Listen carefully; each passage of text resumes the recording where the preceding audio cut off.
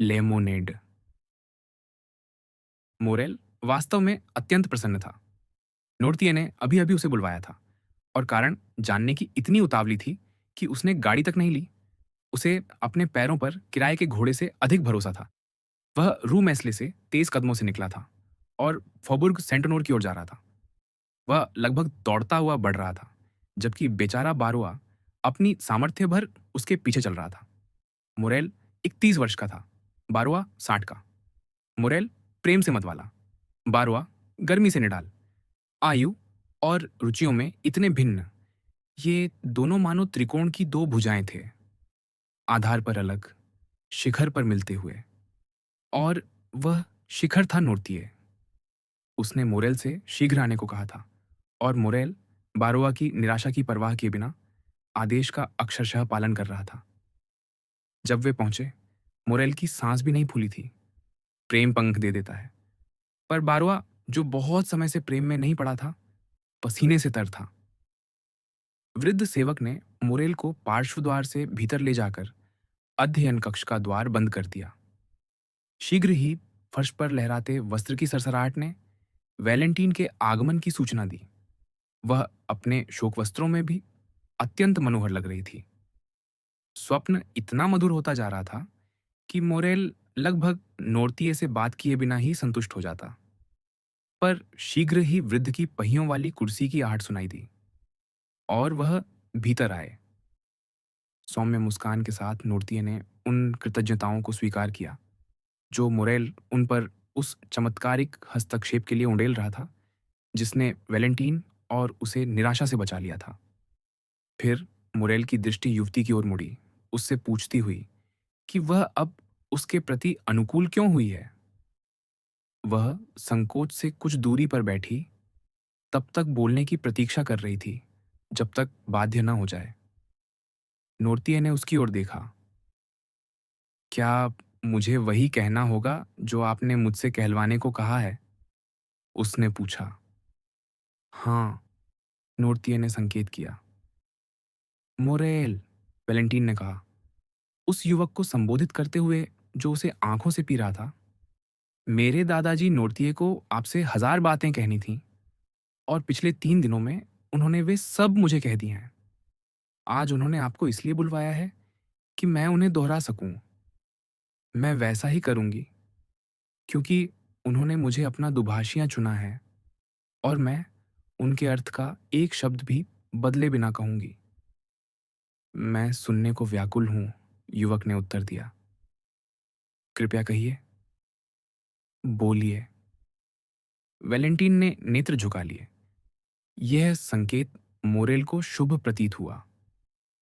Valentine केवल तभी दुर्बल होती थी जब वह प्रसन्न होती थी।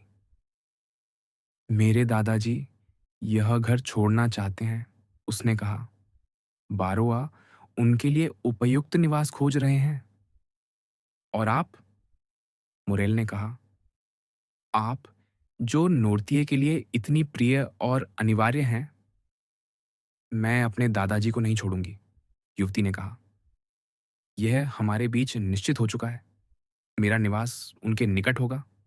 या तो मुझे विल्फोर की अनुमति मिल जाएगी कि मैं दादाजी नोर्तिये के साथ रहने चली जाऊं, या वह अस्वीकार कर दी जाएगी।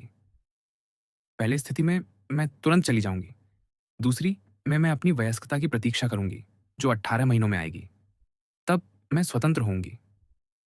मेरे पास अपने साधन होंगे। और और मोरेल ने कहा, और दादाजी की अनुमति से मैं वह वचन निभाऊंगी जो मैंने आपसे किया है।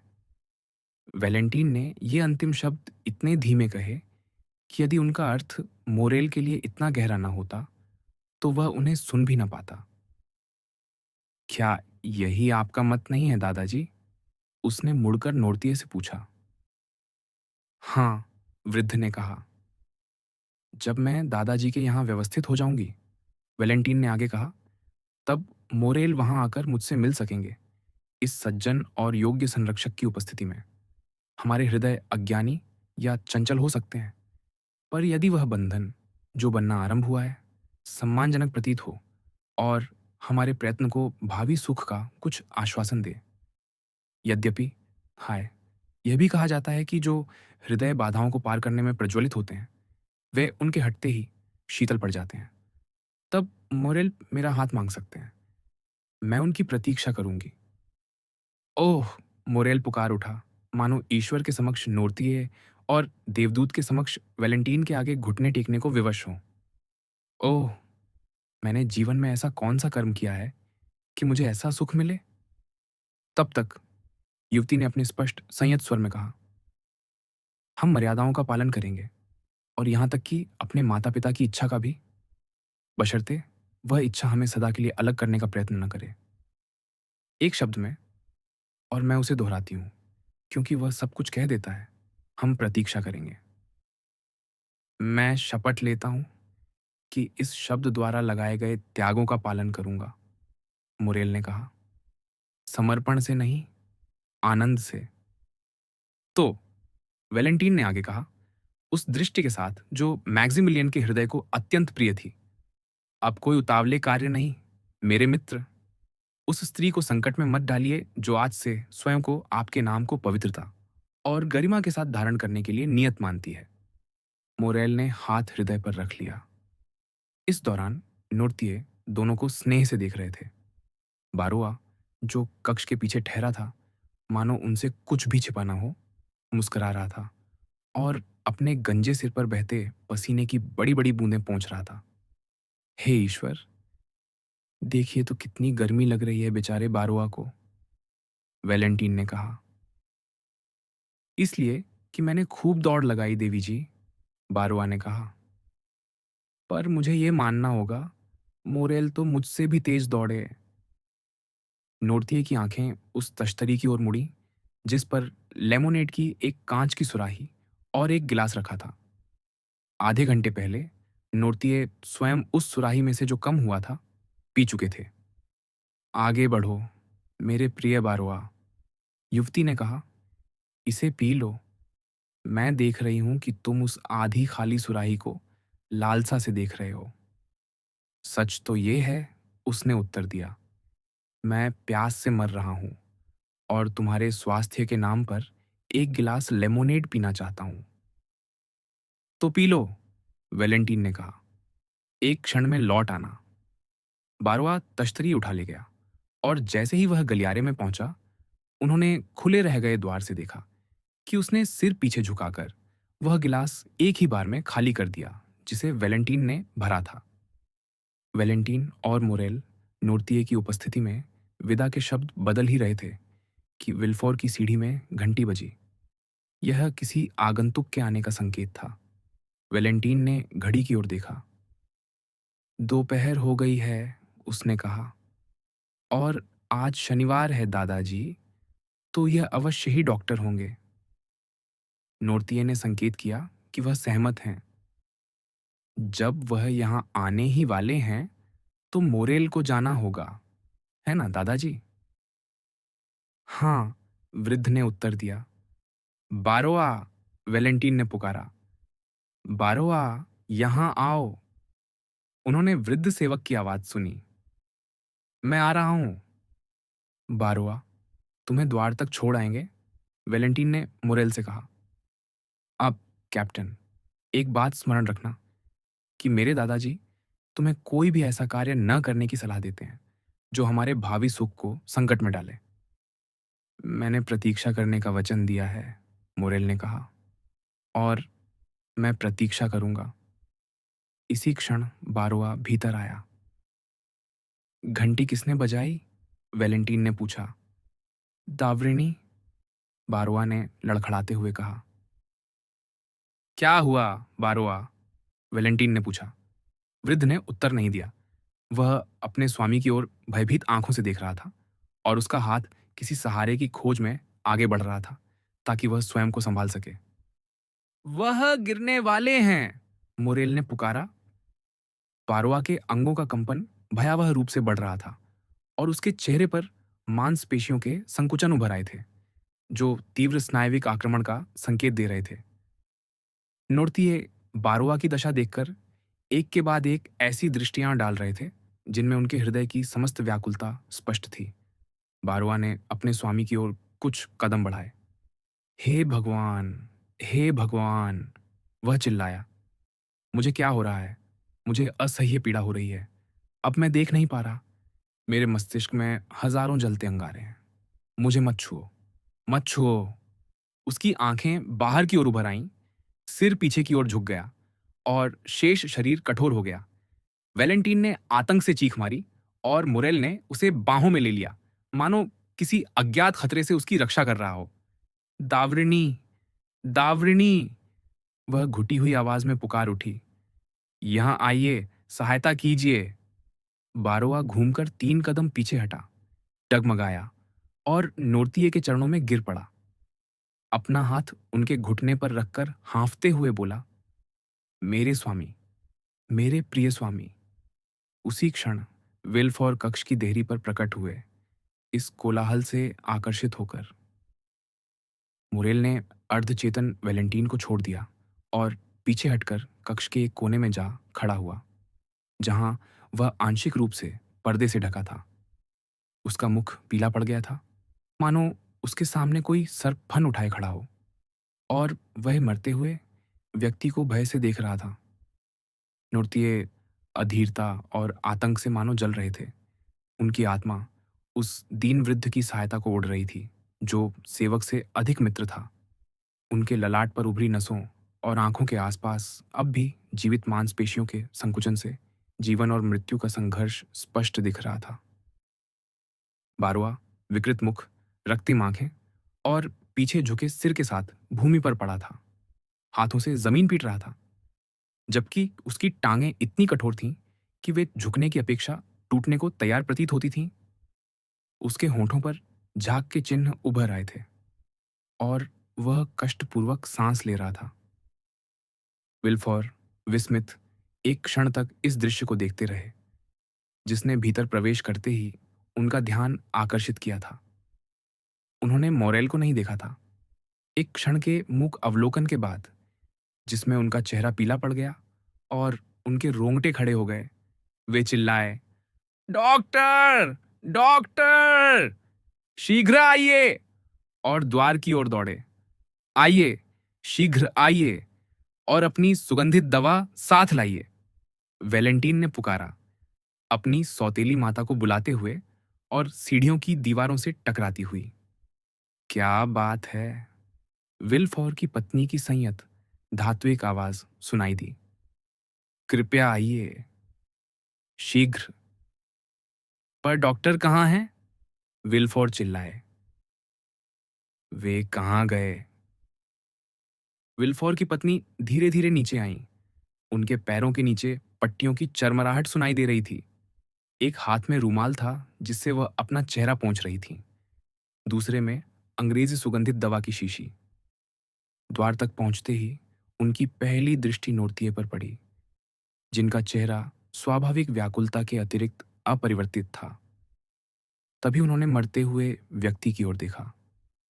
उनका चेहरा पीला पड़ गया और उनकी आंखें सेवक से स्वामी की ओर चमक उठी।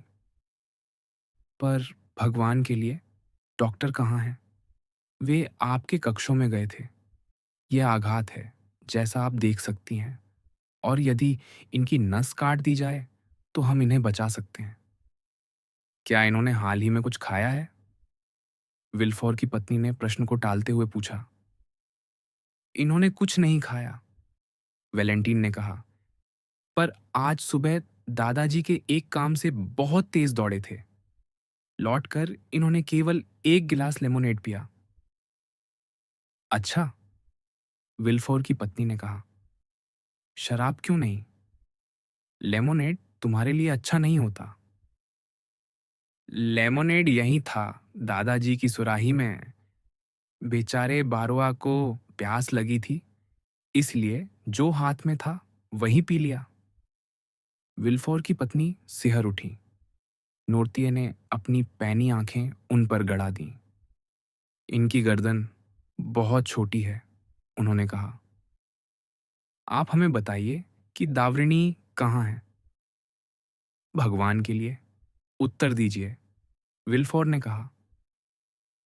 वे एडवार के साथ हैं, जो कुछ अस्वस्थ है। उसके कमरे में, उन्होंने कहा। अब और टाल न सकी। विल्फोर स्वयं डॉक्टर को लाने के लिए सीढ़ियों की ओर दौड़े। यह लीजिए, युवती ने अपनी शीशी वैलेंटीन को देते हुए कहा। मेरा अनुमान है कि इनकी नस काटी जाएगी। मैं अपने कमरे में लौटती हूँ। मैं रक्त का दृश्य सह नहीं सकती। और वह अपने पति के पीछे चली गई। मोरेल उस अंधेरे कोने से निकल आया जहां वह छिपा हुआ था और इस कोलाहल के दौरान अनदेखा रहा था। शीघ्र जाइए मैक्सिमिलियन, वैलेंटीन ने कहा, और तब तक प्रतीक्षा कीजिए जब तक मैं आपको न बुलाऊं। जाइए। मोरेल ने नोर्तिये की राय जानने के लिए संकेत किया और वृद्ध, जिन्होंने अपने को संयत रखा था, ने संकेत किया कि वह जैसा कहा गया है वैसा करे। उसने वैलेंटीन का हाथ अपने हृदय से लगाया और गुप्त मार्ग से बाहर चला गया। उसी समय विल्फोर और डॉक्टर विपरीत द्वार से भीतर आए। पारोआ को होश लौटने लगा था। संकट टल गया था।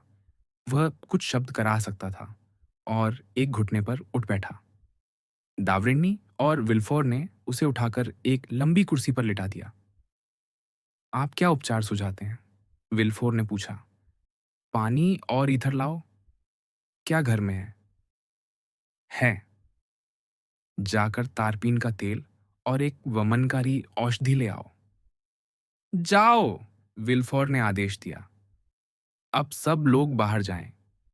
क्या मैं भी? वैलेंटीन ने संकोच से पूछा। हाँ, विशेषकर तुम, डॉक्टर ने कठोर स्वर में कहा। वैलेंटीन ने विस्मय से उनकी ओर देखा, नोर्तिये के मस्तक को चूमा और बाहर चली गई।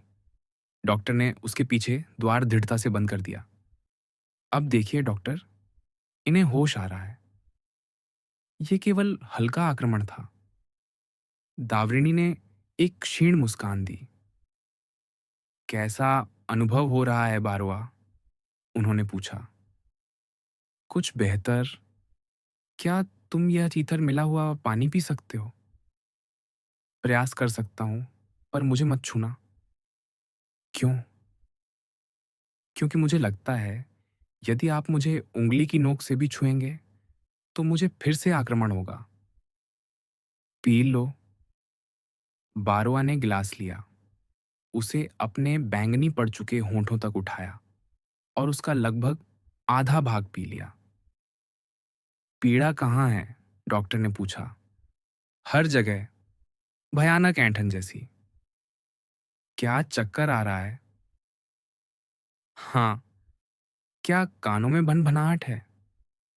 भयानक। यह कब शुरू हुआ? अभी थोड़ी देर पहले।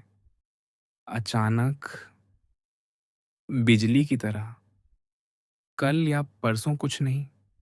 कुछ नहीं। नींद, शिथिलता? नहीं। आज क्या खाया?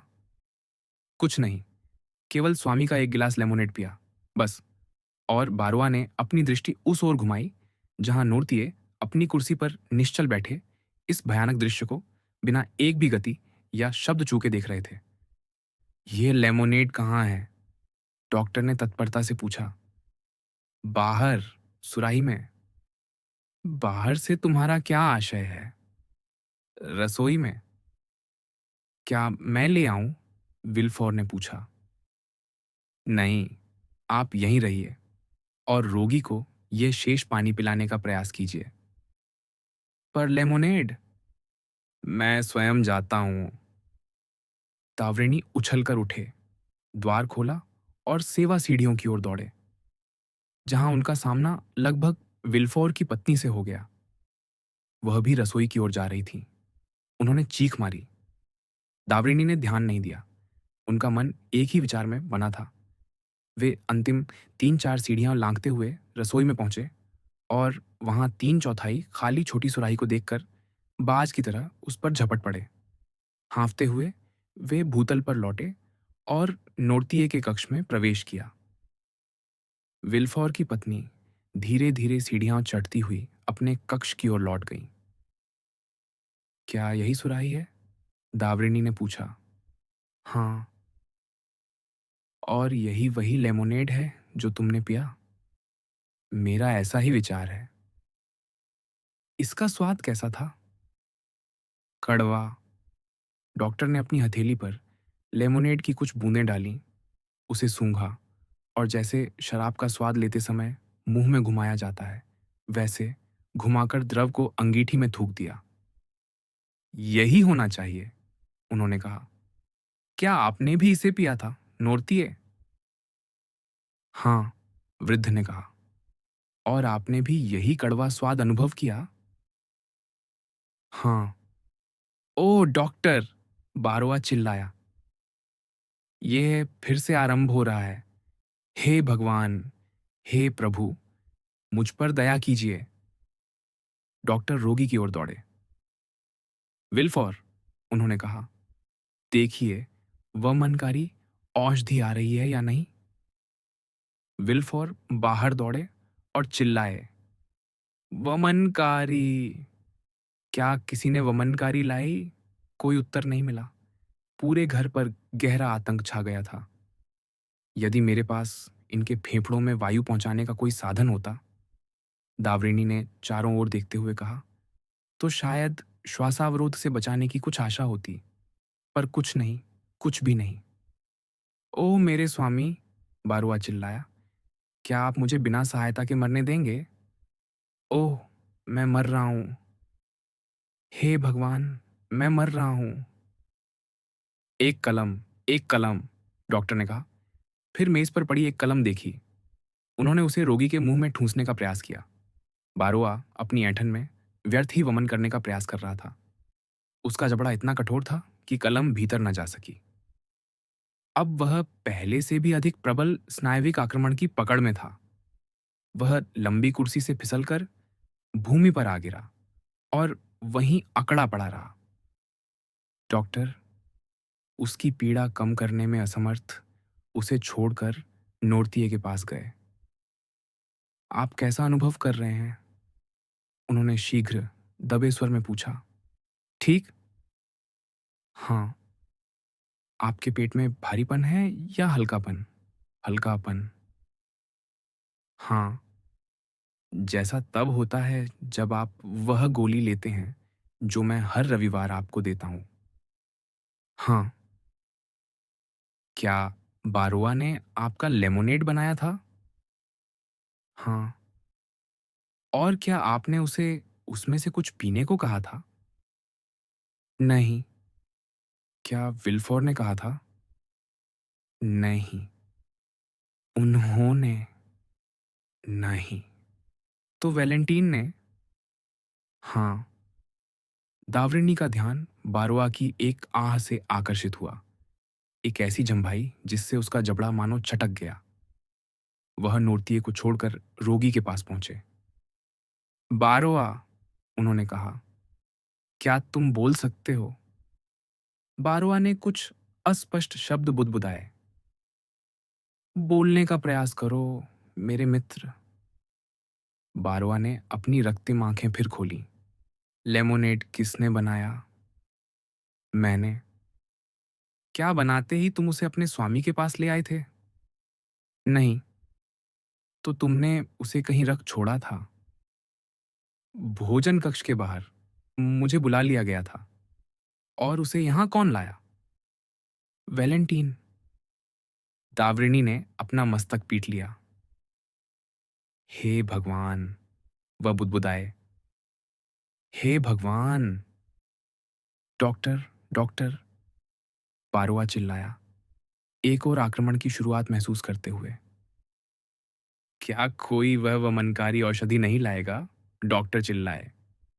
ये रहा एक गिलास, तैयार, विल्फोर ने लौटते हुए कहा। किसने बनाया? औषधालय का प्रशिक्षु, जो मेरे साथ आया था। P low. मैं नहीं पी सकता डॉक्टर, बहुत देर हो गई।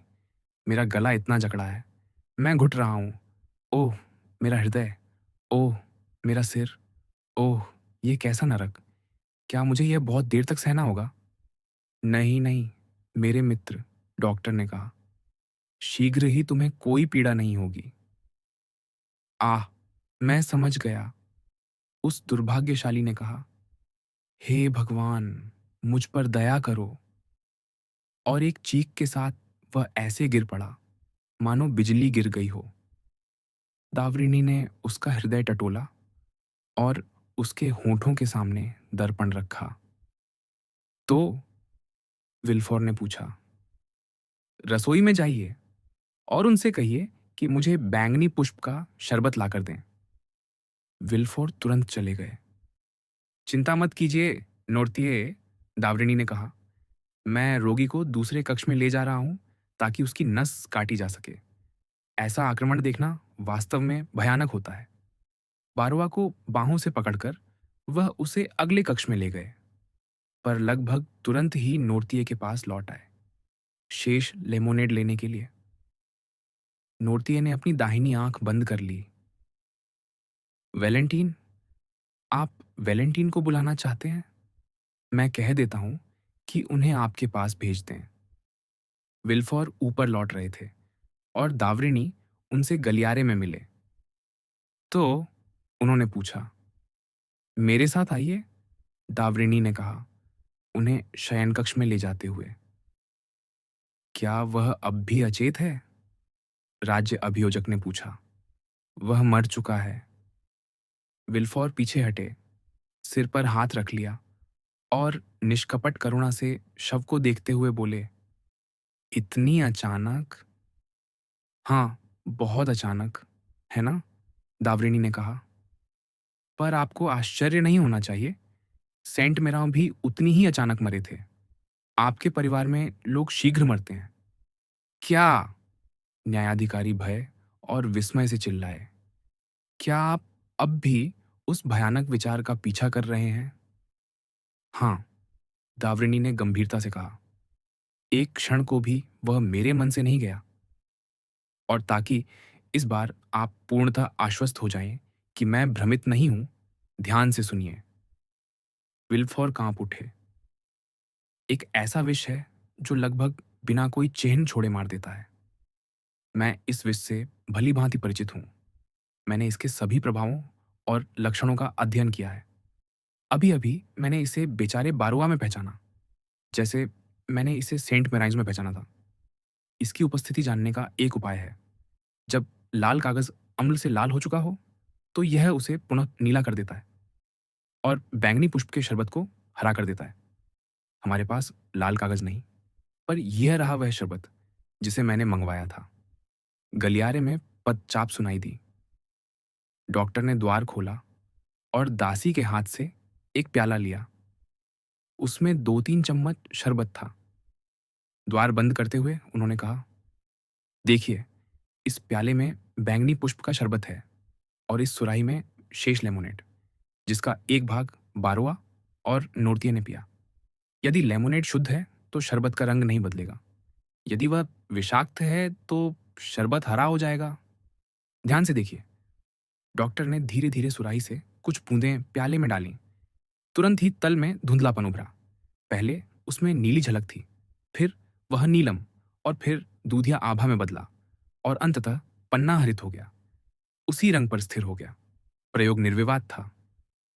बेचारे बारोआ को झूठी एंगोस्तुरा या सेंट इग्नेशियस के बीच से विष दिया गया है, दावरिणी ने कहा। मैं ईश्वर और मनुष्य के सामने इसकी शपथ लेता हूं। विल्फोर ने कुछ नहीं कहा। उन्होंने आकाश की ओर हाथ उठाए, विक्षिप्त नेत्र फैलाए और अचेत होकर कुर्सी पर गिर पड़े। अभियोग। न्यायाधिकारी उस शोक कक्ष में मानो एक दूसरे शव के समान प्रतीत हो रहे थे, पर दावरिणी ने शीघ्र ही उन्हें होश में ला दिया। मेरे घर में मृत्यु है, विल्फोर चिल्लाए। आपको कहना चाहिए। अपराध, डॉक्टर ने कहा। दावरिणी, विल्फोर बोले। इस क्षण मेरे मन में जो चल रहा है मैं सब व्यक्त नहीं कर सकता। भय है, पीड़ा है, उन्माद है। हाँ, दावरिणी ने प्रभावपूर्ण शांति से कहा, पर मेरा विचार है कि अब कार्य करने का समय है। अब समय है कि हम इस बढ़ती मृत्यु लहर को रोकने के लिए कोई बांध खड़ा करें। जहां तक मेरा प्रश्न है, मैं अब ऐसे रहस्यों का भार ढोने में स्वयं को सक्षम नहीं पाता, जब समाज और पीड़ितों के लिए तात्कालिक प्रतिशोध की कोई संभावना दृष्टि में न हो। विल्फोर ने चारों ओर कठोर दृष्टि डाली। मेरे घर में, वह बुदबुदाए, मेरे घर में। आइए न्यायाधीश, दावरेनी ने कहा, पुरुष बनिए। विधि के प्रतिनिधि के रूप में आपका सम्मानपूर्ण बलिदान की मांग करता है। आपकी बात से मैं आतंकित हूं, डॉक्टर बलिदान। मैंने वही कहा। क्या आप किसी पर संदेह करते हैं? मैं किसी पर संदेह नहीं करता। मृत्यु आपके द्वार पर दस्तक देती है, भीतर प्रवेश करती है, और बुद्धिमान होने के कारण एक कक्ष से दूसरे में अंधाधुंध नहीं जाती। मैं उसके पद चिन्हों का अनुसरण करता हूं, पहचानता हूं कि वह कहां से गुजरी है। मैं प्राचीनों के ज्ञान का सहारा लेता हूं, पर मैं केवल टटोलता हुआ चल सकता हूं, क्योंकि आपके परिवार के प्रति मेरी मित्रता और आपके प्रति मेरा सम्मान मेरे लिए दो पट्टियों के समान है।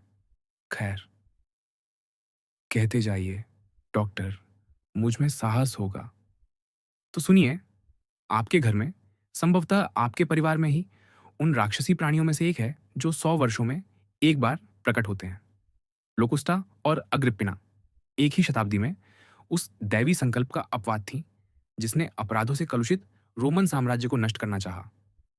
ब्रुनहॉत और फ्रेडेगोंद उस सभ्यता की उपज थी जो जन्म लेने के लिए संघर्षरत थी, उस समय जब मनुष्य आत्मा पर अधिकार पाना सीख रहा था, चाहे अंधकार के दूत के माध्यम से ही क्यों ना हो। और ये सभी स्त्रियां कभी या अब भी युवा और सुंदर थीं। उनके ललाट पर वही निष्कपटता का पुष्प खिला था जो उस अपराधिनी के ललाट पर भी है जो आपके घर में है। विल्फोर चीख उठे, हाथ जोड़ लिए और डॉक्टर की ओर विनती भरी दृष्टि से देखा। पर डॉक्टर निष्ठुरता से बोलते रहे, विधि शास्त्र का एक सिद्धांत है, अपराध से लाभ उठाने वाले को खोजो। पर डॉक्टर, विल्फोर पुकारे, हाय, मानव न्याय कितनी बार उन कठोर शब्दों से भ्रमित हुआ है। मैं नहीं जानता, पर मुझे प्रतीत होता है कि यह अपराध। तो आप मानते हैं कि अपराध हुआ है? हाँ, मानता हूं। और क्या विकल्प है? पर मुझे आगे कहने दीजिए। मैं कह रहा था, मुझे लगता है यह अपराध केवल मुझ पर लक्षित है, पीड़ितों पर नहीं। मुझे संदेह है कि इन विचित्र आपदाओं के पीछे मेरे लिए कोई अनिष्ट नियत है। हाँ, मनुष्य क्या है? दावरेनी बुदबुदाए, सभी प्राणियों में सबसे अधिक स्वार्थी, सबसे अधिक आत्मकेंद्रित, जो यह मानने को तैयार नहीं कि पृथ्वी घूमती है, सूर्य चमकता है और मृत्यु किसी और के लिए भी आती है। एक चींटी जो घास की पत्ती की चोटी पर खड़ी होकर ईश्वर को कोसती है। और जिन्होंने प्राण गंवाए, क्या उन्होंने कुछ नहीं खोया? सेंट मेरा, सेंट मेरा, नोरतिए। क्या? नोरतिए। हाँ, क्या आप समझते हैं कि यह दुर्भाग्यपूर्ण सेवक ही लक्ष्य था? नहीं, जैसे शेक्सपियर के पोलोनियस की भांति, वह किसी और के स्थान पर मरा। लेमोनेड नोरतिए को पीना था। अपेक्षित भी यही था कि वही पिएंगे। दूसरे ने तो संयोग से पिया। और यद्यपि बारोआ मरना नोरतिए को था। पर मेरे पिता बचे कैसे? मैंने आपको कारण बताया था। एक संध्या बाग में सेंट मिराव की मृत्यु के बाद उनका शरीर इस विष के प्रयोग का अभ्यस्त हो चुका है। जो मात्रा उनके लिए तुच्छ थी, वही किसी और के लिए घातक थी। और अंततः किसी को, यहां तक कि हत्यारे को भी, यह जात नहीं कि पिछले 1 वर्ष से मैं नोरतिए के पक्षाघात का उपचार ब्रूसीन से कर रहा हूं, यद्यपि हत्यारा यह जानता है और सिद्ध कर चुका है कि ब्रूसीन एक प्रबल विष है। हे भगवान, विल्फोर बुदबुदाए, हाथ मसलते हुए, अपराधी की राह का अनुसरण कीजिए। वह सेंट मेराव की हत्या करता है। ओह डॉक्टर, मैं इसकी शपथ ले सकता हूँ। जो लक्षण मुझे बताए गए, वे मेरे अपने अनुभव से पूर्णतः मेल खाते हैं। विल्फोर कराह उठे, पर वाद विवाद बंद कर दिया। वह स्त्री सेंट मेरा की हत्या करती है, डॉक्टर ने दोहराया। वह सेंट मेरा की भी हत्या करती है, दोहरी विरासत प्राप्त करने के लिए। विल्फोर ने अपने ललाट से बहता पसीना पोंछा। सुनिए। हाय। विल्फोर हकलाए। मैं एक शब्द भी नहीं चूक रहा, एक भी नहीं। नोर्तिये की पूर्व वसीयत, दावरिणी ने कठोरता से आगे कहा, आपके विरुद्ध, आपके परिवार के विरुद्ध और संक्षेप में निर्धनों के पक्ष में थी। नोर्तिये को छोड़ दिया गया। उनसे कुछ अपेक्षित नहीं था, पर जैसे ही उन्होंने पहली वसीयत नष्ट की और दूसरी बनाई, उन पर प्रहार हुआ। निस्संदेह इस भय से कि वे तीसरी भी बना सकते हैं। वसीयत कल की है, मेरा अनुमान है। आप देख रहे हैं, विलंब का अवसर नहीं। ओह, हमें बख्श दीजिए। किसी को मत बख्शिए। डॉक्टर का पृथ्वी पर एक पवित्र दायित्व है। उसे निभाने के लिए उसे जीवन के स्रोत तक लौटना और मृत्यु के रहस्यमय अंधकार में उतरना पड़ता है। जब अपराध हो चुका हो और ईश्वर भयभीत होकर अपराधी से मुंह मोड़ ले, तब डॉक्टर का कर्तव्य है कहना, यही है वह। मेरी बेटी को बख्श दीजिए। विल्फोर बुदबुदाए। देखिए, नाम आपने ही लिया। आपने, उसके अपने पिता ने। वैलेंटीन को बख्श दीजिए। सुनिए, यह असंभव है। मैं स्वयं को आरोपित कर लूंगा। वैलेंटीन, निर्दोषता का पुष्प, हीरे सा हृदय। किसी को मत बख्शिए। अपराध स्पष्ट है। वैलेंटीन ने स्वयं वह औषधि लपेटी थी जो सेंट मेराव को भेजी गई, और सेंट मेराव मरे। वैलेंटीन ने सेंट मेराव के लिए काढ़े तैयार किए, और वह भी मरी। जब बारुआ को बाहर भेजा गया, तो वहीं उनसे वह लेमोनेड की सुराही ले आई, जिसे वृद्ध प्रायः प्रातःकाल की अवधि में अंतिम बूंद तक पी जाया करते थे। और नोर्तिये केवल चमत्कार से बचे। वैलेंटीन अपराधिनी ही है, वही विष देने वाली है। राज अभियोजक, मैं वैलेंटीन पर अभियोग लगाता हूं। अपना कर्तव्य कीजिए। डॉक्टर, मैं अब और प्रतिरोध नहीं कर सकता, कुछ भी नकार नहीं सकता। मैं आपकी बात मानता हूं, पर दया कीजिए, मेरे जीवन और मेरे सम्मान को बचाइए। विल्फोर, डॉक्टर ने बढ़ती तीव्रता से कहा, कुछ परिस्थितियां ऐसी होती हैं जब मुझे मनुष्य की मूर्ख सावधानियों की सारी सीमाएं तोड़नी पड़ती हैं। यदि आपकी पुत्री ने केवल एक प्रथम अपराध किया होता और मैं उसे दूसरे की योजना बनाते देखता, तो मैं आपसे कहता, उसे चेताइए, दंड दीजिए। उसे जीवन भर किसी मठ या आश्रम में प्रार्थना और पश्चाताप में बिताने दीजिए। यदि उसने दूसरा अपराध किया होता, तो मैं कहता, यह लीजिए एक वेश जिसका कोई प्रतिरोधक जात नहीं। जो विचार जितना शीघ्र, बिजली जितना तीव्र और वज्र जितना घातक है, यह उसे दे दीजिए, उसकी आत्मा को ईश्वर को सौंपते हुए, और इस प्रकार अपना सम्मान और जीवन बचाइए, क्योंकि वही आपसे घृणा करती है। और मैं उसे आपके शैया के निकट रेंगते हुए देखता हूं, कपटपूर्ण मुस्कान और मधुर शब्दों के साथ। सावधान रहिए, विल्फोर। यदि आपने पहला प्रहार करने में विलंब किया, यदि उसने केवल 2 जनों की हत्या की होती, तो मैं यही कहता, पर उसने 3 मृत्यु पीड़ाएं देखी हैं। 3 मरणासन्न आत्माओं पर विचार किया है। 3 शवों के पास घुटनों के बल बैठी है। विष देने वाली को दंड मंच पर भेजिए, उसे दंड मंच पर भेजिए। आप अपने सम्मान की बात करते हैं। जो मैं कहता हूं वह कीजिए, और अमृतत्व आपका होगा। विल्फोर घुटनों के बल गिर पड़े। सुनिए, उन्होंने कहा, मुझ में आपकी सी शक्ति नहीं, या यूं कहूं, वह शक्ति जो आप में होती यदि मेरी पुत्री वैलेंटीन के स्थान पर आपकी पुत्री मादेलेन होती। डॉक्टर पीले पड़ गए। डॉक्टर, स्त्री की संतान के रूप में जन्मा प्रत्येक मनुष्य पीड़ा सहने और मरने के लिए जन्मता है। मैं पीड़ा सहूंगा और मृत्यु की प्रतीक्षा करूंगा। सावधान, दावरिणी ने कहा, यह मृत्यु धीमी होगी। आप इसे आते देखेंगे। आपके पिता को गिराने के बाद आपकी पत्नी को, शायद आपके पुत्र को। विल्फोर ने डॉक्टर की बांह पकड़ ली, सांस के लिए हाँफते हुए। सुनिए, उन्होंने कहा। मुझ पर दया कीजिए, मेरी सहायता कीजिए।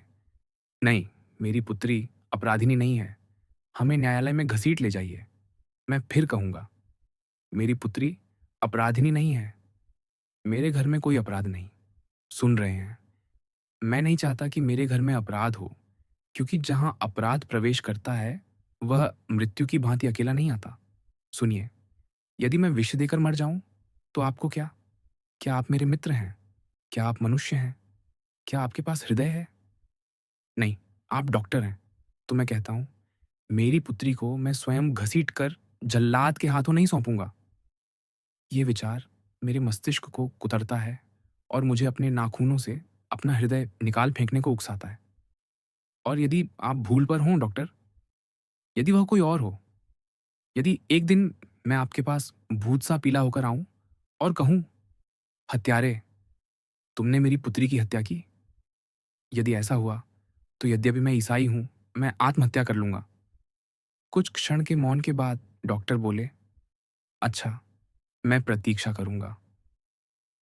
विल्फोर ने उनकी ओर ऐसे देखा, मानो अब भी उनके शब्दों पर संदेह हो। पर एक बात है, दावरिणी ने धीमे और गंभीर स्वर में आगे कहा, यदि आपके घर में कोई बीमार पड़े, यदि आप स्वयं आघातग्रस्त हों, तो मुझे मत बुलाइए, क्योंकि मैं नहीं आऊँगा। मैं इस भयानक रहस्य को आपके साथ साझा करने को तैयार हूँ, पर मैं नहीं चाहता कि लज्जा और पश्चाताप मेरी आत्मा में वैसे ही बढ़ें और फैलें, जैसे आपके घर में अपराध और दुर्भाग्य बढ़ेंगे। तो आप मुझे छोड़ रहे हैं डॉक्टर? हाँ, क्योंकि मैं इस मार्ग पर आपके साथ आगे नहीं जा सकता, जो केवल दंड मंच के चरणों तक ले जाता है। कोई अन्य उद्घाटन इस भयानक त्रासदी का अंत करेगा। विदा। डॉक्टर, मैं आपसे विनती करता हूँ, जो भयावहताएं मेरे विचारों को मलिन कर रही हैं, वे आपके घर को मेरे लिए घृणित और घातक बना देती हैं। विदा, विलाफोर। एक अंतिम शब्द, डॉक्टर, आप मुझे इस स्थिति के पूर्ण आतंक में छोड़ रहे हैं।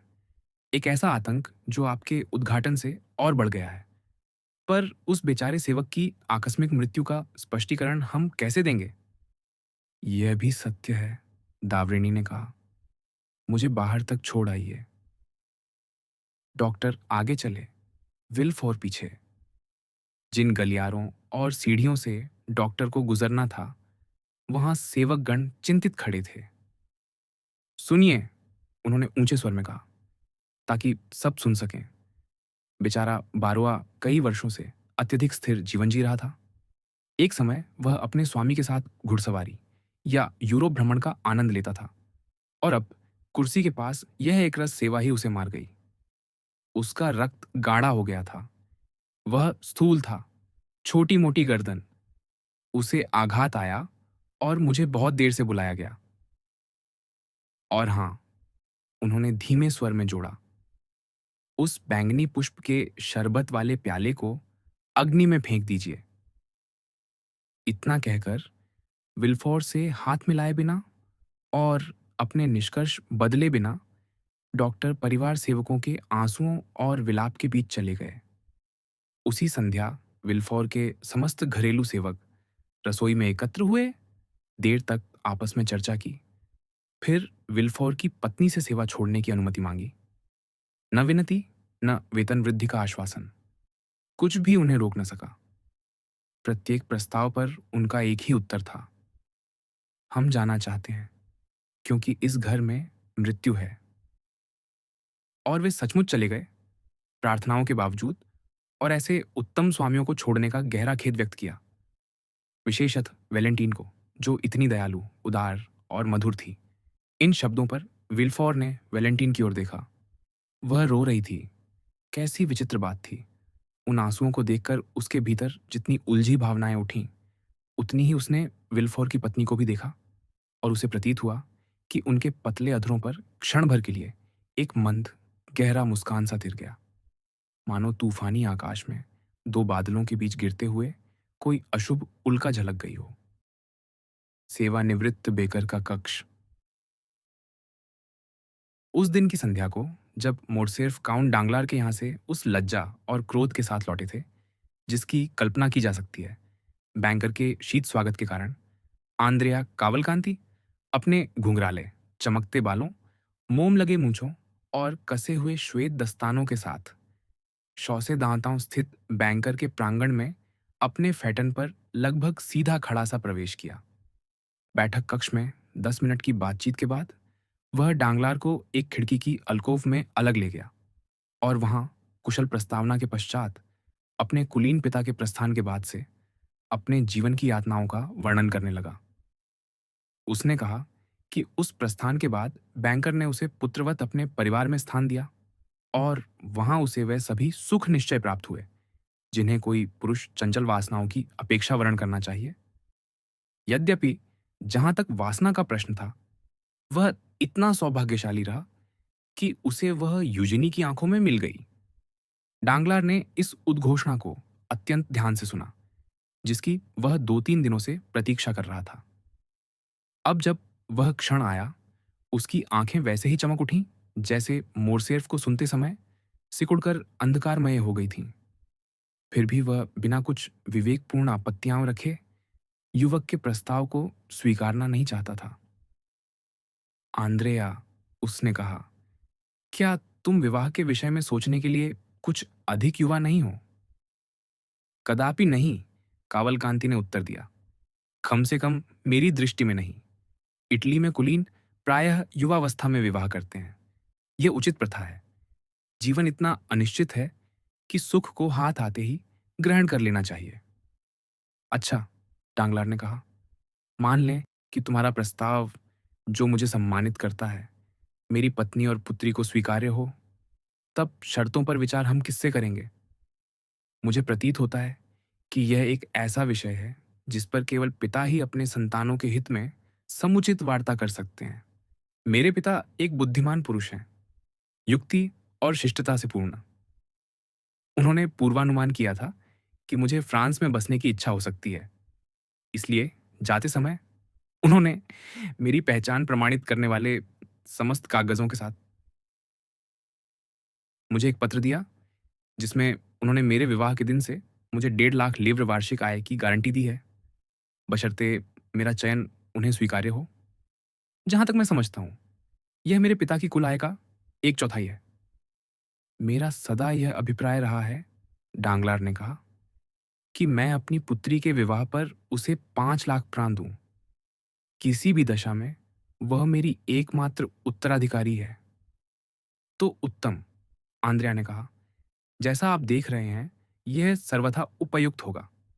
यदि मान लें कि मेरा प्रस्ताव बैरोनेस और यूजिनी द्वारा अस्वीकृत नहीं होता, इस प्रकार हमारी आय 1,75,000 लिव्र हो जाएगी।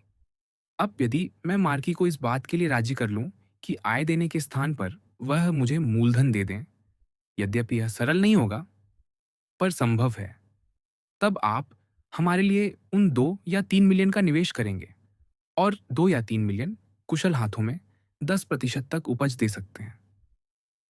मैं कभी 4% से अधिक पर धन नहीं लगाता, बैंकर ने कहा, यहां तक कि 3.5 पर अपने दामाद के लिए 5 पर सहमत हो सकता हूं और लाभ हम आधा आधा बांट लेंगे। अति उत्तम पिताश्री, कावलकांति ने कहा, अपने भीतर छिपी उस हल्की अशिष्ट वृत्ति के वशीभूत होकर जो उसके प्रयासों के बावजूद उसके अभिजात आवरण को कभी कभी छटका देती थी। पर वह तुरंत संभल गया और बोला, क्षमा कीजिए, आशा ही मुझे लगभग उन्मत्त कर देती है। तो वास्तविकता का प्रभाव क्या होगा? पर तुम्हारी संपत्ति का कोई अंश तो ऐसा होगा जिसे तुम्हारे पिता रोक नहीं सकते, डांगलार ने कहा, यह ध्यान दिए बिना कि जो वार्ता इतने निरपेक्ष ढंग से आरंभ हुई थी वह कितनी शीघ्र व्यापारिक गणनाओं में बदल गई। कौन सा? युवक ने पूछा। तुम्हारी माता की ओर से जो भाग है। हाँ, मेरी माता लियोनोरा गोरसिनारी की ओर से। उस भाग की राशि क्या होगी? सच कहूं, आंद्रिया ने कहा, मैंने कभी विशेष विचार नहीं किया, पर मेरा अनुमान है कि कम से कम 2 मिलियन। डांगलार ने वह घुटन भरा आनंद अनुभव किया जो या तो कोई कंजूस खोया हुआ खजाना पाकर करता है, या डूबता हुआ मनुष्य तब जब उसके पांव रिक्तता के स्थान पर ठोस भूमि को स्पर्श करते हैं। आंद्रेया ने बैंकर को आदरपूर्ण प्रणाम किया। तो क्या मैं आशा कर सकता हूं?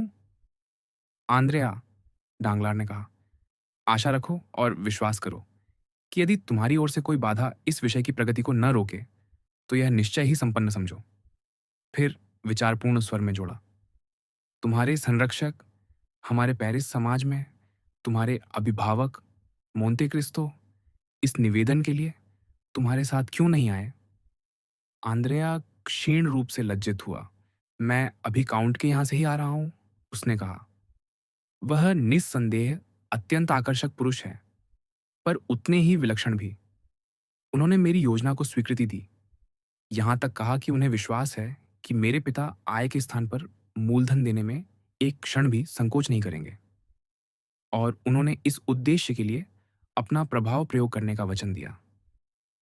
पर उन्होंने यह भी कहा कि व्यक्तिगत रूप से उन्होंने कभी और कभी नहीं करेंगे किसी विवाह प्रस्ताव के वाहक बनने का दायित्व लिया है। तथापि उन्होंने यह कृपा अवश्य की कि यदि कभी उन्होंने इस विषय में अपने पूर्वाग्रह पर खेद किया है, तो वह मेरे ही प्रसंग में, क्योंकि उन्हें विश्वास है कि हमारा दाम्पत्य सुखी और उपयुक्त होगा। और यद्यपि वह औपचारिक रूप से कुछ नहीं करना चाहते, उन्होंने कहा कि जब भी आप उनसे इस विषय पर चर्चा करना चाहें, वह आपके सभी प्रश्नों का उत्तर देने को तत्पर रहेंगे। आह! यह तो बहुत अच्छा है। और अब, आंद्रेया ने अपने सबसे मनोहर मुस्कान के साथ कहा, मैं भावी ससुर से बैंकर की ओर मुड़ना चाहूंगा। और उनसे तुम्हें क्या चाहिए?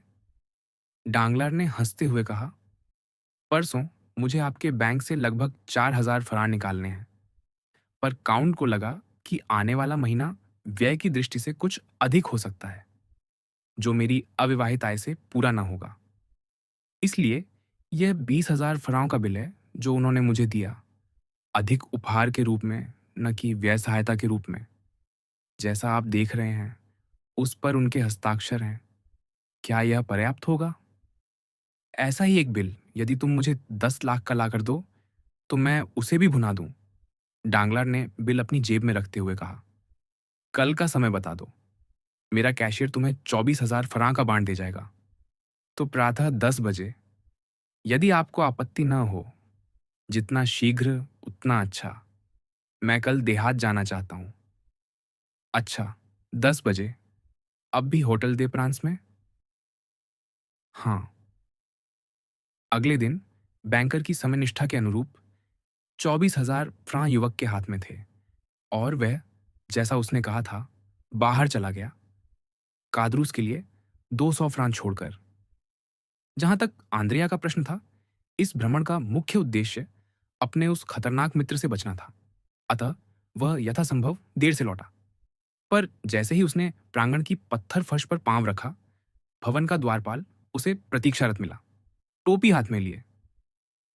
आपसे वह आदमी मिलने आया था, उसने कहा। कौन आदमी? आंद्रेया ने सहजता से पूछा, मानो वह किसी ऐसे व्यक्ति को भूल गया हो जिसे वह वस्तुतः भली भांति याद करता था। वही जिसे आपने वह छोटी सी सहायता दी थी। हाँ, मेरे पिता का पुराना सेवक। अच्छा, क्या तुमने उसे वे 200 फरां दे दिए जो मैं उसके लिए छोड़ गया था? जी, पर उसने लेने से इनकार कर दिया। आंद्रेया का चेहरा पीला पड़ गया, पर अंधेरा होने से किसी ने ध्यान न दिया। क्या उसने नहीं लिए? उसने हल्की कांपती आवाज में कहा। नहीं, वह आपसे मिलना चाहता था। मैंने कहा कि आप बाहर गए हैं, पर वह अड्डा रहा। अंत में मान गया और यह पत्र दे गया, पहले से सील किया हुआ। दिखाओ, आंद्रिया ने कहा, और अपने फैटन के दीपक के नीचे पड़ा। तुम जानते हो मैं कहाँ रहता हूँ। मैं कल सुबह 9 बजे तुम्हारी प्रतीक्षा करूंगा। आंद्रिया ने मुहर को ध्यान से देखा कि कहीं उससे छेड़छाड़ तो नहीं हुई। पर पत्र इस प्रकार मोड़ा गया था और इतनी सीलें लगी थीं कि बिना तोड़े पढ़ा ही नहीं जा सकता था, और वह अक्षुण्ण थी। बहुत अच्छा, उसने कहा। बेचारा आदमी कितना अच्छा है। और वह द्वारपाल को इन शिक्षाप्रद शब्दों पर विचार करने छोड़ गया, जो समझ नहीं पा रहा था कि वह युवा स्वामी की अधिक प्रशंसा करे या पुराने सेवक की। घोड़ों का प्रबंध करो, फिर ऊपर आकर मुझसे मिलो, आंद्रिया ने अपने साइज से कहा। फिर 2 छलांग में वह अपने कक्ष में पहुंचा, जहां उसने कादरूस का पत्र जला दिया, राख तक नष्ट कर दी। वह अब भी यह कार्य पूरा ही कर रहा था कि सेवक आ गया। पियर, तुम्हारा कद काठी लगभग मेरी जैसी है ना? उसने कहा। मुझे यह सम्मान प्राप्त है, उसने उत्तर दिया। तुम्हें कल ही नई वर्दी मिली थी? हाँ, मैं एक सुंदरी से जुड़ा हूं, पर नहीं चाहता कि वह मेरा पद या स्थिति जाने। अपनी वर्दी और कागज मुझे दे दो। यदि आवश्यकता पड़े तो मैं किसी सराय में ठहर सकूं। पियर ने वैसा ही किया जैसा कहा गया। 5 मिनट बाद पूर्णतः वेश बदलकर आंद्रे बिना पहचाने घर से निकल गया। एक गाड़ी ली और स्वयं को पिकपुस स्थित शेवाल रूद सराय तक ले जाने को कहा। अगले दिन वह उसी प्रकार निकला जैसे होटल द प्रांस से, अदृश्य, और बुलेवार्ड से होते हुए मेनिल मोंता सड़क पहुंचा। बाईं ओर तीसरे घर के द्वार पर रुककर उसने इधर उधर देखा कि जानकारी कहां से मिले, क्योंकि वहां कोई द्वारपाल न था। क्या ढूंढ रहे हो बेटा? सामने की फल विक्रेता स्त्री ने पूछा। पहले ताओं का निवास, आंद्रेया ने उत्तर दिया। सेवानिवृत्त बेकर? हाँ, वही। आंगन के अंत में बाईं ओर का द्वार, तीसरी मंजिल। आंद्रेया ने उसके निर्देशों का पालन किया और तीसरी मंजिल पर एक घंटी की रस्सी खींची, ऐसी चिड़चिड़ाहट से कि वह झुंझलाहट घंटी में भी उतर गई। कुछ क्षण बाद द्वार में जड़ी जालीदार झिड़ी से कादरूस का चेहरा दिखा। समय के पाबंद हो, उसने कहा, कुंडियां हटाते हुए। धत्त! आंद्रेया भीतर प्रवेश करते हुए बोला और अपनी वर्दी टोपी आगे फेंक दी। वह कुर्सी से छूटकर फर्श पर गिरी और किनारे पर घूमती हुई लुढ़कने लगी। अरे अरे, कादरूस बोला, क्रोध मत करो प्रिय बालक। देखो, मैंने तुम्हारे लिए क्या सोचा है। कैसा बढ़िया नाश्ता होगा, सब तुम्हारी पसंद का। सांस लेते ही आंद्रेया को पकवानों की गंध आई। भूखे पेट के लिए आकर्षक, यद्यपि भारी, ताजे तेल और लहसुन की मिलीजुली गंध, जो निम्न कोटि के प्रोवेंस भोजन का संकेत देती है। साथ ही तली मछली की आहट और सबसे ऊपर जायफल व लौंग की तीखी सुगंध। यह सब 2 ढके बर्तनों से उठ रहा था, जो 2 चूल्हों पर गर्म रखे थे, और एक लोहे के चूल्हे के भीतर उबलते व्यंजन से। समीप कक्ष में आंद्रेया ने एक मध्यम रूप से स्वच्छ मेज देखी, 2 व्यक्तियों के लिए सजी हुई। शराब की 2 बोतलें, एक हरी, दूसरी पीली मुहर वाली, मदिरा से भरा एक पात्र, और एक बड़े पत्ता गोभी के पत्ते में सजाया हुआ फल सलाद चीनी मिट्टी की थाली पर कलात्मक ढंग से रखा हुआ। क्या कहते हो प्रिय बालक? कादरूस ने कहा। गंध अच्छी है ना?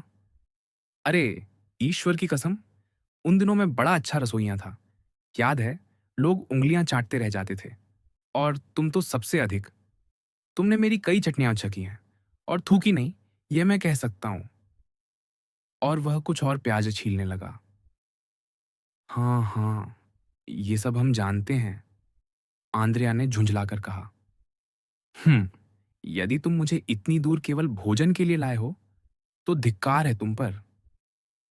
मेरे बेटे, कादरूस ने आडंबरपूर्ण स्वर में कहा, भोजन करते हुए बातचीत भी हो सकती है। और फिर, कृतघ्न बालक, क्या तुम अपने पुराने मित्र को देखकर तनिक भी प्रसन्न नहीं? देखो, मैं तो अत्यंत प्रसन्न हूं। कादरूस वास्तव में रो रहा था, यद्यपि यह कहना कठिन था कि यह आनंद था या प्याज का प्रभाव, जिसने पोंदुगार के उस पूर्व सरायपाल की अश्रु ग्रंथियों को सक्रिय किया था। दूर हटो, कपटी, आंद्रेया ने कहा। क्या तुम मुझसे इतना स्नेह रखते हो? हाँ, निश्चय ही। अन्यथा शैतान मुझे ले जाए। कादरूस ने कहा, यह मेरी दुर्बलता है, पर मैं क्या करूं? और इसी स्नेह के बावजूद तुम मुझे यहाँ किसी छल के लिए लाए हो। अरे अरे, कादरूस ने अपना चौड़ा चाकू एप्रन पर पहुंचते हुए कहा, यदि मैं तुमसे स्नेह न करता तो क्या उस दयनीय जीवन को सहता जो तुम मुझे जीने को बाध्य करते हो। इधर देखो, तुम अपने सेवक का कोट पहने हो, इसका अर्थ है तुम्हारे पास सेवक है, मेरे पास कोई नहीं। अतः मैं अपनी सब्जियां स्वयं छीलता हूं। तुम मेरे भोजन का उपहास करते हो क्योंकि तुम होटल दे प्रांस या कैफे दे पारी के सामूहिक भोज में खाते हो। पर मैं भी सेवक रख सकता था, गाड़ी रख सकता था, जहां चाहता भोजन कर सकता था। और क्यों नहीं करता? ताकि मेरे प्रिय बेनेडितो को कोई कष्ट न पहुंचे। बस इसी कारण मानो मैं कर सकता था, है ना? और उसने एक अर्थपूर्ण दृष्टि डाली। अच्छा, आंद्रेया ने कहा, मान लिया कि तुम मुझसे स्नेह रखते हो, तो फिर मुझे भोजन पर क्यों बुलाया? तुम्हें देखने के लिए, प्रिय बालक। देखना क्यों? हमारी शर्तें तो तय हो चुकी हैं। अरे मित्र, कादरूस बोला, क्या कभी कोई वसीयत बिना परिशिष्ट के होती है? पर तुम पहले भोजन करने आए हो, है ना? तो बैठो। इन सार्डिन और ताजे मक्खन से आरंभ करें, जिन्हें मैंने विशेष तुम्हारे लिए बेल पत्तों पर सजाया है। कृतघ्न बालक। देख रहा हूं, तुम मेरे कक्ष को देख रहे हो। मेरी 4 फूस की कुर्सियां, 3-3 फराओं की तस्वीरें। यह होटल दे प्रांस तो नहीं, है ना? तो अब असंतुष्ट हो, अब प्रसन्न नहीं रहे, जबकि कभी तुम केवल एक सेवानिवृत्त बेकर की तरह जीवन चाहा करते थे। कादरूस ने आह भरी तो आंद्रेया बोला, तो कहो, तुम्हारा स्वप्न पूरा हुआ? स्वप्न ही है, सेवानिवृत्त बेकर धनी होता है। मेरे प्रिय बेनेडितो, उसकी आय होती है, तुम्हारी भी है, ईश्वर की कसम। मेरी? हाँ, क्योंकि मैं अभी तुम्हारे लिए 200 फरां लाया हूं। कादरूस ने कंधे उचकाए। इस प्रकार धन लेना अपमानजनक है, अनिच्छा से दिया गया, क्षणभंगुर धन जो किसी भी दिन रुक सकता है। देखो, मुझे कितनी मितव्ययिता करनी पड़ती है ताकि किसी दिन तुम्हारी समृद्धि रुक जाए तो मैं बच सकूं। भाग्य चंचला है, मेरे मित्र। जैसा रेजिमेंट के धर्मोपदेशक ने कहा था, मैं जानता हूं तुम उन्नति कर रहे हो, दुष्ट। तुम डांगलार की पुत्री से विवाह करने जा रहे हो। क्या? डांगलार की? हाँ, डांगलार की। क्या मुझे उसे बैरन डांगलार कहना होगा? वैसा ही होगा जैसे काउंट बेनेडिक्टो कहना। वह पुराना मित्र है। यदि उसकी स्मृति इतनी क्षीण न होती तो मुझे तुम्हारे विवाह में बुलाता, क्योंकि वह मेरे विवाह में आया था। हाँ, हाँ, मेरे विवाह में। तब वह इतना अभिमानी न था। वह भले मोरेल के यहाँ क्लर्क था। मैं उसके साथ और मोरसेर्फ काउंट के साथ एक से अधिक बार भोजन कर चुका हूं। देखो, मेरे कितने श्रेष्ठ मित्र हैं। यदि मैं उन्हें थोड़ा साधूं तो हम एक ही बैठक कक्षों में मिलें। अरे, तुम्हारी ईर्ष्या तुम्हारे मस्तिष्क में इंद्रधनुष रच रही है, कादरूस। अच्छा, बेने तुमियो।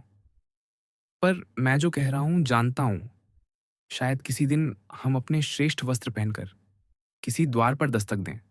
घंटी कहाँ है? पर तब तक बैठो और खाओ। कादरूस ने स्वयं उदाहरण प्रस्तुत किया। लालच से भोजन करते हुए, प्रत्येक व्यंजन की प्रशंसा करते हुए उसे अतिथि को परोसता गया।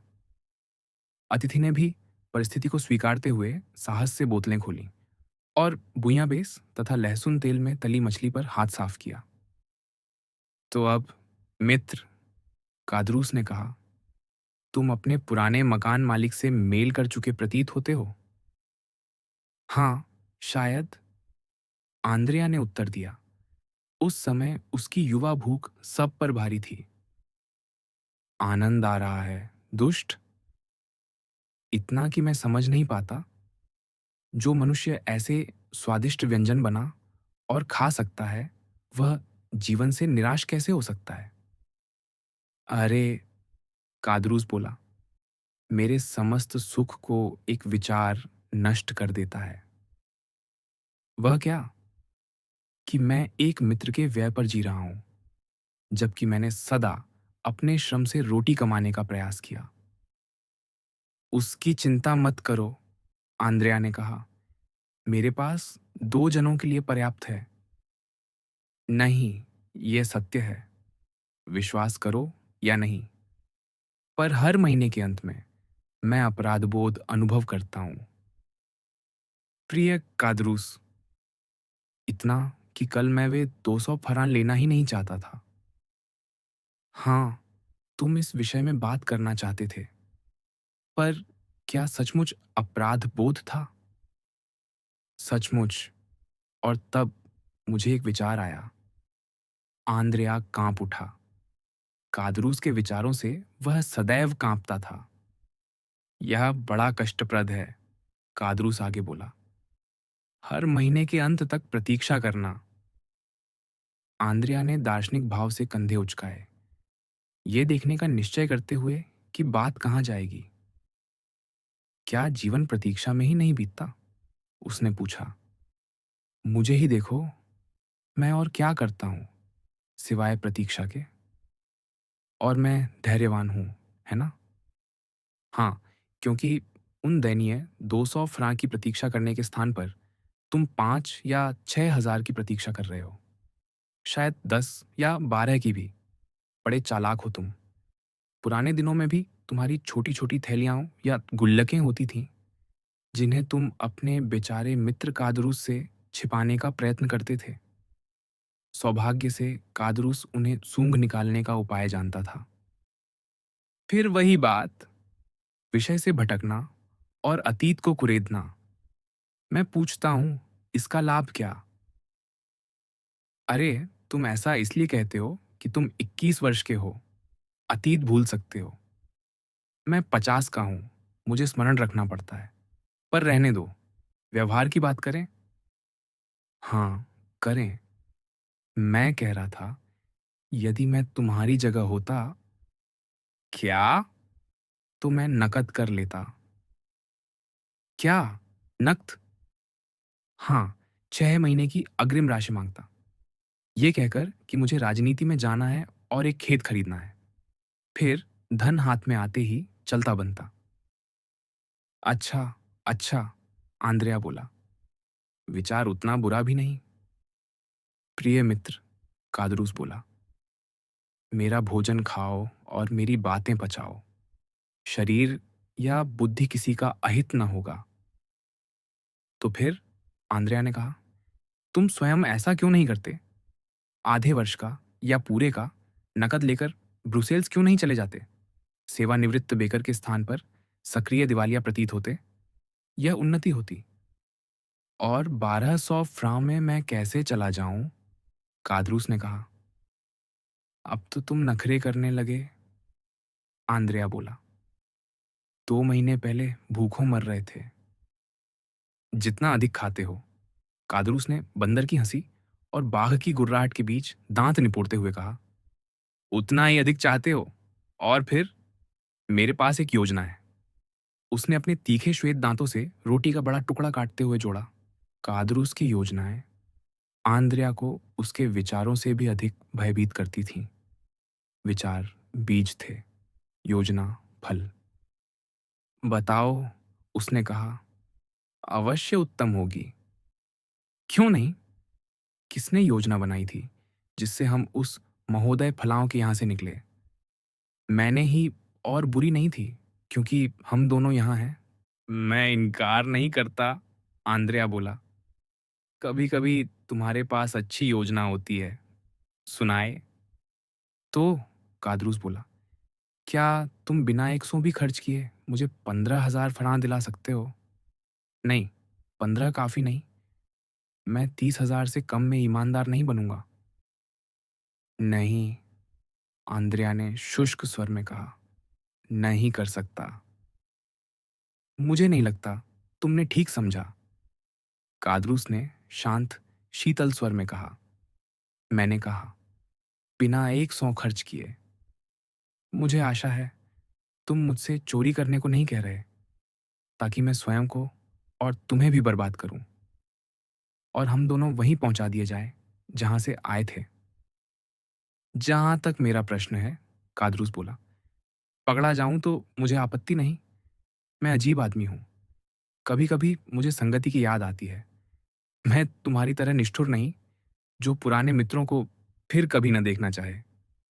इस बार आंद्रेया केवल कांपा ही नहीं, पीला पड़ गया। सुनो कादरूस, उसने कहा, कोई मूर्खता मत करना। चिंता मत करो, मेरे छोटे बेनेडिक्टो। बस मुझे 30,000 बनाने का उपाय बता दो। तुम्हें सम्मिलित होने की आवश्यकता नहीं, मुझे करने दो। अच्छा, मैं देखूंगा, कुछ उपाय खोजूंगा, आंद्रेया ने कहा। तब तक मेरी मासिक राशि 500 कर दो। मेरे मन में एक नौकरानी रखने का विचार है। ठीक है, 500 मिलेंगे, आंद्रेया बोला। पर यह भी ने खम यह मेरे लिए सरल नहीं होगा, कादरूस। तुम सीमा लांघने लगे हो। हम्म, कादरूस बोला, तुम्हें तो असीम कोष से मिलता है। आंद्रेया मानो इसकी अपेक्षा कर रहा था। उसकी आंख में क्षणिक ज्वाला चमकी, फिर बुझ गई। यह सत्य है, उसने कहा। मेरा संरक्षक मेरे प्रति अत्यंत उदार है। तुम्हारा प्रिय संरक्षक, कादरूस बोला, वह तुम्हें मासिक कितना देता है? 5,000 फ्रां। हर 100 में से 1,000, जो तुम मुझे दोगे, कादरूस बोला। जैसा कहते हैं, सौभाग्य केवल हरामजादों को मिलता है। 5,000 प्रति माह। क्या करते हो उसका? विश्वास करो, शीघ्र समाप्त हो जाता है। इसलिए तुम्हारी भांति मैं भी एक मुश्त राशि पसंद करूंगा। एक मुश्त? हाँ, सब चाहते हैं। और मुझे मिलेगी? कौन देगा? तुम्हारा राजकुमार? हाँ, पर प्रतीक्षा करनी होगी। किसकी? उसकी मृत्यु की। तुम्हारे राजकुमार की मृत्यु? हाँ। क्यों? क्योंकि उसने अपनी वसीयत में मेरे लिए प्रावधान किया है। सच? मेरे शब्द पर? कितना? 5 लाख। बस, बहुत धन्यवाद। मैं सत्य कह रहा हूं। असंभव। कादरूस, क्या तुम मेरे मित्र हो? निस्संदेह, जीवन भर, मृत्यु तक। तो मैं तुम्हें एक रहस्य बताऊंगा। कहो। सुनो। ठीक, एक शब्द नहीं। मेरा विचार है। आंद्रेया रुका और चारों ओर देखा। तुम्हारा विचार? चिंता मत करो, हम अकेले हैं।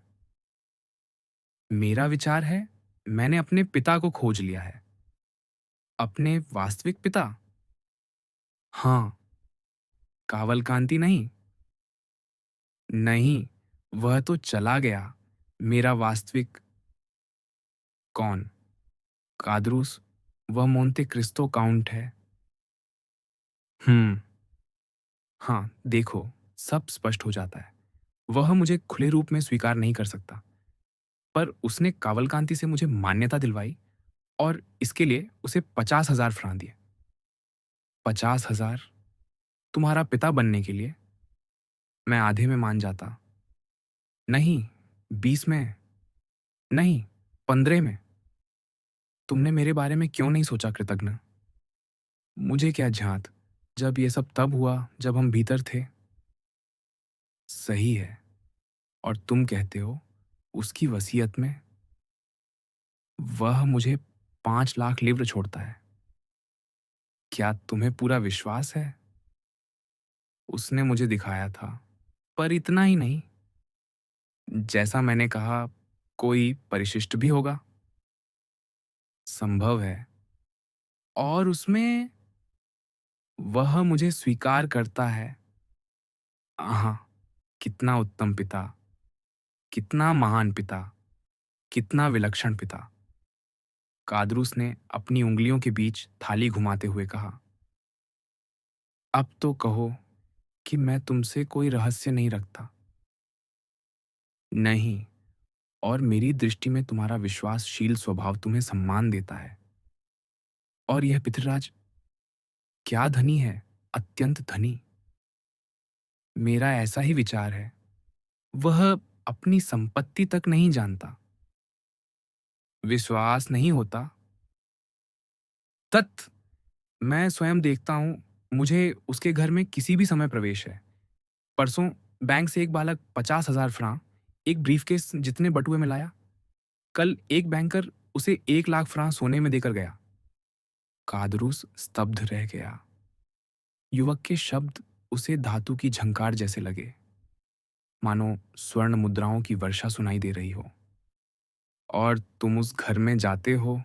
उसने सरल विस्मय से पूछा। जब चाहूं। कादरूस कुछ क्षण विचार में डूबा रहा। स्पष्ट था कि उसके भीतर कोई गहन विचार घूम रहा है। अचानक बोला, हाँ, मैं वह सब देखना चाहता। कितना सुंदर होगा। वास्तव में भव्य, आंद्रिया ने कहा। क्या वह शॉन्स एलिजे एवेन्यू में नहीं रहता? 30 नंबर पर। हाँ, 30 नंबर। हाँ, एक सुंदर भवन अपने निजी परिसर में। बाहर से केवल वही दिखता है। बाहर मुझे नहीं देखना, भीतर देखना है। अवश्य ही उत्कृष्ट फर्नीचर होगा, है ना? क्या तुमने ट्यूलरी देखा है? नहीं, तो ये उससे भी श्रेष्ठ है। सुनो आंद्रेया, जब यह उदार मोंते क्रिस्तो अपनी थैली गिराता होगा तो उसे उठाने झुकना सार्थक होगा, है ना? ओह, इसकी प्रतीक्षा की आवश्यकता नहीं, आंद्रिया ने कहा। उस घर में धन ऐसे बिखरा रहता है जैसे बाग में फल। तब तो किसी दिन मुझे वहां ले चलो। कैसे? किस रूप में? सही कहते हो, पर तुमने मेरा मुंह पानी से भर दिया। मैं अवश्य देखूंगा, कोई उपाय निकालूंगा। कोई मूर्खता मत करना, कादरूस। मैं स्वयं को पालिश करने वाला बताऊंगा। वहां हर और कालीन है। दुर्भाग्य, तब कल्पना ही करनी होगी। विश्वास करो, वही उत्तम है। कम से कम अनुमान लगाने में सहायता करो। कैसे? सरल है। क्या वह विशाल है? न बहुत बड़ा, न बहुत छोटा। सामान्य रचना। धत्त, तुम्हारे लिए नक्शा बनाना पड़ेगा। लो, यह रहा। कादरूस तुरंत लेखन मेज से कागज, स्याही और कलम ले आया। अब सब अंकित करो। आंद्रिया ने मंद मुस्कान के साथ कलम उठाई। जैसा मैंने कहा, घर अपने परिसर में है। ऐसे उसने बाग, प्रांगण और भवन की रूपरेखा बनाई। ऊंची दीवारें। नहीं, 8-10 फट से अधिक नहीं। यह तो जोखिम है, कादरूस बोला। प्रांगण में संतरे के वृक्षों के टब, लॉन, फूलों की क्यारियां। कोई फंदे? नहीं। अस्तबल, घेराबंदी के दोनों ओर। यहां। आंद्रिया ने योजना आगे बढ़ाई। भूतल दिखाओ, कादरूस बोला। भूतल पर भोजन कक्ष, 2 बैठकें, बिलियर्ड कक्ष, एक मुख्य सीढ़ी और एक गुप्त सीढ़ी है। खिड़कियां अद्भुत, इतनी चौड़ी कि तुम्हारे आकार का मनुष्य एक शीशे से भीतर जा सके।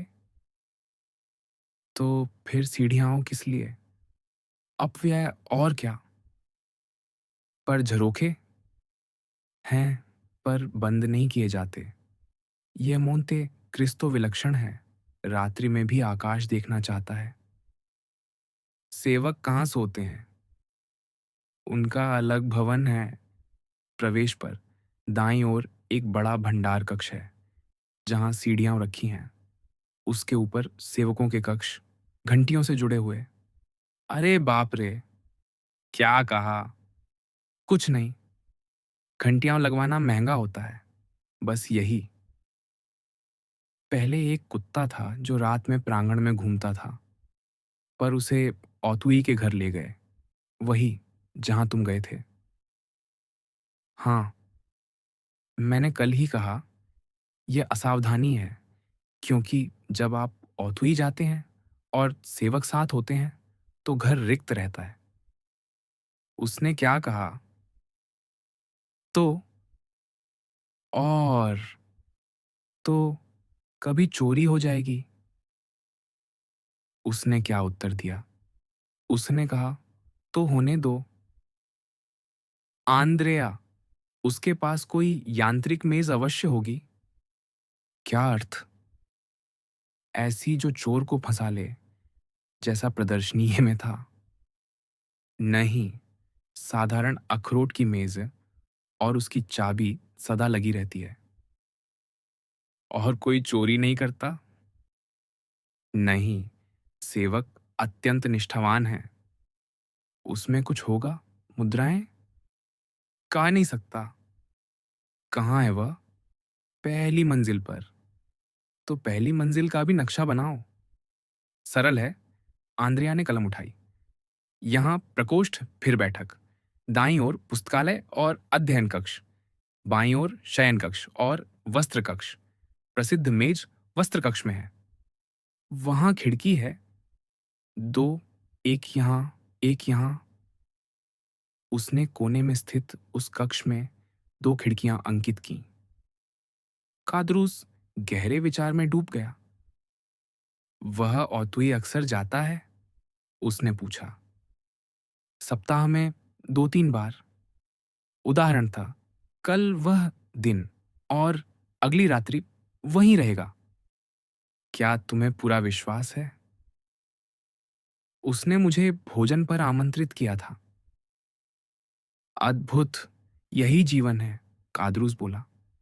नगर में एक घर, देहात में एक घर, यही धनी होने का अर्थ है। और तुम जाओगे? संभवतः। वहां भोजन करने के बाद ठहरते भी हो? यदि चाहूं तो। मैं वहां अपने घर जैसा हूं। कादरूस युवक को ऐसे देखने लगा मानो उसके हृदय की गहराइयों से सत्य खींच लेना चाहता हो। पर आंद्रिया ने जेब से सिगार डिब्बा निकाला, एक हवाना निकाली, शांति से जलाई और स्वाभाविक भाव से धूम्रपान करने लगा। 500 फ्रांc तुम्हें कब चाहिए? उसने पूछा। अभी, यदि हों। आंद्रिया ने जेब से 25 लुई निकाले। सोने के सिक्के? कादरूस बोला। नहीं, धन्यवाद। क्यों? तिरस्कार है? इसके विपरीत सम्मान है, पर मैं नहीं लूंगा। विनिमय में लाभ होगा। मूर्ख, सोना 5 सू अधिक का होता है। हाँ, और फिर व्यापारी तुम्हारे मित्र कादरूस का पीछा करवाएगा, कंधे पर हाथ रखेगा और पूछेगा, ये किसान कौन है जो उसे सोने में भुगतान करते हैं। मूर्खता मत करो, मुझे साधारण मुद्रा दो।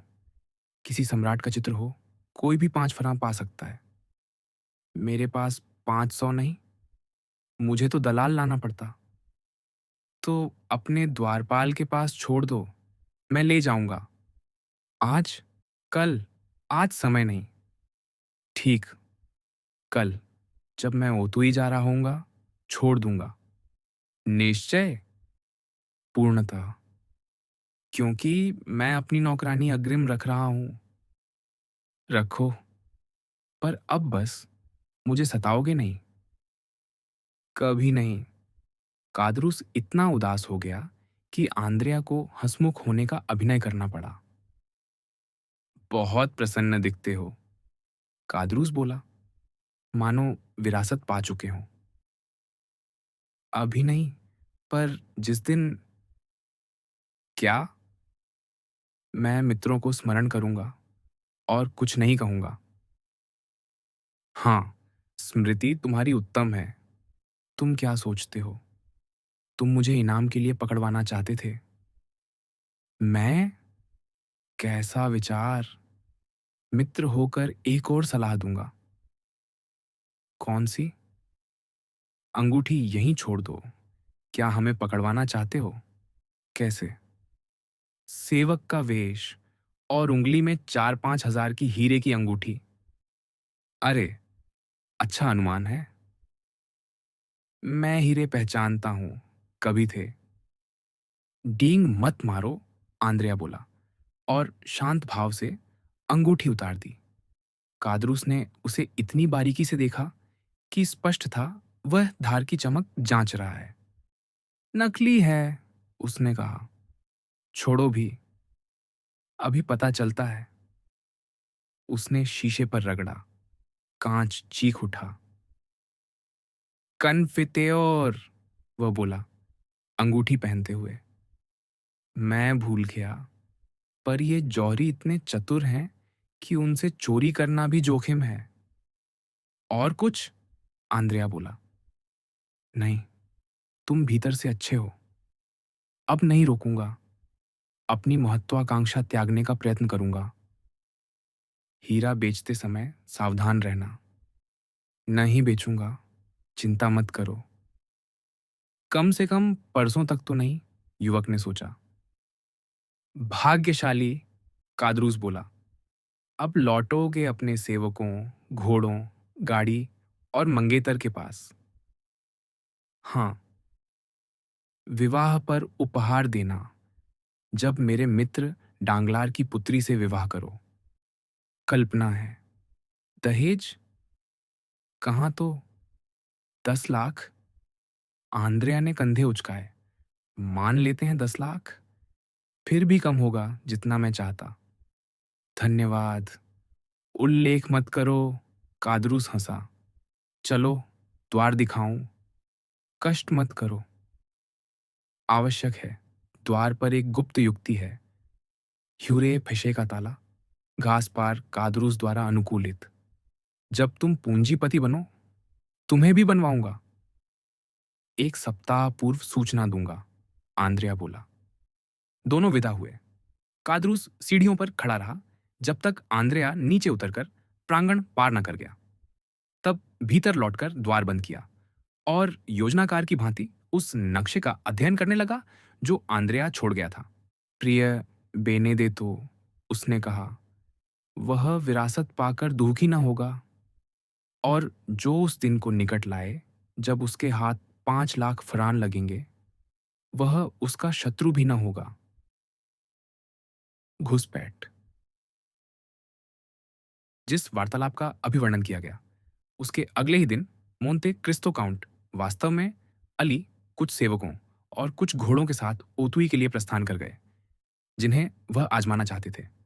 उनके प्रस्थान का मुख्य कारण, जिसका विचार उन्होंने पिछले दिन तक नहीं किया था और जिसके विषय में आंद्रिया उतना ही अनभिज्ञ था जितने वे स्वयं, बर्तुच्चियों का आगमन था, जो नॉर्मांडी से घर और नाव के समाचार लेकर लौटा था। घर तैयार था और कॉर्वेट, जो 1 सप्ताह पूर्व पहुंची थी, और एक छोटी खाड़ी में लंगर डाले थी, जहां आवश्यक औपचारिकताएं पूर्ण करने के बाद वह अपने 6 सदस्यीय दल सहित ठहरी हुई थी। पूर्णतः समुद्र यात्रा के लिए सज्जित थी। काउंट ने बर्तुच्चियो के प्रयासों की प्रशंसा की और उसे शीघ्र प्रस्थान के लिए तैयार रहने को कहा, क्योंकि उनका फ्रांस में 1 माह से अधिक ठहरने का विचार न था। अब, उन्होंने कहा, मुझे एक ही रात में पेरिस से त्रेपोर जाना पड़ सकता है। मार्ग में अंतराल पर 8 घोड़ा परिवर्तन चाहिए, ताकि 10 घंटों में 50 लीग पार कर सकूं। आपकी यह इच्छा पहले ही व्यक्त हो चुकी है, बर्तुच्चियो ने उत्तर दिया, और घोड़े तैयार हैं। मैंने उन्हें खरीदा और सबसे उपयुक्त बिंदुओं पर रखा, ऐसे गांवों में जहां सामान्यतः कोई नहीं रुकता। अति उत्तम, मोंते क्रिस्तो ने कहा। मैं यहां 1-2 दिन ठहरूंगा। तुम आवश्यक व्यवस्था कर लो। जैसे ही बर्तुच्चियो बाहर जाने को हुआ, बैप्तिस्ता ने द्वार खोला। वह सुनहरे कांस्य की तश्तरी पर एक पत्र ली था। तुम यहां क्या कर रहे हो? काउंट ने पूछा, उसे धूल से ढका देखकर। मुझे याद नहीं कि मैंने तुम्हें बुलाया हो। बिना उत्तर दिए बैप्तिस्ता आगे बढ़ा और पत्र दे दिया। अत्यावश्यक, तत्काल, उसने कहा। काउंट ने पत्र खोला और पढ़ा। मोंते क्रिस्तो को चेतावनी दी जाती है कि आज रात्रि एक व्यक्ति शॉन्ज-एलीजे स्थित उनके भवन में प्रवेश करेगा, उन कागजों को चुराने के उद्देश्य से, जिन्हें वह वस्त्र कक्ष की मेज में छिपा मानता है। मोंते क्रिस्तो इतना साहसी है कि पुलिस की सहायता न ले, जिसका हस्तक्षेप इस सूचना देने वाले को संकट में डाल सकता है। वह स्वयं न्याय कर सकता है, या तो शयन कक्ष से खुलने वाले मार्ग से वस्त्र कक्ष में प्रवेश कर, या वहीं घात लगाकर। अधिक जन और प्रकट सावधानियां चोर को डरा देंगी और उस शत्रु को पहचानने का अवसर छीन लेंगी जो संयोगवश इस लेखक को झांत हुआ है। और यदि यह प्रयास विफल हुआ तो वह पुनः अवसर न पा सकेगा।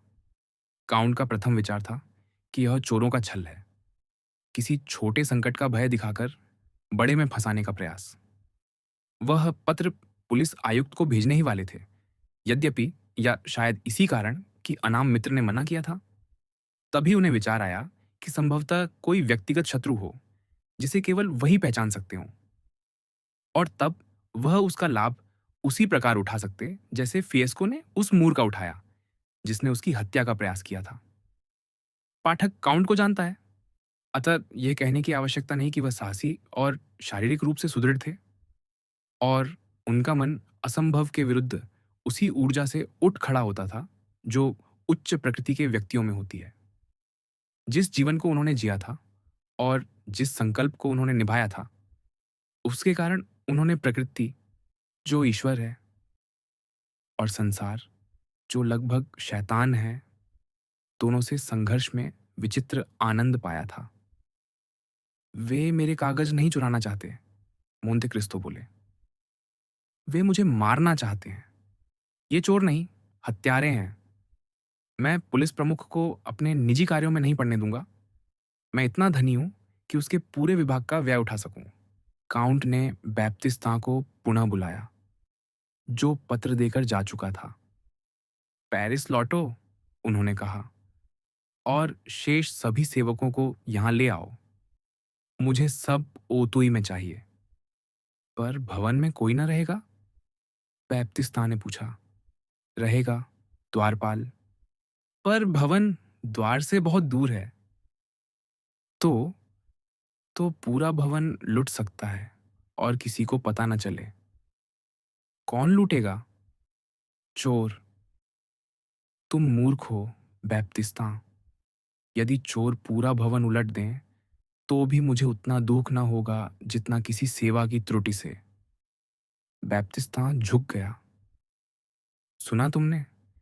प्रथम से अंतिम सेवक तक सबको ले जाओ, सब कुछ यथास्थान छोड़ो, केवल भूतल की खिड़कियां बंद कर देना। और पहली मंजिल की? तुम जानते हो, वे कभी बंद नहीं होती। अब जाओ। काउंट ने आदेश दिया कि वह एकांत में भोजन करेंगे और केवल अली सेवा करेगा। उन्होंने सामान्य शांति और संयम से भोजन किया। भोजन के बाद अली को संकेत कर पार्श्व द्वार से निकले। बुआ दबुलोन की ओर ऐसे गए मानो सैर को हों, फिर चुपचाप पेरिस का मार्ग लिया और रात्रि होने तक शॉन्ज एलिजे स्थित अपने भवन के सम्मुख खड़े थे। सब अंधकारमय था, सिवाय उस मंद प्रकाश के जो द्वारपाल गृह में जल रहा था, जैसा बैप्तिस्ता ने कहा था, जो भवन से लगभग 40 गज दूर था। मोंते क्रिस्तो एक वृक्ष के सहारे खड़े हो गए और अपनी उस दृष्टि से, जो विरले ही धोखा खाती थी, दोहरी पगडंडी का परीक्षण किया। आने जाने वालों को परखा और आसपास की गलियों में दृष्टि दौड़ाई कि कहीं कोई घात लगाए, प्रतीक्षा तो नहीं कर रहा। 10 मिनट बाद उन्हें विश्वास हो गया कि कोई उनका इंतजार नहीं कर रहा। वे तुरंत अल्ली के साथ पार्श्व द्वार तक दौड़े, भीतर प्रवेश किया और पिछली सीढ़ियों की चाबी से बिना कोई पर्दा हटाए या हिलाए अपने शयन कक्ष तक पहुंच गए।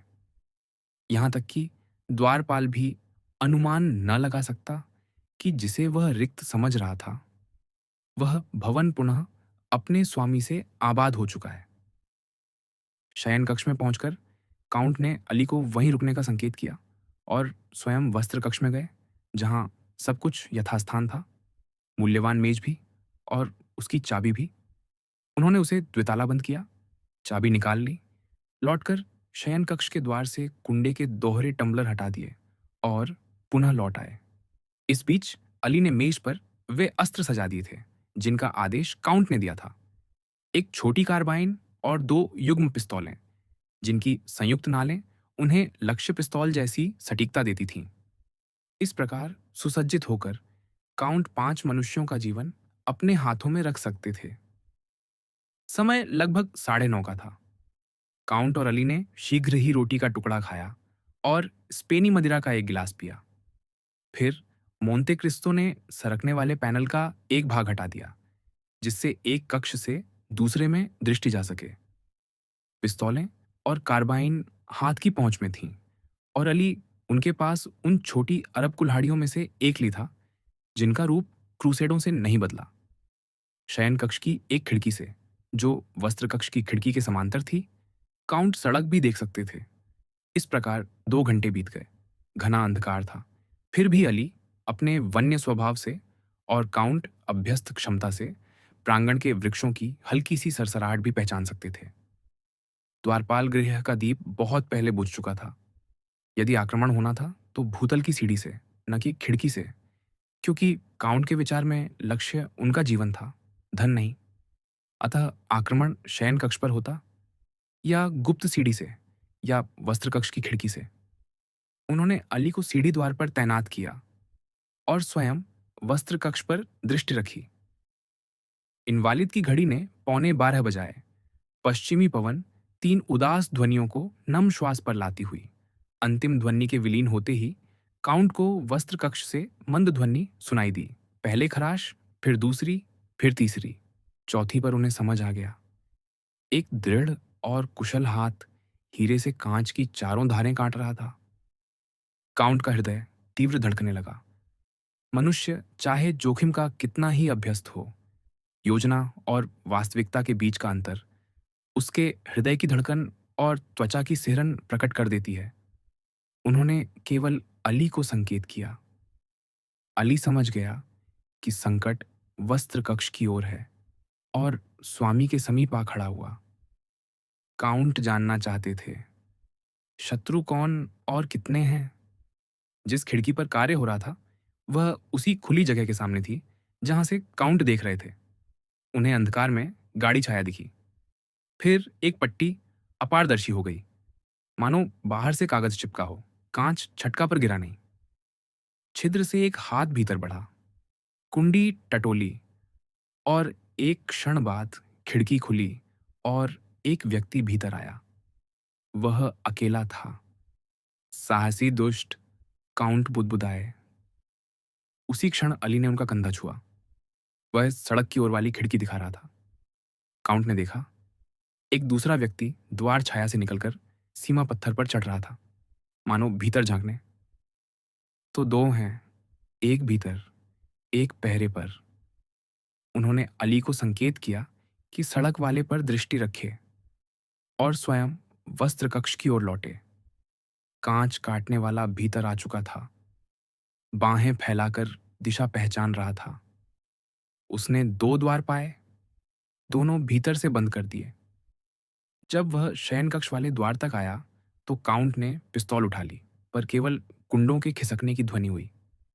यह सावधानी मात्र थी। अतिथि स्वयं को सुरक्षित समझ सकता था, क्योंकि काउंट ने टम्बलर पहले ही हटा दिए थे। अब अकेला और निश्चिंत होकर उसने जेब से कुछ निकाला, अंधकार में अस्पष्ट मेज पर रखा, फिर सीधे मेज तक गया और ताले में टटोला, पर चाबी न पाकर ठिठक गया, क्योंकि उसके अनुमान के विपरीत वह वहां न थी, पर कांच काटने वाला साधन संपन्न व्यक्ति था, हर संभावना के लिए तैयार। शीघ्र ही काउंट ने लोहे से लोहे के टकराने की ध्वनि सुनी, ताले खोलने वालों की उन बेढंगी चाबियों के गुच्छे की खनक, जिन्हें चोर कंकाल चाबी कहते हैं, और फ्रांसीसी चोर रोसिन्योल, शायद इसलिए कि ताले पर रगड़ते समय उनकी रात्रिकालीन ध्वनि उन्हें मधुर लगती है। अच्छा, मोंते क्रिस्तो मंद मुस्कान से बुदबुदाए, तो केवल चोर है। पर अंधकार में वह सही चाबी न खोज सका। उसने मेज पर रखा उपकरण उठाया, एक स्प्रिंग दबाई और तुरंत पीली आभा का दीप सा प्रकाश फैल गया, जिसमें उसका मुख और हाथ दीप्त हो उठे। ये क्या? काउंट विस्मय से पीछे हटे। यह तो अली ने कुल्हाड़ी उठाई। स्थिर रहो, काउंट ने फुसफुसाया। हथियार की आवश्यकता नहीं। उन्होंने और भी मंद स्वर में कुछ कहा, क्योंकि उनका विस्मय स्वर उस व्यक्ति को चौंका चुका था, जो अब भी चाकू घिसाई वाले की मुद्रा में था। अली ने तुरंत आदेश का पालन किया, अलकोव से एक काला चोगा और त्रिकोण टोपी उतार लाया। इस बीच मोंते क्रिस्तो ने तीव्रता से अपना कोट, कमीज और वास्कट उतार दिए। पैनल की छिड़ी से झरते प्रकाश में देखा जा सकता था कि उनके वक्ष पर महीन, लचीली जालीदार बख्तर थी, ऐसी जिसे फ्रांस में अब कोई नहीं पहनता। शायद अंतिम व्यक्ति लुई 16वें थे, जो छाती में खंजर से भयभीत थे, पर अंततः कुल्हाड़ी से मरे। यह जाली शीघ्र ही एक लंबी सुताना के नीचे ओझल हो गई, जैसे उनके केश एक मुंडित विग के नीचे। त्रिकोण टोपी ने उन्हें पूर्णतः एक अब्बे का रूप दे दिया। इस बीच चोर ने कुछ न सुना। वह पुनः मेज पर लौट आया और रोसिन्योल से ताला खोलने लगा। अच्छा, काउंट बुदबुदाए, मानो ताले का कोई रहस्य जानते हो। तुम्हें कुछ समय लगेगा। और वे खिड़की तक गए। जो व्यक्ति सीमा पत्थर पर चढ़ा था, उतरकर अब भी टहल रहा था। पर विचित्र यह कि वह आने जाने वालों पर नहीं, केवल भवन पर दृष्टि रखे था, मानो भीतर की गतिविधि देखना चाहता हो। अचानक काउंट ने ललाट पर हाथ मारा। मौन हास्य उनके अधरों पर तैर गया। वे अली के पास आए और फुसफुसाए, अंधकार में छिपे रहो, कोई ध्वनि सुनो या कुछ हो, जब तक मैं नाम लेकर न पुकारूं, प्रकट मत होना। अली ने सिर हिलाया। काउंट ने एक जली मोमबत्ती उठाई और उसी क्षण जब चोर ताले में तल्लीन था, द्वार चुपचाप खोला, प्रकाश अपने मुख पर पड़ने दिया। चोर ने ध्वनि न सुनी, पर अचानक प्रकाश देखकर घूम गया। शुभ संध्या, प्रिय कादरूस, काउंट बोले। इस समय यहां क्या कर रहे हो? अब्बे बुसोनी, कादरूस चीखा। द्वार बंद करने के बाद यह रूप कैसे पहुंचा, समझ न सका। चाबियों का गुच्छा गिर पड़ा। वह स्तब्ध खड़ा रह गया। काउंट खिड़की और उसके बीच आ खड़े हुए। अब्बे बुसोनी, वह पुनः बोला। हाँ, स्वयं, काउंट शांत स्वर में बोले। और अच्छा है कि तुमने पहचाना। स्मृति उत्तम है, यदि मैं भूल नहीं करता। लगभग 10 वर्ष हुए। यह शांति, यह व्यंग्य, यह सामर्थ्य कादरूस को आतंक से भर गया। अब्बे, अब्बे, वह बुदबुदाया। तो क्या हम मोंते क्रिस्तो काउंट को लूटने आए हैं? अब्बे रूपधारी ने पूछा। मैं नहीं, विश्वास कीजिए। कादरूस खिड़की की ओर बढ़ना चाहता था, पर काउंट अडिग थे। टूटा कांच, अंधदीप, कंकाल चाबियां, आधा टूटा ताला, सब स्पष्ट है। कादरूस अपनी टाई कसने लगा, मानो छिपने का स्थान खोज रहा हो। आओ, काउंट बोले, तुम बदले नहीं, मेरे प्रिय हत्यारे। अब्बे, आप सब जानते हैं, मैं नहीं। ला कारकून थी, मुकदमे में सिद्ध हुआ, मुझे तो गैलियों की सजा मिली। तो दंड भोग कर लौटे हो या पुनः जाना चाहते हो? नहीं, किसी ने मुक्त किया। जिसने भी किया, समाज पर उपकार किया। मैंने प्रतिज्ञा की थी। तो प्रतिज्ञा भंग कर रहे हो? मोंते क्रिस्तो ने बीच में टोका। अफसोस। हाँ, कादरूस ने गहरे असमंजस में कहा। दुर्भाग्यपूर्ण चूक जो यदि मैं भूल नहीं करता तुम्हें दंड मंच तक ले जाएगी। अफसोस, अफसोस, डियावोलो, जैसा मेरे देश के सांसारिक लोग कहते हैं। पिता, मैं प्रलोभन में पड़ गया। सब अपराधी यही कहते हैं। और आवश्यकता। मुझे वह मत सुनाओ, बुसोनी ने तिरस्कार से कहा।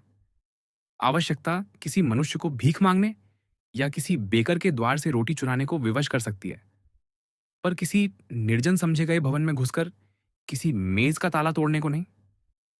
जब जौहरी जोआनेस ने उस हीरे के बदले तुम्हें 45,000 फ्रां दिए थे, जो मैंने तुम्हें दिया था, और तुमने हीरा और धन दोनों पाने के लिए उसकी हत्या कर दी, क्या वह भी आवश्यकता थी?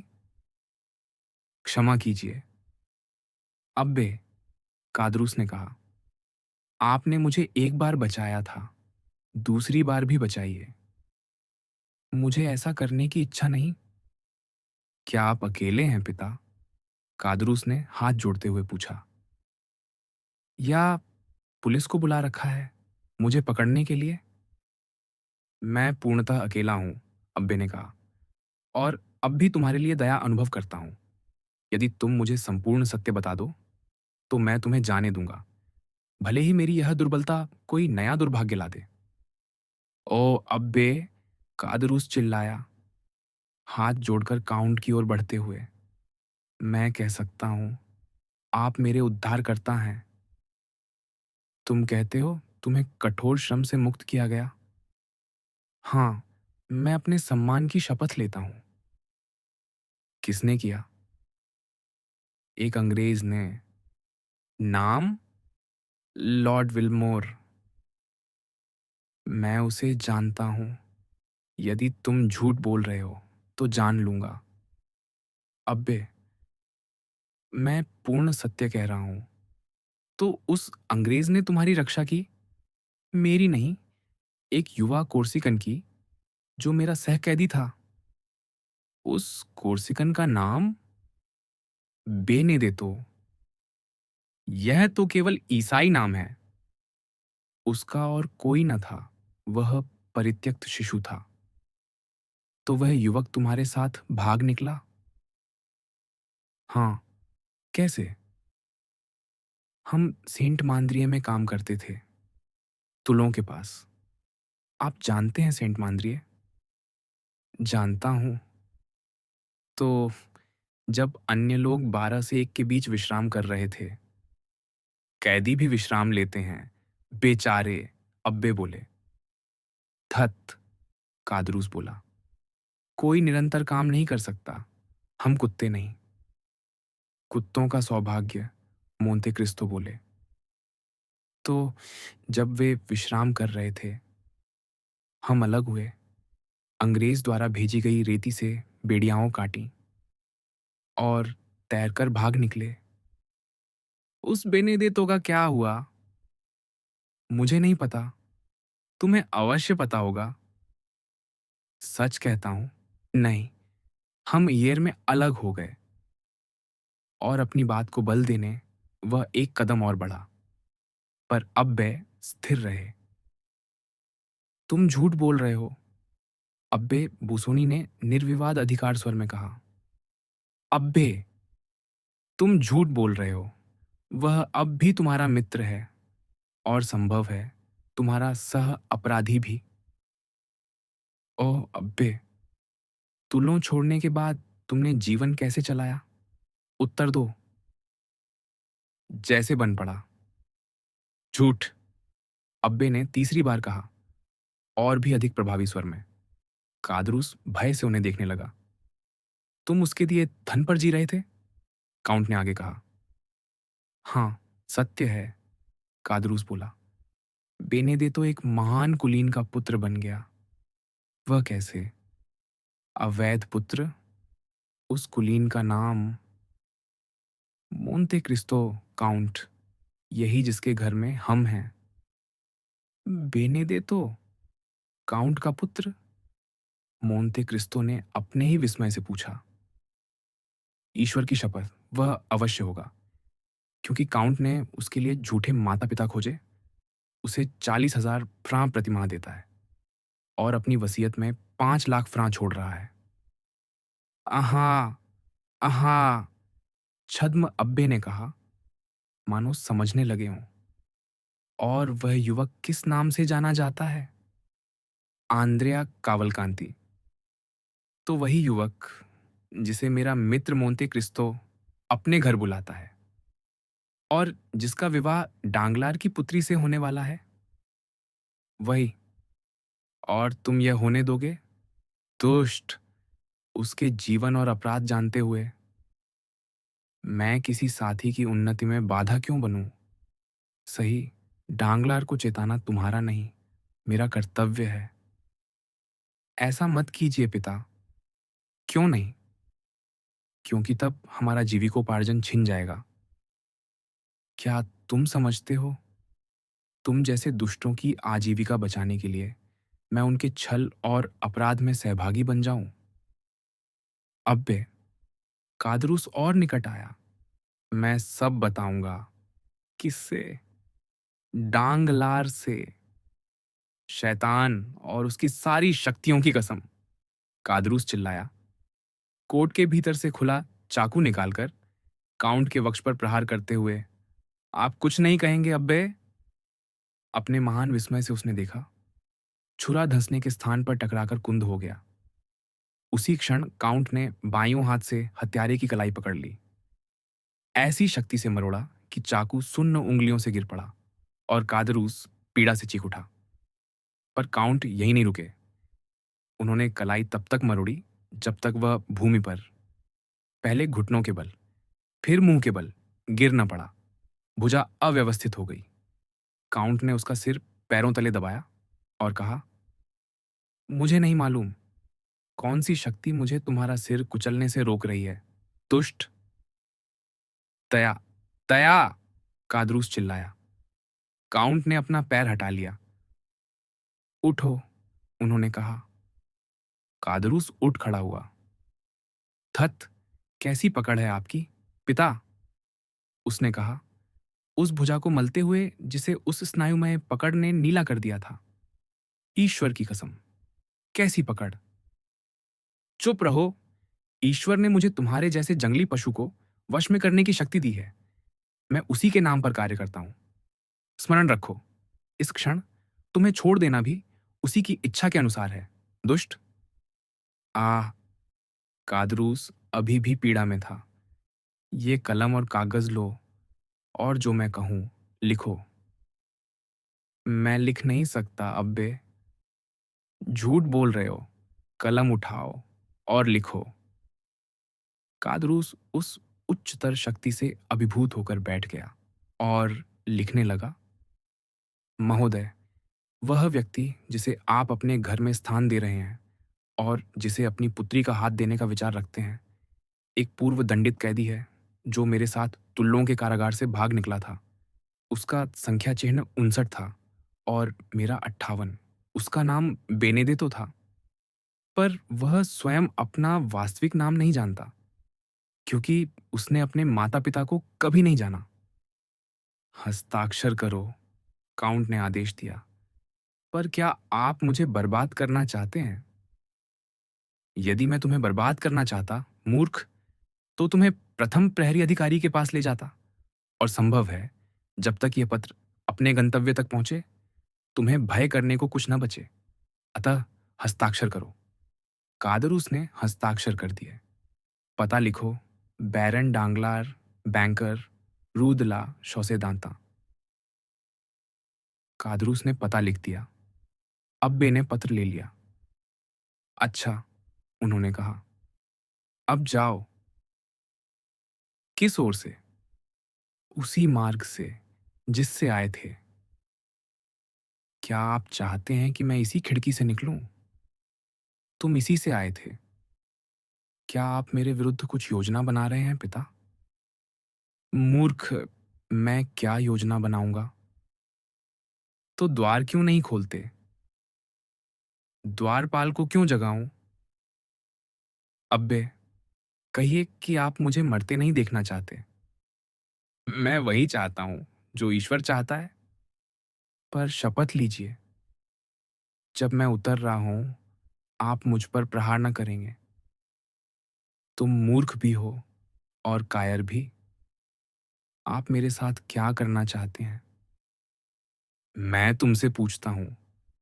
मैंने तुम्हें सुखी मनुष्य बनाने का प्रयत्न किया और केवल एक हत्यारा बनाया।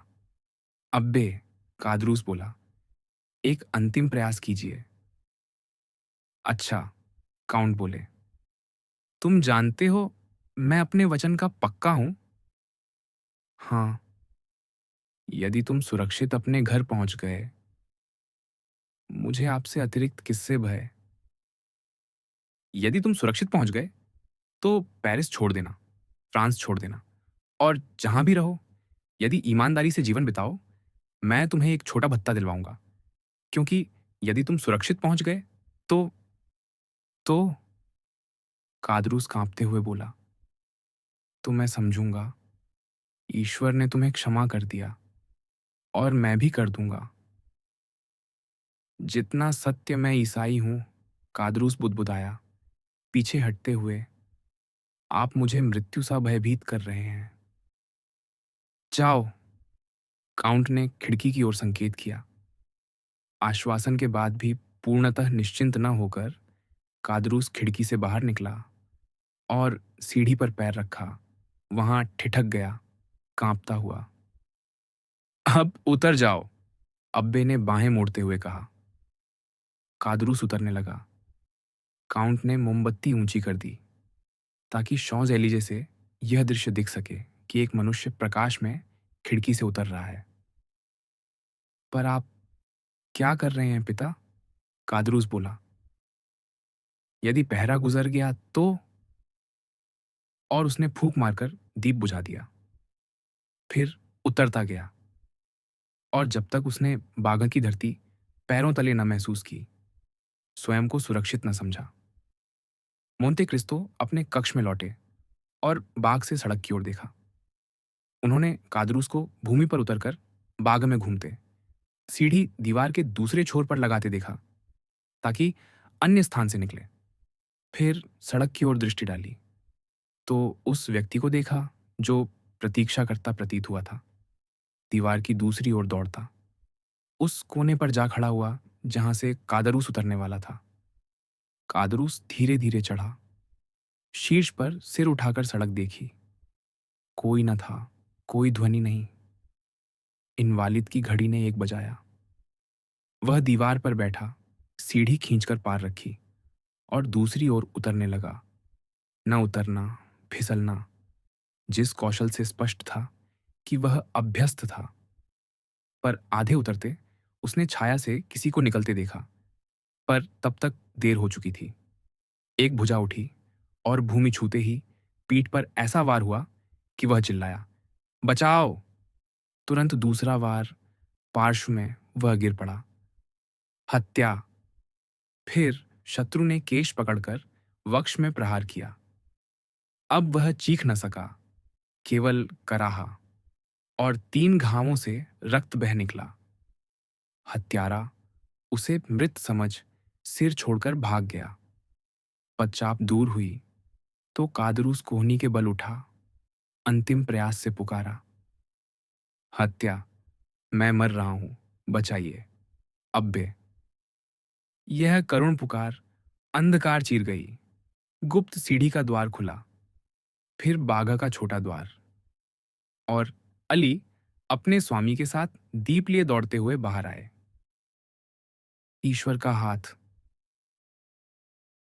कादरूस दयनीय स्वर में पुकारता रहा, अब्बे, मेरी सहायता कीजिए, मेरी सहायता कीजिए। क्या हुआ? मोंते क्रिस्तो ने पूछा। सहायता, कादरूस बोला, मेरा वध कर दिया गया। हम यहां हैं, चिंता मत करो। नहीं, सब समाप्त हो गया। आप बहुत देर से आए, केवल मुझे मरते देखने के लिए। क्या घाव हैं, कितना रक्त! और वह मूर्छित हो गया। अली और उसके स्वामी ने घायल को उठाया और भीतर ले आए। वहां मोंते क्रिस्तो ने संकेत किया।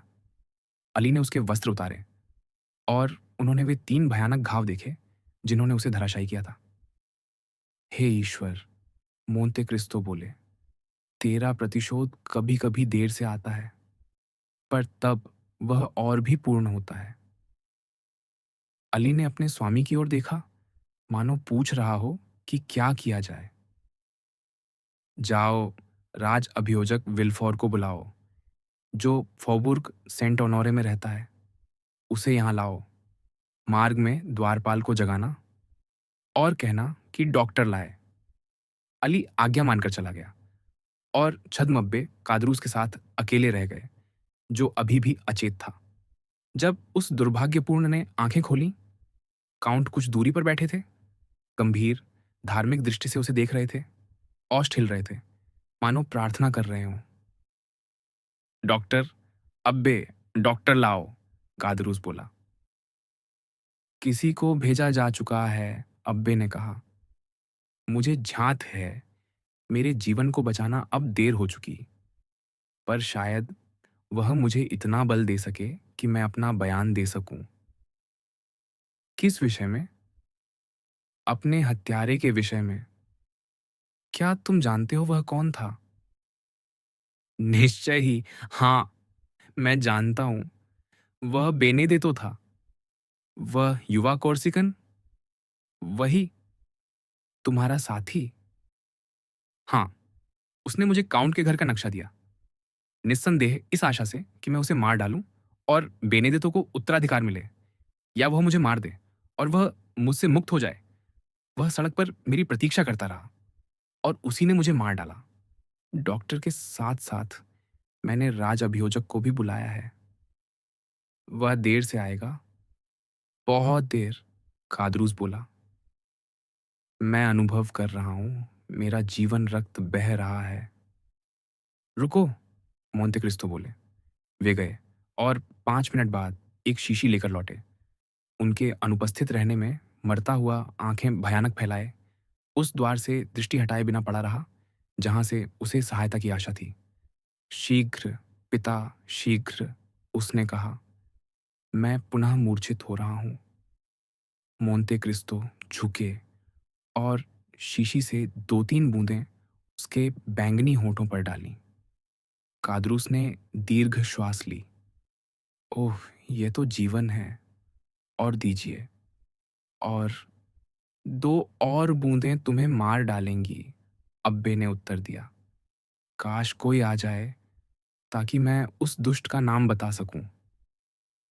क्या मैं तुम्हारा बयान लिख दूं? हाँ, हाँ, कादरूस बोला। मरणोत्तर प्रतिशोध की कल्पना से उसकी आंखें चमक उठीं। मोंते क्रिस्तो ने लिखा, मैं मर रहा हूं, मेरा वध कोर्सिकन बेनेडितो ने किया, जो तुल्लो में मेरा सहकैदी था। संख्या 59।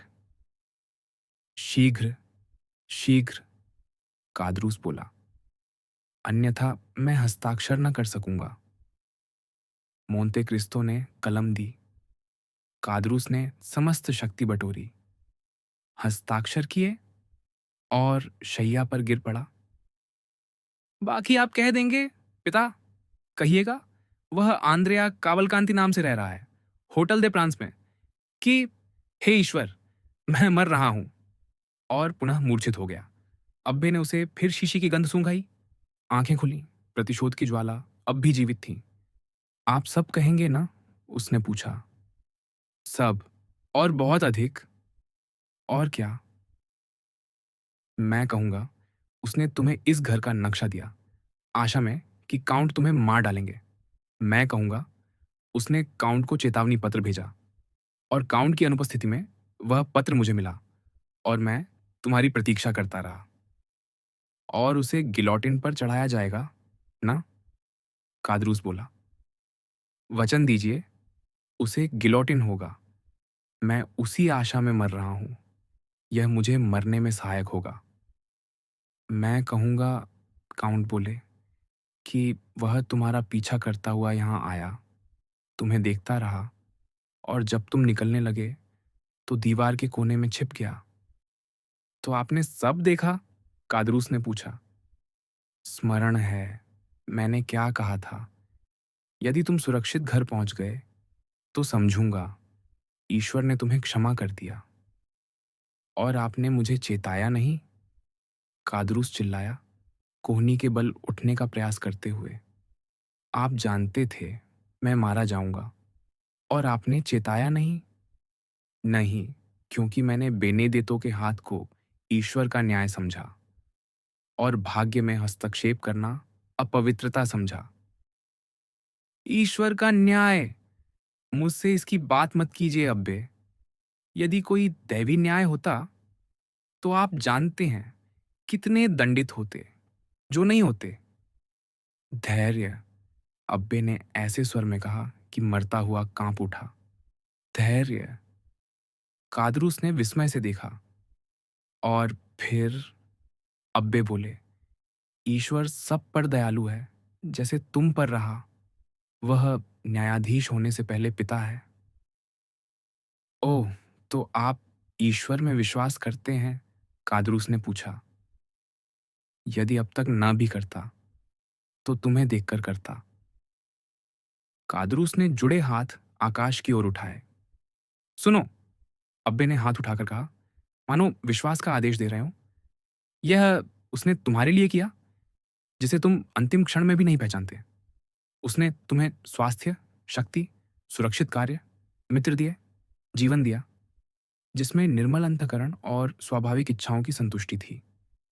पर तुमने क्या किया? आलस्य और मद्यपान में डूब गए और उसी में अपने श्रेष्ठ मित्र को धोखा दिया। सहायता! कादरूस चिल्लाया। मुझे पुरोहित नहीं, डॉक्टर चाहिए। शायद मैं घातक रूप से घायल नहीं, शायद बच जाऊं। तुम घातक रूप से घायल हो, और इतने कि यदि मैंने अभी जो 3 बूंदें दी न दी होती तो तुम मर चुके होते। अतः सुनो। ओह! कादरूस कराहा, कैसे विचित्र पुरोहित हो जो मरते मनुष्य को सांत्वना के स्थान पर निराशा देता है। सुनो, अब्बे ने आगे कहा, जब तुमने अपने मित्र से विश्वासघात किया, ईश्वर ने तुम्हें तत्काल दंडित नहीं किया। उसने चेतावनी दी। तुम दरिद्र हुए, भूख जानी, आधा जीवन ईर्ष्या में व्यर्थ किया, जिसे श्रम में लगा सकते थे। और जब तुम अपराध की ओर बढ़ रहे थे, ईश्वर ने चमत्कार किया। उसने मेरे हाथों तुम्हें विपन्नता में एक संपत्ति दी, ऐसी संपत्ति जो तुम्हारे लिए विलक्षण थी, क्योंकि तुम्हारे पास कभी कुछ न था। पर जैसे ही वह तुम्हारी हुई, वह पर्याप्त न रही। तुमने उसे दोगुना करना चाहा। कैसे? हत्या से। तुमने दोगुना किया और ईश्वर ने उसे मानव न्याय द्वारा तुमसे छीन लिया। मैं यहूदी को मारना नहीं चाहता था, कादरूस बोला। ला कारकोन थी। हाँ, मोंते क्रिस्तो ने कहा। इसीलिए ईश्वर, जो सदा न्यायी है, पर इस बार न्यायी नहीं कहूंगा, क्योंकि उसका न्याय तुम्हें मृत्यु देता, पर वह सदा दयालु है। उसने न्यायाधीशों को तुम्हारे शब्दों से प्रभावित होने दिया और तुम्हें जीवित रहने दिया। आजीवन कारावास देकर। ये कैसी क्षमा थी? दुष्ट, तब तुमने उसे क्षमा ही माना था। तुम्हारा कायर हृदय मृत्यु की आशंका से कांपता, आजन्म कलंक का समाचार सुनकर प्रसन्न हुआ, क्योंकि तुमने सोचा कारागार के द्वार होते हैं, समाधि के नहीं। तुम सही थे, क्योंकि कारागार का द्वार अप्रत्याशित रूप से खुला। एक अंग्रेज तुल्लों की यात्रा में 2 मनुष्यों को अपमान से मुक्त करने की प्रतिज्ञा करता है। वह तुम्हें और तुम्हारे साथी को चुनता है। दूसरी, संपत्ति स्वर्ग से गिरती है। तुम धन और सुविधापूर्ण पाते हो और पुनः मनुष्यों जैसा जीवन जी सकते हो। और तब तुम ईश्वर को तीसरी बार ललकारते हो। यह पर्याप्त नहीं, तुम कहते हो, जबकि तुम्हारे पास पूर्व से अधिक है, और तीसरा अपराध करते हो, निष्कारण, अक्षम्य। तब ईश्वर थक गया। उसने तुम्हें दंडित किया। कादरूस स्पष्ट रूप से दुर्बल हो रहा था। पानी, उसने कहा। प्यास लगी है, जल रहा हूं। मोंते क्रिस्तो ने उसे पानी दिया। वह दुष्ट बेनेदेतो, कादरूस बोला, गिलास लौटाते हुए। वह बच जाएगा। कोई नहीं बचेगा, मोंते क्रिस्तो बोले। बेनेदेतो दंड पाएगा। तब आप भी दंड पाएंगे, कादरूस बोला, क्योंकि आपने पुरोहित का कर्तव्य नहीं निभाया। आपको बेनेदेतो को मुझे मारने से रोकना चाहिए था। मैं? काउंट मुस्कुराए, ऐसी मुस्कान से कि मरता हुआ कांप उठा। मैं बेनेदेतो को तुम्हें मारने से रोकता, जबकि तुमने अभी अभी अपनी कटार मेरी वक्षपक्तर पर तोड़ी थी। हाँ, यदि मैं तुम्हें विनम्र और पश्चातापी पाता तो शायद रोकता, पर तुम घमंडी और रक्त पिपासु थे, इसीलिए मैंने ईश्वर की इच्छा को होने दिया। मैं ईश्वर को नहीं मानता, कादरूस चिल्लाया। आप भी नहीं? आप झूठ बोलते हैं। चुप, अब्बे बोले। तुम अपने शरीर से अंतिम रक्त बूंदें निचोड़ रहे हो। तुम ईश्वर को नहीं मानते और उसी के हाथ से मर रहे हो। ईश्वर केवल एक प्रार्थना, एक शब्द, एक आंसू चाहता है, तुम्हें क्षमा करने को। वह हत्यारे की कटार को तुम्हें तुरंत मारने को निर्देशित कर सकता था, पर उसने तुम्हें 15 मिनट दिए विचार के लिए। अपने हृदय में देखो और पश्चाताप करो।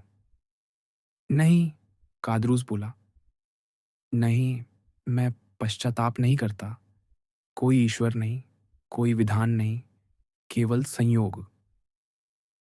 विधान भी है और ईश्वर भी, मोंते क्रिस्तो बोले। प्रमाण ये है, तुम वहां पड़े हो, निराश, ईश्वर को नकारते हुए, और मैं तुम्हारे सामने खड़ा हूं, धनी, प्रसन्न, स्वस्थ, सुरक्षित, उस ईश्वर के सम्मुख हाथ जोड़े जिसे तुम नहीं मानना चाहते, पर हृदय की गहराई में मानते हो। तो आप कौन हैं? कादरूस ने मरती आंखों से पूछा।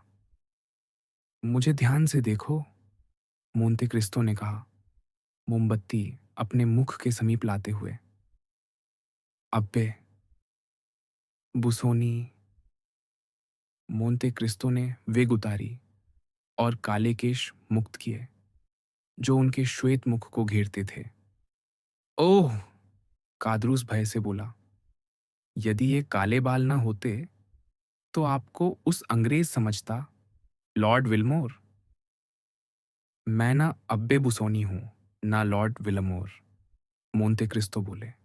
और पीछे देखो, और पीछे, अपनी प्रथम स्मृतियों में। ये शब्द ऐसे स्वर में बोले गए कि मरते मनुष्य की शेष चेतना जाग उठी। हाँ, उसने कहा, हाँ, मैंने आपको देखा था, मैं आपको जानता था। हाँ, कादरूस, तुमने मुझे देखा था, तुम मुझे जानते थे। कौन हैं आप?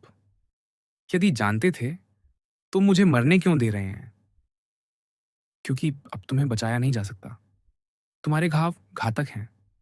यदि तुम्हें बचाया जा सकता, तो मैं उसे ईश्वर की अंतिम दया मानता और अपने पिता की समाधि की शपथ तुम्हें जीवन और पश्चाताप दिलाने का प्रयत्न करता। अपने पिता की समाधि, कादरूस बोला, अंतिम चिंगारी से प्रज्वलित, उठ बैठा। आप कौन हैं? काउंट ने उसकी वेदना का प्रत्येक चरण देखा था, समझ गए, यही अंतिम उछाल है। वे झुके, कान के समीप फुसफुसाए, मैं हूं, और उनके अधरों से एक नाम निकला, इतना मंद कि मानो वे स्वयं भी उसे सुनने से डरते हों। कादरूस, जो घुटनों पर उठा था, भुजाएं फैलाकर पीछे हटना चाहता, फिर हाथ जोड़ अंतिम प्रयास में ऊपर उठे। हे ईश्वर, मैंने तुझे नकारा, क्षमा कर। तू है, तू स्वर्ग में पिता, पृथ्वी पर न्यायी है। प्रभु, मैंने भूल की, मुझे क्षमा कर, मेरी आत्मा ग्रहण कर। और आंखें बंद कर, अंतिम चीख और श्वास के साथ पीछे गिर पड़ा। उसके होठों से रक्त रुक गया, घावों से बहना थम गया। वह मृत था। एक, काउंट ने रहस्यमय स्वर में कहा, उस विकृत शव को देखते हुए। 10 मिनट बाद डॉक्टर और राज अभियोजक पहुंचे। पहला द्वारपाल के साथ, दूसरा अली के साथ। उन्होंने अब्बे बुसोनी को शव के पास प्रार्थना करते पाया। बोशां। पूरे पखवाड़े तक पेरिस में किसी और विषय की चर्चा ही नहीं रही, सिवाय काउंट के यहाँ हुए इस दुस्साहसी चोरी प्रयास के। मरते हुए व्यक्ति ने एक कथन पर हस्ताक्षर किए थे, जिसमें उसने बेनेडिक्टो को अपना हत्यारा बताया था। पुलिस से कहा गया कि अपने सभी गुप्तचर उस अपराधी की खोज में लगा दे।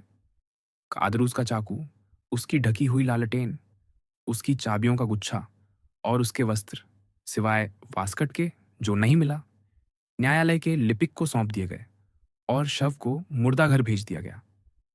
काउंट ने सबको बताया कि यह घटना उस समय घटी जब वह ओतुई स्थित अपने घर में थे, और इसलिए उन्हें केवल वही ज्ञात है जो उन्हें अब्बे बुसोनी ने बताया।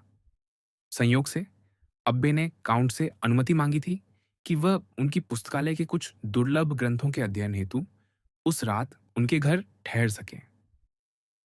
केवल बर्तुच्चियो ही ऐसा था जो हर बार बेनेदेतो का नाम सुनकर पीला पड़ जाता, पर किसी ने उसके गालों की उस पीली पड़ती आभा पर ध्यान देने का कारण न पाया।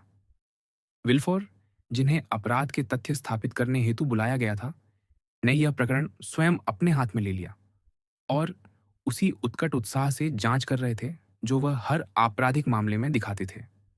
पर 3 सप्ताह बीत गए और सबसे सक्रिय खोज के बावजूद कोई परिणाम न निकला, और समाज के गपोड़िए धीरे धीरे काउंट मोंते क्रिस्तो के यहाँ हुई चोरी चेष्टा और चोर की उसके ही साथी द्वारा हत्या को भूलने लगे और चर्चा का विषय बन गया। मादेमो अजेल डांगलार का काउंट आंद्रेया कावलकांति से होने वाला विवाह विवाह लगभग निश्चित हो चुका था और युवक को बैंकर के यहाँ भावी जामाता के रूप में स्वीकार किया जाने लगा था। वरिष्ठ कावलकांति से पत्र व्यवहार हुआ था और उन्होंने इस संबंध को हार्दिक स्वीकृति दी। उन्होंने गहरा खेद प्रकट किया कि उनके दायित्व उन्हें पार्मा, जहां वह उस समय थे, छोड़ने की अनुमति नहीं देते, और यह भी लिखा कि वह इतनी पूंजी मुक्त कर देंगे जिससे 1.5 लाख लिव्र की आय सुनिश्चित हो सके। यह भी तय हुआ कि 3 मिलियन डांगलार को सौंपे जाएंगे, जो उनका निवेश करेगा। कुछ लोगों ने युवक के मन में उसके भावी ससुर की वित्तीय स्थिरता को लेकर संदेह उत्पन्न करने का प्रयत्न किया, क्योंकि हाल में डांगलार को विनिमय बाजार में लगातार हानियां हुई थीं।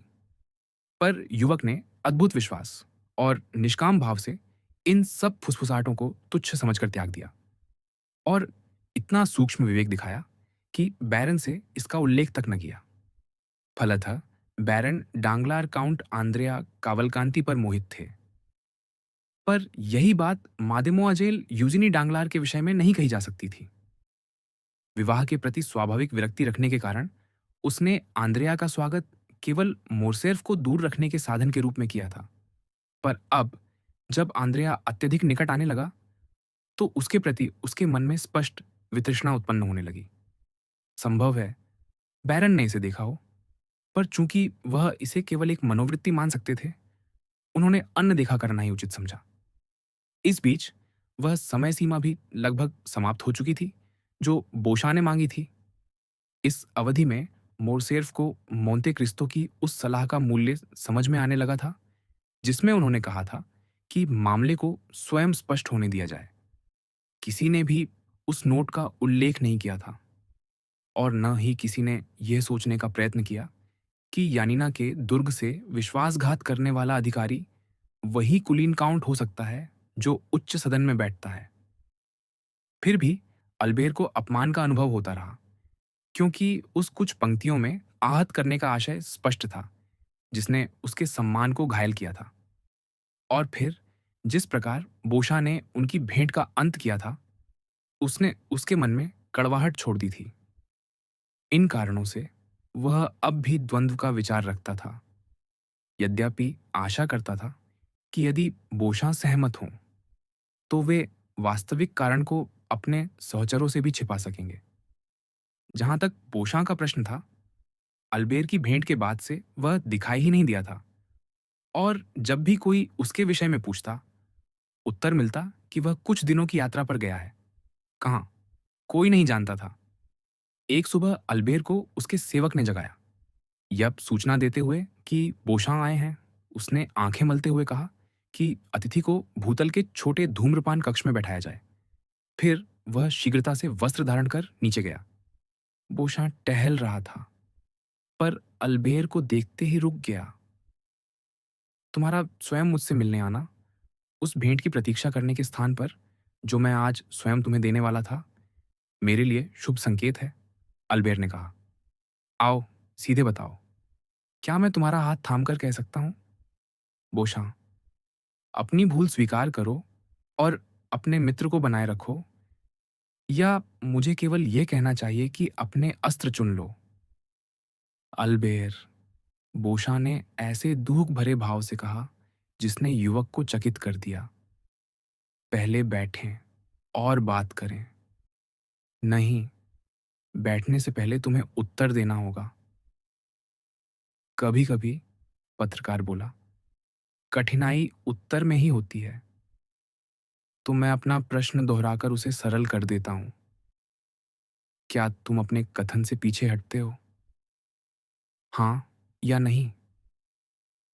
मोरसेर्फ, ऐसे प्रश्न का उत्तर हाँ या नहीं में नहीं दिया जा सकता जब वह किसी ऐसे मनुष्य के सम्मान, सामाजिक स्थिति और जीवन से जुड़ा हो जैसा लेफ्टिनेंट जनरल काउंट द मोरसेर्फ राज्यपियर है। तो फिर क्या किया जाए? मनुष्य वही करता है जो मैंने किया, अल्बेर, बोशां बोला। अर्थात धन, समय और परिश्रम, कुछ भी नहीं जब किसी समस्त परिवार की प्रतिष्ठा और हित का प्रश्न हो। मनुष्य कहता है, सिर्फ संभावना पर्याप्त नहीं। यदि किसी मित्र से प्राणघातक द्वंद्व स्वीकार करना हो तो निश्चितता चाहिए।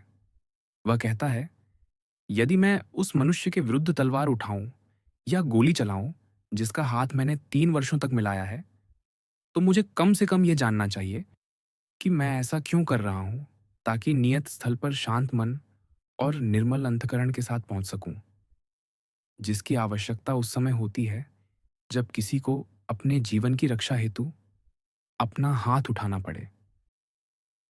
तो फिर, मोरसेर्फ ने अधीर होकर पूछा, इस सब का अर्थ क्या है? अर्थ ये है, बोशा ने उत्तर दिया, कि मैं अभी अभी यानीना से लौटा हूं। यानीना से? तुम?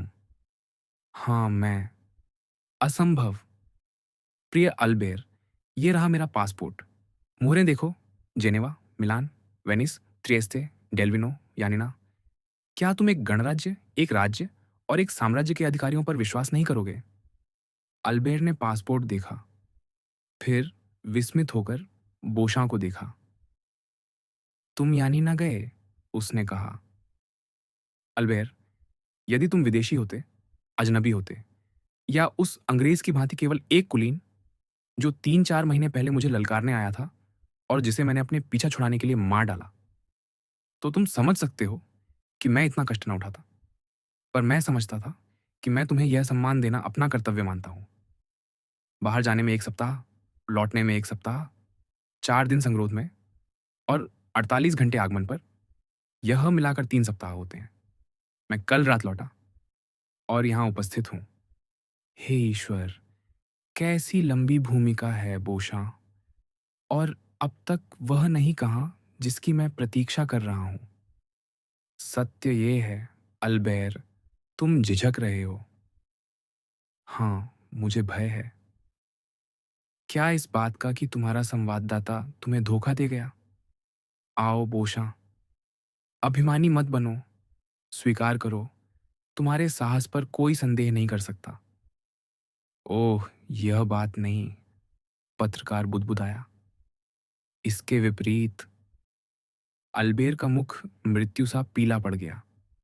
वह बोलना चाहता था, पर शब्द होंठों पर रुक गए। मित्र, बोशां ने अत्यंत स्नेहपूर्ण स्वर में कहा, विश्वास करो, यदि मैं तुमसे क्षमा मांग सकता तो पूरे हृदय से मांगता। पर दुर्भाग्य। पर क्या? वृत्तांत सत्य था, मेरे मित्र। क्या? वह फ्रांसीसी अधिकारी? हाँ। वह भरना? हाँ। वही विश्वासघाती जिसने उस मनुष्य के दुर्ग सौंप दिए जिसकी सेवा में था।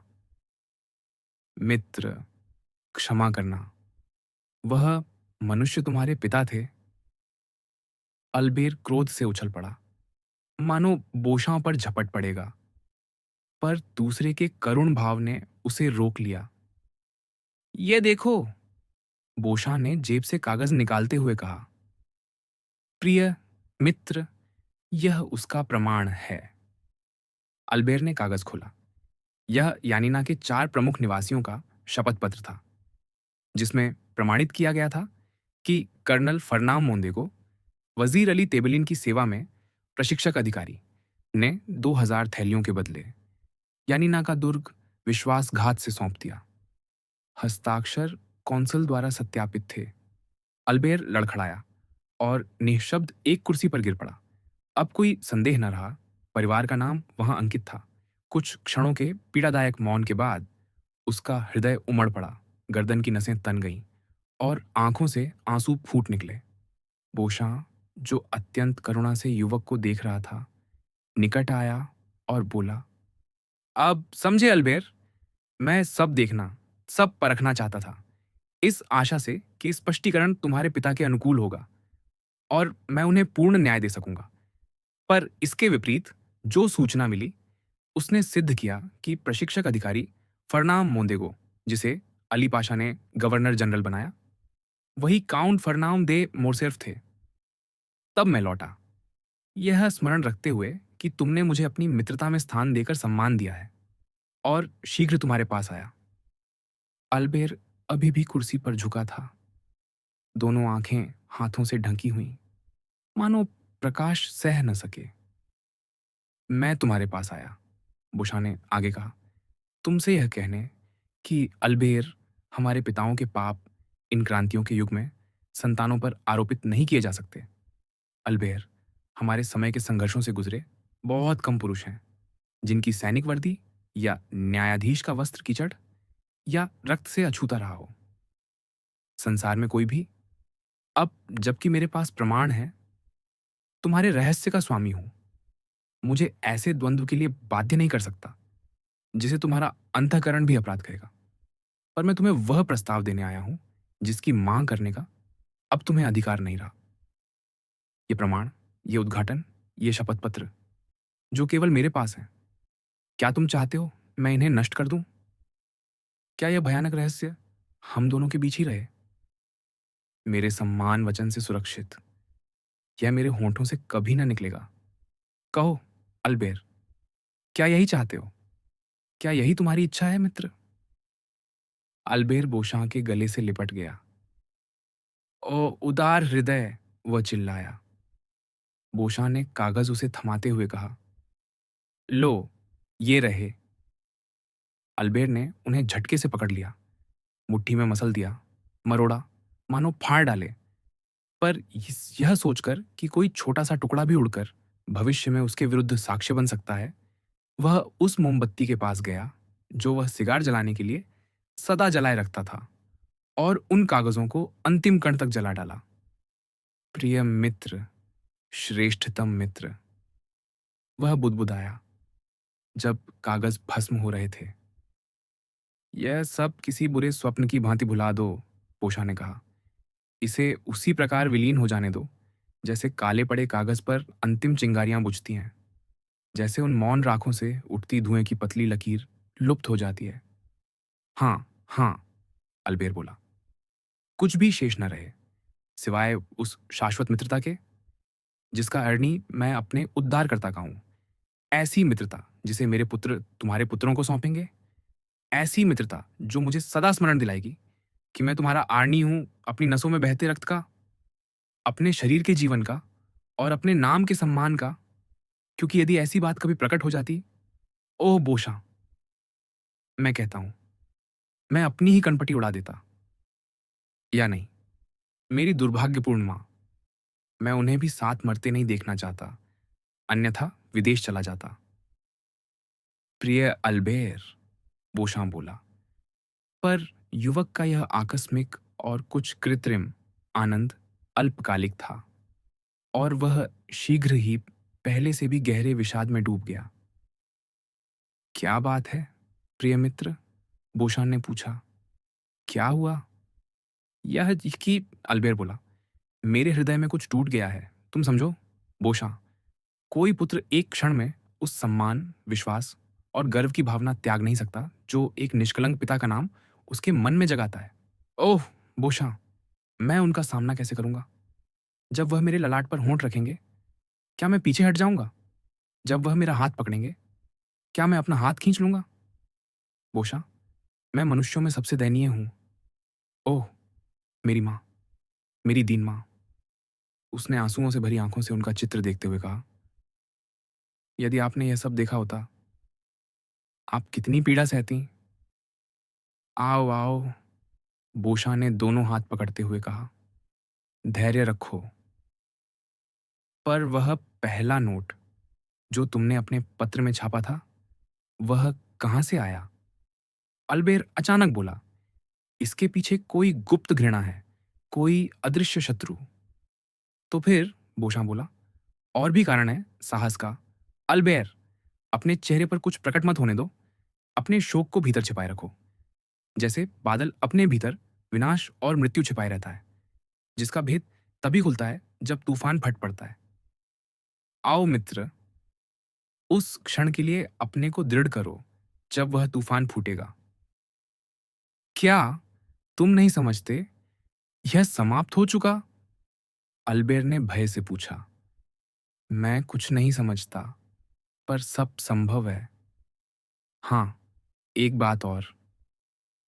क्या? अल्बेर ने पूछा, पोशां को झिझकते देख।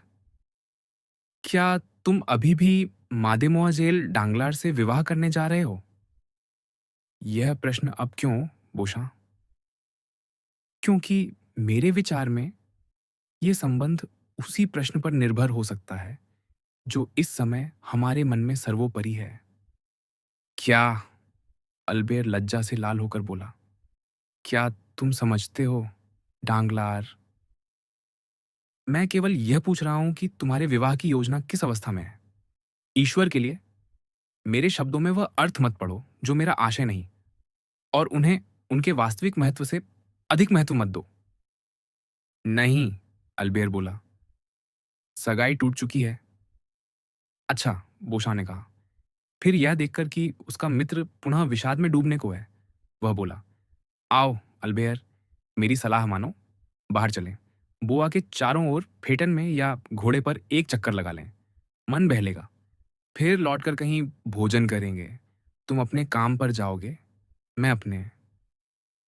अच्छा विचार है, अल्बेर बोला, पर चलो, पैदल चलें। थोड़ा थकना मेरे लिए अच्छा रहेगा। निश्चित, बोशा ने कहा, और दोनों मित्र पैदल ही बुलेवार्ड की ओर चल पड़े। जब वे मादलेन के समीप पहुंचे, बोशा बोला, क्यों ना, चूंकि हम इसी दिशा में जा रहे हैं, मोंते क्रिस्तो काउंट से मिलाए। वह तुम्हारा मन बदल देंगे। वह मनोबल उठाने में अद्भुत है, क्योंकि कभी प्रश्न नहीं करते। मेरे विचार में जो लोग अधिक प्रश्न नहीं करते, वे सबसे उत्तम सांत्वना देते हैं। हाँ, अल्बेर बोला, चलो, काउंट से मिलते हैं। मुझे वे प्रिय हैं। यात्रा। मोंते क्रिस्तो ने दोनों युवकों को साथ देखकर हर्ष का उद्गार किया। आह, आह, उन्होंने कहा, तो अब सब समाप्त, स्पष्ट और निपट गया, ऐसी आशा कर सकता हूं? हाँ, बुशा ने कहा, कुछ हास्यास्पद अफवाहें थीं जो न जाने कहां से उठीं, और यदि अब उन्हें कोई दोहराए तो सबसे पहले मैं ही उसे ललकारूंगा। अतः अब इस विषय में और कुछ न कहें। अल्बेर्ट तुम्हें बताएगा कि यही मेरी भी उसे दी गई सलाह थी, काउंट ने कहा। फिर जोड़ा, और संयोग से तुम मुझे ऐसे समय पा रहे हो जब मैं अपने जीवन की सबसे अप्रिय सुबहों में से एक व्यतीत कर रहा हूं। आप क्या कर रहे हैं? अल्बेर ने पूछा। दिखाई तो देता है, कागज व्यवस्थित कर रहे हैं। मेरे कागज? ईश्वर का धन्यवाद, नहीं। मेरे कागज सदैव व्यवस्थित रहते हैं, क्योंकि मेरे पास कोई नहीं। मैं कावल कांति के कागजों को क्रम में रख रहा हूं। कावल कांति? बोशान ने पूछा। हाँ, क्या तुम नहीं जानते? मोरसेल्फ ने कहा। यह एक युवक है जिसे काउंट समाज में प्रतिष्ठित कर रहे हैं।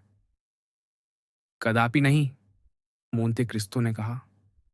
स्पष्ट कर दूं, मैं किसी को प्रतिष्ठित नहीं कर रहा, और सबसे कम कावलकांति को। और वही अब मादेमोआजेल डांगलार से मेरे स्थान पर विवाह करने जा रहा है, अल्बेर ने मुस्कान का प्रयत्न करते हुए कहा। जैसा तुम समझ सकते हो प्रिय बोशा, यह मेरे लिए एक कठोर आघात है। क्या कावलकांति मादेमोआजेल डांगलार से विवाह करेगा?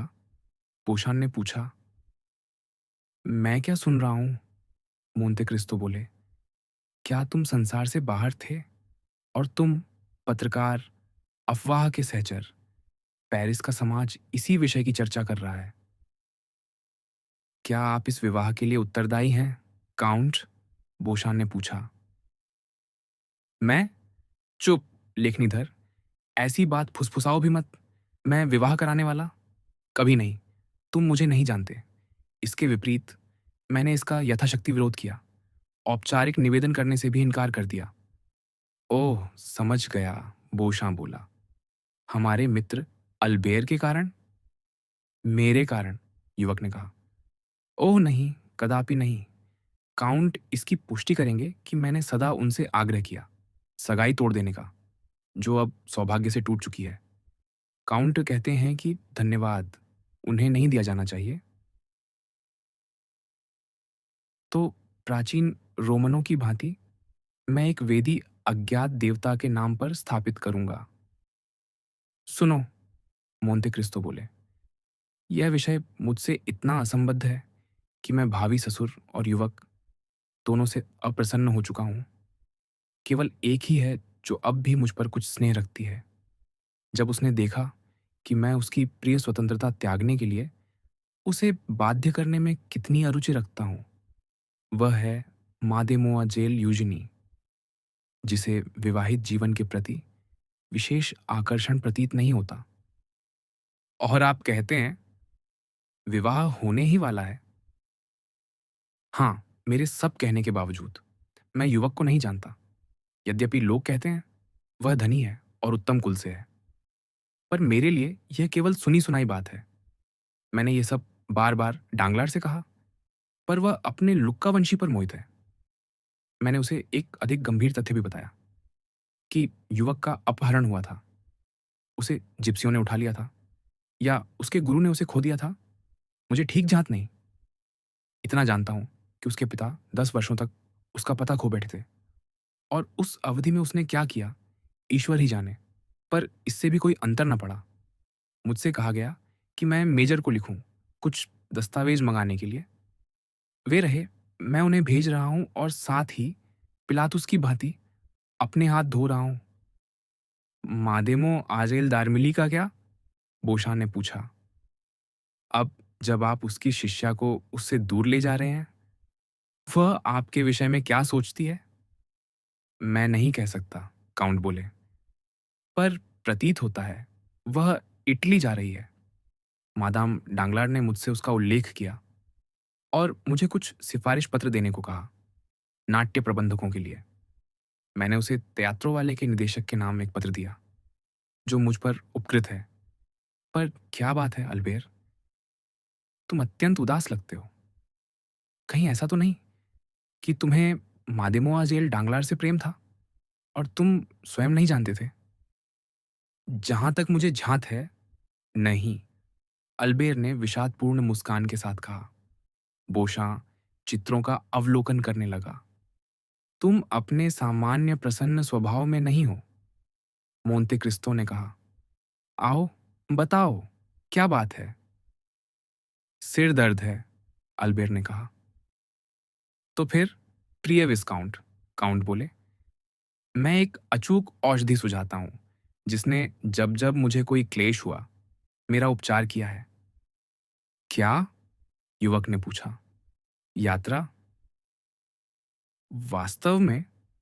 अल्बेर ने कहा। वास्तव में, और चूंकि इस समय मुझे भी बहुत कुछ व्यथित कर रहा है। मैं यात्रा पर जा रहा हूँ। क्या तुम मेरे साथ चलना चाहोगे? आप काउंट, बोशान ने कहा। आपको क्या व्यथा हो सकती है? हम्म, तुम इसे हल्के में लेते हो और ले भी सकते हो, पर मैं देखना चाहूंगा जब तुम्हारे घर में न्यायिक जांच चल रही हो। जांच? कौन सी जांच? वही जो विल्फोर मेरे प्रिय हत्यारे के विरुद्ध कर रहे हैं। कोई डाकू जो कारागार से भागा था, ऐसा कहते हैं। हाँ, बोशां बोला। मैंने पत्र में पढ़ा। ये कादरूस कौन है? छोड़ो, वह कोई प्रोवांस का व्यक्ति है। विल्फोर ने उसके विषय में मार्से में सुना था और डांगलार को भी उसका स्मरण है। परिणाम यह कि राज अभियोजक अत्यंत उत्साह से इस विषय को ले रहे हैं और पुलिस प्रमुख भी विशेष रुचि ले रहे हैं। और इस समस्त रुचि का परिणाम, जिसके लिए मुझसे अधिक कृतज्ञ कोई न होगा, यह है कि पिछले पखवाड़े से उन्होंने पेरिस और उसके उपनगरों के जितने भी डाकू मिले, सबको पकड़कर यहाँ भेज दिया है, ये कहकर कि वे कादरूस के हत्यारे हैं। और इसका परिणाम ये होगा कि यदि यह 3 महीने चला तो फ्रांस के इस सुंदर राज्य में कोई चोर या हत्यारा न रहेगा जो मेरे घर का नक्शा अपनी हथेली की रेखाओं सा न जानता हो। अतः मैंने निश्चय किया है, इसे सबके हवाले कर दूं और पृथ्वी जहां तक ले जाए वहां तक चला जाऊं। आओ विस्काउंट, तुम्हें साथ ले चलूं। निश्चय ही। तो तय रहा? हाँ, पर कहाँ? मैंने कहा, न, जहां वायु निर्मल हो, जहां कोलाहल सोता हो और जहां मनुष्य, चाहे कितना ही गर्वीला क्यों न हो, स्वयं को विनीत और लघु अनुभव करे। मुझे उस प्रकार विनीत होना प्रिय है क्योंकि ऑगस्टस की भांति लोग मुझे विश्व का स्वामी कहते हैं। संक्षेप में कहें तो आप जा कहाँ रहे हैं? समुद्र की ओर, विस्काउंट, समुद्र की ओर। समझो, मैं नाविक हूं। बाल्यावस्था में मैं वृद्ध महासागर की बाहों में झूला और सुंदरी अम्फित्रिते के ऊपर पर सोया। मैंने एक की हरित चादर से और दूसरी की नील चादर से खेला। मैं समुद्र से वैसे ही प्रेम करता हूं जैसे कोई अपनी प्रेयसी से, और जब उसे लंबे समय तक नहीं देखता तो व्याकुल हो उठता हूं। चलें काउंट, चलें समुद्र की ओर। हाँ। तो तुम सहमत हो? हाँ। तो आज साय मेरे आंगन में एक ब्रिट्सका होगी जिसमें शैया की भांति लेटा जा सकता है। उसमें 4 डाक घोड़े जोते जाएंगे। बोशा, उसमें 4 जन सह जा सकते हैं। क्या तुम भी साथ चलना चाहोगे? चलो, मैं तुम्हें ले चलूं। नहीं, धन्यवाद, बोशा बोला। मैं अभी अभी समुद्र से लौटा हूं। क्या? समुद्र से? हाँ, लगभग। मैं अभी बोरोमियो द्वीपों की छोटी सी यात्रा से लौटा हूं। तो भी चलो ना, अल्बेर बोला। नहीं, प्रिय मोरसेर्फ, यदि मैं मना कर रहा हूं तो इसलिए कि मेरे लिए संभव नहीं। और फिर उसने स्वर नीचा कर कहा, मुझे पेरिस में रहना ही होगा, कम से कम अपने समाचार पत्र के डाक बक्से पर नजर रखने के लिए। ओह, तुम सच्चे मित्र हो, अल्बेर बोला। हाँ, तुम ठीक कहते हो। प्रतीक्षा करो, नजर रखो और पता लगाने का प्रयत्न करो कि उस उद्घाटन के पीछे कौन था। दोनों मित्र विदा हुए। उनकी अंतिम हाथ मिलाने में वह सब निहित था जो वे किसी तीसरे के सामने शब्दों में न कह सके। उत्तम युवक है बोशाम, मोंते क्रिस्तो ने उसके जाते ही कहा। क्या तुम ऐसा नहीं सोचते अल्बेर? हाँ, हृदयवान पुरुष है, मैं प्रमाण दे सकता हूं। मैं उसे प्राणों से प्रेम करता हूं। पर अब जब हम अकेले हैं, यद्यपि मुझे अधिक अंतर नहीं पड़ता, हम जा कहाँ रहे हैं? नॉर्मांदी, यदि तुम सहमत हो। उत्तम। पूर्ण ग्रामीण क्षेत्र, न आगंतुक, न पड़ोसी। हमारे पास सवारी के घोड़े होंगे, शिकार के कुत्ते और मत्स्य शिकार के लिए नौका। बस यही तो चाहिए। मुझे केवल अपनी मां को सूचित करना है, फिर मैं पूर्णतः आपका हूं। पर क्या वे तुम्हें जाने देंगी? मोंते क्रिस्तो ने पूछा। जाने देंगी? किस बात की? नॉर्मांदी जाने की? क्यों? क्या मैं स्वतंत्र नहीं?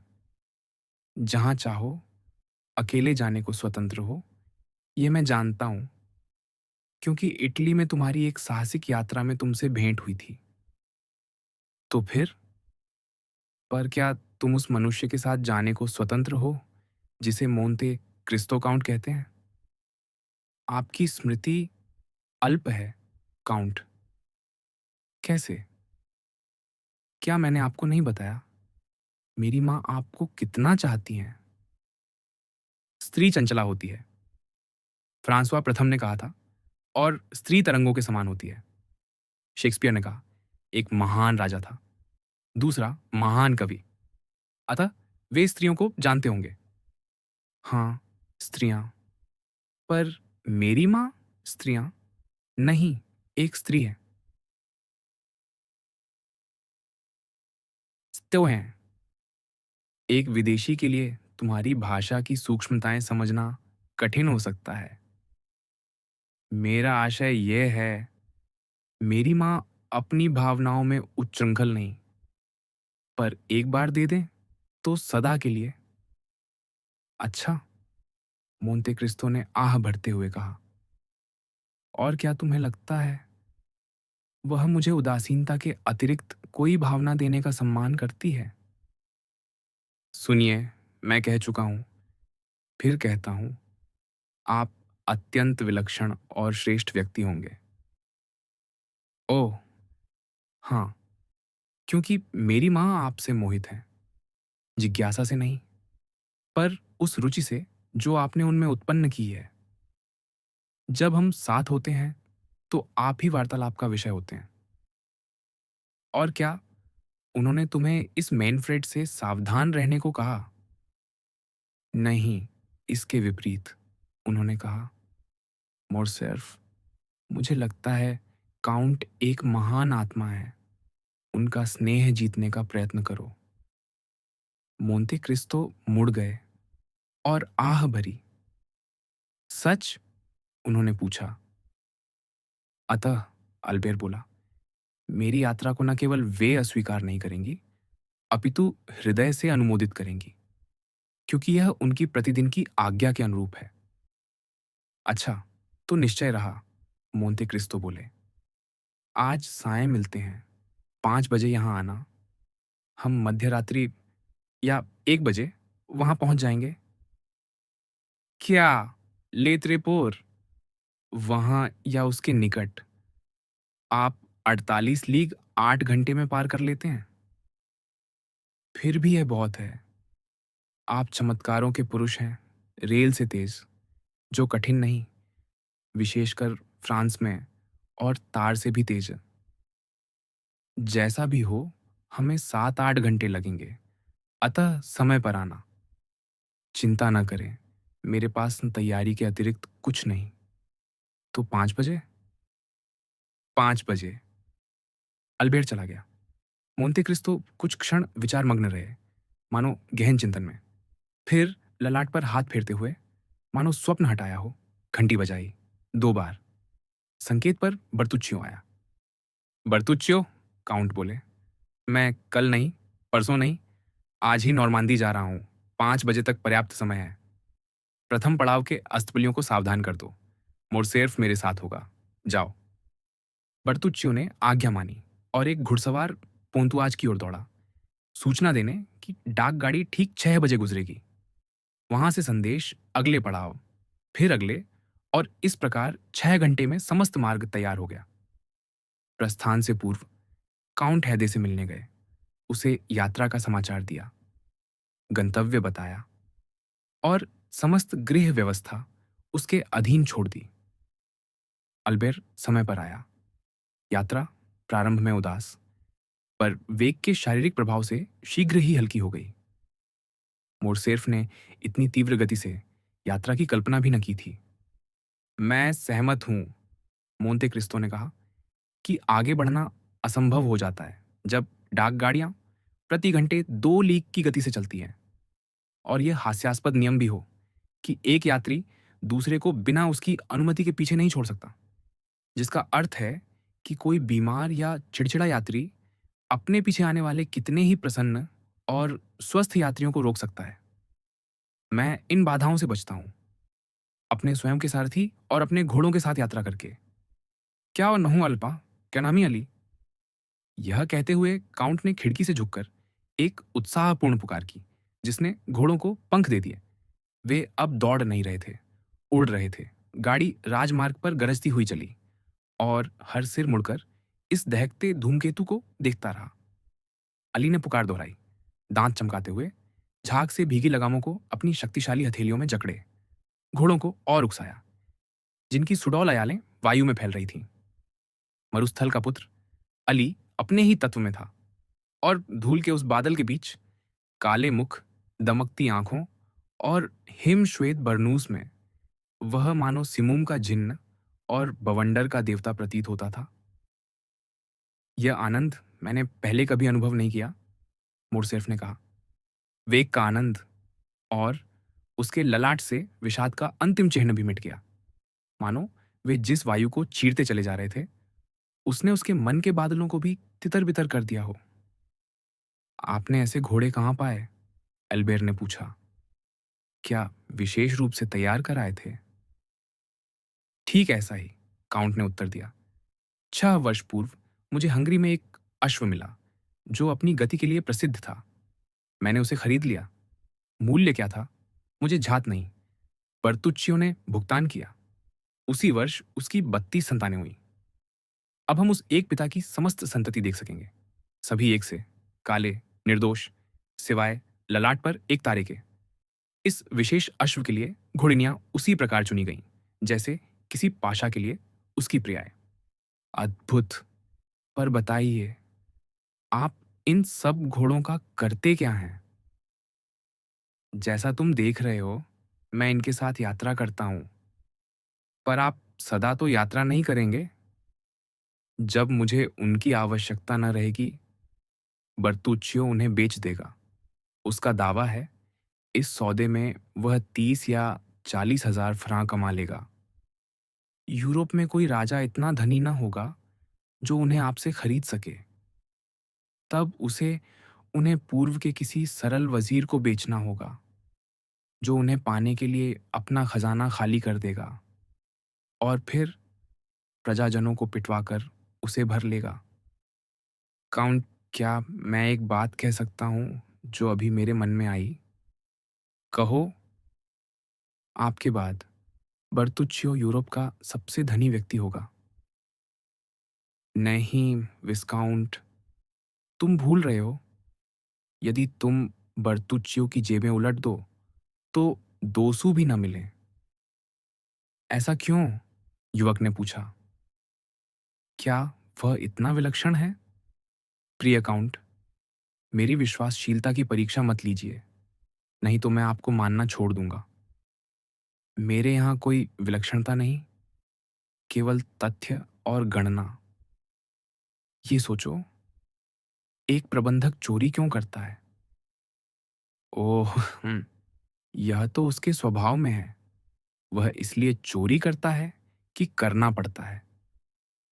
नहीं, वह इसलिए चोरी करता है क्योंकि उसकी पत्नी और बच्चे होते हैं, परिवार के लिए महत्वाकांक्षाएं होती हैं, और इसलिए भी कि उसे कभी निश्चित नहीं होता वह अपने स्वामी के पास रहेगा या नहीं, अतः भविष्य के लिए संचय करता है।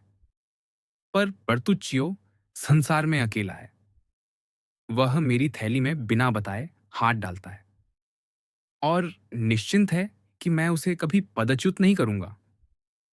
वह इतना निश्चिंत कैसे हो सकता है? क्योंकि मैं उससे श्रेष्ठ किसी को नहीं पा सकूंगा। आप परिकल्पनाओं में घूम रहे हैं। नहीं, ये निश्चितताएं हैं। मेरे लिए अच्छा सेवक वही है जिस पर मेरा जीवन मृत्यु का अधिकार हो। और क्या आपके पास बर्तुच्चियों पर ऐसा अधिकार है? हाँ, काउंट ने संक्षेप में कहा। कुछ शब्द ऐसे होते हैं जो इस्पाती द्वार के बंद होने की भांति वार्ता समाप्त कर देते हैं। काउंट का यह हाँ वैसा ही शब्द था। शेष यात्रा उसी वेग से चलती रही। 32 घोड़े 8-8 के पड़ावों में बटे 48 लीग 8 घंटे में पार कर गए। मध्य रात्रि में वे एक विशाल उद्यान द्वार पर पहुंचे। द्वारपाल जाग रहा था और फाटक खुले थे। अंतिम पड़ाव के अस्तबलिये ने उसे पहले ही सूचित कर दिया था। रात के 2:30 बजे थे। मोरसेर्फ को उसके कक्षों तक ले जाया गया, जहां उसके लिए स्नान और भोजन तैयार था। पीछे की गाड़ी पर यात्रा करने वाला सेवक उसकी सेवा में था और आगे बैठे बैप्तिस्ता काउंट की सेवा में। अल्बेर ने स्नान किया, भोजन किया और शैया पर गया। सारी रात लहरों की विषादपूर्ण ध्वनि उसे झुलाती रही। प्रातः उठकर उसने खिड़की खोली और स्वयं को एक छोटी सी छत पर पाया। सामने समुद्र का असीम विस्तार और पीछे एक सुंदर उद्यान जो एक छोटे वन से जुड़ा था। एक छोटी कॉर्वेट एक विस्तृत खाड़ी में डोल रही थी। पतली देह, ऊंचा मस्तूल, लैटीन पाल से लहराता ध्वज जिस पर मोंते क्रिस्तो का चिन्ह था। नीले पट पर एक पर्वत, ऊपर लाल क्रॉस जो उसके नाम की ओर संकेत भी हो सकता था, कैलवरी की स्मृति जगाता हुआ। और उस रहस्यमय अतीत की वेदना व पुनर्जन्म की ओर भी, जो उसके जीवन की गहराइयों में दफन थी। उस स्कूनर के चारों ओर मछुआरों की छोटी नौकाएं थीं, मानो अपनी रानी की आज्ञा की प्रतीक्षा करते विनीत प्रजाजन। यहाँ भी, जैसे हर उस स्थान पर जहाँ मोंते क्रिस्तो ठहरते थे, चाहे केवल 2 दिनों के लिए ही क्यों न हो, जीवन की सुविधाओं का स्तर अत्यंत ऊंचा उठा दिया गया था और परिणाम स्वरूप जीवन तत्काल सरल और सुखद हो गया था। अल्बेर ने अपने शयन कक्ष के समीप एक छोटे कक्ष में 2 बंदूकें और शिकार के लिए आवश्यक प्रत्येक उपकरण पाया। भूतल पर एक अधिक विशाल कक्ष उन सभी कुशल युक्तियों को समर्पित था जिन्हें अंग्रेज, जो धैर्य और अवकाश दोनों के कारण महान मछुआरे होते हैं, अब तक फ्रांस के अधिक श्रमशील मछुआरों को अपनाने के लिए प्रेरित नहीं कर सके थे। उनका समस्त समय इन विविध मनोरंजनों में व्यतीत होता रहा, जिनमें मोंते क्रिस्तो निपुण थे। उन्होंने उद्यान में 1 दर्जन तीतर मारे, नदियों में उतनी ही ट्राउट मछलियां पकड़ी, समुद्र की ओर देखती बेलों से ढकी मंडपिका में भोजन किया और पुस्तकालय में चाय ली। तीसरे दिन की संध्या के समीप, जब अल्बेर इस जीवन के श्रम से, जो मोंते क्रिस्तो के लिए मानो खेल था, अत्यंत थक कर एक खिड़की पर सो रहा था और काउंट अपने वास्तुकार के साथ उस कांच गृह की योजना देख रहे थे जिसे वह अपने घर में बनवाना चाहते थे, तभी पथ की कंकरीली सतह पर घोड़े के खुरों की ध्वनि सुनाई दी, जिससे युवक चौंक कर उठ बैठा। उसने खिड़की से बाहर देखा और आंगन में अपने सेवक को देखकर अत्यंत अप्रिय आश्चर्य से भर गया, क्योंकि उसने उस व्यक्ति को यहीं छोड़ दिया था ताकि मोंते क्रिस्तो को कोई असुविधा न हो। फ्लोरंता! वह कुर्सी से उछलते हुए चिल्लाया। क्या मेरी मां बीमार हैं? वह कक्ष के द्वार की ओर दौड़ा। मोंते क्रिस्तो ने उसके पीछे दृष्टि डाली और उसे सेवक से वार्तालाप करते देखा, जो अभी भी हाँफ रहा था और अपनी जेब से एक छोटा मुहरबंद पार्सल निकाल रहा था। उस पार्सल में एक समाचार पत्र और एक पत्र था। यह पत्र किसका है? अल्बेर ने व्यग्र होकर पूछा। बोशां का, फ्लोरेंता ने उत्तर दिया। तो क्या बोशां ने तुम्हें भेजा है? हाँ, उन्होंने मुझे अपने घर बुलाया, यात्रा व्यय दिया, मेरे लिए डाक घोड़ा मंगवाया और मुझसे वचन लिया कि मैं तब तक न रुकूं जब तक आप तक न पहुंच जाऊं। मैंने 15 घंटे में दूरी तय की। अल्बेर कांपते हाथों से पत्र खोलने लगा। प्रथम पंक्तियां पढ़ते ही उसके मुख से एक चीख निकल गई और उसने समाचार पत्र झपट लिया। उसके शरीर में एक स्पष्ट कंपी दौड़ गई। अचानक उसकी आंखों पर धुंध छा गई, घुटने डगमगाने लगे और गिरने ही वाला था कि फ्लोरंताओं का सहारा लेकर संभला। बेचारा युवक! मोंते क्रिस्तो बुदबुदाए, इतने धीमे कि स्वयं भी अपने करुण शब्द न सुन सके। लिखा है, पिताओं के पाप पुत्रों पर उतरते हैं, तीसरी और चौथी पीढ़ी तक। इस बीच अल्बेर की शक्ति लौट आई और वह पढ़ता रहा। पसीने से भीगे सिर के बाल झटकते हुए। फिर पत्र और समाचार पत्र दोनों मसलते हुए बोला, फ्लोरेंता, क्या तुम्हारा घोड़ा पेरिस लौटने की अवस्था में है? वह लंगड़ा डाक घोड़ा है। हे ईश्वर! और घर कैसा था जब तुम चले? शांत। पर जब मैं बोशाओं के यहाँ से लौटा तो मैडम को रोते पाया। उन्होंने पूछा, आप कब लौटेंगे? मैंने कहा, मैं आपको लेने जा रहा हूँ, बोशां के आग्रह पर। पहले तो उन्होंने मानो मुझे रोकना चाहा, पर क्षण भर बाद बोली, हाँ जाओ फ्लोरंता, उसे वापस ले आओ। हाँ माँ, हाँ, अल्बेर बोला। भय मत करो, मैं आ रहा हूँ। और उस नीच निंदक पर अभिशाप। पर पहले मुझे चलना होगा। और वह उस कक्ष की ओर चल पड़ा जहां मोंते क्रिस्तो थे। अब वह वही मनुष्य न था। 5 मिनटों में ही अल्बेर में दयनीय परिवर्तन हो चुका था। वह गया था अपने सामान्य स्वरूप में और लौटा तो स्वर रुद्ध, मुख ज्वर की लालिमा से दागदार, नीली नसों से झिलमिलाती पलकों के नीचे चमकती आंखें और चाल मद्यप की भांति अस्थिर। काउंट, उसने कहा, आपकी उत्कृष्ट आतिथ्य के लिए धन्यवाद, जिसका मैं अधिक समय आनंद लेना चाहता, पर मुझे पेरिस लौटना होगा। क्या हुआ? महान दुर्भाग्य।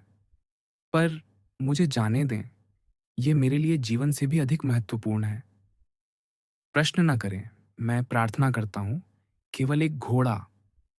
मेरे अस्तबल तुम्हारे लिए खुले हैं, विस्काउंट, मोंते क्रिस्तो बोले। पर डाक घोड़े पर जाओगे तो थकान से मर जाओगे। कोई ब्रोहम, कूपे, कोई गाड़ी ले लो। नहीं, उसमें समय लगेगा। और मुझे वही थकान चाहिए जिससे आप डरते हैं। वह मेरे लिए हितकर होगी। अल्बेर कुछ कदम बढ़ा, मानो गोली खाया। व्यक्ति और द्वार के समीप कुर्सी पर ढह गया। मोंते क्रिस्तो ने यह दूसरा चक्कर नहीं देखा। वह पहले ही खिड़की पर थे, पुकारते हुए, अली, मोरसेर्फ के लिए एक घोड़ा, शीघ्र, उसके पास समय नहीं। इन शब्दों ने अल्बेर को पुनः सचेत कर दिया। वह कक्ष से बाहर भागा, काउंट उसके पीछे। धन्यवाद, वह बुदबुदाया, काठी पर उछलते हुए। शीघ्र लौट आना, फ्लोरंता। क्या घोड़े लेने के लिए कोई संकेत शब्द चाहिए? नहीं, बस जो घोड़ा तुम ले जाओगे उसे सौंप देना। तुरंत दूसरा काठी कसा मिल जाएगा। अल्बेर दौड़ पड़ने ही वाला था, पर ठिठका। मेरा प्रस्थान तुम्हें विचित्र लगेगा, यहां तक कि उन्मत्त भी, उसने कहा। तुम नहीं समझोगे कैसे समाचार पत्र की कुछ पंक्तियां मनुष्य को निराशा में धकेल देती हैं। लो, इसे पढ़ना। पर मेरे जाने के बाद, ताकि तुम मेरा लज्जा भाव न देखो। काउंट ने कागज उठाया ही था कि अल्बेर ने अपने जूतों में अभी लगे स्पर घोड़े की बगलों में गड़ा दिए। और घोड़ा, जिसे ऐसे प्रोत्साहन का आदि न था, गोफन से निकले पत्थर की भांति छूट गया। काउंट अनंत करुणा से उसे जाते देखते रहे। जब वह पूर्णतः दृष्टि से ओझल हो गया, तब उन्होंने समाचार पत्र खोला और पढ़ा, यानी ना कि अली पाशा की सेवा में वह फ्रांसीसी अधिकारी, जिसका उल्लेख 3 सप्ताह पूर्व लिम्पार्शियल में हुआ था, जिसने न केवल यानीना के दुर्गों से विश्वासघात किया, अपितु अपने उपकारी को तुर्कों के हाथ बेच दिया। वह उस समय वास्तव में फरना नाम से ही जाना जाता था, जैसा हमारे सम्मानित सहकर्मियों ने लिखा था। तब से उसने अपने ईसाई नाम के साथ एक कुलीन उपाधि और एक जागीर का नाम भी प्राप्त कर लिया है। आज वह स्वयं को काउंट द मोरसेर्फ कहता है और पियर्स सभा का सदस्य है। इस प्रकार वह भयानक रहस्य, जिसे बोशा ने उदारतापूर्वक दफन कर दिया था, सशस्त्र प्रेत की भांति पुनः प्रकट हुआ। और अल्बेर के नॉर्मांदी प्रस्थान के अगले ही दिन किसी दुष्ट ने दूसरे समाचार पत्र को सूचना देकर ये कुछ पंक्तियां प्रकाशित करा दी, जिन्होंने उस दुर्भाग्यपूर्ण युवक को उन्माद की सीमा पर पहुंचा दिया। निर्णय सुनाया जाता है। सुबह 8 बजे अल्बेर बिजली की तरह बोशां के यहाँ आ पहुंचा। नौकर को पहले ही सूचना दे दी गई थी और उसने मोरसेर्फ को उसके स्वामी के कमरे में पहुंचा दिया, जहां बोशां अभी अभी स्नान में उतरा था। तो अल्बेर ने पूछा। तो मेरे प्रिय मित्र, बोशां ने उत्तर दिया, मैं तुम्हारी प्रतीक्षा कर रहा था। मैं आ गया हूं। मुझे यह कहने की आवश्यकता नहीं बोशां कि मैं तुम्हें इतना अच्छा और निष्ठावान मित्र समझता हूं कि तुमने यह बात किसी से नहीं कही होगी। नहीं, मेरे प्रिय, वैसे भी जो संदेश तुमने मुझे भेजा वह तुम्हारे स्नेह का प्रमाण है। इसलिए प्रस्तावनाओं में समय न गंवाएं। क्या तुम्हें कोई अंदाजा है कि यह आघात कहाँ से आया है? उस विषय में मैं थोड़ी देर में कुछ कहूँगा। हाँ, और पहले, मेरे मित्र, तुम्हें इस घृणित विश्वासघात की पूरी कहानी मुझे उसके सभी विवरणों सहित बतानी होगी। बोशा ने उस युवक को, जो लज्जा और पीड़ा से दबा हुआ था, निम्नलिखित सरल तथ्य सुनाए। 2 दिन पहले सुबह वह लेख लिम्पार्शियल के अतिरिक्त किसी अन्य समाचार पत्र में प्रकाशित हुआ, और जो बात मामले को और भी गंभीर बना रही थी, एक ऐसे पत्र में जो सरकार का समर्थक माना जाता था। बोशां दोपहर का भोजन कर रहा था, तभी वह अंश उसकी दृष्टि में आ गया। उसने तुरंत एक गाड़ी मंगाई और भोजन समाप्त किए बिना ही पत्र के दफ्तर की ओर चला गया।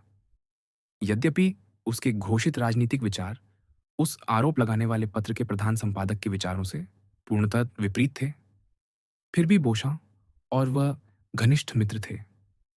ऐसी बात जो कभी-कभी, या कहें तो अक्सर हो जाती है।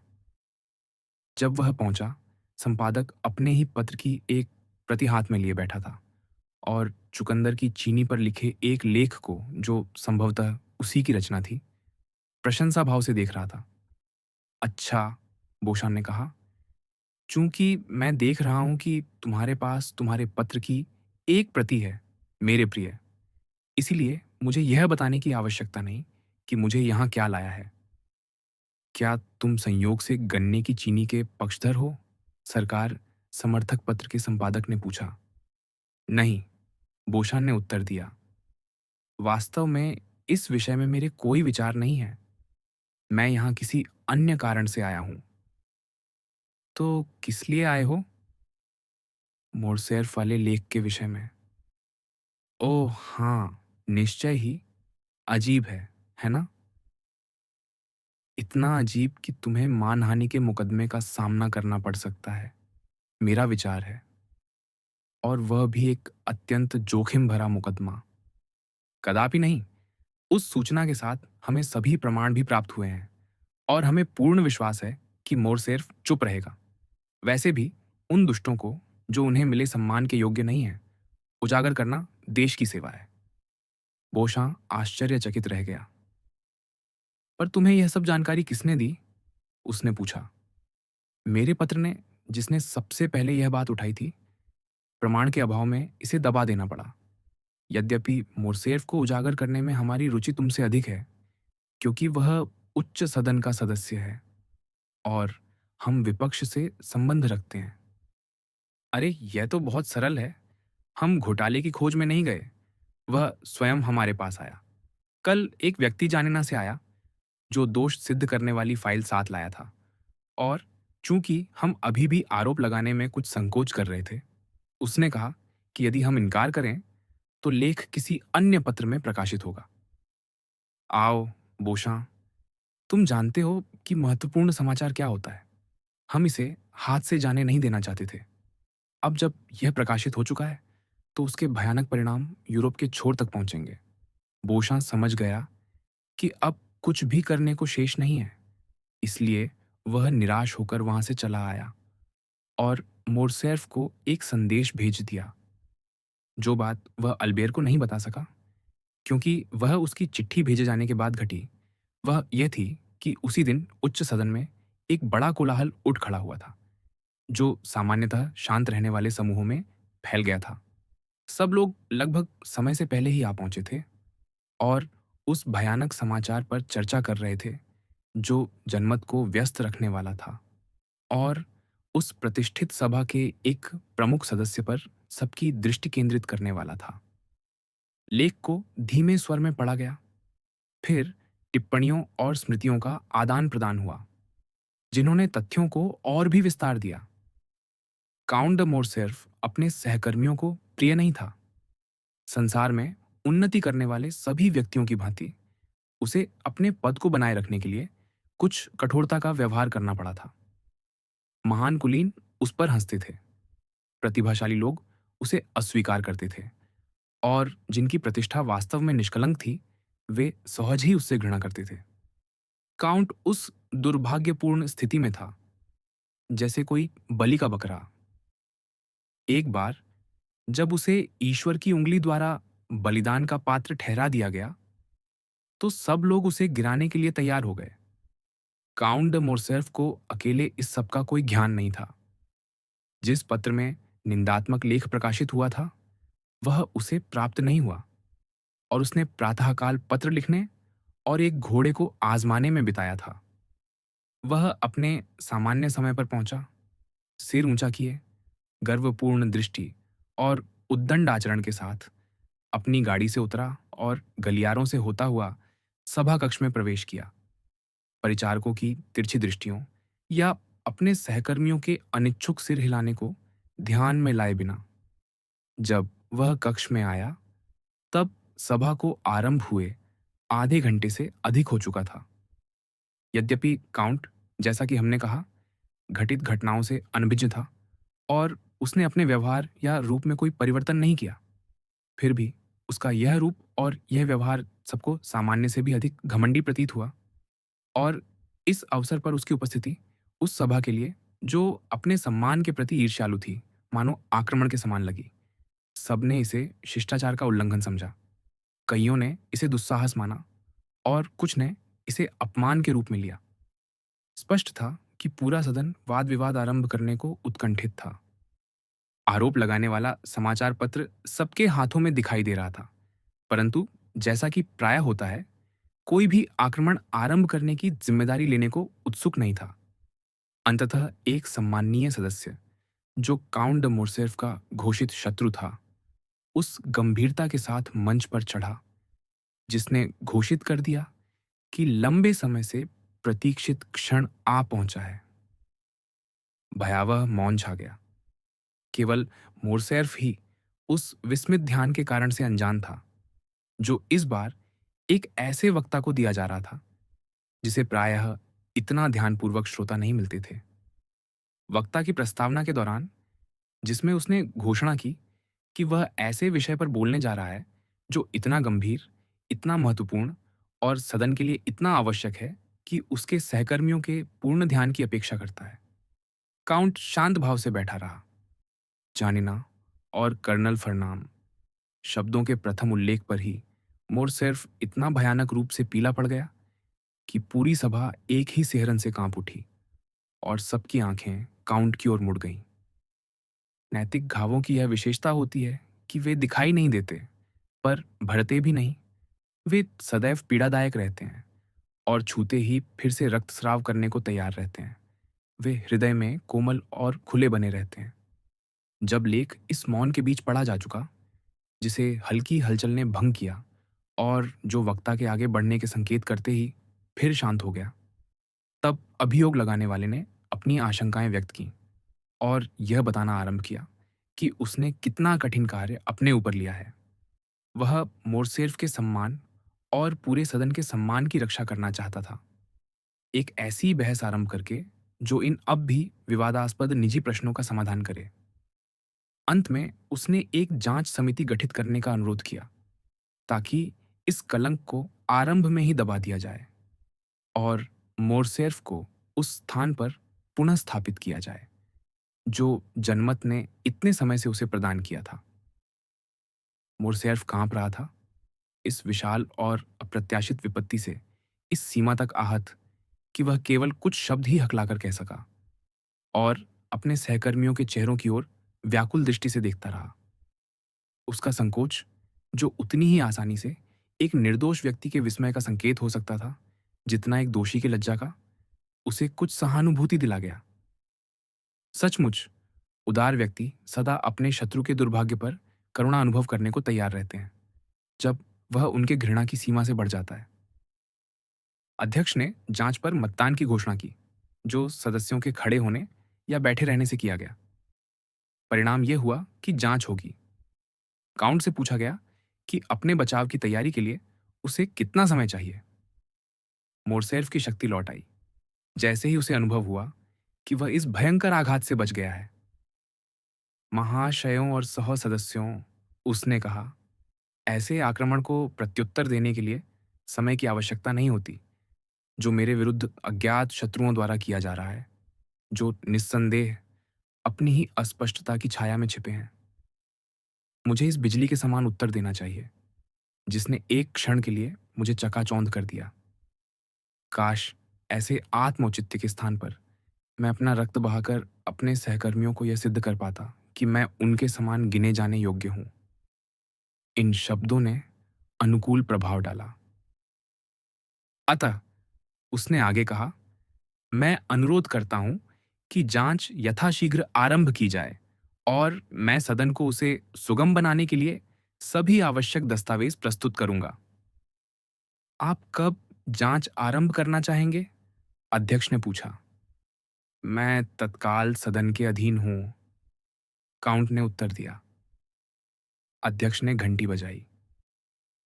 क्या सदन का मत है कि यह जांच आज ही की जाए? उसने पूछा। हाँ, सभा से एकमत उत्तर आया। 12 सदस्यों की एक समिति चुनी गई, जो यह निर्धारित करेगी कि मोरसेल्फ से कौन कौन से दस्तावेज मांगे जाए। इस समिति की पहली बैठक सायं 8 बजे सदन के कार्यालयों में होगी। यदि अनेक बैठकें आवश्यक हों, तो वे उसी समय और उसी स्थान पर आयोजित की जाएंगी। यह निर्णय हो जाने पर मोरसेल्फ ने प्रस्थान की अनुमति मांगी। उसे वे दस्तावेज एकत्र करने थे, जिन्हें वह लंबे समय से संचित कर रहा था, और उस तूफान का सामना करना था, जिसकी चेतावनी उसके चतुर और अडिग स्वभाव ने उसे पहले ही दे दी थी कि वह अंततः उस पर टूट पड़ेगा। बोशा ने युवक को वह सब बताया जो हमने अभी पाठक को बताया है। केवल इतना अंतर था कि उसका वर्णन एक जीवित वस्तु की तात्कालिकता लिए हुए था, न कि किसी मृत वस्तु की भांति। अल्बेर सुनता रहा, कभी आशा से, कभी क्रोध से, कभी लज्जा से कांपता हुआ, क्योंकि जो कुछ बोशा ने उसे विश्वास में बताया था, उससे वह जानता था कि उसका पिता दोषी है, और वह सोच रहा था कि ऐसी स्थिति में वह अपनी निर्दोषता कैसे सिद्ध कर सकेगा। इस बिंदु पर पहुंचकर बोशा रुक गया। और फिर? अल्बेर ने पूछा। और फिर? बोशा ने दोहराया। हाँ, मेरे मित्र, वह शब्द मुझ पर एक भयानक बाध्यता डालता है। क्या तुम जानना चाहते हो कि उसके बाद क्या हुआ? और कोई विकल्प नहीं है, और मैं यह अपने मित्र तुम्हारे ही मुख से सुनना पसंद करूंगा, किसी और से नहीं। अच्छा, बोशान ने कहा, अपने साहस को तैयार करो, एल्बेर, क्योंकि तुम्हें इसकी इससे अधिक आवश्यकता कभी नहीं पड़ी होगी। अल्बेर ने अपने माथे पर हाथ फेरा, मानो अपनी शक्ति की पुष्टि कर रहा हो, जैसे कोई व्यक्ति अपने प्राणों की रक्षा के लिए तैयार होता है और अपने कवच को परखता है तथा अपनी तलवार की धार को मोड़कर देखता है। वह अपने ज्वर को शक्ति समझकर स्वयं को बलवान अनुभव कर रहा था। आगे कहो, उसने कहा। संध्या आ गई, बोशा ने आगे कहा। पूरा पेरिस उत्कंठा में था। बहुतों ने कहा कि तुम्हारे पिता को केवल उपस्थित होना है और आरोप स्वयं ही ढह जाएंगे, जबकि बहुतों ने कहा कि वह उपस्थित नहीं होगा। कुछ ने दावा किया कि उन्होंने उसे ब्रुसेल्स के लिए प्रस्थान करते देखा है, और कुछ लोग पुलिस के पास यह पूछने गए कि क्या यह सत्य है, जैसा उन्होंने सुना था कि काउंट ने अपना पासपोर्ट ले लिया है। मैं स्वीकार करता हूं कि मैंने हर संभव प्रयास किया, बोशान ने आगे कहा, कि आयोग के एक सदस्य, जो मेरा मित्र है, से मुझे किसी प्रकार की दीर्घा में प्रवेश दिलवा सके। 7 बजे वह मुझे लेने आया और किसी अन्य के आने से पहले मुझे एक परिचारक के हवाले कर दिया। जिसने मुझे एक प्रकार के कोटर में बंद कर दिया, जैसे रंगमंच का एक कोटर होता है। मैं एक स्तंभ के पीछे छिपा हुआ था और पूर्ण अंधकार में ढका हुआ था, जिससे मुझे यह उचित आशा थी कि जो भयानक घटनाएं होने वाली थीं, उन्हें मैं देख और सुन सकूंगा। ठीक 8 बजे तक सब एकत्र हो चुके थे। मोरसेर्फ तब भीतर आया जब घड़ी ने अभी-अभी 8 बजाना समाप्त किया था। उसके हाथ में कुछ कागज थे और उसका चेहरा शांत प्रतीत हो रहा था। उसके लिए उसका व्यवहार असामान्य रूप से सरल था और उसका वस्त्र संयत और कठोर था। एक पुराने सैनिक की भांति उसने अपना कोट ऊपर से नीचे तक बंद कर रखा था। उसका प्रवेश अत्यंत अनुकूल रूप से ग्रहण किया गया। आयोग उसके प्रति प्रतिकूल भाव नहीं रखता था और उसके कई सदस्य उसके पास आकर उससे हाथ मिलाने लगे। इन विवरणों को सुनते हुए अल्बेर को लगा कि उसका हृदय टूट जाएगा। फिर भी अपने दुख के बीच उसने कृतज्ञता का अनुभव किया। वह उन लोगों को आलिंगन करना चाहता था जिन्होंने उसके पिता को उस समय सम्मान का यह संकेत दिया था, जब उसके सम्मान को इतनी गंभीर चुनौती दी गई थी। उसी क्षण एक परिचारक भीतर आया और अध्यक्ष को एक पत्र सौंपा। आपको बोलने का अधिकार है, मोरसेर्फ, उसने कहा जब वह मोहर तोड़ रहा था। काउंट ने अपना बचाव आरंभ किया। और मैं तुम्हें आश्वस्त करता हूं, अल्बेयर, बोशा ने आगे कहा। उसने असाधारण वाक्पटुता और कौशल से भाषण दिया। उसने यह सिद्ध करने के लिए दस्तावेज प्रस्तुत किए कि जानिना के वजीर ने अपने अंतिम क्षण तक उस पर पूर्ण विश्वास रखा था, क्योंकि उसने उसे स्वयं सम्राट के पास जीवन मरण का संदेश सौंपा था। उसने वह अंगूठी दिखाई जो अधिकार का चिन्ह थी और जिसे अली पाशा सामान्यतः अपने पत्रों पर मुहर लगाने के लिए प्रयोग करता था, और जिसे उसने उसे इसीलिए दिया था कि लौटने पर वह किसी भी समय, दिन या रात, यहां तक कि यदि वह अपने हरम में भी हो, उसके पास पहुंच सके। दुर्भाग्यवश, उसने कहा, उसका अभियान असफल रहा और जब वह अपने उपकारी की रक्षा करने लौटा, तब अली मर चुका था। परंतु मरते समय काउंट ने कहा, अली पाशा का उस पर विश्वास इतना अधिक था कि उसने अपनी प्रिय उपपत्नी और उनकी पुत्री को उसके संरक्षण में सौंप दिया था। इन शब्दों पर अल्बेर सिहर उठा, क्योंकि जब बोशां बोल रहा था, उसी समय युवक हायदे की पूरी कथा स्मरण कर रहा था और उसे याद था कि उस सुंदर यूनानी युवती ने उस संदेश, उस अंगूठी और अपने दासत्व में बेचे जाने के विषय में क्या कहा था। काउंट के भाषण का क्या प्रभाव हुआ? अल्बेर ने व्याकुल होकर पूछा। मुझे स्वीकार करना होगा कि वह मुझे अत्यंत प्रभावशाली लगा, और पूरी समिति को भी, बोशान ने कहा। तथापि अध्यक्ष ने उस पत्र पर सहज दृष्टि डाली जो अभी-अभी उसे दिया गया था। पर जैसे ही उसने उसकी प्रारंभिक पंक्तियां पढ़ी, उसकी रुचि जागृत हो गई। उसने उसे एक बार पढ़ा, फिर पुनः पढ़ा और मोरसेर्फ की ओर ध्यानपूर्वक देखते हुए कहा, काउंट, आपने अभी हमें बताया कि जानिना के वजीर ने अपनी पत्नी और पुत्री को आपके संरक्षण में सौंपा था। हाँ, मोरसेर्फ ने उत्तर दिया, पर यहां भी अन्य सब बातों की तरह दुर्भाग्य ने मेरा पीछा किया। मेरे लौटने पर वासिलिकी और उसकी पुत्री हायदे लापता थीं। क्या आप उन्हें जानते थे? पाशा ने मेरी निष्ठा पर जो विश्वास रखा और हमारे संबंधों की निकटता के कारण मुझे उन्हें 20 से अधिक बार देखने का अवसर मिला। क्या आपको कोई अनुमान है कि उनका क्या हुआ? हाँ, मैंने सुना कि वे अपने शोक और संभवतः निर्धनता के कारण मर गईं। मैं स्वयं धनी नहीं था। मेरा जीवन गंभीर संकट में था और अत्यंत खेद के साथ कहता हूं कि मैं उनकी खोज नहीं कर सका। अध्यक्ष ने हल्का सा भ्रूभंग किया। महाशयों, उसने कहा, आपने सुना कि मोरसेर्फ ने क्या कहा और उसका स्पष्टीकरण भी सुना। अब काउंट, क्या आप अपने इस कथन के समर्थन में कोई साक्षी प्रस्तुत कर सकते हैं? दुर्भाग्य से नहीं, काउंट ने उत्तर दिया। वजीर के दरबार में जो लोग मुझे जानते थे, वे या तो मर चुके हैं या संसार में बिखर गए हैं। मुझे विश्वास है कि उस भयानक युद्ध से जीवित बचा मैं अपने देशवासियों में अकेला हूँ। मेरे पास अली तेबिलिन के वे पत्र हैं जिन्हें मैंने आपको दिखाया है। मेरे पास वह अंगूठी है जो उसके अधिकार का चिन्ह थी, यह रही। और अंत में इस गुमनाम आक्रमण के प्रति मैं जो सबसे ठोस प्रत्युत्तर दे सकता हूँ वह यह है कि मेरे विरुद्ध एक भी साक्षी नहीं है जो मेरे एक सम्मानित व्यक्ति होने के कथन का खंडन कर सके। और मेरी सैन्य सेवा का निष्कलंक अभिलेख। सभा में स्वीकृति का एक स्वर गूंज उठा। उस क्षण अल्बेर यदि कुछ भी हस्तक्षेप न करता तो तुम्हारे पिता का पक्ष जीत चुका था। अब केवल मतदान शेष था। तभी अध्यक्ष ने बोलने की अनुमति मांगी। महाशयों, उसने कहा, और आप भी, काउंट, मेरा अनुमान है कि आप ऐसे व्यक्ति को सुनने में अप्रसन्न नहीं होंगे जो स्वयं को अत्यंत महत्वपूर्ण साक्षी बताता है और जो अभी अभी स्वयं उपस्थित हुआ है। हमारे सहकर्मी को सुनने के पश्चात हमें संदेह नहीं कि यह साक्षी उसकी पूर्ण निर्दोषता सिद्ध करेगा। इस विषय में मुझे अभी जो पत्र प्राप्त हुआ है वह यह रहा।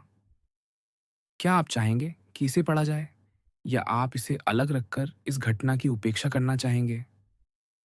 मोर सिर्फ पीला पड़ गया और उसने अपने हाथों में पकड़े कागजों को और भी कसकर थाम लिया, जिससे वे उसके हाथों में स्पष्ट रूप से खड़खड़ाने लगे। समिति ने पत्र सुनने का निर्णय किया। जहां तक काउंट का प्रश्न था, वह विचारमग्न था और उसने न तो समर्थन किया न विरोध। तब अध्यक्ष ने निम्नलिखित पढ़ा। अध्यक्ष महोदय, मैं उस जांच समिति को अत्यंत स्पष्ट सूचना दे सकता हूं जिसे एपिरुस और मकेदोनिया में लेफ्टिनेंट जनरल काउंट द मोरसेर्फ के आचरण की जांच का दायित्व सौंपा गया है। यहां अध्यक्ष ठहर गया।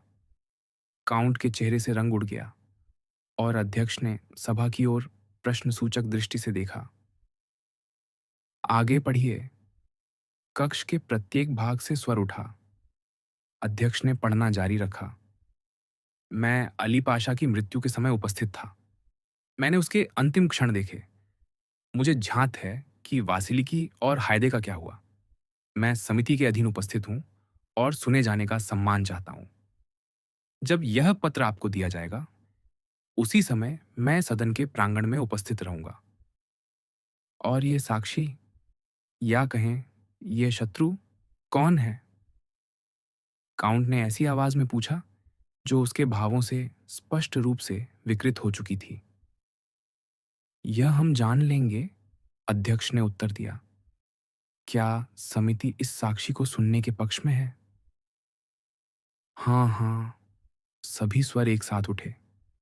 परिचारक को पुनः बुलाया गया। परिचारक, अध्यक्ष ने पूछा, क्या प्रांगण में कोई प्रतीक्षा कर रहा है? हाँ। कौन है वह व्यक्ति? एक स्त्री अपने सेवक के साथ। सबने एक दूसरे की ओर देखा। उसे भीतर लाओ, अध्यक्ष ने कहा। 5 मिनट बाद परिचारक पुनः प्रकट हुआ। सबकी दृष्टि द्वार पर लगी थी और मैं भी, बोशा ने जोड़ा, सामान्य प्रतीक्षा और व्याकुलता के उसी भाव में सहभागी था। परिचारक के पीछे एक स्त्री चल रही थी जो एक बड़े लबादे में लिपटी थी जिसने उसे पूर्णतः आच्छादित कर रखा था। उसके आकार और उससे निकलती सुगंध से अनुमान होता था कि उसके भीतर एक सुसज्जित युवती है, पर इससे अधिक कुछ नहीं। अध्यक्ष ने उस अजनबी से अपना घूंघट हटाने को कहा और तब देखा गया कि वह यूनानी वेशभूषा में थी और इसके अतिरिक्त वह अत्यंत सुंदर थी। आह, मोरसेर्फ ने कहा। वह? आप किसकी बात कर रहे हैं? वह? हाय दे, आपको किसने बताया? हाय, मैंने अनुमान कर लिया। पर बोशा, आगे कहिए। आप देख रहे हैं कि मैं शांत और दृढ़ हूं। हम अंत के निकट ही होंगे। मोरसेर्फ, बोशा ने आगे कहा, उस स्त्री की ओर विस्मय और आतंक के मिश्रण से देखने लगा। उसके लिए उन मनोहर अधरों पर जीवन और मृत्यु टिकी हुई थी। जबकि अन्य सभी के लिए यह घटना इतनी विचित्र और जिज्ञासापूर्ण थी कि मोरसेर्फ का विनाश या उद्धार गौण विचार बन गया था। अध्यक्ष ने उस युवती को बैठने का संकेत किया, पर उसने संकेत किया कि वह खड़ी ही रहेगी। जहां तक काउंट का संबंध था, वह अपनी कुर्सी पर ढह गया था और स्पष्ट था कि उसके पैर अब उसका भार नहीं उठा सकते थे। आपने जानिना की घटना के विषय में कुछ सूचना देने के लिए आयोग को पत्र लिखा था और आप दावा करती हैं कि आप उन घटनाओं की प्रत्यक्षदर्शी थीं। अध्यक्ष ने कहा। निस्संदेह, उस अजनबी ने उत्तर दिया। उसकी वाणी में मधुर विषाद घुला हुआ था और उसमें पूर्वी स्वर की विशिष्ट गंभीर गूंज थी। परंतु, अध्यक्ष ने कहा, मुझे यह कहने की अनुमति दीजिए कि उस समय आप बहुत छोटी थीं। मैं 4 वर्ष की थी, परंतु चूंकि वे घटनाएं मेरे लिए जीवन मरण का महत्व रखती थीं, उनका एक भी विवरण मेरी स्मृति से लुप्त नहीं हुआ और न ही कोई परिस्थिति मेरी स्मरण शक्ति से छूटी। उन घटनाओं का आपके लिए क्या महत्व हो सकता था? आप कौन हैं कि इस महान विपत्ति ने आप पर इतना गहरा प्रभाव डाला? यह मेरे पिता के जीवन और मृत्यु का प्रश्न था, युवती ने उत्तर दिया। मेरा नाम हायदे है। मैं अली तेबेलिन पाशा ऑफ जानिना और उसकी अति प्रिय पत्नी वासिलिकी की पुत्री हूं। युवती के गालों पर फैली वह लाली, जो एक साथ लज्जाशील और गर्वपूर्ण थी, उसकी आंखों की ज्वाला और उसके उद्घाटन की गंभीरता ने सभा पर अवर्णनीय प्रभाव डाला। जहां तक काउंट का संबंध था, मानो तो उस पर वज्रपात हो गया हो और उसके पैरों के नीचे एक गर्त खुल गया हो। आपकी बातों पर संदेह किए बिना मुझे आपसे केवल एक सरल प्रश्न पूछने की अनुमति दीजिए, जो अंतिम होगा। क्या आपके पास अपने कथन का कोई प्रमाण है? अध्यक्ष ने सम्मानपूर्वक झुककर कहा। है, हायदे ने कहा, अपने लबादे के भीतर से सुगंधित साटन की एक थैली निकालते हुए। यह मेरे जन्म का प्रमाण पत्र है, जिसे मेरे पिता ने तैयार कराया और उसके प्रधान अधिकारियों ने हस्ताक्षरित किया। और यहाँ मेरे जन्म प्रमाण पत्र के साथ मेरा बपतिस्मा प्रमाण पत्र भी है, क्योंकि मेरे पिता ने सहमति दी थी कि मेरा पालन पोषण मेरी माता के धर्म में हो। इस प्रमाण पत्र पर मकेदोनिया और एपिरुस के महान धर्माध्यक्ष की मुहर है। अंत में और निस्संदेह यह सबसे महत्वपूर्ण है, यह उस दस्तावेज की प्रति है जिसके द्वारा मेरी माता और मुझे आर्मेनियाई व्यापारी एल कोब्बिर को बेचा गया था। उस फ्रांसीसी अधिकारी द्वारा जिसने लापोर्ते के साथ अपने कुख्यात व्यवहार में अपने हिस्से की लूट के रूप में अपने उपकारी की पत्नी और पुत्री को सुरक्षित रखा और उन्हें 1000 थैलियों में बेच दिया, अर्थात लगभग 4 लाख फ्रैंक में।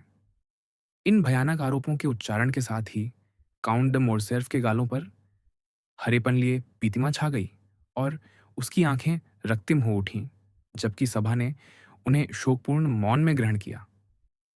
हायदे, अब भी शांत, पर उस शांति में क्रोध से भी अधिक भयावह, विक्रय पत्र अध्यक्ष को सौंप दिया। वह अरबी में लिखा था, पर चूंकि यह अनुमान किया गया था कि प्रस्तुत दस्तावेजों में कुछ अरबी, रोमाइक या तुर्की में हो सकते हैं, इसलिए संसदीय दुभाषिए को पहले ही उपस्थित रहने को कहा गया था और उसे बुलाया गया। एक सदस्य जो मिस्र अभियान के समय अरबी सीख चुका था, अनुवादक के पढ़ते समय पांडुलिपि के शब्दों का अनुसरण करता रहा।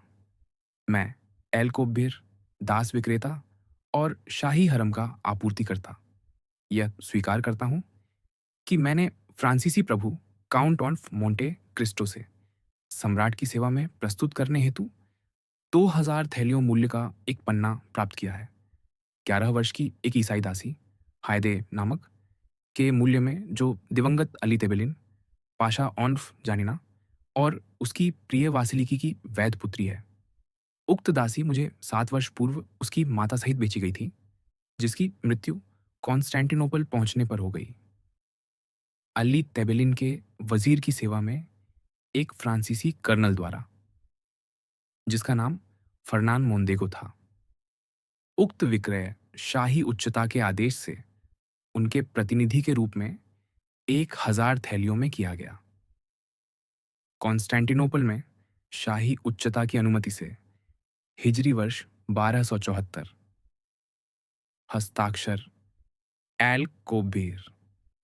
यह दस्तावेज शाही मुहर से विधिवत सत्यापित है, जिसे विक्रेता द्वारा संलग्न कराया गया है। व्यापारी के हस्ताक्षर के समीप वास्तव में सम्राट की मुहर देखी जा सकती थी। पत्र के वाचन और मुहर के दर्शन के पश्चात एक भयानक मौन छा गया। काउंट केवल निस्तब्ध दृष्टि से देखता रह गया। उसकी आंखें मानो अनायास ही हायदे पर स्थिर, रक्त और ज्वाला से भरी थीं। क्या हम काउंट ऑफ मोंटे क्रिस्टो से बात नहीं कर सकते, जो मेरा विश्वास है आपके साथ पेरिस में ही है? अध्यक्ष ने कहा।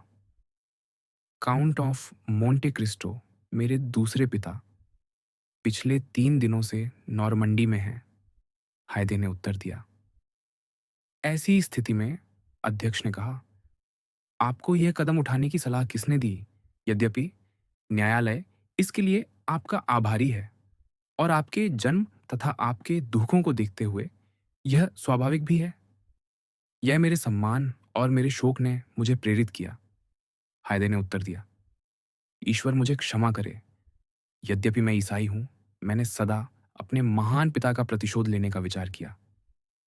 फ्रांस में पांव रखते ही जब मुझे ज्ञात हुआ कि वह विश्वासघाती पेरिस में जीवित है, मेरी आंखें और मेरे कान निरंतर खुले रहे। मैं अपने उदार संरक्षक के घर में एकांत में रहती हूँ, पर मैं ऐसा इसलिए करती हूँ कि मुझे निस्तब्धता और एकांत प्रिय है, जो मुझे अपने विचारों और मनन में रहने देते हैं। काउंट ऑफ मोंटे क्रिस्टो मुझे पितृवत संरक्षण देते हैं और मैं संसार में घटने वाली सभी बातों से अवगत रहती हूँ, यद्यपि उन्हें दूर की प्रतिध्वनि की भांति ही सुनती हूँ। मैं सभी समाचार पत्र पढ़ती हूँ, जैसे मुझे सभी चित्र संग्रह और समस्त नवीन संगीत भी भेजा जाता है। इस प्रकार दूसरों के जीवन का अनुसरण करते हुए, बिना उसमें भाग लिए, मुझे आज प्रातः सदन में जो हुआ और आज सायं यहाँ जो होने वाला था, उसका ज्ञान हुआ और मैंने आपको लिखा। तो काउंट ऑफ मोंटे क्रिस्टो का आपके इस कार्य में कोई संबंध नहीं है? अध्यक्ष ने पूछा। उन्हें इसका बिल्कुल ज्ञान नहीं है और मुझे केवल एक ही भय है, वह यह कि जब उन्हें इसका पता चलेगा तो वे अप्रसन्न होंगे। तथापि, युवती ने आगे कहा, अपनी दहकती आंखें आकाश की ओर उठाते हुए, आज का दिन मेरे लिए महान है, क्योंकि अंततः मुझे अपने पिता का प्रतिशोध लेने का अवसर मिला है। इस सबके दौरान काउंट ने एक शब्द भी नहीं कहा था। उसके सहकर्मी उसकी ओर देख रहे थे और निस्संदेह उस महानता पर दया कर रहे थे जिसे एक स्त्री की सुगंधित श्वास ने उड़ा दिया था। उसके दुर्भाग्य के भयानक चिन्ह धीरे धीरे उसके चेहरे पर प्रकट होने लगे। मोरसेर्फ, अध्यक्ष ने कहा, क्या आप इस स्त्री को जानिना के पाशा अली तिबेलिन की पुत्री के रूप में पहचानते हैं? नहीं, मोरसेर्फ ने उठने का प्रयत्न करते हुए कहा, यह सब मेरे शत्रुओं द्वारा बुना हुआ असत्य का जाल है। हायदे, जो मानो किसी की प्रतीक्षा में द्वार की ओर एकटक देख रही थी, तीव्रता से मुड़ी और काउंट को खड़े देखकर एक भयानक चीख निकाल बैठी। आप मुझे नहीं पहचानते, उसने कहा। अच्छा, सौभाग्य से मैं आपको पहचानती हूँ। आप वही फर्नांड मोंदेगो हैं, वह फ्रांसीसी अधिकारी जो मेरे महान पिता की सेनाओं का प्रशिक्षक था। आप ही थे जिन्होंने जानिना के किलों के साथ विश्वासघात किया। आप ही थे जिन्हें अपने उपकारी ने अपने जीवन मरण के प्रश्न पर सीधे सम्राट से व्यवहार करने भेजा था। और आप ही झूठा फरमान लेकर लौटे, जिसमें पूर्ण क्षमा का आदेश था। आप ही थे जिन्होंने उस फरमान के बल पर पाशा की अंगूठी प्राप्त की, जिससे अग्निरक्षक सेलिम को आदेश दिया जा सकता था। आप ही थे जिन्होंने सेलिम की हत्या की। आप ही थे जिन्होंने मेरी माता और मुझे व्यापारी एल कोबिर को बेच दिया। हत्यारे, हत्यारे, हत्यारे! अपने स्वामी का रक्त अब भी तुम्हारे मस्तक पर है, सब उसे देखें। ये शब्द इतने प्रज्वलित विश्वास के साथ बोले गए कि सबकी दृष्टि काउंट की ओर मुड़ गई। और उसने स्वयं भी अपना हाथ अपने मस्तक पर रख लिया, मानो उसे वहां अली का रक्त अब भी उष्ण अनुभव हुआ हो। तो क्या आप निश्चित रूप से मोरसेर्फ को उसी अधिकारी फरनाम मोंदेगो के रूप में पहचानती हैं? हाँ, मैं उसे पहचानती हूँ, हायदे ने पुकारा। ओह, मेरी माता, आपने मुझसे कहा था, तुम स्वतंत्र थीं। तुम्हारा एक पिता था, जिसे तुम प्रेम करती थीं। तुम लगभग एक रानी बनने वाली थीं। इस मनुष्य को भली-भांति देखो। यही वह है जिसने तुम्हें दासी बना दिया, जिसने तुम्हारे पिता का सिर भाले पर चढ़वाया, जिसने हमें बेचा, जिसने हमें धोखा दिया। उसके दाहिने हाथ को देखो, वही जिसमें चौड़ा घाव है। यदि तुम उसका चेहरा भूल भी जाओ, तो उस हाथ से पहचान लोगी, जिसमें व्यापारी एल कोब्बिर के सिक्के एक-एक कर गिरे थे। हाँ, मैं उसे पहचानती हूँ। अब वह कहे कि वह मुझे नहीं पहचानता। प्रत्येक शब्द मोरसेर्फ पर तलवार के प्रहार की भांति गिर रहा था और उसकी शक्ति का एक अंश हर बार क्षीण कर रहा था। अंतिम शब्दों पर उसने अनायास अपना हाथ अपने कोट में छिपाने की चेष्टा की। वह वास्तव में एक घाव से विकृत था। फिर वह अपनी आसंदी पर गिर पड़ा, पूर्ण निराशा में डूबा हुआ। इस दृश्य ने उपस्थित सभी व्यक्तियों के मनों में ऐसी हलचल उत्पन्न कर दी, मानो प्रचंड उत्तर पवन वृक्ष से पत्तों को उड़ा रहा हो। मोरसेर्फ, अध्यक्ष ने कहा, अपना साहस मत खोइए, उत्तर दीजिए।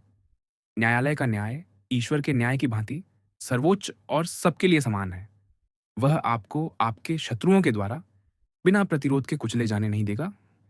वह आपको उनका सामना करने के साधन देगा। क्या आप आगे जांच चाहते हैं? क्या आप चाहते हैं कि मैं आयोग के 2 सदस्यों को जानीना भेजूं? कहिए। मोरसेर्फ ने कुछ नहीं कहा। यह देखकर आयोग के सभी सदस्य एक दूसरे की ओर एक प्रकार के भय से देखने लगे। वे काउंट के शक्तिशाली और आक्रामक स्वभाव को जानते थे। इस मनुष्य की रक्षा दीवारों को ढा देने के लिए अत्यंत भयंकर आघात आवश्यक था। अवश्य ही यह मौन, जो निद्रा के समान था, किसी ऐसे जागरण से समाप्त होगा जो गर्जन के समान होगा। तो फिर, अध्यक्ष ने पूछा, आपने क्या निर्णय किया? कुछ नहीं, काउंट ने निस्वर स्वर में उठते हुए कहा। तो क्या अली तेबेलिन की पुत्री ने वास्तव में सत्य कहा है? अध्यक्ष ने कहा। क्या वह वास्तव में वह भयानक साक्षी है, जिसे अपराधी कभी नहीं कहकर उत्तर देने का साहस नहीं करता? क्या आपने सचमुच वे सब कार्य किए हैं जिनका वह आप पर आरोप लगाती है? काउंट ने चारों ओर ऐसी दृष्टि डाली जो किसी बाघ का हृदय भी पिघला देती, पर न्यायाधीश को निरस्त्र न कर सकी। फिर उसने अपनी आंखें मेहराबदार छत की ओर उठाईं, मानो भय हो कि वह खुल जाएगी और उस दूसरे न्यायालय को प्रकट कर देगी जिसे स्वर्ग कहा जाता है, और उस दूसरे न्यायाधीश को जिसे ईश्वर कहा जाता है। अंततः एक आकस्मिक आवेग में उसने अपना कसकर बटन लगा कोट फाड़ डाला, जो मानो उसका गला घोंट रहा था, और एक शोकाकुल उन्मत्त की भांति कक्ष से निकल गया। कुछ समय तक उसके पदचाप गलियारे में शोकपूर्ण प्रतिध्वनि करते रहे, और शीघ्र ही उस रथ की गड़गड़ाहट, जो उसे लेकर तीव्र गति से दूर चला गया, फ्लोरेंटाइन भवन के प्रांगण को कंपा गई। महाशयों, अध्यक्ष ने कहा, जब ध्वनियां शांत हो गईं, क्या मोरसेर्फ पर अपराध, विश्वासघात और इस सदन के सदस्य के अयोग्य आचरण का दोष सिद्ध होता है? हाँ, जांच आयोग के सभी सदस्यों ने एक स्वर में उत्तर दिया। हायदे बैठक के अंतिम क्षण तक वहीं रही। उसने काउंट का अपराध घोषित होते सुना। बिना उसके चेहरे की एक भी पेशी में न दया प्रकट हुई, न आनंद। फिर पुनः अपना घूंघट ओढ़कर वह गरिमापूर्वक परामर्शदाताओं को प्रणाम कर विदा हुई और उस चाल से बाहर चली गई जिसे विर्जिल ने देवी की चाल कहा है। उकसावा। तो मैंने कक्ष के मौन और अंधकार का लाभ उठाया, बोशा ने आगे कहा, और बिना देखे बाहर निकल आया। जिसने मुझे भीतर पहुंचाया था, वही परिचारक द्वार पर मेरी प्रतीक्षा कर रहा था। वह मुझे गलियारों से ले जाकर एक छोटे द्वार तक लाया, जो र्यूदे वोजराड पर खुलता था। मैं वहां से ऐसे हृदय के साथ निकला जो एक साथ टूटा भी था और मुग्ध भी। अल्बेर, मुझे यह कहने के लिए क्षमा करना, तुम्हारे संबंध में टूटा हुआ, पर उस युवती की उदात्तता से मुग्ध, जो अपने पिता का प्रतिशोध लेने आई थी। हाँ, अल्बेर, यह उद्घाटन जहां से भी आया हो, और मैं मानता हूं कि वह किसी शत्रु से भी आया हो सकता है, मैं शपथ लेता हूं कि वह शत्रु भी दैवी विधान का साधन था। अल्बेर दोनों हाथों से अपना सिर थामे हुए था। उसने अपना चेहरा उठाया, जो लज्जा से लाल और आंसुओं से भीगा हुआ था, और बोशां का हाथ पकड़ लिया। मित्र, उसने कहा, मेरा जीवन समाप्त हो गया। अब मेरे लिए केवल यह शेष है कि मैं तुम्हारी भांति यह न कहूं कि दैवी विधान ने मुझे यह आघात दिया, बल्कि उस मनुष्य को खोज निकालूं जो अपनी घृणा से मेरा पीछा करता रहा है। फिर जब मुझे उसका नाम ज्ञात हो जाएगा, मैं उसे मार डालूंगा, या वह मुझे मार डालेगा। मैं तुम्हारी मित्रता पर भरोसा करता हूं कि तुम मेरी सहायता करोगे। उषा, यदि तिरस्कार ने तुम्हारे हृदय से मित्रता को निर्वासित नहीं कर दिया है, तिरस्कार, मेरे प्रिय मित्र, यह दुर्भाग्य तुम पर कैसे प्रभाव डाल सकता है? नहीं, ईश्वर का धन्यवाद। अब हम उस युग में नहीं जीते जब पुत्रों को उनके पिताओं के कर्मों के लिए अंधाधुंध और अन्यायपूर्वक उत्तरदायी ठहराया जाता था। अपने जीवन को स्मरण करो, अल्बेर। वह संक्षिप्त रहा है, पर क्या ग्रीष्म के किसी प्रभात का आरंभ तुमसे अधिक निर्मल रहा है? नहीं, अल्बेर, मेरी सलाह मानो। तुम युवा हो, धनी हो, फ्रांस छोड़ दो। इस उथल पुथल और बदलते आडंबरों वाली बाबेल में सब कुछ शीघ्र भुला दिया जाता है। 3-4 वर्ष बाद लौटना, जब तुम किसी रूसी राजकुमारी से विवाह कर चुके होगे, और तब कोई यह स्मरण नहीं करेगा कि कल क्या हुआ था, तो 16 वर्ष पूर्व की बात कौन याद रखेगा? धन्यवाद, मेरे प्रिय बोशा, तुम्हारे उन उत्तम उद्देश्यों के लिए जो तुम्हारे शब्दों को प्रेरित करते हैं। पर यह संभव नहीं। मैंने तुम्हें अपनी इच्छा बता दी है, और अब यदि आवश्यकता हुई तो इच्छा शब्द को संकल्प में बदल दूंगा। तुम्हें समझना चाहिए कि इस विषय में संलग्न होने के कारण मैं इसे उसी दृष्टि से नहीं देख सकता जिस दृष्टि से तुम देखते हो। जो तुम्हें किसी दैवी स्रोत से उत्पन्न प्रतीत होता है, वह मुझे किसी अधिक अशुद्ध स्रोत से आता हुआ लगता है। मुझे स्वीकार करना होगा कि इस सब में दैवी विधान का कोई हाथ प्रतीत नहीं होता, और सौभाग्य से ऐसा ही है, क्योंकि किसी अदृश्य और अमूर्त दूत के स्थान पर जो दैवी पुरस्कार और दंड लाता हो, मुझे एक दृश्य और स्पर्श मनुष्य मिलेगा जिस पर मैं प्रतिशोध ले सकूं। ओह हाँ, मैं शपथ लेता हूं कि लूंगा, उस सब के लिए जो मैंने पिछले महीने में सहा है। अब बोशा, मैं फिर कहता हूं, मैं मानव जीवन की ठोस वास्तविकता में लौटना चाहता हूं, और यदि तुम अब भी वही मित्र हो जिसका तुम दावा करते हो, तो उस हाथ को खोजने में मेरी सहायता करो जिसने यह आघात किया।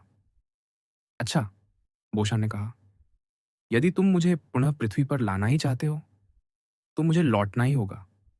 यदि तुम शत्रु का शिकार करने पर अड़े हो, तो मैं तुम्हारे साथ शिकार करूंगा, और मैं उसे ढूंढ निकालूंगा, क्योंकि इसमें मेरा सम्मान भी लगभग उतना ही जुड़ा है जितना तुम्हारा। तो फिर अब भी से अपनी जांच आरंभ करें, बिना विलंब। प्रत्येक क्षण का विलंब मेरे लिए एक युग के समान है। इस अभियोग का लेखक अब तक दंडित नहीं हुआ है। वह आशा कर सकता है कि वह बच जाएगा, पर मैं अपनी शपथ पर कहता हूं, यदि वह ऐसा सोचता है तो वह भ्रम में है। मेरी बात सुनो मोरसेल्फ। पोषा, मैं देख रहा हूं कि तुम्हें कुछ झात है। तुम मुझे पुनः जीवन दे रहे हो। मैं ये नहीं कहता कि यही उत्तर है, अल्बेर, पर मुझे अंधकार में एक प्रकाश दिखाई देता है, और हम उसका अनुसरण करके अपने लक्ष्य तक पहुंच सकते हैं। बताओ, तुम देख रहे हो, मैं अधीरता से उबल रहा हूं। यह वह बात है जिसे मैं जानिना से लौटने पर तुम्हें बताना नहीं चाहता था। बताओ। यह हुआ, स्वाभाविक ही मैं सूचना प्राप्त करने के लिए नगर के प्रथम बैंकर के पास गया। जैसे ही मैंने विषय का उल्लेख किया और तुम्हारे पिता का नाम बोले जाने से पहले ही उसने कहा, हाँ, मैं समझ सकता हूँ कि आप यहाँ क्यों आए हैं। कैसे और क्यों? क्योंकि अभी 15 दिन भी नहीं हुए कि मुझसे इसी विषय पर प्रश्न किए गए थे। किसने? पेरिस के एक बैंकर ने, जो मेरा सहयोगी है, जिसका नाम डांगलार। वह, अल्बेर चिल्लाया, वह लंबे समय से मेरे दुर्भाग्यपूर्ण पिता का ईर्ष्यापूर्ण द्वेष से पीछा करता आया है। स्वयं को जनसाधारण का व्यक्ति बताने वाला, वह काउंट द मोरसेल्फ को उच्च सदन का सदस्य होने के कारण क्षमा नहीं कर सकता। और वह विवाह जो बिना किसी कारण तोड़ दिया गया, वही होगा। जांच करो अल्बेर, पर जब तक तुम्हें निश्चित ना हो, स्वयं को उन्मत्त मत बनाओ। जांच करो, मैं कहता हूं, और यदि यह सत्य सिद्ध हो। ओह हाँ, यदि यह सत्य सिद्ध हो, युवक ने पुकारा, तो वह मेरे समस्त दुहकों का प्रतिफल देगा। सावधान रहो मोरसेल्फ, वह पहले से वृद्ध है। मैं उसकी आयु का उतना ही विचार करूंगा जितना उसने मेरे परिवार के सम्मान का किया। यदि उसका विवाद मेरे पिता से था, तो उसने उन पर प्रहार क्यों नहीं किया? नहीं, वह उस पुरुष का सामना करने से भयभीत था। मैं तुम्हारी निंदा नहीं कर रहा अल्बेर, पर मैं तुम्हें संयमित करना चाहता हूँ। सावधान रहो। चिंता मत करो। वैसे भी, बोशा, तुम मेरे साथ चलोगे? ऐसे गंभीर विषय साक्षियों के समक्ष ही निपटाए जाने चाहिए। आज दिन समाप्त होने से पहले यदि डांगलार दोषी हुआ, तो डांगलार जीवित नहीं रहेगा या मैं मृत हो जाऊंगा। ईश्वर की शपथ, बोशा, मैं अपने सम्मान को विधिपूर्वक दफनाना चाहता हूं। अच्छा, जब ऐसा संकल्प कर लिया जाए अल्बेर, तो उसे तुरंत पूरा करना चाहिए। क्या तुम डांगलार से मिलना चाहते हो? तो चलो। उन्होंने एक भाड़े की गाड़ी मंगवाई। जब वे बैंकर के भवन के मार्ग में मुड़े, उन्होंने द्वार पर आंद्रिया कावालकांति की फेटन और उसका सेवक खड़ा देखा। आहा, क्या संयोग है, अल्बेर ने कठोर स्वर में कहा। यदि डांगलार मुझसे युद्ध नहीं करना चाहता, तो मैं उसके दामाद को मार डालूंगा। एक कावालकांति अवश्य लड़ेगा। युवक की सूचना बैंकर को दी गई, जिसने पिछली संध्या की घटना जानकर अल्बेर का नाम सुनते ही उसे प्रवेश से वंचित करने का आदेश दिया। पर अब देर हो चुकी थी। वह नौकर के पीछे पीछे आ चुका था, आदेश सुन चुका था, द्वार खोलकर भीतर चला गया और बोशा उसके पीछे पीछे था। पर यह क्या है? डांगलार ने पुकारा। क्या अब मनुष्य को यह चुनने का अधिकार भी नहीं रहा कि वह अपने घर में किसे ग्रहण करे और किसे नहीं? मुझे लगता है आप अपनी सीमा भूल रहे हैं। नहीं, अल्बेर ने कहा, कुछ परिस्थितियां जिनमें आपकी भी गणना है, ऐसी होती है जब मनुष्य को घर पर होना ही पड़ता है। कम से कम कुछ व्यक्तियों के लिए, जब तक कि वह कायरता का आश्रय न ले, आप वह विकल्प चुन सकते हैं।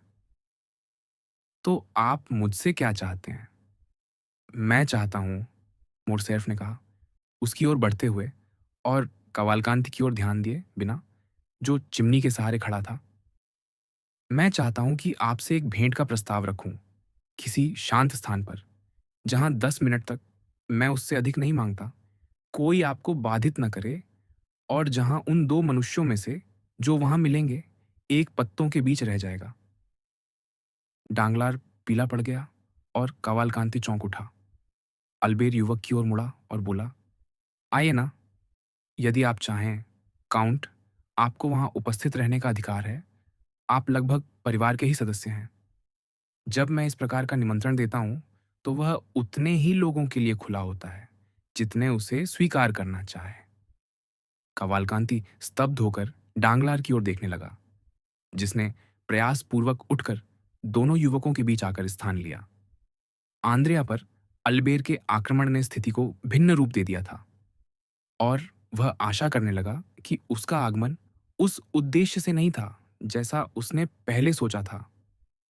हाँ, मैं समझ गया, उसने अल्बेर से कहा। यदि आप यहाँ इस सज्जन से विवाद करने आए हैं, क्योंकि मैंने इन्हें आप पर वरीयता दी, तो मुझे आपको चेतावनी देनी होगी कि यह मामला लोक अभियोजक के पास जाएगा। आप भ्रमित हैं, मोरसेर्फ ने कठोर मुस्कान के साथ कहा। मैं विवाह की बात बिल्कुल नहीं कर रहा, और मैंने कावाल कांति से केवल इसलिए कहा क्योंकि ऐसा प्रतीत हुआ कि वह क्षण भर के लिए हमारी चर्चा में हस्तक्षेप करने का विचार कर रहे थे। पर दूसरी ओर उसने जोड़ा, आप सही हैं, आज मैं सबसे विवाद करने को तैयार हूं, किंतु निश्चिंत रहें डांगलार, आपको प्राथमिकता प्राप्त होगी। मैं आपको चेतावनी देता हूं, डांगलार ने कहा, क्रोध और भय से श्वेत पड़ते हुए। जब मुझे दुर्भाग्य से कोई पागल शिकारी कुत्ता अपना मार्ग रोकता मिलता है, तो मैं उसे मार डालता हूं, और स्वयं को दोषी समझने के स्थान पर मैं मानता हूं कि मैंने समाज की सेवा की है। अतः मैं आपको चेतावनी देता हूं, यदि आप उन्मत्त हैं और मुझे काटने का प्रयत्न करेंगे, तो मैं बिना दया के आपको धराशायी कर दूंगा। बताइए, क्या यह मेरा दोष है, यदि आपके पिता का अपमान हुआ है? हाँ, दुष्ट, मोरसैर्फ चिल्लाया। यह तुम्हारा ही दोष है। डांगलार पीछे हट गया। मेरा दोष, उसने कहा। मेरा? क्या मुझे यूनान के इतिहास का कुछ ज्ञान है? क्या मैंने उन देशों की यात्रा की? क्या मैंने आपके पिता को जानिना के किले सौंप देने की सलाह दी? विश्वासघात करने की? चुप रहिए, अल्बेर ने कठोर स्वर में कहा। नहीं, ये आप सीधे नहीं थे जिन्होंने यह कांड रचा और यह विपत्ति उत्पन्न की। प्रारंभ आपने ही किया, कपटपूर्वक। मैंने? हाँ, आपने। यह उद्घाटन और कहां से आया? पर समाचार पत्र ने आपको बताया। जानिना से। स्वाभाविक है। और जानिना को किसने लिखा? जानिना को? हाँ। मेरे पिता के विषय में सूचना मांगने के लिए किसने लिखा? मेरा अनुमान है, कोई भी जानिना को लिख सकता है। पर लिखा केवल एक ने। केवल एक? हाँ, और वह व्यक्ति आप थे। निस्संदेह मैंने लिखा। मुझे प्रतीत होता है कि जब आप अपनी पुत्री का विवाह किसी युवक से करने जा रहे हो, तो उसके परिवार के विषय में कुछ सूचना प्राप्त करना चाहिए। ऐसा करना केवल अधिकार ही नहीं, कर्तव्य भी है। आपने लिखा, अल्बेर ने कहा, यह पूर्णतः जानते हुए कि आपको क्या उत्तर प्राप्त होगा। क्या? अरे, मैं शपथ लेता हूं, डांगलार ने कहा, ऐसी दृढ़ता और विश्वास के साथ जो संभवतः उसके भय से कम और उस दुर्भाग्यग्रस्त युवक के प्रति उसके हृदय में उठी सहानुभूति से अधिक उत्पन्न हुई थी। मैं शपथ लेता हूं कि मैं अपने आप कभी लिखने का विचार भी न करता। अली पाशा पर जो विपत्ति आई, उसके विषय में मुझे क्या झांक था? तो क्या किसी ने आपको लिखने की सलाह दी? हाँ। किसी ने आपको उकसाया? हाँ। किसने? बताइए, शीघ्र। इससे सरल कुछ नहीं। मैं आपके पिता के अतीत की चर्चा कर रहा था और कह रहा था कि उसकी संपत्ति का मूल सदैव रहस्य बना रहा है।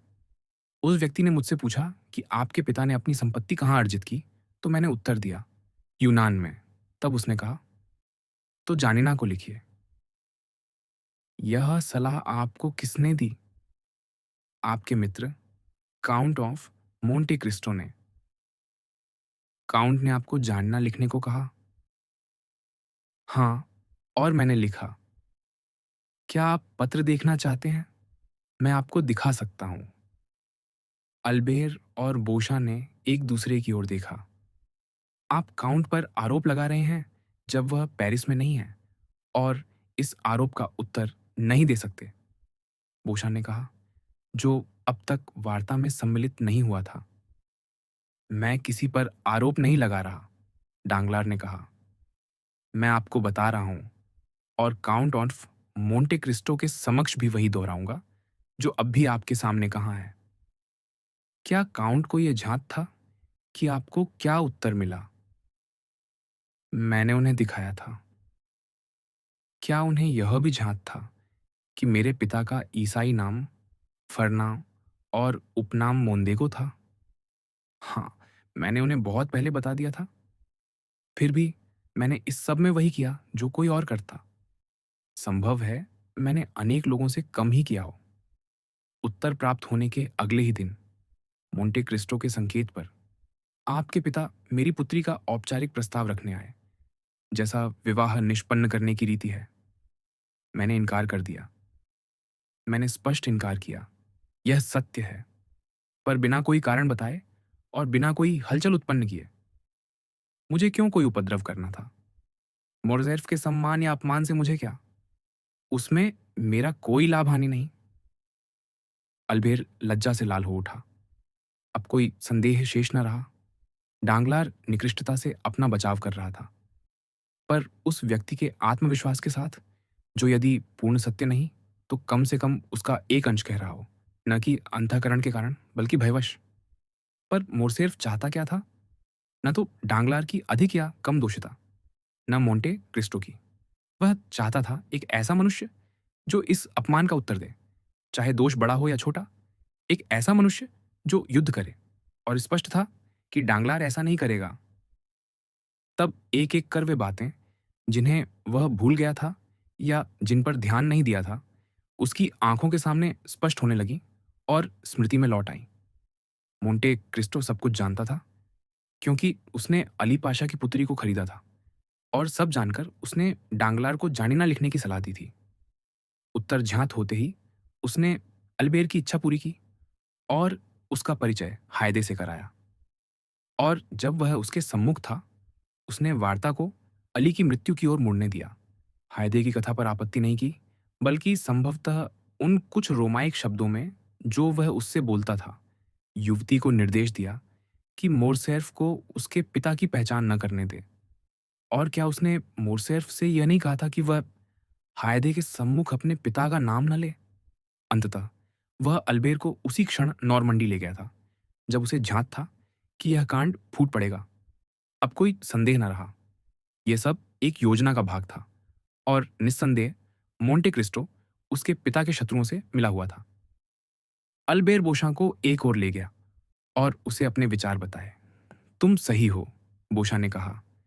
डांगलार केवल इस घटना के स्थूल कार्यकारी भाग में संलग्न है। यदि तुम्हें स्पष्टीकरण चाहिए तो तुम्हें मोंटे क्रिस्टो से पूछना होगा। अल्बेर मुड़ा। आप समझेंगे, उसने डांगलार से कहा, कि मैं आपसे अंतिम विदा नहीं ले रहा। मुझे अभी यह सुनिश्चित करना है कि आपके कथन सत्य हैं, और मैं तत्काल काउंट ऑफ मोंटे क्रिस्टो से इसकी पुष्टि करने जा रहा हूं। और बैंकर को प्रणाम कर वह पोशां के साथ निकल गया, कावाल कांति की ओर पुनः ध्यान दिए बिना। डांगलार उन्हें द्वार तक छोड़ने आया, और वहां उसने अल्बेर को पुनः आश्वासन दिया कि उसके मन में काउंट द मोरसेल्फ के प्रति कोई व्यक्तिगत वैर नहीं है। अपमान। जब वे बैंकर के घर से निकल रहे थे, बोशा ने मोरसेल्फ को रोक लिया। सुनो, उसने चेतावनी दी। अभी मैंने, जब हम डांगलार के यहाँ थे, कहा था कि जिस व्यक्ति से तुम्हें स्पष्टीकरण मांगना चाहिए वह मोंटे क्रिस्टो है। हाँ, और हम उसी से मिलने जा रहे हैं। एक क्षण, मोरसेल्फ, काउंट के यहाँ जाने से पहले सोचो। मुझे किस विषय में सोचना है? इस कदम की गंभीरता के विषय में। क्या यह डांगलार के यहाँ जाने से अधिक गंभीर है? हाँ, डांगलार धन का मनुष्य है, और जैसा तुम जानते हो, धन के मनुष्य को उस पूंजी का अत्यंत स्पष्ट बोध होता है जिसे वे जोखिम में डालते हैं। इसलिए वे सहजता से युद्ध नहीं करते। दूसरा, इसके विपरीत, कम से कम रूप से एक सज्जन है। क्या तुम्हें इस बात का भय नहीं कि उस सज्जन के भीतर तुम्हें एक भाड़े का योद्धा मिल जाए? मुझे केवल एक ही बात का भय है कि कहीं मुझे ऐसा मनुष्य न मिल जाए जो युद्ध न करे।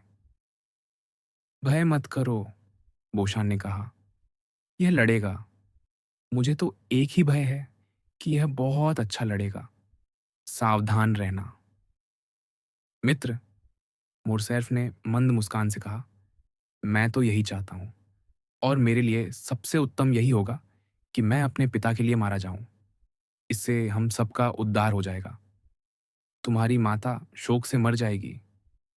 हाँ, मेरी दुर्भाग्यपूर्ण माता, अल्बेर ने अपनी आंखों पर हाथ रखते हुए कहा।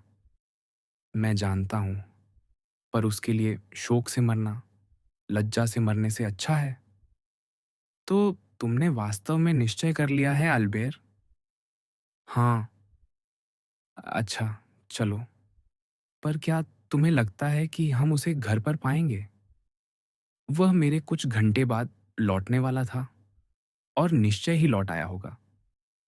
वे गाड़ी में बैठे और कोचवान को शांज एलिजे के एवेन्यू संख्या 30 चलने का आदेश दिया। बोशां अकेले भीतर जाना चाहता था, पर अल्बेर ने उसे बताया कि यह घटना इतनी असाधारण है कि सामान्य द्वंद्वाचार की औपचारिकताओं की उपेक्षा की जा सकती है। युवक इस मामले में इतनी पवित्र भावना से प्रेरित था कि बोशां उसके संकल्प के आगे झुकने के अतिरिक्त कुछ न कर सका। अतः उसने मोरसेर्फ का अनुसरण करना स्वीकार कर लिया। अल्बेर ने द्वारपाल की कुटिया से लेकर सीढ़ियों तक की दूरी एक ही उछाल में पार कर ली। बातिस्ता उसका स्वागत करने आया। काउंट वास्तव में लौट चुका था, पर वह स्नान में था और उसने किसी को भी भीतर न आने देने का आदेश दिया था। और स्नान के बाद? मोरसेर्फ ने पूछा। वह भोजन करेंगे। और भोजन के बाद? वह 1 घंटे विश्राम करेंगे। और फिर वह ओपेरा जाएंगे। क्या तुम्हें इसका पूर्ण विश्वास है? अल्बेर ने पूछा। पूर्ण विश्वास। उन्होंने ठीक 8 बजे के लिए अपने घोड़े मंगवाए हैं। अच्छा, अल्बेर ने कहा। मुझे इतना ही जानना था। फिर बोशां की ओर मुड़कर उसने जोड़ा। यदि तुम्हें कोई कार्य हो, बोशां, तो अब भी कर लो। यदि इस संध्या का कोई नियोजन हो, तो उसे कल तक स्थगित कर दो। तुम जानते हो कि मैं चाहता हूं कि तुम ओपेरा में आओ। यदि संभव हो, तो शातो रेनो को भी साथ लाना। बोशां ने प्राप्त अवकाश का लाभ उठाया और यह वचन देकर चला गया कि वह 7:45 अल्बेर को लेने आएगा। जैसे ही वह उससे मुक्त हुआ, अल्बेर ने फ्रांस, देब्रे और मोरेल को संदेश भेजा कि वे उसी संध्या ओपेरा में उससे मिलें। इसके बाद वह अपनी माता से मिलने गया, जिसने पिछले दिन की घटनाओं के बाद आगंतुकों के लिए अपना द्वार बंद कर लिया था और अपने कक्ष में ही थी। वह उसे शैया पर मिला, इस सार्वजनिक अपमान से अभिभूत। अल्बेर को देखते ही मेर्सेदेस पर वैसा ही प्रभाव पड़ा जैसा कल्पना किया जा सकता है। उसने अपने पुत्र का हाथ पकड़ लिया और आंसुओं में फूट पड़ी, पर उन आंसुओं ने उसे हल्का कर दिया। अल्बेर कुछ क्षण मौन खड़ा रहा। उसके पीले मुख और रेखांकित ललाट से स्पष्ट था कि उसके हृदय की प्रतिशोध पिपासा की तीक्ष्णता धीरे धीरे क्षीण हो रही है। माता, उसने पूछा, क्या आप मोरसेर्फ के किसी शत्रु को जानती हैं? मेर्सेदेस कांप उठी। उसने ध्यान दिया कि युवक ने यह नहीं कहा, मेरे पिता के। मेरे प्रिय, उसने कहा, काउंट के पद के मनुष्यों के अनेक शत्रु होते हैं, जिनसे वे स्वयं भी परिचित नहीं होते। और वैसे भी जिन शत्रुओं को मनुष्य जानता है, वे प्रायः सबसे खतरनाक नहीं होते। हाँ, मैं जानता हूँ। इसलिए मैं आपकी समस्त सूझबूझ का सहारा ले रहा हूँ। माता, आप इतनी उच्च बुद्धि की स्त्री हैं कि आपसे कुछ भी छिपा नहीं रहता। तुम ऐसा क्यों कहते हो? क्योंकि आपने अवश्य ध्यान दिया होगा। उदाहरण के लिए, हमारे नृत्य समारोह की संध्या मोंटे क्रिस्टो ने हमारे घर में कोई जलपान स्वीकार नहीं किया था। मेर्सेदेस एक भुजा के सहारे उठ बैठी, ज्वर से कांपती हुई। मोंटे क्रिस्टो, वह चिल्लाई, तुम्हारे प्रश्न से उसका क्या संबंध? आप जानती हैं माता, मोंटे क्रिस्टो लगभग पूर्व का मनुष्य है, एक ओरिएंटल। अपनी प्रतिशोध स्वतंत्रता में बाधा न पड़े, इसलिए वह अपने शत्रु के घर कभी कुछ खाता पीता नहीं। तुम क्या कह रहे हो, अल्बेर? मेर्सेदेस ने पूछा, उस चादर से भी अधिक श्वेत पड़ते हुए जो उसे ढंके थी। मोंटे क्रिस्टो हमारा शत्रु? तुम्हें ऐसी बात किसने बताई? क्यों? तुम उन्मत्त हो, अल्बेर। मोंटे क्रिस्टो ने हमारे प्रति केवल शिष्टाचार ही दिखाया है। उसने तुम्हारा जीवन बचाया और तुमने स्वयं उसका परिचय हमसे कराया। ओह! मेरे पुत्र, यदि तुम्हारे मन में ऐसे विचार हैं, तो उन्हें त्याग दो। और यदि मुझे तुमसे कुछ कहना है, उससे भी अधिक, यदि मुझे तुमसे कोई प्रार्थना करनी है, तो यह कि तुम उसके साथ सद्भाव बनाए रखो। माता, युवक ने कठोर दृष्टि से कहा, आपके पास अवश्य ही अपने कारण हैं, जो आप मुझे इस मनुष्य के साथ मैत्री बनाए रखने को कहती हैं। मैं! मर्सिडीज चिल्लाई, उतनी ही तीव्रता से लज्जित होते हुए, जितनी तीव्रता से वह पहले पीली पड़ी थी, और फिर लगभग तुरंत ही पहले से भी अधिक श्वेत हो गई। हाँ, निश्चय ही।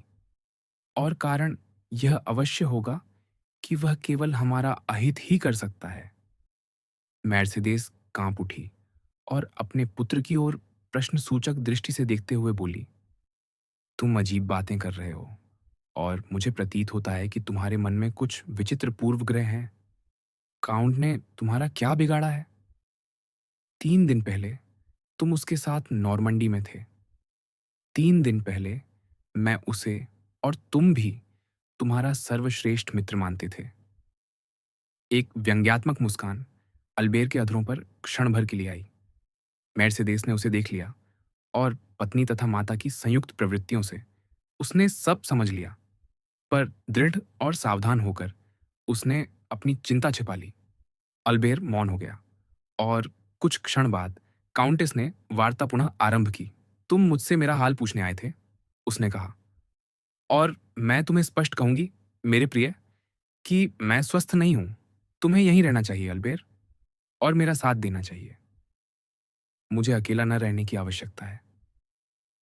माता, युवक ने उत्तर दिया, मैं आपकी आज्ञा का पालन करता, और आप जानती हैं कितनी प्रसन्नता से, यदि अत्यावश्यक और महत्वपूर्ण कार्य मुझे आज की पूरी संध्या के लिए आपसे दूर रहने को बाध्य न कर रहा होता।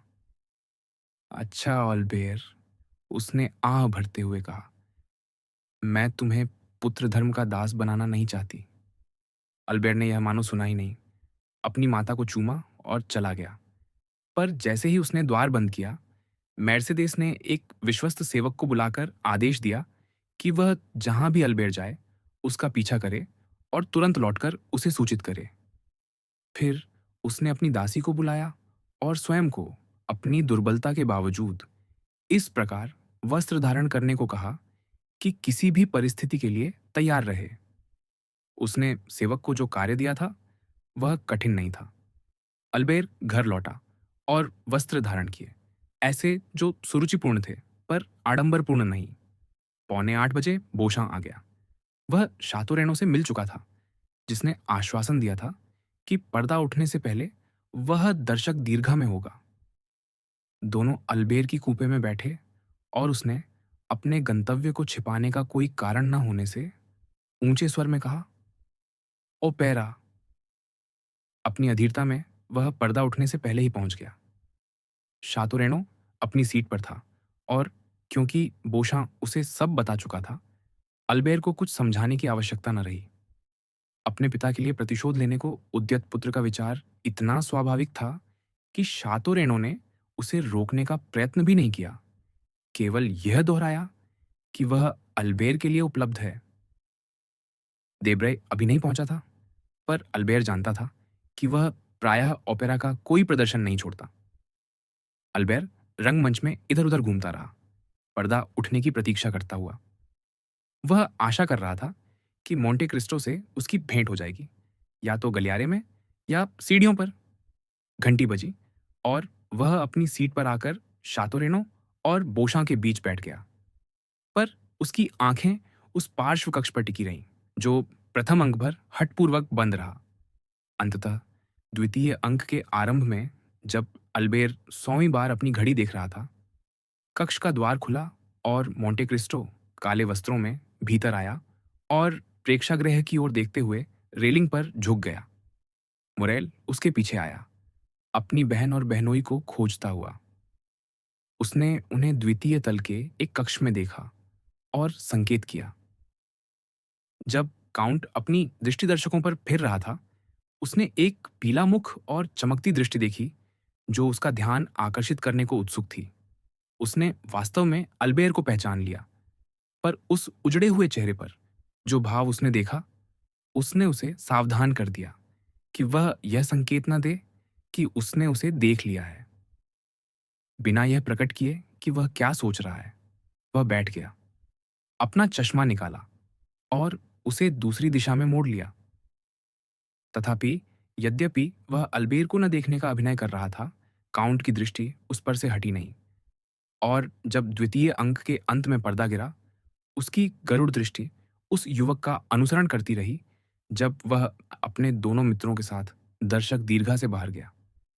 फिर उसने उसी सिर को अपनी कक्ष के सामने की बालकनी में प्रकट होते देखा। उसने आने वाले तूफान का अनुमान कर लिया, और जब उसने अपने कक्ष के द्वार में चाबी घूमने की ध्वनि सुनी, तब भी, जबकि वह उस क्षण मुरेल से अत्यंत प्रसन्न भाव से वार्ता कर रहा था, वह जानता था कि क्या होने वाला है और उसके लिए तैयार था। द्वार खुला, तभी मोंटे क्रिस्टो मुड़ा और उसने अल्बेर को देखा, श्वेत और कांपता हुआ। उसके पीछे बोशां और शातोरेनो थे। अरे, उसने कहा, उस सौम्य शिष्टता के साथ जो उसके अभिवादन को सामान्य सामाजिक औपचारिकता से भिन्न बनाती थी। यह रहा मेरा घुड़सवार, अपनी यात्रा के अंत में। शुभ संध्या, मोरसेर्फ। और वह मनुष्य जो स्वयं पर इतना पूर्ण नियंत्रण रखता था, अत्यंत आत्मीय भाव धारण किए हुए था। तभी मुरेल को उस पत्र का स्मरण हुआ जो विकाउंट ने उसे भेजा था, जिसमें बिना कोई स्पष्टीकरण दिए उसने उसे ओपेरा आने को कहा था, और उसे आभास हुआ कि कुछ भयानक घटित होने वाला है। हम यहाँ कपटपूर्ण शिष्टाचार या मित्रता के आडंबर का आदान प्रदान करने नहीं आए हैं, युवक ने कहा। हम आपसे स्पष्टीकरण मांगने आए हैं। काउंट, उसके दांतों के बीच से निकलने को अनिच्छुक, उसकी कांपती आवाज किसी प्रकार बाहर आई। स्पष्टीकरण ओपेरा में? काउंट ने अपनी शांत वाणी और पैनी दृष्टि से कहा, जो ऐसे व्यक्ति के अचूक चिन्ह हैं जिसे अपने ऊपर पूर्ण विश्वास हो। यद्यपि मैं पेरिस की रीति नीतियों से अपरिचित हूं, पर मैंने यह न सोचा था कि स्पष्टीकरण देने के लिए कोई यहां आएगा। पर जब कोई अपने को छिपा ले, अल्बेर ने प्रत्युत्तर दिया, जब उसे इस आधार पर नहीं पाया जा सके कि वह स्नान में है, भोजन पर है या शैया पर है, तब जहां वह मिल सके वहीं जाना पड़ता है। मुझे ढूंढना कठिन नहीं है, मोंटे क्रिस्टो ने कहा। कल ही, यदि मेरी स्मृति मुझे धोखा नहीं दे रही, आप मेरे घर पर ठहरे थे। कल, युवक ने कहा, जिसका सिर घूमने लगा था। मैं आपके घर इसलिए था क्योंकि मैं नहीं जानता था कि आप कौन हैं। इन शब्दों के साथ अल्बेर ने अपना स्वर ऊंचा कर लिया ताकि पड़ोसी कक्षों में बैठे लोग और गलियारे से गुजरने वाले उसे सुन सकें। विवाद की ध्वनि सुनकर कक्षों में बैठे लोग मुड़ गए और गलियारे से जाने वाले बोशां और शातोरेनो के पीछे रुक गए। आप कहाँ से आए हैं? मोंटे क्रिस्टो ने कहा, बिना तनिक भी भाव प्रकट किए। आप अपनी सुध बुध में नहीं प्रतीत होते। मैं पर्याप्त समझ रखता हूं, अल्बेर ने क्रोध से कहा, कि आपकी कुटिलता को समझ सकूं और आपको यह समझा सकूं कि मैं उसका प्रतिशोध चाहता हूं। आप क्या कह रहे हैं? मैं उसका एक शब्द भी नहीं समझता, मोंटे क्रिस्टो ने उत्तर दिया। और यदि समझता भी, तो आप उसे अत्यधिक ऊंचे स्वर में कह रहे हैं। यहां मैं अपने घर में हूं, और यहां केवल मुझे ही अपना स्वर ऊंचा करने का अधिकार है। अतः कृपया बाहर जाइए। और उसने भव्य आदेशात्मक संकेत से द्वार की ओर संकेत किया। ओह, मैं आपको आपके घर से बाहर निकाल ही लूंगा, अल्बेर ने कहा, अपने हाथ में दस्ताना मरोड़ते हुए, जिस पर मोंटे क्रिस्टो की दृष्टि स्थिर थी। अच्छा, अच्छा, उसने शांत भाव से कहा, आप मुझसे विवाद चाहते हैं, यह मैं देख रहा हूं, पर मैं आपको एक सलाह देता हूं, विकाउंट, और इसे स्मरण रखिए, किसी को ललकारते समय छतों पर चढ़कर घोषणा करना अच्छी आदत नहीं है। सबके लिए ध्यान आकर्षित करना लाभदायक नहीं होता। मोरसेर्फ, इस नाम के उच्चारण पर दृश्य देख रहे लोगों के बीच विस्मय की एक फुसफुसाहट लहर की भांति दौड़ गई। पिछले दिन से मोरसेर्फ का नाम सबकी जिह्वा पर था। अल्बेर ने इस व्यंग्य का अर्थ सबसे पहले और सबसे तीव्रता से समझा, और वह अपना दस्ताना काउंट के मुख पर फेंकने को हुआ। पर मोरेल ने उसकी कलाई पकड़ ली, जबकि बोशा और शातुरेनो ने यह भय करते हुए कि घटना केवल चुनौती से आगे न बढ़ जाए, पीछे से उसे रोक लिया। मोंटे क्रिस्टो बिना उठे अपनी कुर्सी पीछे झुकाकर आगे बढ़ा और युवक के हाथ से वह भीगा मरोड़ा हुआ दस्ताना छीन लिया। मैं इसे आपकी चुनौती मानूंगा, उसने भयावह स्वर में कहा, और इसे एक गोली में लपेट कर लौटाऊंगा। अब यहां से जाइए, नहीं तो मैं अपने सेवकों को बुलाकर आपको बाहर निकलवाऊंगा। मदमत, आतंकित, विक्षिप्त सी दृष्टि से अल्बेर 2 कदम पीछे हट गया और मोरेल ने अवसर पाकर द्वार बंद कर दिया। मोंटे क्रिस्टो ने अपना लॉर्गनेट उठाया और मानो कुछ असामान्य न हुआ हो, पुनः रंगमंच की ओर देखने लगा। उस मनुष्य का हृदय कांस्य का और मुख संगमरमर का था। मुरेल झुककर फुसफुसाया, आपने उसके साथ क्या किया? मैंने? कुछ नहीं, कम से कम व्यक्तिगत रूप से कुछ नहीं, काउंट ने उत्तर दिया। पर इस विचित्र घटना का कोई कारण तो अवश्य है। युवक काउंट द मोरसेर्फ के दुर्भाग्य से उन्मत्त है। क्या उसमें आपका कोई हाथ था? हायदे ने ही सदन में उसके पिता के विश्वासघात का उद्घाटन किया। सच, मुरेल ने कहा, मुझे बताया गया था, पर मैं विश्वास नहीं कर सका कि वह यूनानी दासी, जिसे मैंने इसी कक्ष में आपके साथ देखा था, अली पाशा की पुत्री है। यह पूर्णतः सत्य है। हे ईश्वर, अब मैं सब समझ गया। यह घटना पूर्व नियोजित थी। कैसे? हाँ, अल्बेर ने मुझे अब आज संध्या ओपेरा आने को लिखा था। वह चाहता था कि मैं आपके प्रति उसका अपमान देखूं। संभव है, मोंटे क्रिस्टो ने अपनी अविचल शांति से कहा। पर आप उसके साथ क्या करेंगे? किसके साथ? अल्बेर के साथ। अल्बेर के साथ? मोंटे क्रिस्टो ने उसी स्वर में कहा। मैं उसके साथ क्या करूंगा, मैक्सिमिलियन? उतनी ही निश्चितता से जितनी कि आप यहां हैं, और मैं आपका हाथ थामे हूं। मैं उसे कल प्रातः 10 बजे से पहले मार डालूंगा। यही मैं उसके साथ करूंगा। मोरेल ने दोनों हाथों से मोंटे क्रिस्टो का हाथ पकड़ लिया और उसकी शीतल, अचल दृढ़ता को अनुभव कर कांप उठा। ओह काउंट, उसने कहा, उसका पिता उससे अत्यंत प्रेम करता है। मुझसे यह मत कहो। मोंटे क्रिस्टो ने पहली बार क्रोध का चिह्न प्रकट करते हुए कहा। मैं उसे कष्ट दूंगा। मोरेल ने विस्मय से उसका हाथ छोड़ दिया। काउंट, वह चिल्लाया। मेरे प्रिय मैक्सिमिलियन, काउंट ने उसे रोकते हुए कहा। सुनो, दुप्रे कितनी सुंदरता से वह पंक्ति गा रहा है। ओ माथिल्दे, इडोल द मोनाम। अब दुप्रे को नेपल्स में सबसे पहले मैंने पहचाना था, और सबसे पहले मैंने ही उसकी प्रशंसा की थी। Bravo, Bravo. मुरेल समझ गया कि अब और कुछ कहना व्यर्थ है, और वह प्रतीक्षा करने लगा। पर्दा, जो अल्बेर की घटना के अंत में उठा था, थोड़ी ही देर बाद गिर गया। द्वार पर दस्तक हुई। आइए, मोंटे क्रिस्टो ने कहा। उसकी वाणी में कोई भाव प्रकट नहीं हुआ। बोशाम भीतर आया। शुभ संध्या, बोशां, मोंटे क्रिस्टो ने कहा, मानो उस संध्या पहली बार पत्रकार से भेंट हो रही हो। बैठिए। बोशां ने झुककर अभिवादन किया, भीतर आया और बैठ गया। कुछ समय पूर्व उसने कहा, जैसा आपने देखा होगा, मैं मोरसेर्फ के साथ था। इसका अर्थ संभवतः यह है, मोंटे क्रिस्टो हंसकर बोला, कि आप दोनों ने साथ भोजन किया था। मुझे यह देखकर प्रसन्नता है कि आप उनसे अधिक संयमित हैं, बोशां। मैं स्वीकार करता हूँ कि अल्बेर से अपना संयम खोना अनुचित हुआ, बोशां ने कहा, और मैं अपनी ओर से आपसे क्षमा मांगने आया हूँ। पर अब जबकि मेरी क्षमा याचना हो चुकी, और केवल मेरी, आप समझते हैं, काउंट, मैं यह भी कहने आया हूँ कि मैं आपको इतना सम्माननीय मनुष्य मानता हूँ कि आप जानिना के लोगों से अपने संबंधों के विषय में मुझे कुछ स्पष्टीकरण देने से इनकार नहीं करेंगे, और मैं उस यूनानी युवती के विषय में भी कुछ शब्द जोड़ूंगा। मोंटे क्रिस्टो ने अधरों और नेत्रों के संकेत से मौन का आदेश दिया।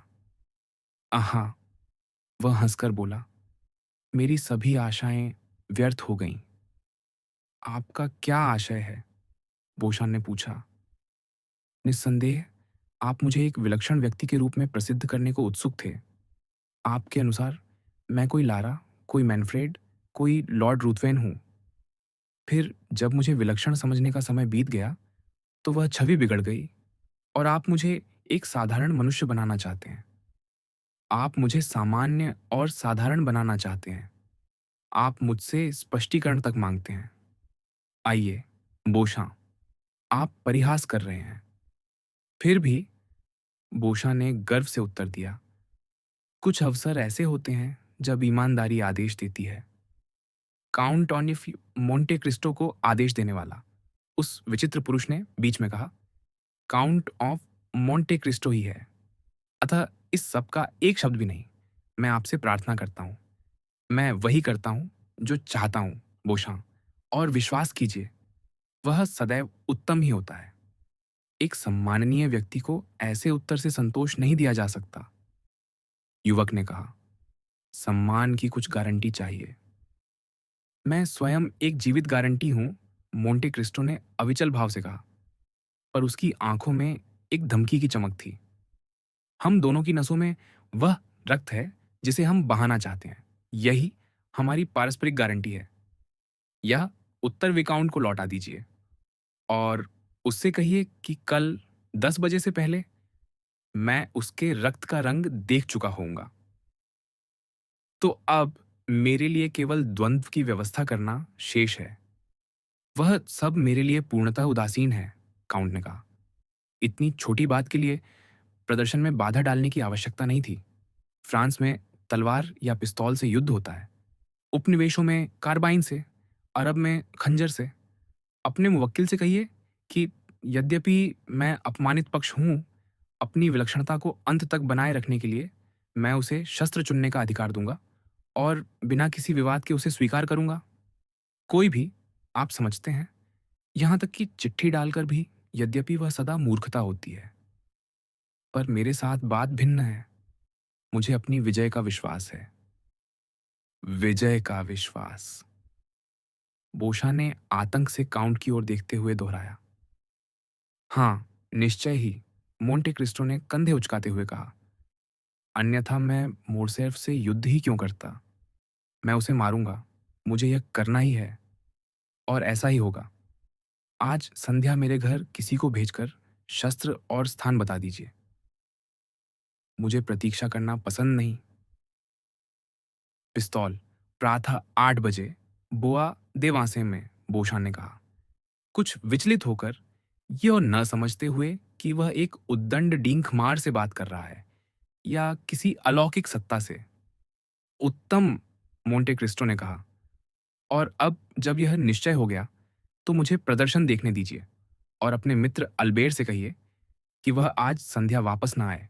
अपने असभ्य आक्रोश से वह स्वयं का ही अहित करेगा। उससे कहिए कि घर जाकर विश्राम करे। बोशा विस्मित होकर चला गया, और अब मोंटे क्रिस्टो ने मुरेल की ओर मुड़कर कहा, क्या मैं तुम पर निर्भर कर सकता हूं? निश्चय ही, काउंट, मैं आपके लिए उपलब्ध हूं। तथापि, क्या मेरे लिए वास्तविक कारण जानना आवश्यक है? क्या इसका अर्थ है कि तुम मुझे इनकार कर रहे हो? कदापि नहीं। कारण, मुरेल, काउंट ने कहा। युवक स्वयं अंधत्व में आगे बढ़ रहा है, बिना यह जाने कि वह क्या कर रहा है। वास्तविक कारण केवल मुझे और ईश्वर को झांत है। पर मैं तुम्हें अपने सम्मान की शपथ देकर कहता हूं कि ईश्वर, जो उसे जानता है, हमारे पक्ष में होगा। इतना पर्याप्त है, काउंट, मुरेल ने कहा। आपका दूसरा सहायक कौन होगा? पेरिस में मैं तुम्हारे अतिरिक्त किसी को भी इस सम्मान के योग्य नहीं समझता, मुरेल, और तुम्हारे बहनोई इमैनुएल को। क्या तुम्हें लगता है कि वह मेरे लिए यह सेवा करेगा? मैं उसके विषय में उतना ही आश्वस्त हूं जितना अपने विषय में, काउंट। अच्छा, मुझे इतना ही चाहिए। तो कल प्रातः 7 बजे मेरे घर हम उपस्थित होंगे। शांत, पर्दा उठ रहा है। सुनो, मैं इस ओपेरा का एक भी स्वर नहीं छोड़ता। कितना अद्भुत संगीत है। William Tell. रात्रि।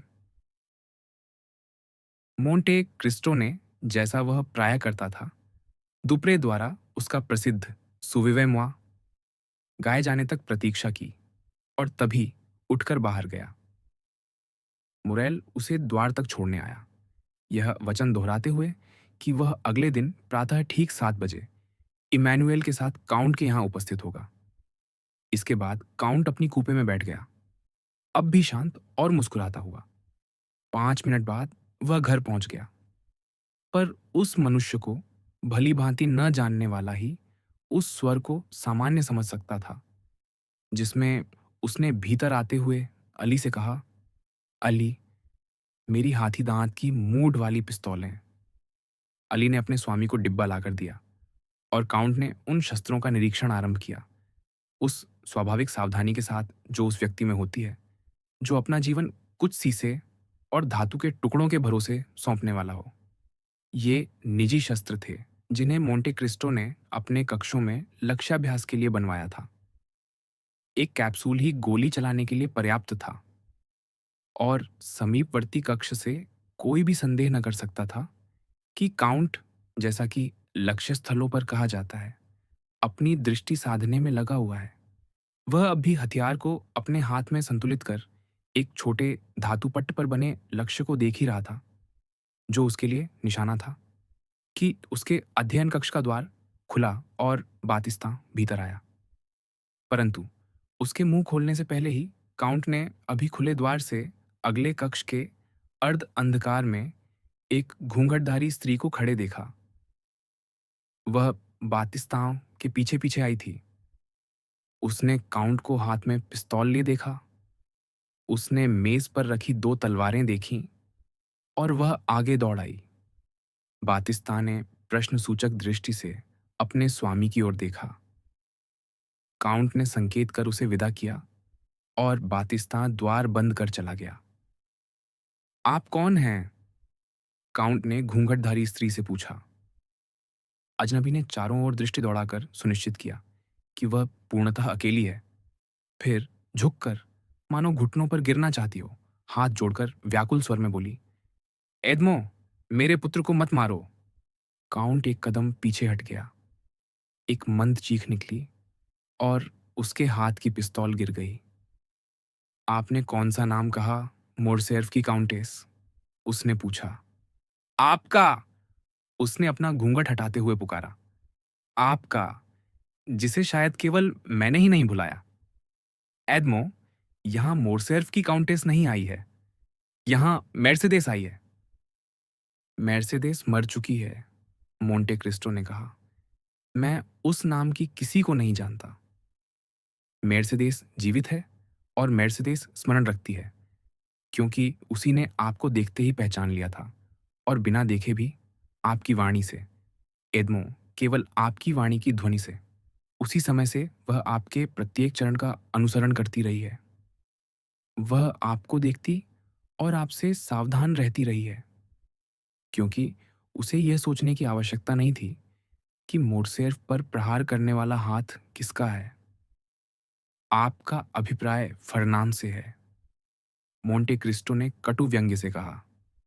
जब हम एक दूसरे के नाम स्मरण कर ही रहे हैं, तो सब स्मरण करें।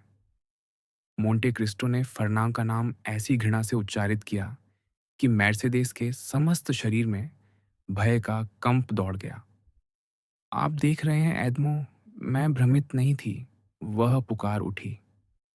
मैं सही थी जब मैंने आपसे कहा, मेरे पुत्र को क्षमा करें। आपको किसने बताया कि मेरा आपके पुत्र से कोई विवाद है? किसी ने नहीं। एक माता को दूसरी दृष्टि होती है। मैंने सब अनुमान कर लिया। आज संध्या मैं उसका पीछा करते हुए ओपेरा तक गई और भूतल के उस कक्ष से जहां मैं छिपी थी, मैंने सब देखा। यदि आपने सब देखा है, तो आपने यह भी देखा होगा कि फरनाम का पुत्र ने सार्वजनिक रूप से मेरा अपमान किया। मोंटे क्रिस्टो ने भयानक निश्चलता से कहा, ओह, दया कीजिए। आपने देखा, वह आगे बोला, कि यदि मेरे मित्र मुरेल ने उसकी भुजा न रोकी होती, तो वह अपना दस्ताना मेरे मुख पर फेंक देता। मेरी बात सुनिए। मेरे पुत्र ने भी अनुमान कर लिया है कि क्या हो रहा है, और वह अपने पिता के दुर्भाग्य का कारण आपको मानता है। आप भ्रमित हैं, मोंटे क्रिस्टो ने कहा। ये दुर्भाग्य नहीं, दंड है। मैंने मोरसेर्फ पर प्रहार नहीं किया। दैवी विधान उसे दंड दे रहा है। तो आप दैवी विधान का स्थान क्यों ले रहे हैं? मेर्सेदेस ने पुकारा।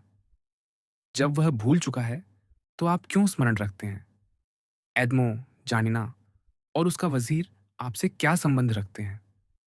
अली तेबेलिन के साथ विश्वासघात कर फर्नाम मोंदेगो ने आपका क्या अहित किया था? तो काउंटेस, मोंटे क्रिस्टो ने उत्तर दिया, यह सब फ्रांसीसी कप्तान और वासिलिकी की पुत्री का मामला है। आप सही कहती हैं, इसका मुझसे कोई संबंध नहीं। और यदि मैंने प्रतिशोध की शपथ ली है, तो वह फ्रांसीसी कप्तान या काउंट द मोरसेर्फ से नहीं, बल्कि मछुआरे फर्नान से है, कातालान मेर्सेदेस का पति। ओह, काउंटेस ने पुकारा, कितना भयानक प्रतिशोध उस पाप के लिए जिसे भाग्य ने मुझसे करवाया, क्योंकि दोषी मैं हूं एडमो। यदि आपको किसी से प्रतिशोध लेना ही है, तो मुझसे लीजिए, क्योंकि आपके अभाव और अपनी एकाकी अवस्था का सामना करने की शक्ति मुझ में न थी। और मैं अनुपस्थित क्यों था? तुम अकेली क्यों थीं? मोंटे क्रिस्टो ने पुकारा।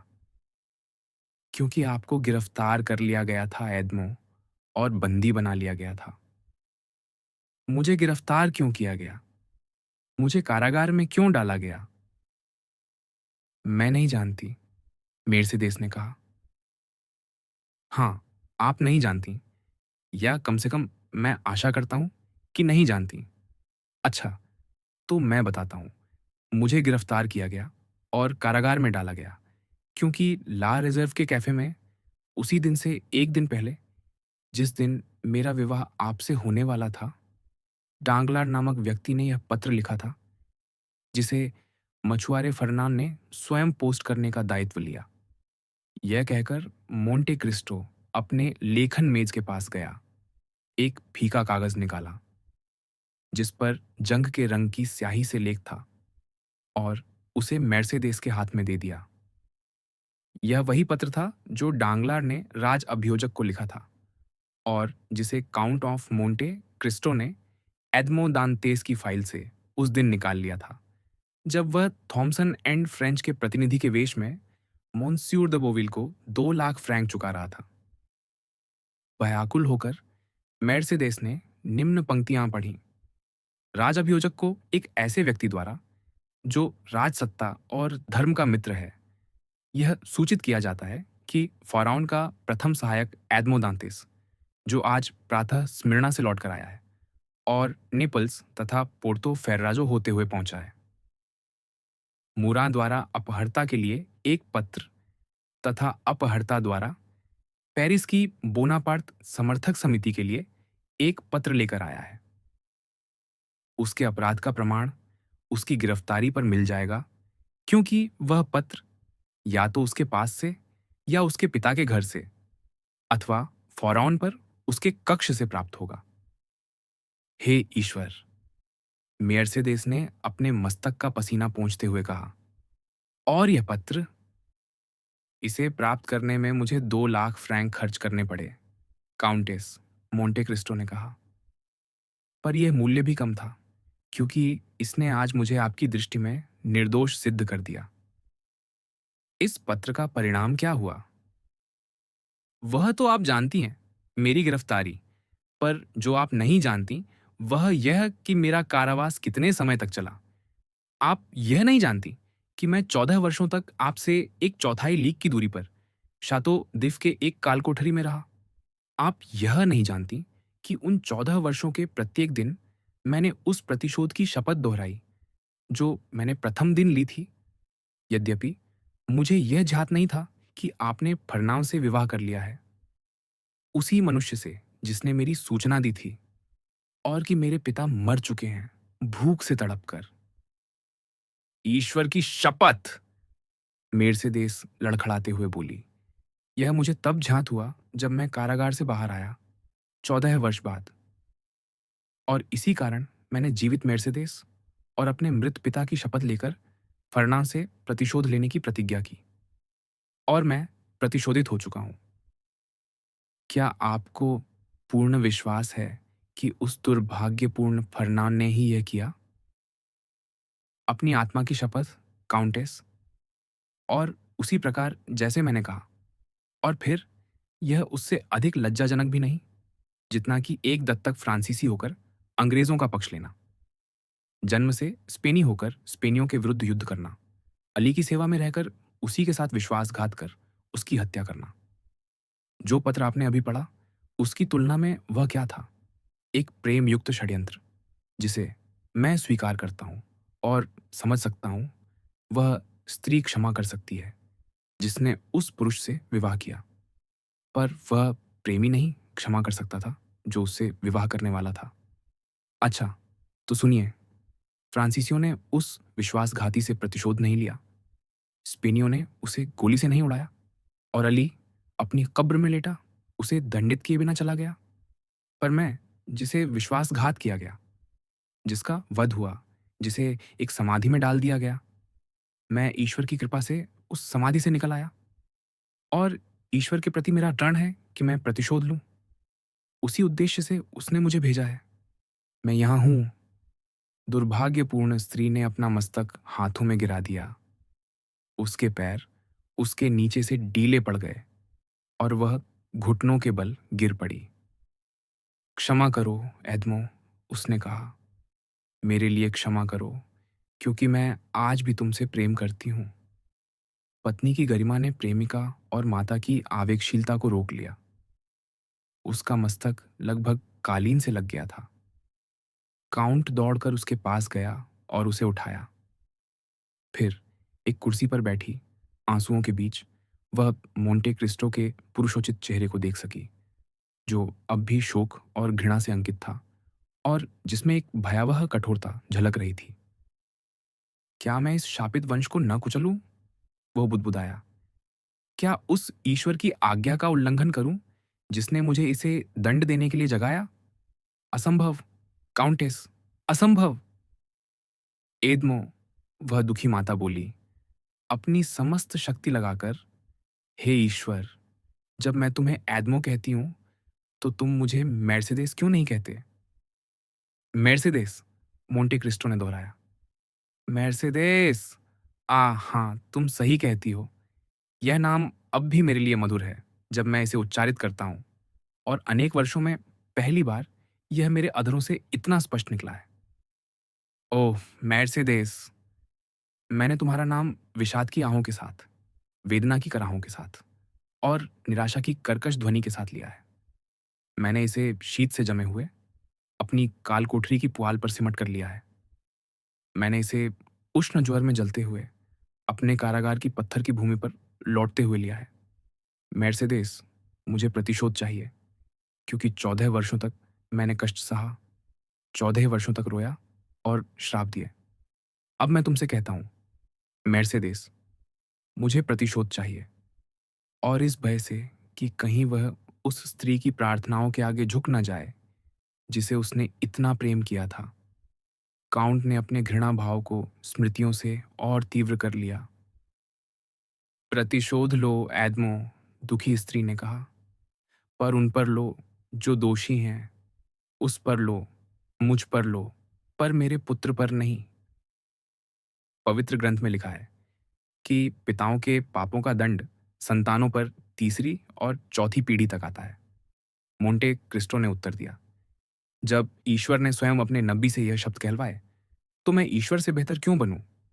और उसने एक ऐसी आह भरी जो गर्जना के समान थी और अपने घने केशों को दोनों हाथों से पकड़ लिया। एदमो, मेर्सेदेस ने अपने हाथ उसकी ओर बढ़ाते हुए कहा, जब से मैं तुम्हें जानती हूं, मैंने तुम्हारे नाम की पूजा की है और तुम्हारी स्मृति का आदर किया है। मेरे मित्र, मुझसे यह मत मांगो कि मैं उस उदात्त और पवित्र छवि को मलिन कर दूं, जो निरंतर मेरे हृदय के दर्पण में प्रतिबिंबित होती रहती है। एदमो, यदि तुम जानो कि मैंने तुम्हारे लिए ईश्वर से कितनी प्रार्थनाएं की है, जब तक मुझे आशा थी कि तुम जीवित हो, और तब भी जब मैंने विश्वास कर लिया था कि तुम मर चुके हो।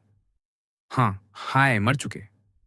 मैंने सोचा कि तुम्हारा शरीर किसी अंधकारमय प्राचीर के नीचे दफन है, या उन गहराइयों में फेंक दिया गया है जहां कारापाल मृत बंदियों के शरीर डालते हैं। और मैं रोती रही, पर मैं तुम्हारे लिए क्या कर सकती थी एडमो? प्रार्थना और रोने के अतिरिक्त? मेरी बात सुनो। 10 वर्षों तक प्रत्येक रात्रि मुझे एक ही स्वप्न आता रहा।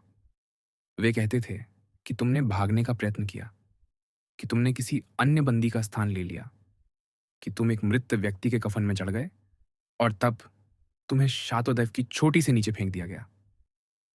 और केवल वह चीख जो तुम्हारे चट्टानों से टकराने पर निकली ने तुम्हारे दफनाने वालों को, जो तुम्हारे जल्लाद बन गए थे, उस परिवर्तन का भेद बताया। अच्छा एडमो, मैं उस पुत्र के मस्तक की शपथ लेकर कहती हूं जिसके लिए आज मैं तुमसे विनती कर रही हूं। 10 वर्षों तक प्रत्येक रात्रि मैंने मनुष्यों को किसी निराकार वस्तु को शिला शिखर से नीचे फेंकते देखा, और 10 वर्षों तक प्रत्येक रात्रि मैंने वह भयानक चीख सुनी जिसने मुझे कांपते और बर्फ सी शीतल अवस्था में जगा दिया। ओह, विश्वास करो एदमो, मैं भी, यद्यपि दोषी थी, मैंने भी कष्ट सहा है। क्या आपने अपने पिता की मृत्यु का अनुभव अपनी अनुपस्थिति में किया? क्या आपने उस स्त्री को जिससे आप प्रेम करते थे, अपने प्रतिद्वंद्वी की ओर हाथ बढ़ाते देखा, जबकि आप गर्त की गहराइयों में करा रहे थे? मोंटे क्रिस्टो ने अपने हाथ और गहरे अपने केशों में ढंसा दिए। नहीं, मेर्सेदेस ने उसे रोकते हुए कहा, पर मैंने उस मनुष्य को देखा है जिससे मैं प्रेम करती थी, अपने पुत्र का हत्यारा बनने को तैयार। उसने ये शब्द इतने प्रबल शोक और ऐसी व्याकुल वाणी में कहे कि उन्हें सुनते ही काउंट के कंठ में एक रुद्ध सिसकी उठी। सिंह वश में हो गया, प्रतिशोध का देवदूत पराजित हो गया। तुम क्या चाहती हो? उसने कहा। अपने पुत्र का जीवन? अच्छा, वह जीवित रहेगा। मेर्सेदेस ने एक चीख निकाली जिसने मोंटे क्रिस्टो की आंखों में 2 आंसू ला दिए, पर वे दोनों आंसू तुरंत विलीन हो गए। निश्चय ही ईश्वर ने किसी देवदूत को उन्हें संचित करने भेज दिया होगा, क्योंकि वे गुजरात या ऑफिर के सबसे समृद्ध मोतियों से भी अधिक मूल्यवान थे। उसने काउंट का हाथ पकड़कर अपने अधरों से लगा लिया। ओह एडमो, वह पुकार उठी। धन्यवाद, धन्यवाद। आप वैसे ही हैं जैसा मैंने आपको कभी सोचना बंद नहीं किया, जैसा मैंने आपको कभी प्रेम करना बंद नहीं किया। ओह, अब मैं ये कह सकती हूँ। तो और भी अच्छा, मोंटे क्रिस्टो ने उत्तर दिया, कि वह बेचारा एडमो अधिक समय तक तुम्हारे प्रेम का पात्र नहीं रहेगा। शव अपनी कब्र में लौटने वाला है, और प्रेत अपने अंधकार में। आप क्या कह रहे हैं एडमो? मैं कह रहा हूं कि चूंकि तुम मुझे ऐसा करने का आदेश देती हो, मेर्सेदेस, मुझे मरना होगा। मरना? ये किसने कहा? कौन मृत्यु की बात करता है? आपको ऐसे विचार कहाँ से आए? निश्चय ही तुम यह नहीं सोचती कि रंगमंच से भरे एक सभागार के सामने तुम्हारे मित्रों और तुम्हारे पुत्र के मित्रों की उपस्थिति में सार्वजनिक रूप से अपमानित होकर एक ऐसे बालक द्वारा उकसाए जाने पर, जो मेरी क्षमा को अपनी विजय कहेगा? तुम ये नहीं सोचती, मैं कहता हूं कि मुझे एक क्षण भी जीवित रहने की इच्छा है। तुम्हारे बाद मेर्सेडेस मैंने सबसे अधिक स्वयं से प्रेम किया है, अर्थात अपनी गरिमा से, उस शक्ति से जिसने मुझे अन्य मनुष्यों से श्रेष्ठ बनाया। वही शक्ति मेरा जीवन थी। तुमने एक शब्द से उसे चूर कर दिया। मैं मरता हूँ। पर द्वंद्व नहीं होगा एडमो, क्योंकि आपने उसे क्षमा कर दिया है। द्वंद्व होगा, मोंटे क्रिस्टो ने गंभीरता से कहा, पर तुम्हारे पुत्र के स्थान पर मेरा रक्त पृथ्वी को सींचेगा। मेर्सेदेस एक तीव्र चीख के साथ उठ खड़ी हुई, फिर अचानक रुक गई। एडमो, उसने कहा, हमारे ऊपर एक ईश्वर है, क्योंकि आप जीवित हैं और मैंने आपको पुनः देखा है, और मैं अपने हृदय की गहराइयों में उस पर विश्वास करती हूँ।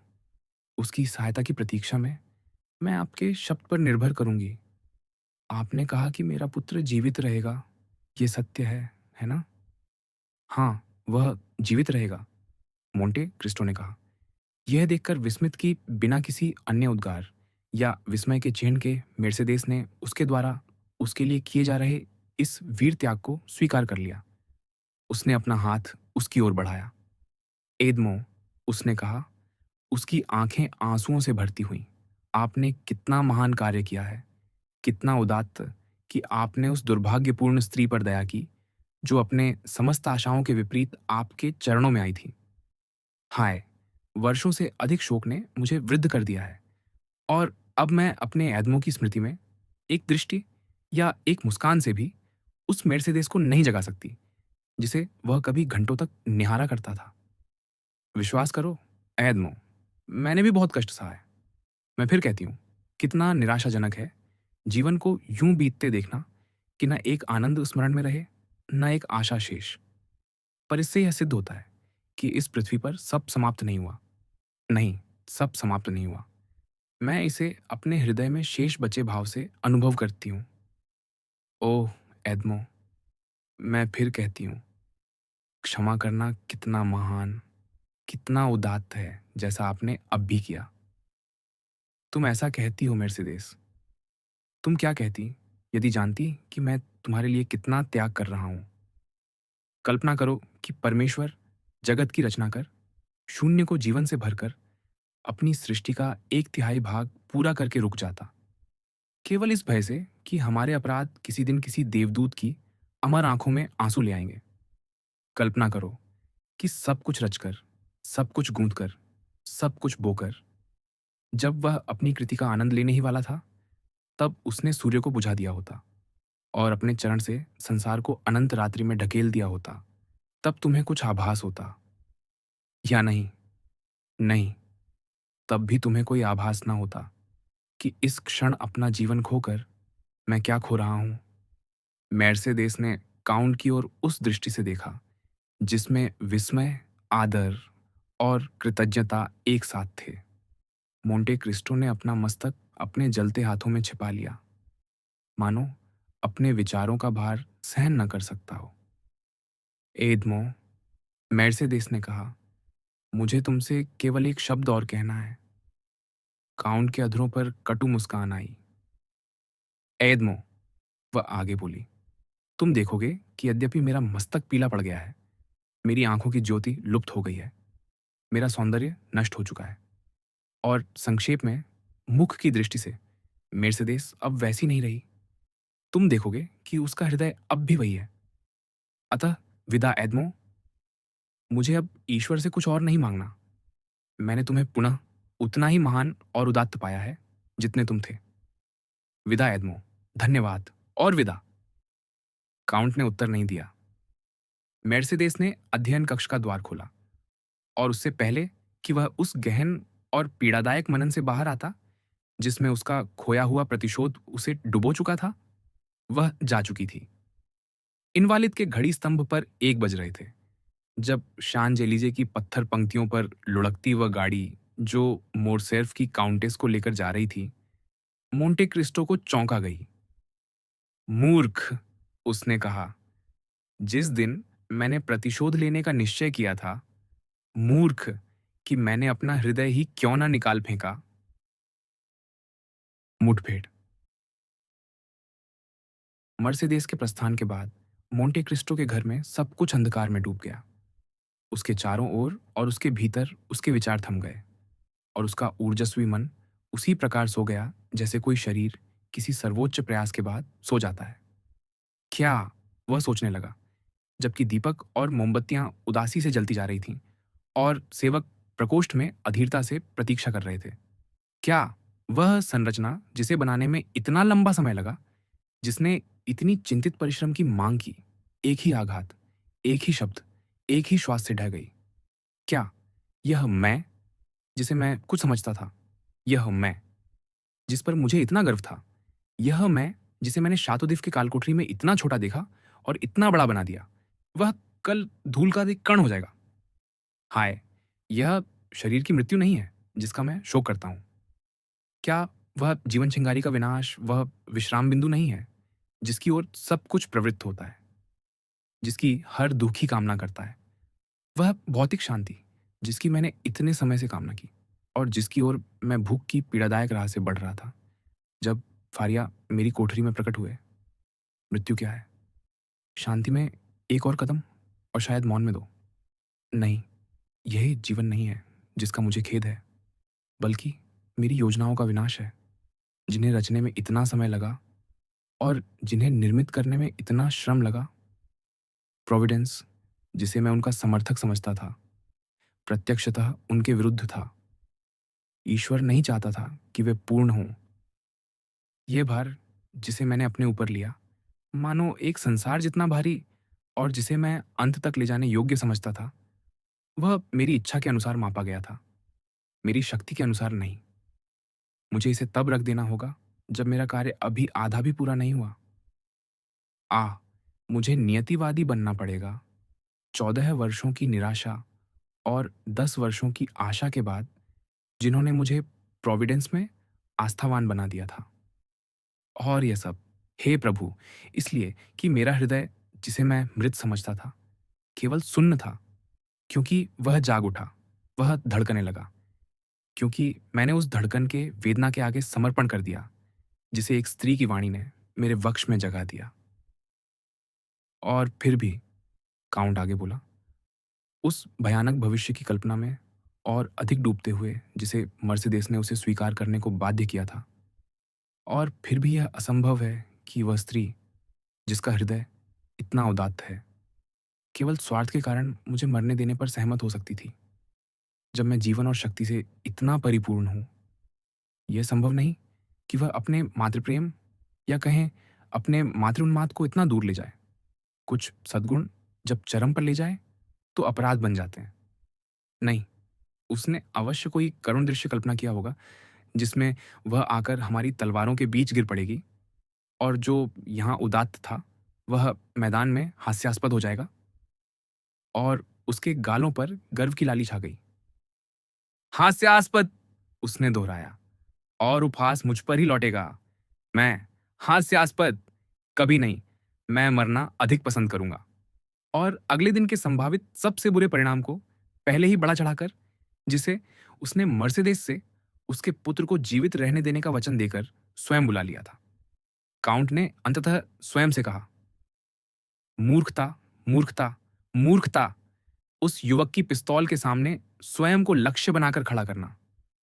वह कभी विश्वास नहीं करेगा कि मेरी मृत्यु आत्महत्या है, और फिर भी यह मेरे स्मृति सम्मान के लिए आवश्यक है। क्या यह अहंकार है, हे ईश्वर? उचित गर्व और कुछ नहीं। यह मेरे स्मृति सम्मान के लिए आवश्यक है कि संसार जाने कि मैंने स्वयं अपनी इच्छा से, अपने ही स्वतंत्र चयन से उस समय अपनी भुजा रोक ली जब वह प्रहार करने को उठी थी, और कि मैंने उसी हाथ से स्वयं को गिरा दिया जो दूसरों के विरुद्ध इतनी शक्ति से संरक्षित था। मैं यह करूंगा, मुझे करना ही होगा। और कलम पकड़कर उसने अपनी मेज की गुप्त दराज से एक कागज निकाला, और उस पृष्ठ के नीचे, जो पेरिस पहुंचने पर बनाया गया, उसका वसीयतनामा था, एक प्रकार की परिशिष्ट जोड़ दी, जो उसकी मृत्यु को सबसे अल्पदर्शी पाठक के लिए भी स्पष्ट कर देगी। मैं यह कर रहा हूं, हे ईश्वर, जितना आपके सम्मान के लिए, उतना ही अपने लिए। उसने आंखें स्वर्ग की ओर उठाकर कहा। पिछले 10 वर्षों से मैं स्वयं को आपके प्रतिशोध का दूत समझता आया हूँ। हे ईश्वर! और इस मोरसेर्फ के अतिरिक्त अन्य दुष्ट भी हैं, डांगलार, विल्फोर, जो यह ना समझें कि संयोग ने उन्हें उनके शत्रु से मुक्त कर दिया, और न ही स्वयं मोरसेर्फ।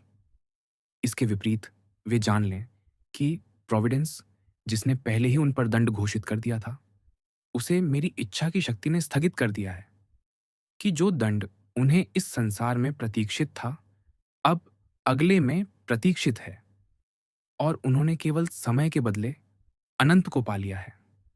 जब वह इन अनिश्चितताओं के बीच मंडरा रहा था, पीड़ा से जागे हुए मनुष्य के दुस्वप्न में दिन का उजाला खिड़कियों को श्वेत करने लगा, और उसके हाथों के नीचे रखे हल्के नीले कागज पर अपना प्रकाश डालने लगा, जिस पर उसने अभी प्रोविडेंस का यह अंतिम औचित्य लिखा था। 5 बजे थे। अचानक उसके कानों में एक हल्की ध्वनि पहुंची। मोंटे क्रिस्टो को लगा मानो उसने कोई दबा हुआ आहसा स्वर सुना हो।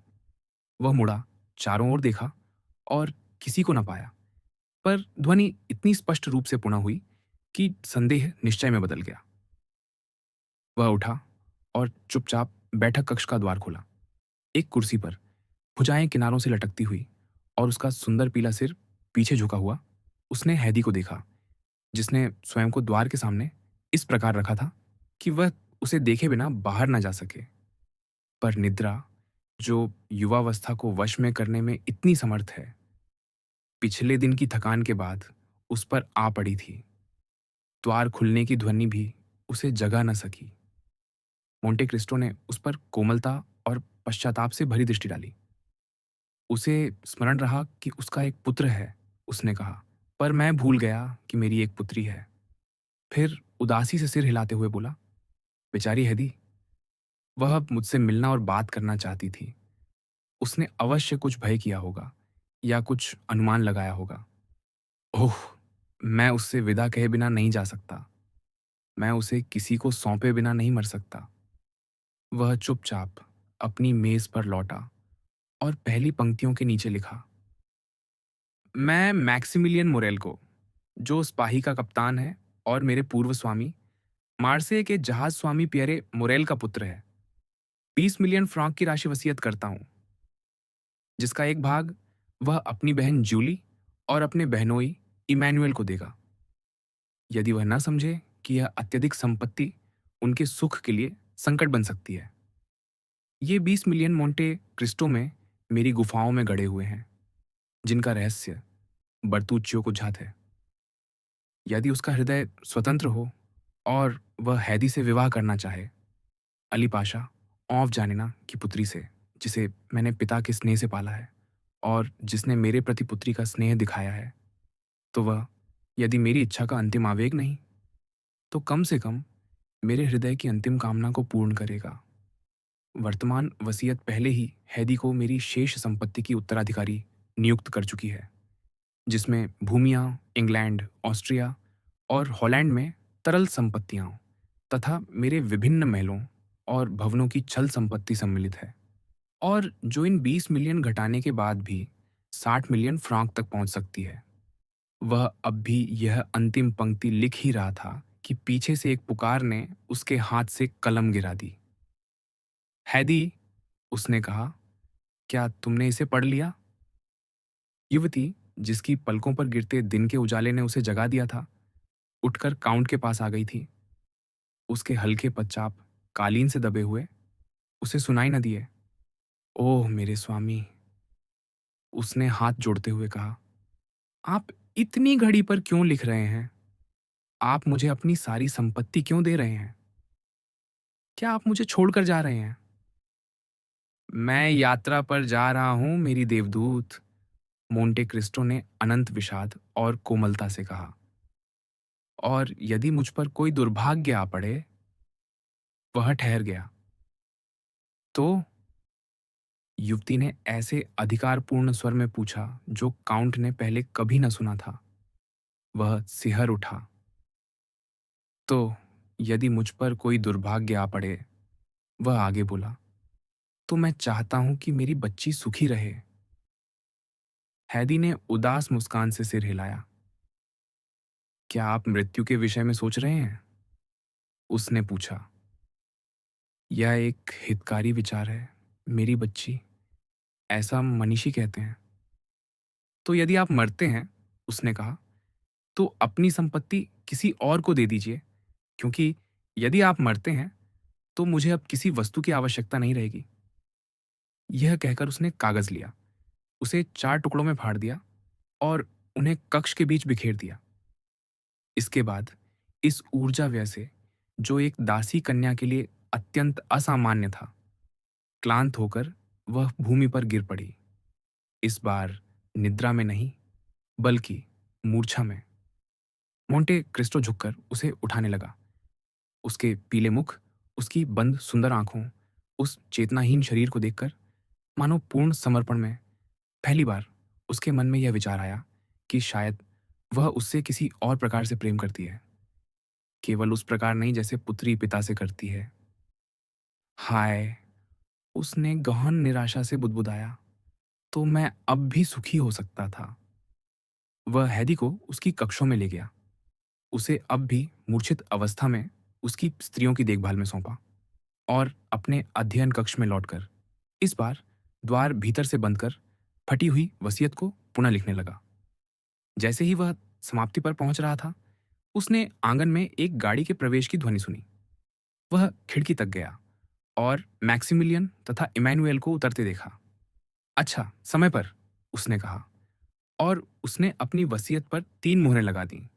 कुछ ही क्षण बाद उसने बैठक कक्ष में पदचाप सुनी और स्वयं अध्ययन कक्ष का द्वार खोलने गया।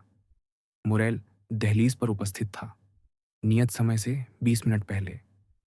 मैं शायद शीघ्र आ गया, काउंट, उसने कहा, पर मैं स्वीकार करता हूं कि मैं एक क्षण भी सो नहीं सका और हमारे घर में भी किसी ने नहीं सोया। मुझे आपसे मिलना था, आपके साहस और आत्मविश्वास से स्वयं को पुनः सुदृढ़ करने के लिए। मोंटे क्रिस्टो इस स्नेह प्रमाण को अनुत्तरित नहीं रहने दे सका और उसने हाथ नहीं, दोनों भुजाएं फैलाकर उसका स्वागत किया, भावपूर्ण स्वर में कहते हुए, मोरेल, यह मेरे लिए उत्तम दिन है जब मैं अनुभव करता हूं कि मैंने तुम जैसे पुरुष का स्नेह प्राप्त किया है। सुप्रभात, इमैनुएल। तो मैक्सिमिलियन, क्या तुम मेरे साथ चल रहे हो? निश्चय ही, युवा कप्तान बोला। क्या आपने कभी संदेह किया? पर यदि मैं गलत होता।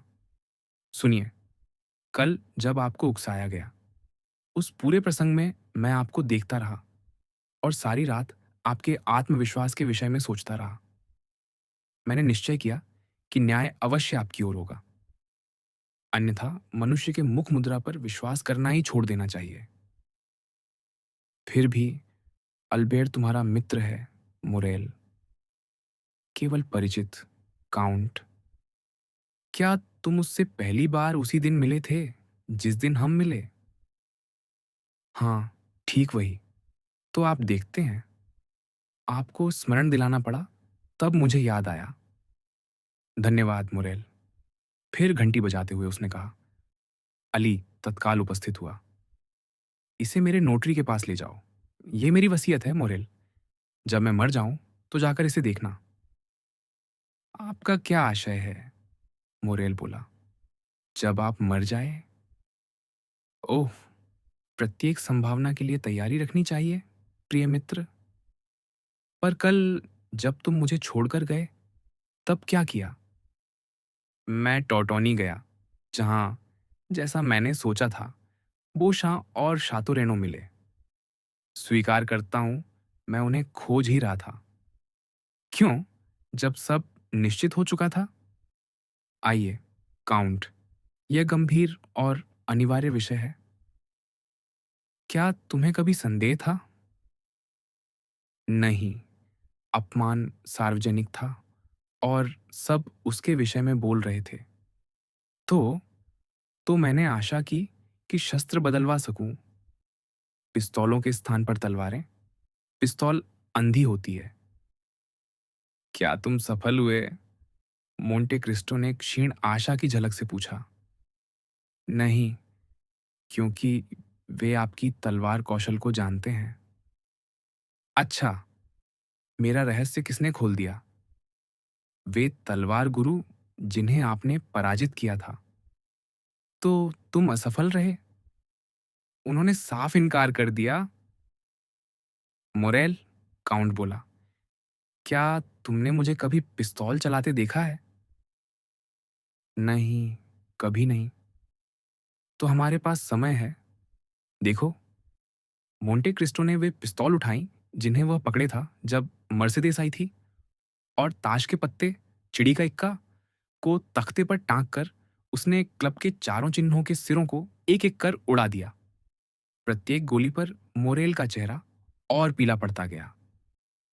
उसने वे गोलियां देखीं जिनसे यह कौशल प्रदर्शन हुआ था, और पाया कि वे छर्रों से अधिक बड़ी न थीं। यह भयावह है, उसने कहा। देखो, इमैनुएल। फिर मोंटे क्रिस्टो की ओर मुड़कर बोला, काउंट, स्वर्ग के लिए अल्बेर को मत मारिए। उस दुष्ट की एक माता है। निस्संदेह है, मोंटे क्रिस्टो ने कहा, और मेरी कोई नहीं। इन शब्दों के उच्चारण स्वर से मुरेल सिहर उठा। आप अपमानित पक्ष हैं, काउंट। निश्चित। उसका क्या अर्थ? अर्थ यह कि पहली गोली आप चलाएंगे। मैं? हाँ, यह मैं प्राप्त कर सका, या कहें मैंने आग्रह किया। हम उनके लिए पर्याप्त रियायतें कर रहे हैं। उन्हें यह मानना ही पड़ा। कितने कदमों से? 20। काउंट के अधरों पर एक भयानक मुस्कान तैर गई। मुरेल, उसने कहा, जो तुमने अब भी देखा है उसे मत भूलना। तो मैं आपकी मानवीय संवेदनाओं पर भरोसा कर रहा हूं कि वे अल्बेर को बचाएंगी, युवक ने कहा। मेरी संवेदनाएं? काउंट ने कहा। यह आपकी उदारता, मेरे मित्र। चूंकि आप अपने लक्ष्य पर इतनी निश्चयता से प्रहार करने में समर्थ हैं, इसलिए मैं आपसे वह कह सकता हूं जो किसी और से कहना हास्यास्पद होता। क्या? उसकी भुजा तोड़ दीजिए, उसे घायल कर दीजिए, पर उसे मारिए मत। अब मेरी बात सुनो, मोरेल, काउंट ने कहा। मुझे मोरसेर्फ के साथ कोमल व्यवहार करने के लिए किसी प्रोत्साहन की आवश्यकता नहीं है। वास्तव में मोरसेर्फ के साथ, मैं अभी तुम्हें बता सकता हूं, इतनी उदारता से व्यवहार किया जाएगा कि वह अपने दोनों मित्रों के साथ शांतिपूर्वक घर लौट जाएगा, जबकि मैं। आप? क्या? वह दूसरी बात है। मुझे वापस लाया जाएगा। अरे अरे! मैक्सिमिलियन लगभग व्याकुल होकर चिल्लाया। जैसा मैं कह रहा हूं वैसा ही होगा, मेरे प्रिय मोरेल। मोरसेर्फ मुझे मार डालेगा। मोरेल ने काउंट को ऐसे देखा जैसे वह अब उसके शब्दों का अर्थ ही न समझ पा रहा हो। कल संध्या से आपके साथ क्या घटित हुआ है, काउंट? वही जो फ्लिप्पी के युद्ध पूर्व संध्या पर ब्रूट्स के साथ हुआ था। मैंने एक भूत देखा है, और उस भूत ने मोरेल मुझसे कहा कि मैं पर्याप्त समय तक जी चुका हूं। मैक्सिमिलियन और मोरेल ने एक दूसरे की ओर देखा। मोंटे क्रिस्टो ने अपनी घड़ी निकाली। चलें, उसने कहा। 7 बजने में 5 मिनट है, और समय ठीक 8 बजे का है। एक बग्घी पहले से जुती हुई प्रतीक्षा कर रही थी। मोंटे क्रिस्टो अपने दोनों सेकंड्स के साथ उसमें बैठ गया। गलियारा पार करते समय वह एक द्वार के पास रुककर सुनने लगा। मैक्सिमिलियन और इमैनुएल, जो शिष्टतापूर्वक कुछ कदम आगे बढ़ गए थे, उन्हें लगा मानो किसी आह का उत्तर किसी सिसकी से मिला हो। जैसे ही घड़ी ने 8 बजाए, वे निर्धारित स्थल पर पहुंच गए। हम पहुंच गए, मुरेल ने खिड़की से सिर बाहर निकालते हुए कहा। हम पहले हैं। स्वामी, मुझे क्षमा करें, बैप्तिस्ता ने कहा, जो अपने स्वामी के साथ अवर्णनीय भय की अवस्था में आया था। पर मुझे लगता है कि मैं उधर वृक्षों के नीचे एक बग्घी देख रहा हूं। सचमुच? इमैनुअल ने कहा। मैं दो युवकों को साथ साथ टहलते देख रहा हूं। वे प्रतीक्षा करते प्रतीत होते हैं। मोंटे क्रिस्टो हल्के से अपनी बरूश से उतरा और इमैनुएल तथा मैक्सिमिलियन को उतरने में हाथ दिया। मैक्सिमिलियन ने काउंट का हाथ थामे रखा। यह अच्छा है, उसने कहा। ऐसा ही हाथ मैं उस पुरुष में देखना चाहता हूं, जिसका जीवन उसके उद्देश्य की न्याय संगतता पर निर्भर हो। अदृश्य रूप से मोंटे क्रिस्टो ने मोरेल को उसके बहनोई से कुछ कदम पीछे रोका। मैक्सिमिलियन, उसने कहा, क्या तुम्हारा हृदय किसी के प्रति बंधा है? मोरेल ने विस्मय से उसकी ओर देखा। मैं तुमसे कोई रहस्य प्रकट करने को नहीं कह रहा मेरे प्रिय मित्र। यह सरल प्रश्न है, हाँ या नहीं। मैं एक युवती से प्रेम करता हूं, काउंट। अत्यंत प्रेम, जीवन से भी अधिक। अच्छा, मोंटे क्रिस्टो ने कहा। तो एक और आशा चली गई। फिर उसने धीमे स्वर में आह भरते हुए जोड़ा, बेचारी है दी। काउंट, यदि मैं आपको इतना भली भांति ना जानता होता तो मैं आपको आपकी अपेक्षा कम दृढ़ समझता, मुरेल ने कहा। क्योंकि मैं उस व्यक्ति के विचार से आह भर रहा हूं जिसे मुझे पीछे छोड़ना है। आओ, आओ, मुरेल। क्या एक सैनिक साहस को इतना कम जानता है? क्या मुझे अपना जीवन खोने का भय है? मेरे लिए जीना या मरना क्या अर्थ रखता है? जिसने 20 वर्ष जीवन और मृत्यु के बीच मंडराते हुए बिताए हैं। किसी भी दशा में निश्चिंत रहो, मुरेल। यदि यह दुर्बलता भी होती तो केवल तुम्हारी आंखों के लिए होती। मैं जानता हूं कि संसार एक बैठक कक्ष है जिससे मनुष्य को विनम्रता और सम्मान के साथ विदा लेनी चाहिए, अर्थात झुककर अपने खेल के आरंभ चुका देने के बाद। यह बेहतर है, मुरेल ने कहा। अब आप उचित कह रहे हैं। वैसे क्या आप अपने शस्त्र लाए हैं? क्यों लाता? मुझे आशा है ये सज्जन अपने शस्त्र लाए होंगे। मैं पूछ लेता हूं, मुरेल ने कहा। हाँ, पर कोई बातचीत नहीं, समझे? निश्चिंत रहें। मुरेल बोशां और शातोरेनो के पास गया। शातोरेनो ने मैक्सिमिलियन को आते देखकर उसका स्वागत करने आगे बढ़ा। तीनों युवकों ने एक दूसरे का अभिवादन किया, यदि आत्मीयता से नहीं तो कम से कम शिष्टता से। क्षमा करें, महाशयो, मुरेल ने कहा। मैं मोरसैर्फ को नहीं देख रहा। उन्होंने आज सुबह हमें संदेश भेजा था, शातोरेनो ने उत्तर दिया, कि वे यहीं हमसे आ मिलेंगे। अच्छा, मुरेल ने कहा। बोशा ने घड़ी निकाली। 8:05। समय की कोई हानि नहीं हुई, उसने कहा। मैंने यह कारण से नहीं कहा, मैक्सिमिलियन ने उत्तर दिया। खैर, शातोरेनो ने बीच में कहा। उधर एक बग्घी आ रही है। एक बग्घी उस मार्ग से तीव्र गति से आ रही थी जो उस चौराहे तक जाता था जहां वे खड़े थे। महाशयो, मुरेल ने कहा, आप निश्चय ही पिस्तौलें लाए होंगे। मोंटे क्रिस्टो ने कहा है कि वे अपने शस्त्रों के प्रयोग का अधिकार छोड़ने को तैयार हैं। हमने काउंट की इस शिष्टता का अनुमान कर लिया था, बोशा ने उत्तर दिया। मैं कुछ पिस्तौलें लाया हूं जिन्हें मैंने 1 सप्ताह या 10 दिन पूर्व खरीदा था, ये सोचकर कि ऐसी किसी घटना में उनकी आवश्यकता पड़ सकती है। वे बिल्कुल नई हैं और कभी चलाई नहीं गईं। क्या आप देखना चाहेंगे? हो बोशा, मोरेल ने झुककर कहा। चूंकि आप आश्वस्त करते हैं कि मोरसेर्फ इन शस्त्रों से अपरिचित हैं, तो आपका शब्द ही पर्याप्त है। महाशयो, शातोरेनो ने कहा, आखिर वह मोरसेर्फ नहीं था जिसे हमने उस बग्घी में आते देखा। वह, विश्वास कीजिए या नहीं, फ्रांस और देब्रे थे। जैसे ही उसने कहा, वे दोनों युवक उनके पास आ पहुंचे। आप यहां, महाशयो, शातोरेनो ने दोनों से हाथ मिलाते हुए कहा। आपको क्या लाया? अल्बेर, देब्रे ने कहा। उसने आज सुबह हमें यहां उपस्थित रहने का संदेश भेजा था।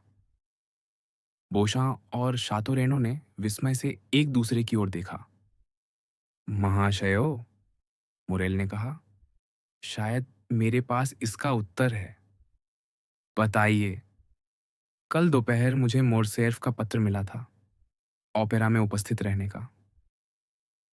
मुझे भी, देब्रे ने कहा। मुझे भी, फ्रांज ने कहा। और हमें भी, शातोरेनो और बोशां ने कहा।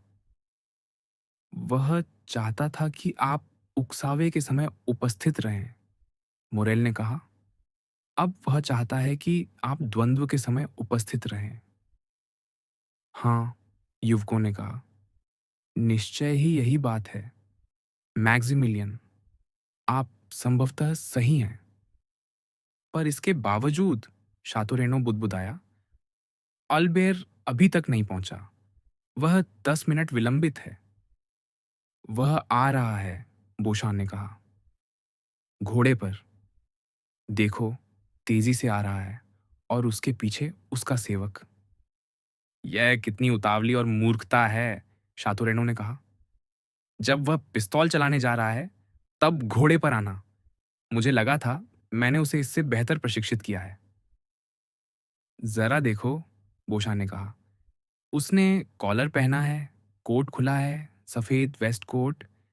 उसने अपने पेट पर लक्ष्य क्यों नहीं बना लिया? सब कुछ और भी शीघ्र और सरल हो जाता। जब वे बातें कर ही रहे थे, अल्बेर समूह से लगभग 10 गज की दूरी पर आ पहुंचा। उसने घोड़ा रोका, नीचे कूदा और लगाम अपने सेवक को थमा दी। फिर वह उनकी ओर बढ़ने लगा। वह पीला था, उसकी आंखें लाल और सूजी हुई थीं। स्पष्ट था कि उसने पूरी रात एक क्षण भी नहीं सोया था। उसके समूचे चेहरे पर गंभीर, विषाद की वह छाप थी जो उसमें असामान्य थी। महाशयो, उसने कहा, मेरे निमंत्रण को स्वीकार करने की कृपा करने के लिए आपका धन्यवाद। विश्वास कीजिए, मैं इस मित्रता चिह्न के लिए अत्यंत कृतज्ञ हूं। जैसे ही मोरसेर्फ निकट आया, मुरेल लगभग 10 गज पीछे हटकर अलग खड़ा हो गया था। और आपको भी, मुरेल, अल्बेर ने कहा। मैं आपका भी आभारी हूं। कृपया निकट आइए, आप यहां स्वागत योग्य हैं। श्रीमान, मैक्सिमिलियन ने कहा, संभव है आपको झांत न हो कि मैं यहां मोंटे क्रिस्टो के काउंट का सेकंड बनकर उपस्थित हूं। मुझे निश्चित नहीं था, पर मैंने अनुमान किया था। और भी अच्छा, यहां जितने अधिक सम्माननीय पुरुष होंगे, मैं उतना ही प्रसन्न रहूंगा। मुरेल, शातोरेनो ने कहा, आप मोंटे क्रिस्टो को सूचित कर सकते हैं कि मोरसेर्फ उपस्थित हैं और हम उनकी प्रतीक्षा में हैं। मोरेल अपने दायित्व का पालन करने ही जा रहा था कि बोशाम बग्घी से पिस्तौलों का बक्सा लेने गया। ठहरिए महाशयो, अल्बेर ने कहा, मुझे मोंटे क्रिस्टो से कुछ कहना है। एकांत में? मुरेल ने पूछा। नहीं, सबके सामने। एल्बेर के सेकंड्स ने विस्मय से एक दूसरे की ओर देखा। फ्रांस और देब्रे ने आपस में कुछ शब्द फुसफुसाए, और मुरेल इस अप्रत्याशित घटना से प्रसन्न काउंट को बुलाने गया, जो इमैनुएल के साथ एक पार्श्व पथ पर टहल रहा था। वह मुझसे क्या चाहता है? उसने पूछा। मुझे नहीं पता, पर वह आपसे बात करना चाहता है। ईश्वर करे कि वह किसी नए अपमान से भाग्य को न ललकारे। मुझे नहीं लगता उसका ऐसा इरादा है। काउंट मैक्सिमिलियन और इमैनुएल के साथ आया। उसका मुख पूर्णतः शांत और निर्मल था, जो अल्बेर के टूटे हुए भावों से विचित्र विरोध में था। अल्बेर भी अपनी ओर से आगे बढ़ा। अन्य 4 युवक उसके पीछे थे। जब वे 3 गज की दूरी पर थे, अल्बेर और काउंट रुक गए। महाशयो, अल्बेर ने कहा, कृपया निकट आ जाइए। मैं नहीं चाहता कि जो शब्द मैं मोंटे क्रिस्टो से कहने जा रहा हूं, उनका एक भी शब्द आपसे छूटे, क्योंकि मैं चाहता हूं कि आप, जिन्होंने उन्हें सुना होगा, उन्हें दोहराए, चाहे मेरी वाणी आपको कितनी ही विचित्र क्यों न लगे। मैं प्रतीक्षा कर रहा हूं, काउंट ने कहा। श्रीमान, अल्बेर ने कहा। उसका स्वर पहले डगमगाया, पर आगे बढ़ते हुए स्थिर होता गया। मैंने आप पर आरोप लगाया था कि आपने एपिरस में मोर्सेफ के आचरण का उद्घाटन किया, क्योंकि चाहे काउंट मोर्सेफ जितने भी दोषी रहे हों, मुझे नहीं लगा था कि आपको उन्हें दंडित करने का अधिकार था। अब, श्रीमान, मैं समझ गया हूं कि आपको वह अधिकार था। यह फरनाओ मोंदेगो का अली पाशा के प्रति विश्वासघात नहीं है, जिसने मुझे आपको क्षमा करने को तत्पर किया है। यह मछुआरे फरनाओ का आपके प्रति विश्वासघात है, और उस विश्वासघात से उत्पन्न वे अकल्पनीय दुर्भाग्य। अतः मैं कहता हूं, और ऊंचे स्वर में कहता हूं, हाँ, श्रीमान, आपको मेरे पिता से प्रतिशोध लेने का अधिकार था, और मैं, उनका पुत्र, आपका आभारी हूं कि आपने उससे अधिक कुछ नहीं किया। यदि इस अप्रत्याशित दृश्य के साक्षियों के बीच वज्र गिर पड़ता, तो भी वे इससे अधिक स्तब्ध न होते जितने अल्बेर के इस कथन से हुए। जहां तक मोंटे क्रिस्टो का प्रश्न था, उसकी आंखें धीरे धीरे स्वर्ग की ओर उठ गईं, अनंत कृतज्ञता के भाव से। और वह इस बात से अभिभूत था कि अल्बेर का उग्र स्वभाव, जिसका साहस उसने रोमन डाकुओं के सम्मुख देखा था, इस आकस्मिक अपमान के सामने तत्काल झुक गया। इसमें उसने मर्सिडेस का प्रभाव देखा, और अब समझा कि उसका उदात्त हृदय उसे उस बलिदान से रोकने का प्रयत्न क्यों नहीं कर रहा था, जिसे वह पहले से जानती थी कि अनावश्यक सिद्ध होगा।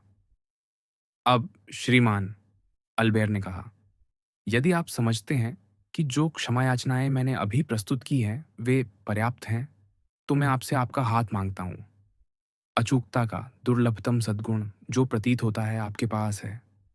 उसके बाद मेरे मत में सबसे बड़ा सद्गुण है अपनी भूल स्वीकार करना।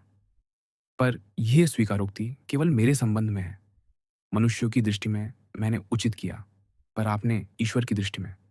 केवल एक देवदूत ही हम में से किसी एक को मृत्यु से बचा सकता था, और वह देवदूत स्वर्ग से उतरा।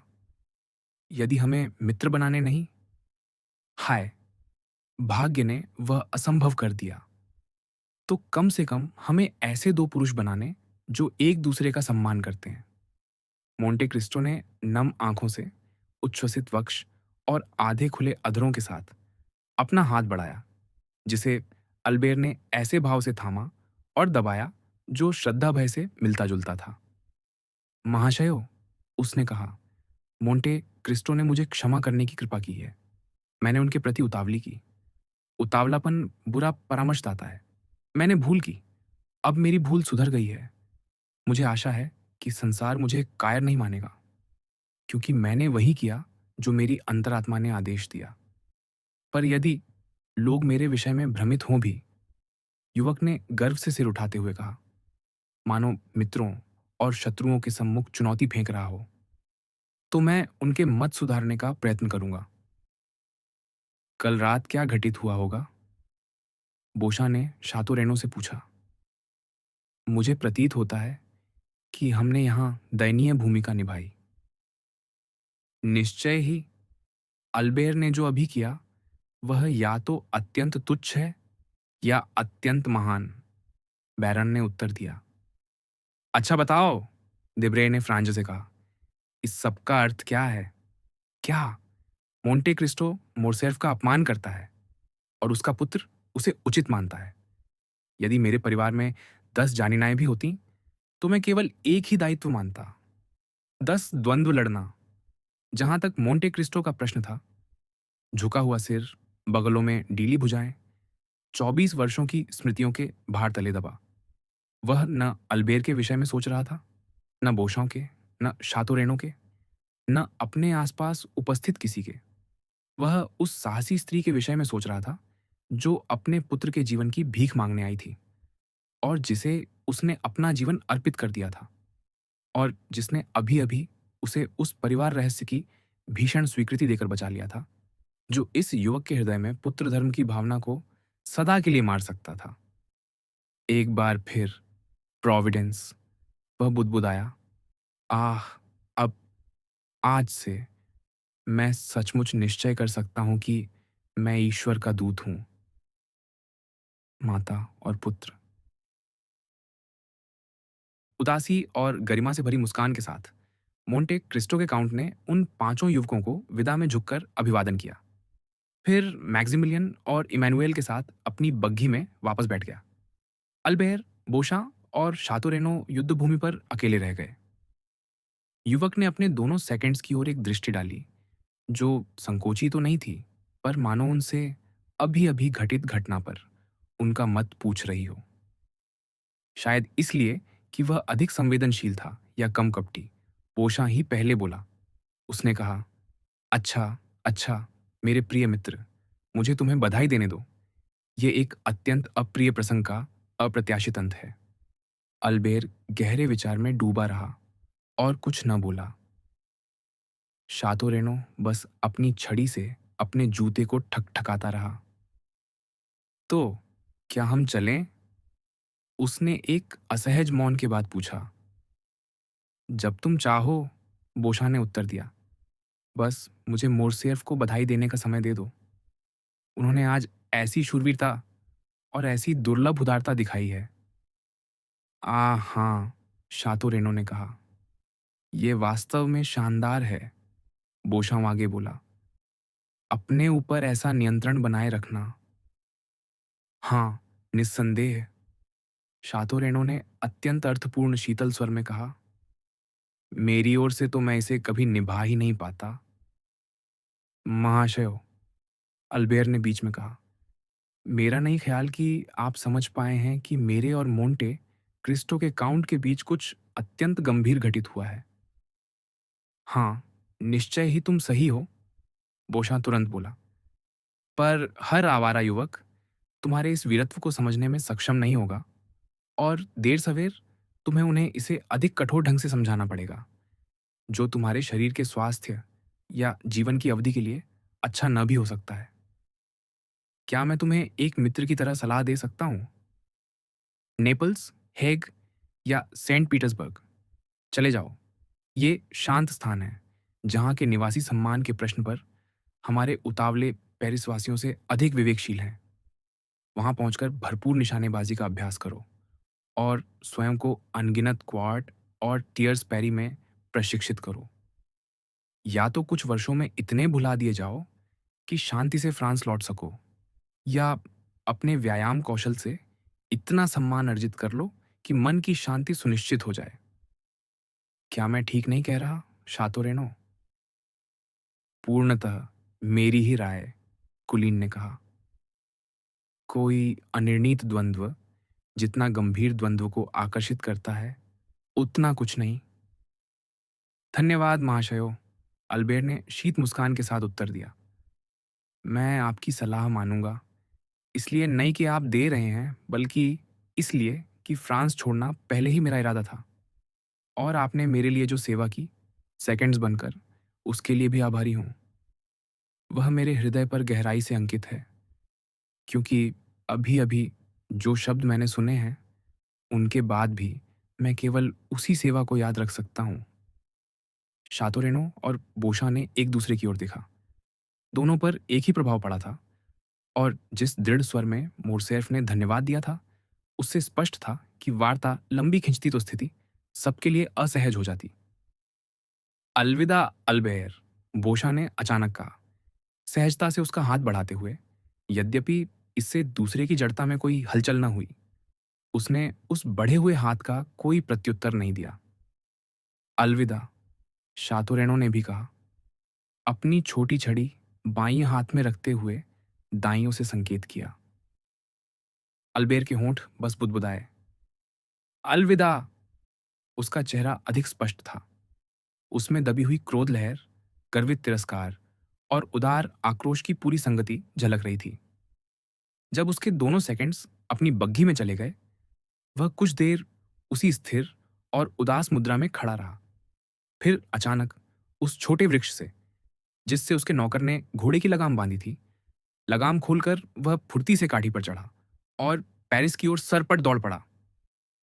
15 मिनट बाद वह रूद्यू हेल्देर स्थित मकान में प्रवेश कर रहा था। घोड़े से उतरते समय उसे लगा मानो उसने अपने पिता का पीला चेहरा शयनकक्ष के पर्दों के पीछे से झांकते देखा। अल्बेर ने एक आह भरते हुए मुंह फेर लिया और अपने छोटे मंडप में चला गया। अंदर पहुंचकर उसने उस समस्त वैभव पर अंतिम दृष्टि डाली जिसने बचपन से उसका जीवन इतना सुखद और आनंदपूर्ण बनाया था। उसने चित्रों को आखिरी बार देखा, जिनके चेहरे मानो उस पर मुस्कुरा रहे थे और जिनके दृश्य चमकीले रंगों से जीवित प्रतीत होते थे। फिर उसने अपनी माता का चित्र उतारा, कैनवास को ओक की चौखट से अलग किया और उसे लपेट लिया, उस स्वर्ण फ्रेम को खाली और शाम छोड़ते हुए जो उसे घेरे हुए था। इसके बाद उसने अपनी उत्तम तुर्की तलवारें क्रम से रखीं, अपनी उत्तम अंग्रेजी बंदूकें, जापानी चीनी मिट्टी के पात्र, सजावटी थाल और फ्यूशेर्स या बारिये द्वारा हस्ताक्षरित कलात्मक कांस्य मूर्तियां अलमारियों में रखीं और प्रत्येक की चाबी लगा दी। अपनी जेब का सारा खुला धन मेज की दराज में डाल दिया, उसे खुला छोड़ा और उसके बाद वे सभी अलंकारिक आभूषण भी रख दिए जो प्यालों, डिब्बों या शेल्फों पर थे। उसने हर वस्तु की सूक्ष्म सूची बनाई और पुस्तकों व कागजों को हटाकर उसे मेज पर सबसे स्पष्ट स्थान पर रख दिया। वह अब भी यह कार्य आरंभ ही कर रहा था कि अल्बेर के अकेला छोड़े जाने के आदेश के बावजूद उसका नौकर कमरे में आ गया। क्या चाहिए? मोरसेर्फ ने उससे पूछा। स्वर में क्रोध से अधिक विषाद था। क्षमा चाहता हूं, सेवक बोला। मुझे झांत है कि आपने मुझे बाधा न देने को कहा था, पर काउंट मोरसेर्फ ने अभी मुझे बुलाया है। तो अल्बेर ने पूछा, मैं आपके निर्देश लिए बिना काउंट के पास नहीं जाना चाहता था। क्यों? क्योंकि काउंट निश्चय ही जानते होंगे कि मैं आपके साथ मैदान तक गया था। मेरा भी यही अनुमान है, अल्बेर ने कहा। और यदि उन्होंने मुझे बुलाया है तो संभवतः वहां जो हुआ उसके विषय में पूछने के लिए। मैं क्या कहूं? सत्य। तो मैं कहूं कि भेंट हुई ही नहीं। उन्हें बताओ कि मैंने मोंटे क्रिस्टो के काउंट से क्षमा मांग ली। अब जाओ। सेवक झुककर चला गया। अल्बेर अपनी सूची पर लौट आया। जैसे ही वह उसे पूरा कर रहा था, आंगन में घोड़ों की टाप और बग्घी के पहियों की खड़खड़ाहट से खिड़कियां कांप उठीं। वह खिड़की तक गया और अपने पिता को अपनी बरूश में बैठकर जाते देखा। काउंट के पीछे फाटक बंद होते ही अल्बेर अपनी माता के कक्ष की ओर गया और चूंकि उसे सूचित करने वाला कोई न था, सीधे मर्सिडेस के कमरे में प्रवेश कर गया। वहां जो उसने देखा और जो उसने अनुमान किया, उससे उसका हृदय भर आया और वह दहलीज पर ही ठिठक गया, मानो एक ही आत्मा दो शरीरों में वास करती हो। मर्सिडेस अपने कक्ष में वही कर रही थी जो अल्बेर अपने में कर रहा था। सब कुछ व्यवस्थित कर दिया गया था। लेस, सज्जाएं, आभूषण, वस्त्र, धन, सब सावधानी से दराजों के निचले भाग में रखा जा रहा था, जिनकी चाबियां काउंटेस ध्यान से एकत्र कर रही थीं। अल्बेर ने ये सारी तैयारियां देखी। वह समझ गया उनका अर्थ क्या है और मां पुकारते हुए उसने मर्सिडेस के गले में बाहें डाल दी। जो चित्रकार उन दोनों चेहरों की उस क्षण की अभिव्यक्ति को पकड़ सकता, वह निश्चय ही एक उत्कृष्ट चित्र रचता। सारा भौतिक प्रमाण उस दृढ़ निश्चय का, जिसने स्वयं अल्बेर को चिंतित नहीं किया था, उसे अपनी माता के लिए गहरे व्याकुल कर गया। उसने पूछा, आप क्या कर रही हैं? और तुम क्या कर रहे थे? उसने प्रत्युत्तर दिया। ओह मां! अल्बेर भावावेग से लगभग निर्वाक होकर बोला। आपके लिए यह वैसा नहीं है जैसा मेरे लिए है। नहीं, आप उसी निर्णय पर नहीं पहुंची होंगी जिस पर मैं पहुंचा हूं, क्योंकि मैं यहां आपको यह बताने आया हूं कि मैं आपके घर और आपसे विदा ले रहा हूं। मैं भी अल्बेर, मर्सिडेस ने उत्तर दिया।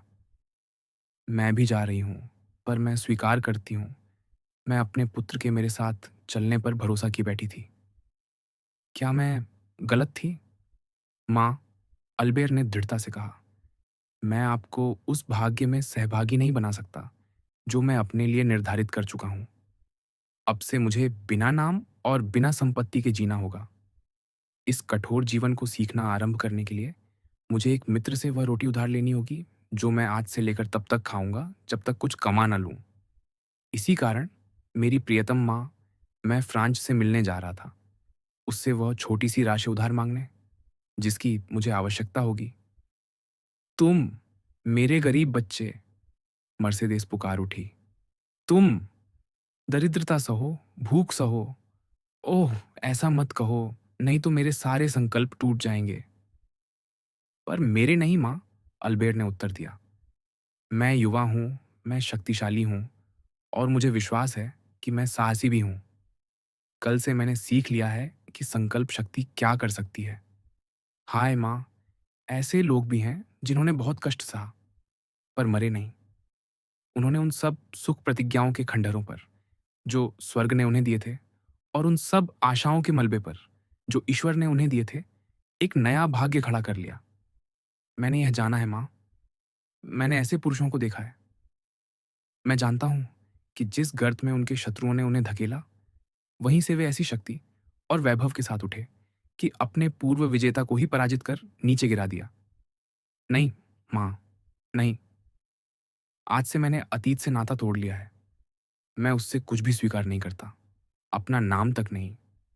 क्योंकि आप समझती हैं, आप समझती हैं ना माँ, आपका पुत्र उस पुरुष का नाम नहीं धारण कर सकता जिसे किसी दूसरे के सामने लज्जित होना चाहिए। अल्बेर, मेरे बच्चे, मर्सिडीज ने कहा, यदि मेरा हृदय अधिक दृढ़ होता तो यही सलाह मैं तुम्हें देती। जब मेरी थकी हुई वाणी मौन हो गई, तब तुम्हारी अंतरात्मा ने कहा, अपनी अंतरात्मा की सुनो मेरे पुत्र। तुम्हारे मित्र थे अल्बेयर। अभी के लिए उनसे नाता तोड़ लो, पर मेरी खातिर निराश मत होना। तुम्हारी आयु में जीवन अब भी मधुर है मेरे प्रिय अल्बेयर। तुम मुश्किल से 22 वर्ष के हो, और चूंकि तुम्हारे जैसे निर्मल हृदय को निष्कलंक नाम चाहिए, तो मेरे पिता का नाम ले लो। उनका नाम हेरेरा था। मैं तुम्हें जानती हूँ अल्बेर, तुम जो भी मार्ग चुनो, शीघ्र ही इस नाम को उसमें गौरवशाली बना दोगे। तो मेरे मित्र, संसार में लौटो, अपने पूर्व दुखों से और भी अधिक उज्जवल बनकर। और यदि ऐसा ना भी हो, मेरी सारी आशाओं के विपरीत, तो कम से कम मुझे यह आशा रहने दो, अब से मेरे पास वही एक विचार होगा, क्योंकि मेरा कोई भविष्य नहीं, और इस घर की देहरी पर मेरी कब्र मेरी प्रतीक्षा कर रही है। मैं सब कुछ करूंगा जैसा आप चाहती हैं माँ, युवक ने कहा। हाँ, मैं आपकी आशा साझा करता हूँ। स्वर्ग का क्रोध हमारा पीछा नहीं करेगा। आप जो इतनी पवित्र हैं, और मैं जो इतना निर्दोष हूं, पर चूंकि हम निश्चय कर चुके हैं, तो शीघ्र कार्य करें। मोरसेर्फ लगभग आधा घंटा पहले घर से निकल गए। अतः जैसा आप देखती हैं, हमारे पास किसी कलंक या स्पष्टीकरण से बचने का अच्छा अवसर है। मैं तुम्हारी प्रतीक्षा करूंगी मेरे पुत्र, मर्सिडीज ने कहा। अल्बेर शीघ्रता से बुलेवार्ड पर गया और एक गाड़ी लेकर लौटा जो उन्हें घर के बाहर से ले जाती। उसे रू दे सेंट पेरे का एक छोटा सा बोर्डिंग हाउस याद था, जहां उसकी माता को सादा पर सम्मानजनक निवास मिल सकता था। वह उसे लेने वापस आया। जैसे ही गाड़ी द्वार के सामने रुकी और अल्बेर उतर रहा था, एक व्यक्ति उसके पास आया और उसे एक पत्र थमा गया। अल्बेर ने उसे पहचान लिया। वह बर्तुच्चियो था। काउंट की ओर से, उसने कहा। अल्बेर ने पत्र लिया, खोला और पढ़ा। पढ़ने के बाद उसने बर्तुच्चियो को खोजने को चारों ओर देखा, पर वह जा चुका था। तब अल्बेर, आंखों में आंसू और गले में रुद्ध स्वर लिए, मर्सिडीज के पास लौटा और बिना कुछ कहे पत्र उसके हाथ में दे दिया। उसने पढ़ा, अल्बेर, तुम्हें यह दिखाकर कि मैं उस योजना को भांप चुका हूं जिसे तुम अपनाने वाले हो, मैं यह भी आशा करता हूं कि मैं अपनी सूक्ष्म समझ का प्रमाण दे रहा हूं। तुम स्वतंत्र हो। तुम काउंट का घर छोड़ रहे हो और अपनी माता को साथ ले जा रहे हो, जो तुम्हारी ही भांति स्वतंत्र है। पर विचार करो अल्बेर, तुम उन पर उतना आरणीय हो जितना कभी चुका नहीं सकते, चाहे तुम कितने ही उदार क्यों न हो। संघर्ष अपने लिए रखो, दुहक अपने लिए मांगो, पर उस प्रथम दारिद्र्य से उन्हें बचाओ जो अनिवार्यतः तुम्हारे प्रारंभिक प्रयासों के साथ आएगा, क्योंकि वह उस दुर्भाग्य में जो उन पर आया है। परोक्ष रूप से भी सहभागी होने योग्य नहीं, और ईश्वरीय विधान नहीं चाहता कि निर्दोष दोषी का दंड भोगे। मुझे झांत है कि तुम दोनों रूद हेल्देर का घर छोड़ने वाले हो, अपने साथ कुछ भी लिए बिना। ये जानने का प्रयास मत करो कि मुझे कैसे पता चला। मुझे पता है, बस इतना ही पर्याप्त है। तो मेरी बात सुनो, अल्बेर। 24 वर्ष पूर्व मैं अपने देश लौटा था, आनंदित और गर्वित। मेरी एक वधू थी, अल्बेर, एक धर्मपरायण युवती, जिसे मैं प्रेम करता था, और मैं उसके लिए 150 लुई लेकर लौट रहा था, जिन्हें मैंने निरंतर श्रम से बड़ी कठिनाई से बचाया था। ये धन मैं उसी के लिए ला रहा था, और समुद्र की विश्वासघाती प्रकृति को जानते हुए मैंने उसे मार्से में अपने पिता के निवास वाले छोटे से बगीचे में, आलेदे में यहां पर, गाड़ दिया था। तुम्हारी माता उस प्रिय छोटे घर को भली भांति जानती है। हाल ही में पेरिस आते समय मैं मार्से से होकर गुजरा। मैं उस घर को देखने गया, अपनी पीड़ादायक स्मृतियों सहित, और संध्या में एक फावड़े से मैंने उस कोने को टटोला जहां अपना धन दबाया था। लोहे का संदूक वहीं था, किसी ने उसे छुआ तक नहीं था। वह उसी कोने में है जहां एक सुंदर अंजीर का वृक्ष छाया देता है, जिसे मेरे पिता ने मेरे जन्म के दिन लगाया था। तो अल्बेर, यह धन, जो कभी उस स्त्री के जीवन और शांति को सुरक्षित करने के लिए था जिससे मैं प्रेम करता था, अब भाग्य के एक विचित्र और पीड़ादायक मोड़ से फिर उसी उपयोग में लौट आया है। ओह, समझो मैं क्या अनुभव करता हूं। मैं, जो उस गरीब स्त्री को लाखों दे सकता था, और अब उसे केवल काले रोटी का एक टुकड़ा लौटा रहा हूं, जो उस दिन से मेरी विनम्र छत के नीचे छिपा पड़ा था जब मैं उससे अलग हुआ था, जिसे मैं प्रेम करता था। तुम उदार पुरुष हो, अल्बेर, पर शायद गर्व या आक्रोश तुम्हारी दृष्टि ढक रहा है।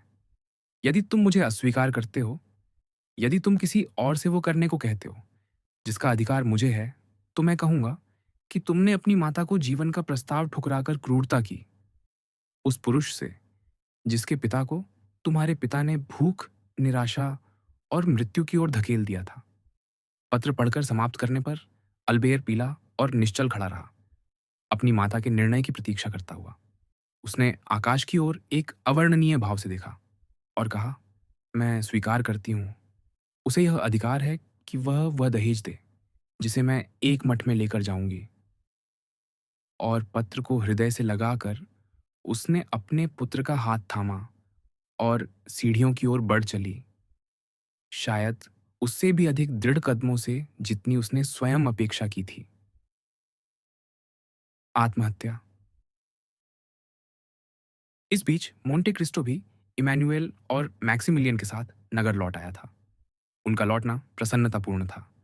इमैनुएल युद्ध के स्थान पर शांति स्थापित होते देखकर अपना हर्ष छिपा न सका और ऊंचे स्वर में अपने परोपकारी भावों की घोषणा करता रहा। मोरेल बग्घी के एक कोने में बैठा अपने बहनोई के उल्लास को शब्दों में बह जाने देता रहा और अपने आनंद को अपने भीतर ही रखे रहा, केवल अपनी दृष्टि में उसे झलकने देता हुआ, यद्यपि वह कम सच्चा न था। बारियर दूतरोण पर उनकी भेंट बरतूचियों से हुई, जो वहां किसी प्रहरी की भांति स्थिर खड़ा प्रतीक्षा कर रहा था। मोंटे क्रिस्टो ने सिर बाहर निकालकर उससे कुछ शब्द कहे, फिर प्रबंधक वहां से चला गया। काउंट। प्लास रॉयल पहुंचने पर इमैनुएल ने कहा, कृपया मुझे मेरे द्वार पर उतार दीजिए, ताकि मेरी पत्नी को हम दोनों के लिए एक क्षण भी अनावश्यक चिंता न रहे। यदि अपनी विजय का घोष करना हास्यास्पद न होता, मुरेल ने कहा, तो मैं काउंट को हमारे घर आमंत्रित करता, पर उनके भी निश्चय ही कुछ व्याकुल मन होंगे जिन्हें उन्हें शांत करना होगा। हम पहुंच गए, इमैनुएल। चलो अपने मित्र से विदा लें और उन्हें उनके मार्ग पर जाने दें। एक क्षण मोंटे क्रिस्टो ने कहा, मुझे इस प्रकार अपने दोनों साथियों से एक साथ वंचित मत करो। तुम भीतर जाओ, अपनी पत्नी से मिलो और मेरी ओर से उसे सम्मान कहना, और तुम, मोरेल, मेरे साथ शांजेलीजे चलो। अति उत्तम, मैक्सिमिलियन ने कहा, विशेषतः इसलिए कि नगर के आपके भाग में मुझे भी एक कार्य है। क्या हम तुम्हें भोजन पर अपेक्षित करें? इमैनुअल ने पूछा। नहीं, मुरेल ने उत्तर दिया। द्वार बंद हुआ और बग्घी आगे बढ़ गई। देखा, मैं तुम्हारे लिए शुभ सिद्ध हुआ, मुरेल ने कहा जब वह काउंट के साथ अकेला रह गया। क्या यह तुम्हारे ध्यान में आया? निश्चय ही, मोंटे क्रिस्टो ने कहा। इसीलिए मैं तुम्हें सदा अपने पास रखना चाहता हूं। यह चमत्कार है, मुरेल ने अपने ही विचारों के उत्तर में कहा। क्या? मोंटे क्रिस्टो ने पूछा। जो हुआ? हाँ, काउंट मुस्कुराया। सही शब्द है, चमत्कार। क्योंकि अल्बेर इतना साहसी है। बहुत, मोंटे क्रिस्टो ने कहा। मैंने उसे अपने सिर पर खंजर लटकते हुए सोते देखा है। और मैं जानता हूं कि वह 2 बार लड़ चुका है। और बहुत अच्छी तरह, मुरेल ने कहा। तो फिर आज प्रातः उसका आचरण कैसे समझा जाए? तुम्हारा ही प्रभाव, मोंटे क्रिस्टो ने फिर मुस्कुराते हुए कहा। अल्बेर का सौभाग्य कि वह सैनिक नहीं है, मुरेल बोला। क्यों? मैदान में बहाने, युवा कप्तान ने सिर हिलाते हुए कहा। अरे अरे, काउंट ने कोमल स्वर में कहा। साधारण लोगों के इन पूर्वग्रहों में मत बहो मोरेल। तुम्हें मानना ही होगा कि चूंकि अल्बेर साहसी है, वह कायर नहीं हो सकता। अतः अवश्य ही उसके आचरण के पीछे कोई कारण रहा होगा। और परिणामतः उसका व्यवहार कायरता से अधिक वीरता का था। निस्संदेह, मुरेल ने कहा। पर स्पेनी की भांति मैं कहूंगा, आज वह उतना साहसी नहीं था जितना कल था। तुम मेरे साथ भोजन करोगे ना, मुरेल? काउंट ने विषय बदलते हुए कहा। नहीं, मुझे 10 बजे आपको छोड़ना होगा। तो तुम्हारी नियुक्ति भोजन पर है? मोरेल मुस्कुराया और सिर हिलाया। पर तुम्हें कहीं तो भोजन करना होगा। और यदि मुझे भूख ही ना हो? आह, काउंट ने कहा। ऐसी 2 ही वस्तुएं हैं जो इस प्रकार भूख हर लेती हैं, दुख, और चूंकि प्रसन्न प्रतीत होते हो, वह नहीं, और प्रेम। और जो तुमने अपने स्नेह के विषय में कहा है, उससे मैं अनुमान कर सकता हूं। मैं इससे इनकार नहीं करूंगा, मुरेल ने हंसते हुए कहा। पर तुम मुझे बताओगे नहीं, मैक्सिमिलियन? काउंट ने जिज्ञासु स्वर में कहा। क्या मैंने आज प्रातः आपको नहीं दिखाया कि मेरा भी हृदय है? उत्तर में मोंटे क्रिस्टो ने उसका हाथ थाम लिया। तो वह आगे बोला। जब वह हृदय अब बोआद विंसेंट में तुम्हारे साथ नहीं है, तो कहीं और है, और मैं उसे वापस लेने जा रहा हूं। तो जाओ, काउंट ने धीरे कहा। जाओ, मेरे प्रिय मित्र। पर मेरे लिए यह करो, यदि तुम्हें कोई बाधा मिले तो स्मरण रखना कि इस संसार में मेरे पास कुछ शक्ति है जिसे मैं अपने प्रियजनों के हित में प्रयोग करने में प्रसन्न हूं, और मैं तुमसे प्रेम करता हूं, मोरेल। धन्यवाद, युवक ने कहा। मैं इसे वैसे स्मरण रखूंगा जैसे स्वार्थी बालक आवश्यकता पड़ने पर अपने माता पिता को स्मरण रखते हैं। जब मुझे आपकी आवश्यकता होगी, और वह समय आ सकता है, मैं आपकी सहायता मांगूंगा। अच्छा, तुम्हारा वचन रहा। अब विदा। फिर मिलेंगे। वे शांजलिज स्थित भवन के द्वार पर पहुंच चुके थे। मोंटे क्रिस्टो उतरा और मोरेल भी फुर्ती से उतर गया। सीढ़ियों पर बर्तुच्चियो प्रतीक्षा कर रहा था। मोरेल मारिनी एवेन्यू की ओर ओझल हो गया, और मोंटे क्रिस्टो शीघ्रता से बर्तुच्चियो के पास पहुंचा।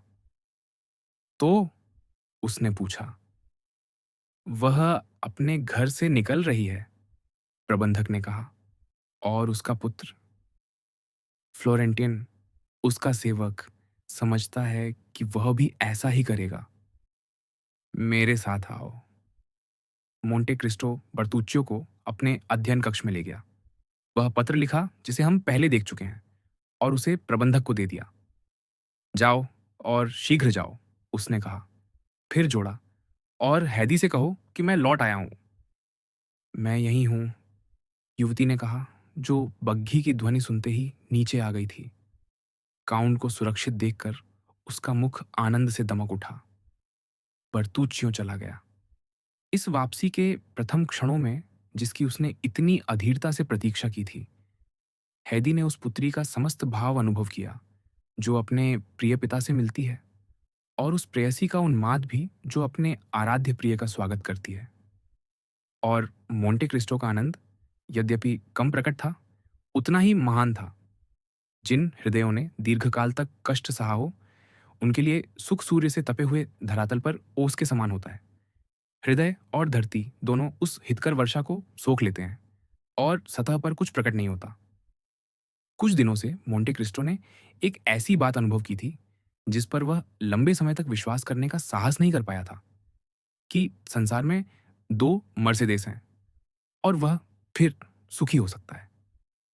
उसकी आंखें आनंद से दहकती हुई हैदी की आंखों में लगी थीं कि अचानक द्वार खुला। काउंट ने भौहें सिकोड़ी।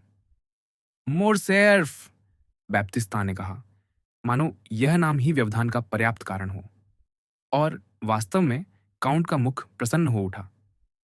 कौन? उसने पूछा। विस्काउंट या काउंट? काउंट, बैप्तिस्ता ने उत्तर दिया। उन्हें भीतर आने दो, मोंटे क्रिस्टो ने कहा। फिर हैदी की ओर मुड़कर कोमल स्वर में बोला, जाओ मेरी बच्ची, मैं शीघ्र ही तुम्हारे पास आऊंगा। हैदी ने काउंट की ओर एक ऐसी दृष्टि डाली जिसमें भय और विश्वास दोनों मिले हुए थे, और वह चली गई। कुछ ही क्षणों बाद मोरसेर्फ भीतर आया। उसका चेहरा विक्षिप्त सा था, वस्त्र अस्त व्यस्त, और उसके चाल ढाल में वह व्याकुलता थी जो उस मनुष्य में होती है जो किसी निर्णायक क्षण की ओर बढ़ रहा हो। आप? मोंटे क्रिस्टो ने शांत स्वर में कहा। हाँ, मैं, मोरसेर्फ ने उत्तर दिया। मैं आपसे बात करने आया हूं। मैं सुन रहा हूं। आपने मेरा अपमान किया है।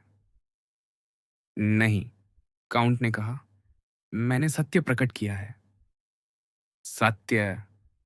मोरसेर्फ ने तीव्र स्वर में दोहराया। क्या यह सत्य था कि मैं देशद्रोही था, कि मैंने अपने उपकारी को धोखा दिया? हाँ, मोंटे क्रिस्टो ने दृढ़ता से कहा। मोरसेर्फ एक क्षण के लिए पीछे हट गया, मानो यह शब्द किसी प्रहार के समान उसके वक्ष पर लगे हों। और आप? उसने कांपते स्वर में कहा। आप कौन हैं जो मुझे दंड देने का अधिकार रखते हैं? वह व्यक्ति, काउंट ने उत्तर दिया, जिसे आपने नष्ट किया था। वह व्यक्ति जिसे आपने कारागार में सड़ने के लिए छोड़ दिया था। वह व्यक्ति जिसका जीवन आपने चुरा लिया था। मोरसेर्फ ने अपने दोनों हाथ सिर पर रख लिए। एडमो दांते! वह चिल्लाया। हाँ, मोंटे क्रिस्टो ने कहा, एडमो दांते! कुछ क्षण तक दोनों पुरुष एक दूसरे को देखते रहे। एक का चेहरा पीला और भयभीत, दूसरे का कठोर और शांत। आपने प्रतिशोध ले लिया, मोरसेर्फ ने कहा। मेरा नाम नष्ट हो गया। मेरा पुत्र। आपका पुत्र, मोंटे क्रिस्टो ने बीच में कहा, एक सम्माननीय युवक है। उसने आज आपके अपराध का भार अपने ऊपर नहीं लिया। उसने सब जान लिया? हाँ, मोरसेर्फ की दृष्टि शून्य में स्थिर हो गई। तो अब मेरे लिए कुछ शेष नहीं, उसने कहा। न नाम, न सम्मान, न परिवार। आपने यह सब स्वयं नष्ट किया, काउंट ने उत्तर दिया। मोरसेर्फ ने एक क्षण के लिए काउंट की ओर देखा। उस दृष्टि में घृणा, भय और निराशा सब थे। फिर वह मुड़ा और बिना एक शब्द कहे चला गया। मोंटे क्रिस्टो कुछ देर तक स्थिर खड़ा रहा। यह समाप्त हुआ, उसने धीरे से कहा। पर उसी क्षण दूर कहीं गोली की ध्वनि सुनाई दी, तीव्र, गूंजती हुई। काउंट सिहर उठा। आत्महत्या, उसने बुदबुदाया। प्रोविडेंस का न्याय। और वह खिड़की की ओर बढ़ा, परंतु तब तक सब शांत हो चुका था। श्रीमान, मोंटे क्रिस्टो के काउंट ने शीत स्वर में उत्तर दिया, मेरा अनुमान है कि आप मुझसे इन तुच्छ पारिवारिक बातों की सूचना देने नहीं आए। जाइए और अल्बेर से कहिए, वह आपको उत्तर देना जानता होगा। ओह नहीं, जनरल ने कहा, एक ऐसी मुस्कान के साथ जो प्रकट होते ही लुप्त हो गई। नहीं, आप ठीक कहते हैं, मैं उसके लिए नहीं आया। मैं आपको यह बताने आया हूं कि मैं भी आपको अपना शत्रु मानता हूं। मैं आपको यह बताने आया हूं कि मैं आपसे स्वाभाविक घृणा करता हूं, कि मुझे प्रतीत होता है मानो मैं आपको सदा से जानता हूं और सदा से घृणा करता आया हूं। और अंततः चूंकि आजकल के युवक युद्ध नहीं करते, तो हमें ही करना होगा। क्या आप सहमत हैं? पूर्णतः।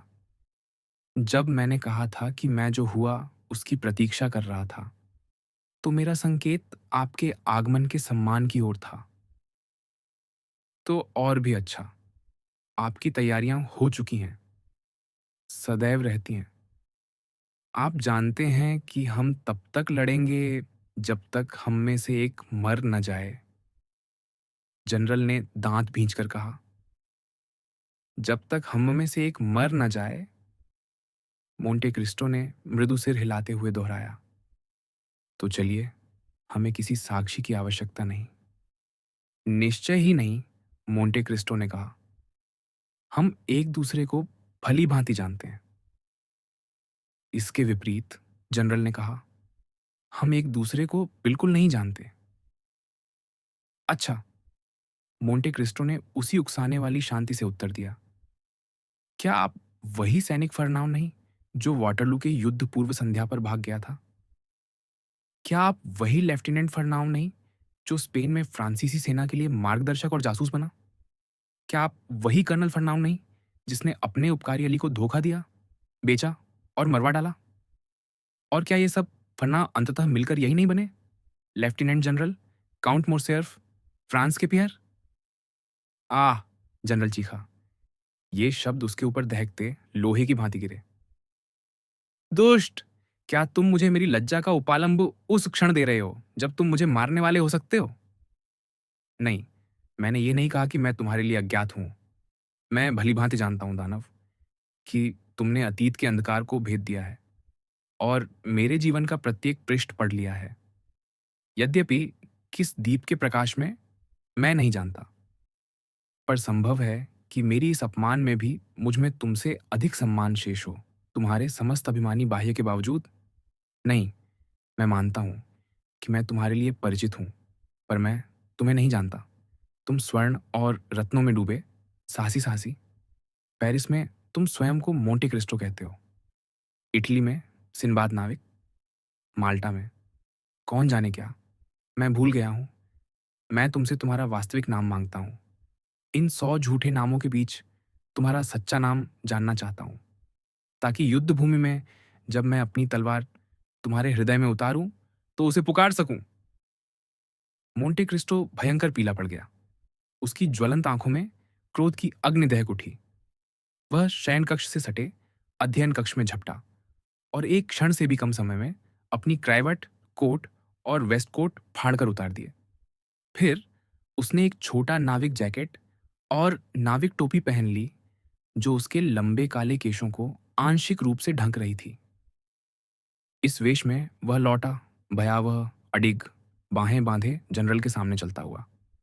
दूसरा उसके इस लोभ को समझ न पाया था, पर उसकी प्रतीक्षा कर रहा था और अपने दांत कटकटाते, पैरों को कांपते अनुभव करते हुए एक कदम पीछे हट गया। और तब तक रुका नहीं जब तक एक मेज से टिक न गया जिसने उसके भींचे हाथों को सहारा दिया। पर ना, मोंटे क्रिस्टो गर्जा, मेरे 100 नामों में से केवल एक ही बताना पर्याप्त होगा तुम्हें धराशायी करने के लिए। पर तुम वह नाम अनुमान कर सकते हो या कहें स्मरण कर सकते हो, क्योंकि अपनी समस्त यातनाओं और विपत्तियों के बावजूद आज मैं तुम्हें वह चेहरा दिखा सकता हूं जिसे प्रतिशोध के आनंद ने पुनर्जीवित कर दिया है। वह चेहरा जिसे तुमने अपने विवाह के बाद से अपने स्वप्नों में अनेक बार देखा होगा, मेरे वाग्दत्ता मर्सिडीज से, अपने विवाह के बाद। जनरल सिर पीछे झुका, हाथ फैले, नेत्र स्थिर, इस भयानक दृश्य को निःशब्द देखता रहा। फिर दीवार टटोलते हुए उस पर झुककर धीरे धीरे फिसलता हुआ द्वार तक पहुंचा और पीछे हटते हुए बाहर निकल गया, एक ही करुण, शोकाकुल, हृदय विदारक पुकार के साथ, "एदमो दांते।" फिर ऐसी आहों के साथ जिनमें मानवीयता का कोई स्वर न था, वह घर के अग्रद्वार तक घिसटता हुआ पहुंचा, आंगन पार किया, मानो मद्यप, और अपने सेवक की बाहों में गिर पड़ा, केवल इतना बुदबुदाते हुए, "घर, घर।" मार्ग में शीतल वायु और सेवकों की दृष्टियों से उत्पन्न लज्जा ने उसे कुछ संयत किया। पर यात्रा छोटी थी, और जितना वह अपने घर के निकट पहुंचता गया, उतना ही उसका संताप लौटता गया। घर से कुछ दूरी पर उसने गाड़ी रुकवाई और उतर गया। द्वार पूर्णतः खुला था। एक किराए की गाड़ी, जिसे इस भव्य भवन पर बुलाए जाने पर आश्चर्य हो रहा था, आंगन के मध्य खड़ी थी। काउंट ने उस गाड़ी की ओर चिंता से देखा, पर किसी से कुछ पूछने का साहस न कर सका और अपने कक्षों की ओर दौड़ा। दो व्यक्ति सीढ़ियों से उतर रहे थे। वह उन्हें टालने को एक छोटे कक्ष में छिप गया। वह मर्सिडीज थी। अपने पुत्र के सहारे दोनों घर छोड़कर जा रहे थे। वे उस दुर्भाग्यपूर्ण पुरुष के इतने निकट से गुजरे कि जो दमास्क पर्दे के पीछे छिपा था, उसकी रेशमी पोशाक का किनारा उसे छू गया और उसने अपने चेहरे पर अपने पुत्र के इन शब्दों की ऊष्मा अनुभव की, "साहस रखिए मां, आइए, आइए, अब यह हमारा घर नहीं रहा।" शब्द विलीन हो गए, पदचाप दूर चली गई। जनरल ने पर्दे को पकड़कर स्वयं को संभाला। वह उस भीषणतम सिसकी को दबा रहा था जो कभी उस पिता के वक्ष से उठी हो, जिसे एक ही क्षण में पत्नी और पुत्र दोनों ने त्याग दिया हो। शीघ्र ही उसने लोहे के फाटक के बंद होने की ध्वनि सुनी, फिर सारथी की आवाज, फिर उस भारी गाड़ी की घरघराहट जिसने खिड़कियां हिला दी। तब वह अपने शयन कक्ष में दौड़ा, एक बार फिर इस संसार की उन सब वस्तुओं को देखने जिन्हें उसने प्रेम किया था। पर गाड़ी चली गई, बिना मर्सिडीज का सिर या अल्बेर का खिड़की पर प्रकट हुए, उस एक अंतिम दृष्टि के लिए जो एकाकी घर, त्यक्त पति और पिता पर पड़ती। उस अंतिम विदा और पश्चाताप, अर्थात क्षमा की दृष्टि। और ठीक उसी क्षण, जब गाड़ी के पहिए मेहराब के नीचे पत्थरों पर घरघराते हुए निकल रहे थे, एक गोली की ध्वनि गूंजी और गहरे धुएं का एक गुब्बार उन शयनकक्ष की खिड़कियों में से एक से बाहर लहराया, जिसे विस्फोट के वेग ने चकनाचूर कर दिया था। वैलेंटाइन। पाठक अनुमान लगा चुका होगा कि मोरेल का काम कहाँ था और वह किससे मिलने वाला था। मोंटे क्रिस्टो से निकलते हुए वह धीरे धीरे विल्फोर के घर की ओर चला। यदि वह धीरे चल रहा था तो इसलिए कि 500 गज की दूरी तय करने के लिए उसके पास आधे घंटे से अधिक समय था। पर उसने मोंटे क्रिस्टो से विदा लेने में फिर भी जल्दी की थी, यद्यपि समय पर्याप्त से भी अधिक था, क्योंकि वह अपने विचारों के साथ अकेला रहना चाहता था। उसे समय मालूम था, वह समय जब वैलेंटाइन नोर्तिये को दोपहर का भोजन कराते देखने के बाद निश्चिंत रहती थी कि इस पवित्र कर्तव्य में उसे कोई बाधित नहीं करेगा। नोर्तिये और वैलेंटाइन ने उसे सप्ताह में 2 बार आने की अनुमति दी थी, और वह अपने इस अधिकार का लाभ उठाने जा रहा था। जब वह पहुंचा, वैलेंटाइन उसकी प्रतीक्षा कर रही थी। व्याकुल, लगभग विचलित, उसने उसका हाथ थाम लिया और उसे अपने दादा के पास ले गई। जैसा कि हमने कहा, उसकी व्याकुलता लगभग उन्माद की सीमा तक पहुंच गई थी। इसका कारण मोरसेर्फ के साहसिक प्रसंग के विषय में फैलती अफवाहें थीं। समाज के लोग, जैसा कि वे सदैव करते हैं, ओपेरा में घटित घटना के विषय में जान चुके थे। विल्फोर के घर में किसी को संदेह न था कि इस कलंक का परिणाम अनिवार्यतः द्वंद्व होगा।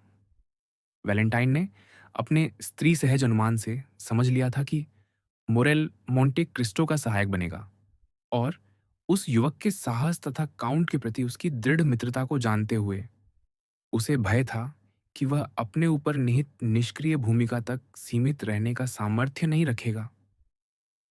अतः भली भांति समझा जा सकता है कि कथा कितनी उत्सुकता से पूछी गई। कही गई और सुनी गई, और मोरेल ने अपनी प्रिय की आंखों में अवर्णनीय आनंद पढ़ा जब उसने जाना कि यह भयानक प्रसंग उतने ही सौभाग्यपूर्ण जितने अप्रत्याशित ढंग से समाप्त हो गया था। अब वैलेंटाइन ने मोरेल से कहा, उसे वृद्ध के पास बैठने का संकेत करते हुए और स्वयं उस चौकी पर बैठते हुए जिस पर वृद्ध अपने पैर टिकाए हुए थे। अब हम अपने विषय में कुछ बात करें।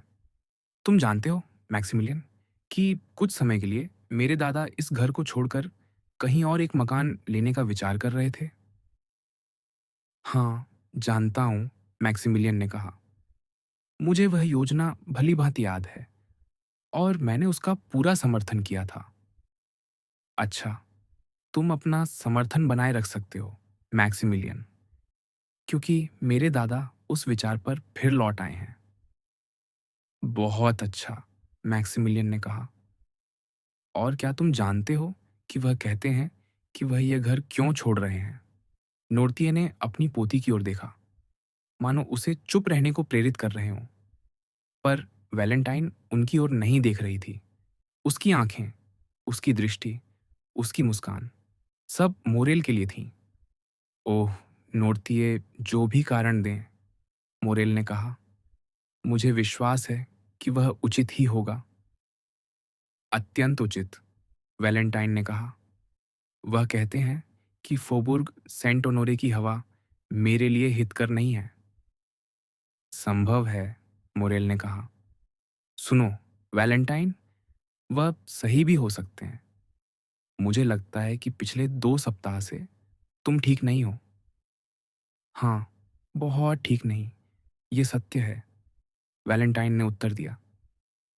तो दादा मेरे वैद्य बन गए हैं, और क्योंकि वह सब कुछ जानते हैं, मुझे उन पर पूर्ण विश्वास है।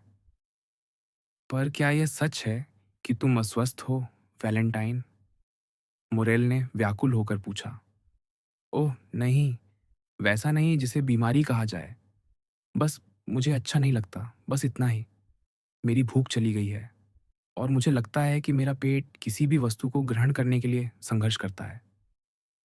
नोटतिये वैलेंटाइन के एक भी शब्द से चूके नहीं। और इस अज्ञात अस्वस्थता के लिए तुम कौन सा उपचार ले रही हो? बहुत सरल, वैलेंटाइन ने कहा। प्रत्येक प्रातः मैं उस औषधि का 1 चम्मच पीती हूँ जो दादा के लिए लाई जाती है। जब मैं कहती हूँ 1 चम्मच, तो आरंभ में 1 था और अब 4 तक पहुंच गई हूँ। दादा इसे सर्वरोगहारी बताते हैं। वैलेंटाइन मुस्कुराई, पर उसकी मुस्कान में कुछ उदासी और पीड़ा झलक रही थी। मैक्सिमिलियन प्रेम में डूबा उसे निःशब्द देखता रहा। वह अत्यंत सुंदर थी, पर उसकी पीतिमा में अब एक मंद आभा थी। उसकी आंखों में सामान्य से कम प्रखर ज्योति थी, और उसके हाथ, जो प्रायः मोती सी श्वेत होते थे, अब मोम के हाथों जैसे प्रतीत होते थे, जिनमें समय के साथ हल्की पीली छाया उतर आई हो। वैलेंटाइन से युवक की दृष्टि नोर्तिये पर गई। वह वृद्ध अपनी उस विचित्र और गहरी समझ के साथ उस युवती को देख रहे थे जो अपने प्रेम में निमग्न थी, पर वह भी मुरेल की भांति इस मौन पीड़ा के चिन्हों का निरीक्षण कर रहे थे। यद्यपि वे इतने सूक्ष्म थे कि प्रेमी और दादा की आंखों के अतिरिक्त किसी ने उन्हें नहीं देखा था। पर यह औषधि जिसके अब तुम 4 चम्मच ले रही हो, मुरेल ने कहा, क्या यह नोर्तिये के लिए निर्धारित नहीं थी? मुझे पता है कि यह बहुत कड़वी है, वैलेंटाइन ने कहा। इतनी कड़वी कि इसके बाद जो कुछ भी पीती हूं उसी का स्वाद लगता है। नोर्तिये ने प्रश्नसूचक दृष्टि से उसकी ओर देखा। हाँ दादा, वैलेंटाइन ने कहा, ऐसा ही है। अभी नीचे आने से पहले मैंने शक्कर मिला पानी का एक गिलास पिया और उसका आधा छोड़ना पड़ा। इतना कड़वा लगा।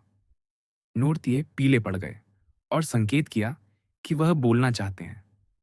वैलेंटाइन शब्दकोश लाने को उठी, और नोर्तिये की आंखें स्पष्ट व्याकुलता के साथ उसका पीछा करती रहीं। और सचमुच युवती के सिर की ओर रक्त चढ़ रहा था और उसके गाल लाल हो उठे थे। यह अजीब है, उसने कहा। सदैव की भांति हल्के स्वर में। बहुत अजीब, मुझे चक्कर सा आ रहा है। क्या मुझे धूप लग गई है? और वह खिड़की की कुंडी थामकर स्वयं को संभालने लगी। वहां कोई धूप नहीं है, मुरेल ने कहा, वैलेंटाइन की अस्वस्थता से अधिक नोर्तिये के चेहरे के भाव से चिंतित होकर। वह दौड़कर उसके पास गया। वह मुस्कुराई। चिंता मत कीजिए प्रिय दादा, उसने कहा। और आप भी मैक्सिमिलियन, चिंता मत कीजिए। कुछ नहीं है, अब मैं बेहतर महसूस कर रही हूं। पर सुनिए, क्या ये आंगन में किसी गाड़ी के आने की आवाज नहीं है? उसने नोर्तिये का दरवाजा खोला और गलियारे की एक खिड़की तक जल्दी से गई। फिर शीघ्र लौट आई। हाँ, उसने कहा, डांगलार और उनकी बेटी हमसे मिलने आई हैं। विदा, मुझे जाना होगा, नहीं तो वे मुझे यहाँ ढूंढने आ जाएंगी। या यूं कहूं, फिर मिलेंगे। दादा के पास रहिए मैक्सिमिलियन।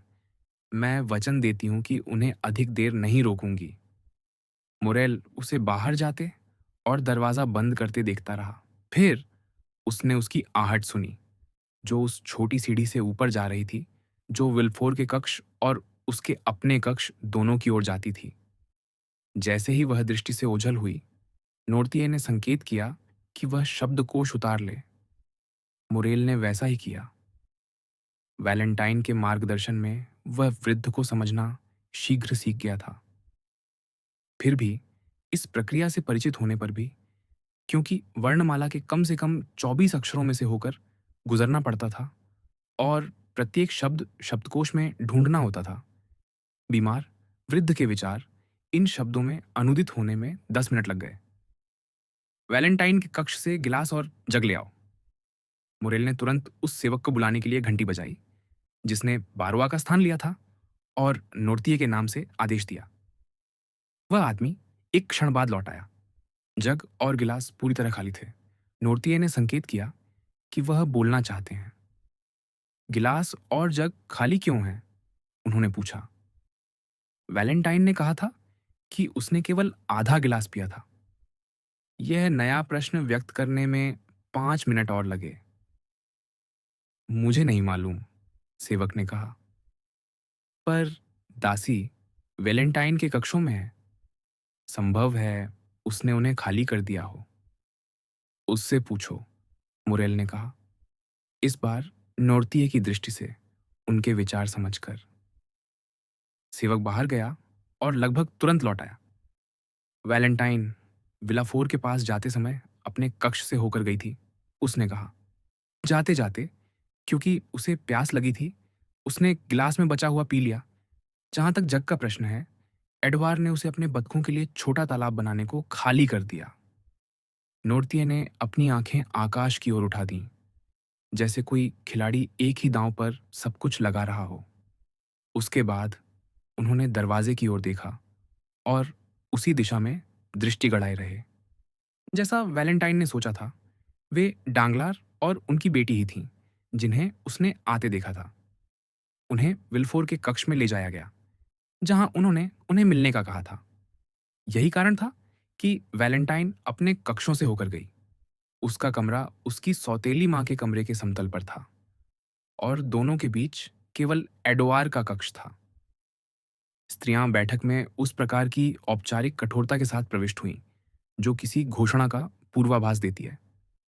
इस प्रकार की सूक्ष्मता उसी समाज में रहने वाले लोग तुरंत ग्रहण कर लेते हैं, और विल्फोर ने भी उसी गंभीरता से उनका प्रत्युत्तर दिया।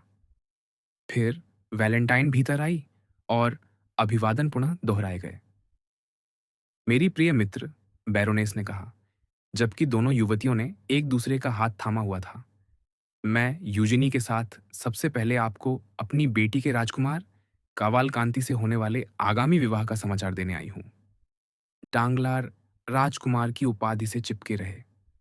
जन धन के बैंकर को लगा कि यह काउंट से अधिक अच्छा सुनाई देता है।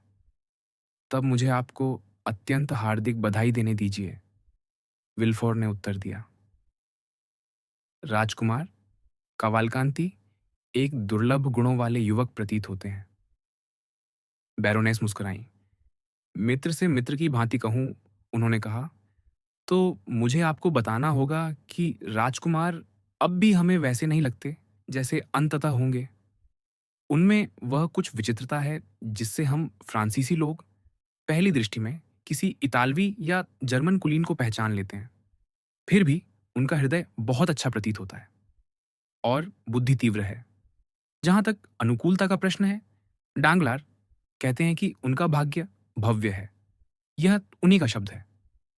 और फिर यूजिनी ने विल्फोर के एल्बम के पृष्ठ उलटते हुए कहा, आपको स्वीकार करना होगा कि आपको स्वयं उस युवक से कुछ लगाव हो गया है। क्या मुझे पूछना चाहिए कि तुम भी वही रुचि रखती हो? विल्फोर ने कहा। हम्म। यूजिनी ने अपने स्वाभाविक आत्मविश्वास के साथ कहा, कदापि नहीं। किसी गृहस्थी के कामों या किसी पुरुष की इच्छा से बंधना कभी मेरा ध्येय नहीं रहा, वह कोई भी क्यों ना हो। मेरा ध्येय था कलाकार बनना, हृदय, शरीर और विचार से स्वतंत्र। यूजिनी ने ये शब्द इतने दृढ़ और गूंजते स्वर में कहे कि वैलेंटाइन लज्जित हो उठी। वह संकोची युवती इस ऊर्जस्विनी को समझ नहीं सकी जिसमें स्त्री सुलभ संकोच का नाम तक न था। फिर भी वह आगे बोली, चूंकि मेरा विवाह होना ही है, चाहे मुझे पसंद हो या नहीं, तो मैं ईश्वर का धन्यवाद कर सकती हूँ कि उन्होंने मुझे अल्बेयर्द मोरसेर्फ के तिरस्कार से आच्छादित किया, क्योंकि उसके बिना मैं अब एक अपमानित पुरुष की पत्नी होती। यह तो बिल्कुल सत्य है, बैरोनेस ने उस विचित्र सरलता के साथ कहा जो कभी-कभी कुलीन स्त्रियों में पाई जाती है और जो अपने से निम्न लोगों से मेल-जोल रखने पर भी पूर्णतः समाप्त नहीं होती। सच है, यदि मोरसेर्फ पीछे न हटते, तो मेरी बेटी का विवाह उसी अल्बेयर से हो जाता। जनरल इस विषय में बहुत उत्सुक थे। वे स्वयं डांगलार को बाध्य करने आए थे कि संबंध निश्चित करें। हम बाल-बाल बचे। पर निश्चय ही, वैलेंटाइन ने संकोच से कहा, क्या पिता का समस्त कलंक पुत्र पर भी लौट आता है? अल्बेयर मुझे जनरल के विश्वासघात से सर्वथा निर्दोष प्रतीत होते हैं। ओह! कृपया मेरी प्रिय, उस अडिग युवती ने कहा, अल्बेयर अपना हिस्सा स्वीकार करते हैं और उसके अधिकारी भी हैं। प्रतीत होता है कि कल ओपेरा में मोंटे क्रिस्टो को उकसाने के बाद आज प्रातः उन्होंने मैदान में उनसे क्षमा मांग ली। असंभव, मैडम द विल्फोर ने कहा। ओह! मेरी प्रिय, नहीं। मैडम डांगलार ने उसी सरल निष्कपटता के साथ कहा जिसका हमने उल्लेख किया है। यह स्थापित तथ्य है। मुझे यह देब्राई से ज्ञात हुआ, जो उस समय उपस्थित थे जब सामना हुआ। वैलेंटाइन भी सत्य जानती थी, पर उसने उत्तर नहीं दिया। एक शब्द ने उसे फिर अपने विचारों में लौटा दिया और वह स्वयं को नोर्तिये के कक्ष में कल्पना करने लगी, जहां मोरेल उसकी प्रतीक्षा कर रहा था। कुछ समय तक वह इस प्रकार की अंतर्मुखी ध्यानावस्था में डूबी रही और वार्तालाप में उसका कोई भाग न रहा। यहां तक कि पिछले कुछ मिनटों में क्या कहा गया था, वह दोहरा भी नहीं सकती थी। तभी अचानक मैडम डांगलार का हाथ उसके बाहों को छूते हुए उसे उसके स्वप्न से झकझोर गया। क्या हुआ मैडम? वैलेंटाइन ने कहा। मैडम डांगलार की उंगलियों के स्पर्श से ऐसे कांप उठी मानो उसे विद्युत आघात लगा हो। तुम ही हो, मेरी प्रिय वैलेंटाइन, बैरोनेस ने कहा। तुम अस्वस्थ महसूस कर रही हो। मैं? युवती ने अपना तपता हुआ ललाट छुआ। हाँ, उस दर्पण में स्वयं को देखो। पिछले 1 मिनट में तुम 3 या 4 बार लज्जा से लाल हुई हो, फिर पीली पड़ गई हो। हाँ, सचमुच, यूजिनी ने कहा। तुम बहुत पीली लग रही हो।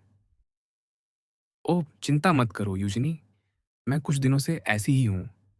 और यद्यपि वह निष्कपट थी, उसने अनुमान किया कि यह वहां से हटने का एक अवसर हो सकता है। वैसे भी मैडम द विल्फोर उसकी सहायता को आ गईं, कहते हुए, तुम्हें जाकर लेट जाना चाहिए। वैलेंटाइन, जब तुम वास्तव में अस्वस्थ हो, तो ये देवियां तुम्हें क्षमा करेंगी। एक गिलास शुद्ध जल पी लो, तुम्हें अच्छा लगेगा। वैलेंटाइन ने यूजिनी को चूमा। मैडम डांगलार को प्रणाम किया, जो पहले ही उठकर जाने को थीं। और बाहर चली गई। बेचारी बच्ची। वैलेंटाइन के जाते ही मैडम दत्त विल्फोर ने कहा, मैं उसके विषय में बहुत चिंतित हूँ। मुझे आश्चर्य न होगा यदि उसे कोई गंभीर व्याधि हो। किंतु वैलेंटाइन एक प्रकार के ऐसे उल्लास में जिसे वह स्वयं भी मुश्किल से समझ रही थी, एडवार के कक्ष से होकर गुजरी, बालक की किसी कटु टिप्पणी का उत्तर दिए बिना, और अपने कक्ष से होती हुई उस छोटी सीढ़ी की ओर बढ़ी। वह अंतिम 3 सीढ़ियों को छोड़कर सब उतर चुकी थी और पहले ही मुरेल की आवाज़ सुन सकती थी कि अचानक उसकी दृष्टि धुंधली हो गई। उसका पैर अकड़ गया और सीढ़ी चूक गया। उसके हाथों में स्वयं को सँभालने का बल न रहा और दीवार से टिकती हुई वह अंतिम 3 सीढ़ियाँ चलकर नहीं, गिरकर उतरी। मुरेल द्वार की ओर झपटा, उसे खोला और वैलेंटाइन को चौखट पर फैला हुआ पाया। एक ही क्षण में उसने उसे बाहों से उठाया और एक कुर्सी पर बैठा दिया। उसकी आंखें खुल गईं। मैं कितनी अनाड़ी हूँ, उसने कहा, शब्द ज्वराकुल वेग से निकलते हुए। क्या मुझे खड़ा होना भी नहीं आता? मैं भूल गई थी कि चौखट पर 3 सीढ़ियाँ हैं। हे ईश्वर! वैलेंटाइन, तुम्हें चोट तो नहीं लगी? मुरेल पुकार उठा। वैलेंटाइन ने चारों ओर देखा। उसने नोर्तिये की आंखों में गहनतम चिंता देखी। डरिए मत दादा, उसने मुस्कुराने का प्रयत्न करते हुए कहा। कुछ नहीं, कुछ भी नहीं, बस मुझे हल्का सा चक्कर आया था, बस इतना ही। फिर वही चक्कर, मुरेल ने हाथ जोड़ते हुए कहा। कृपया सावधान रहो, वैलेंटाइन, मैं विनती करता हूँ। नहीं, नहीं, वैलेंटाइन ने कहा। नहीं, मैंने कहा ना, वह चला गया। कुछ भी नहीं था। अब सुनो, मैं तुम्हें एक समाचार दूं। 1 सप्ताह में यूजिनी का विवाह हो रहा है और 3 दिनों में सगाई के उपलक्ष्य में एक प्रकार का बड़ा उत्सव होगा।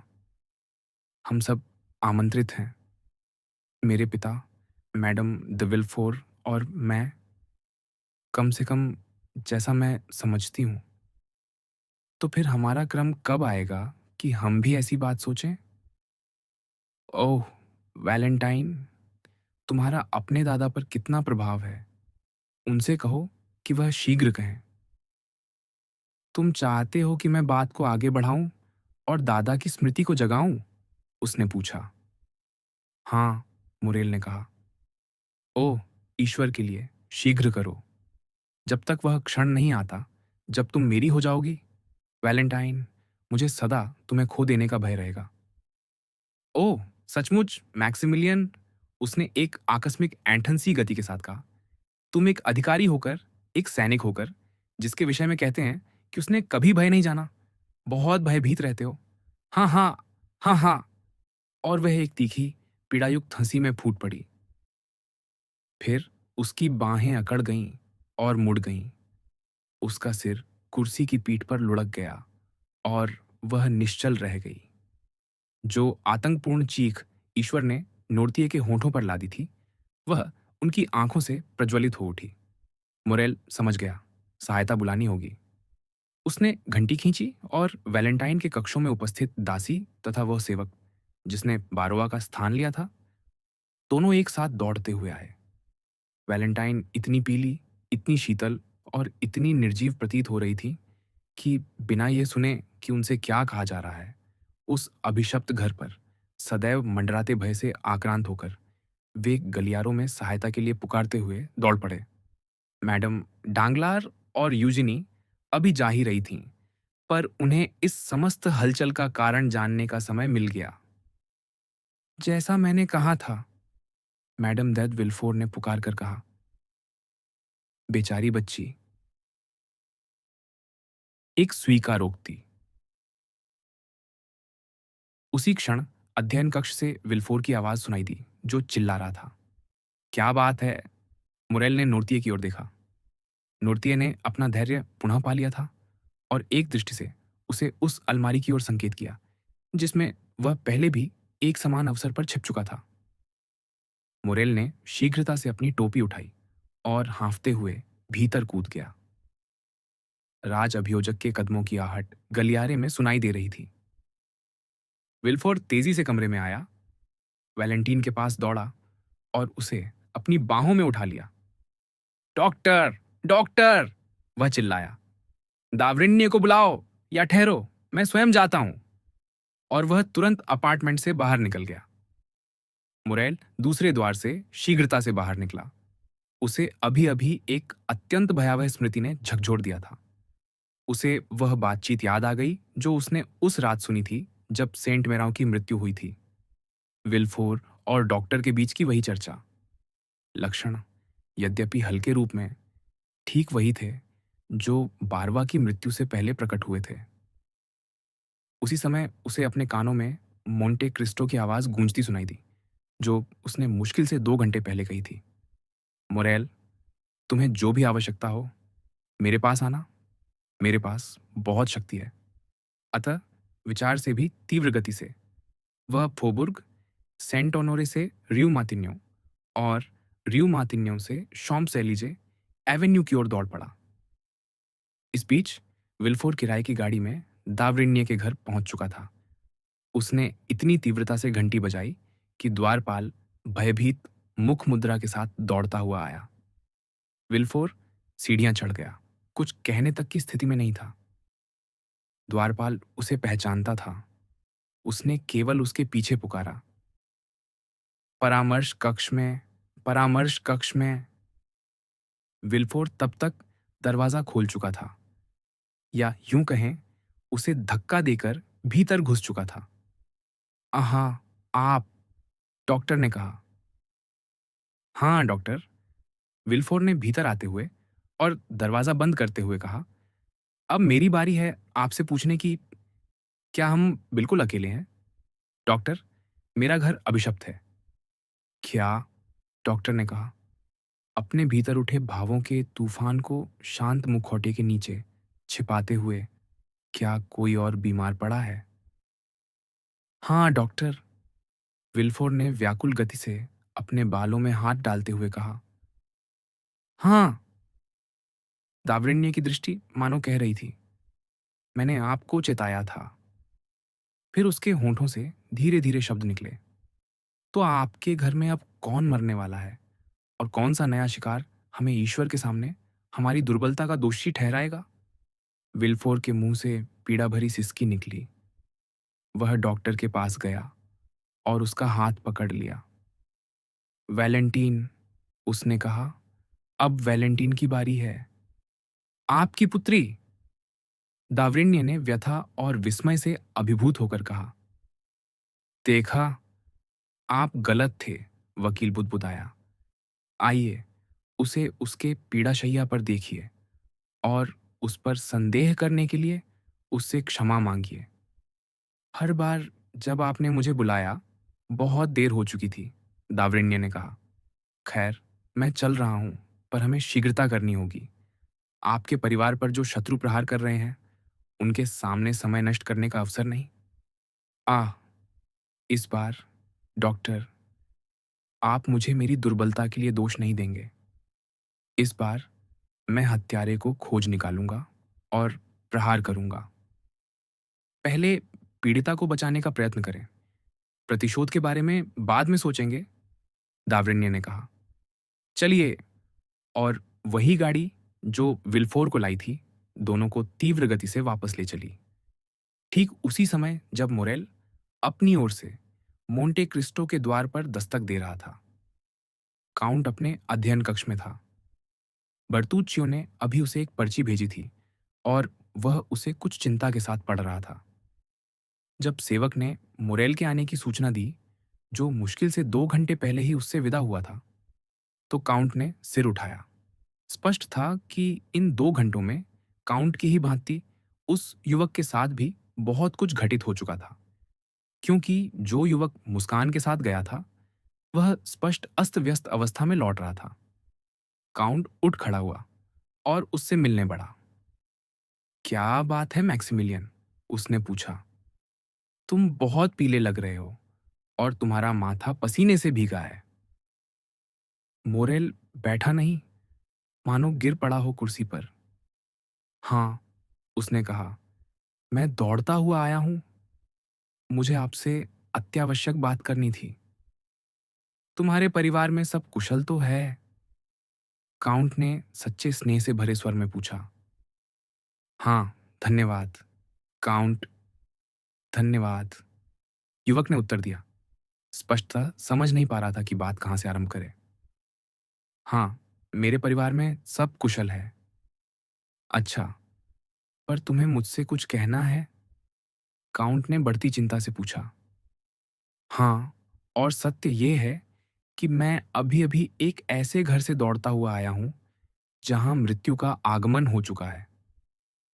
तो क्या तुम मोरसेर्फ के यहाँ से आ रहे हो? मोंटे क्रिस्टो ने पूछा। नहीं, मुरेल ने कहा। क्या मोरसेर्फ के यहाँ कोई मर गया? जनरल ने अभी-अभी अपनी ही जान ले ली। ओह, कितना भयानक! मैक्सिमिलियन ने कहा।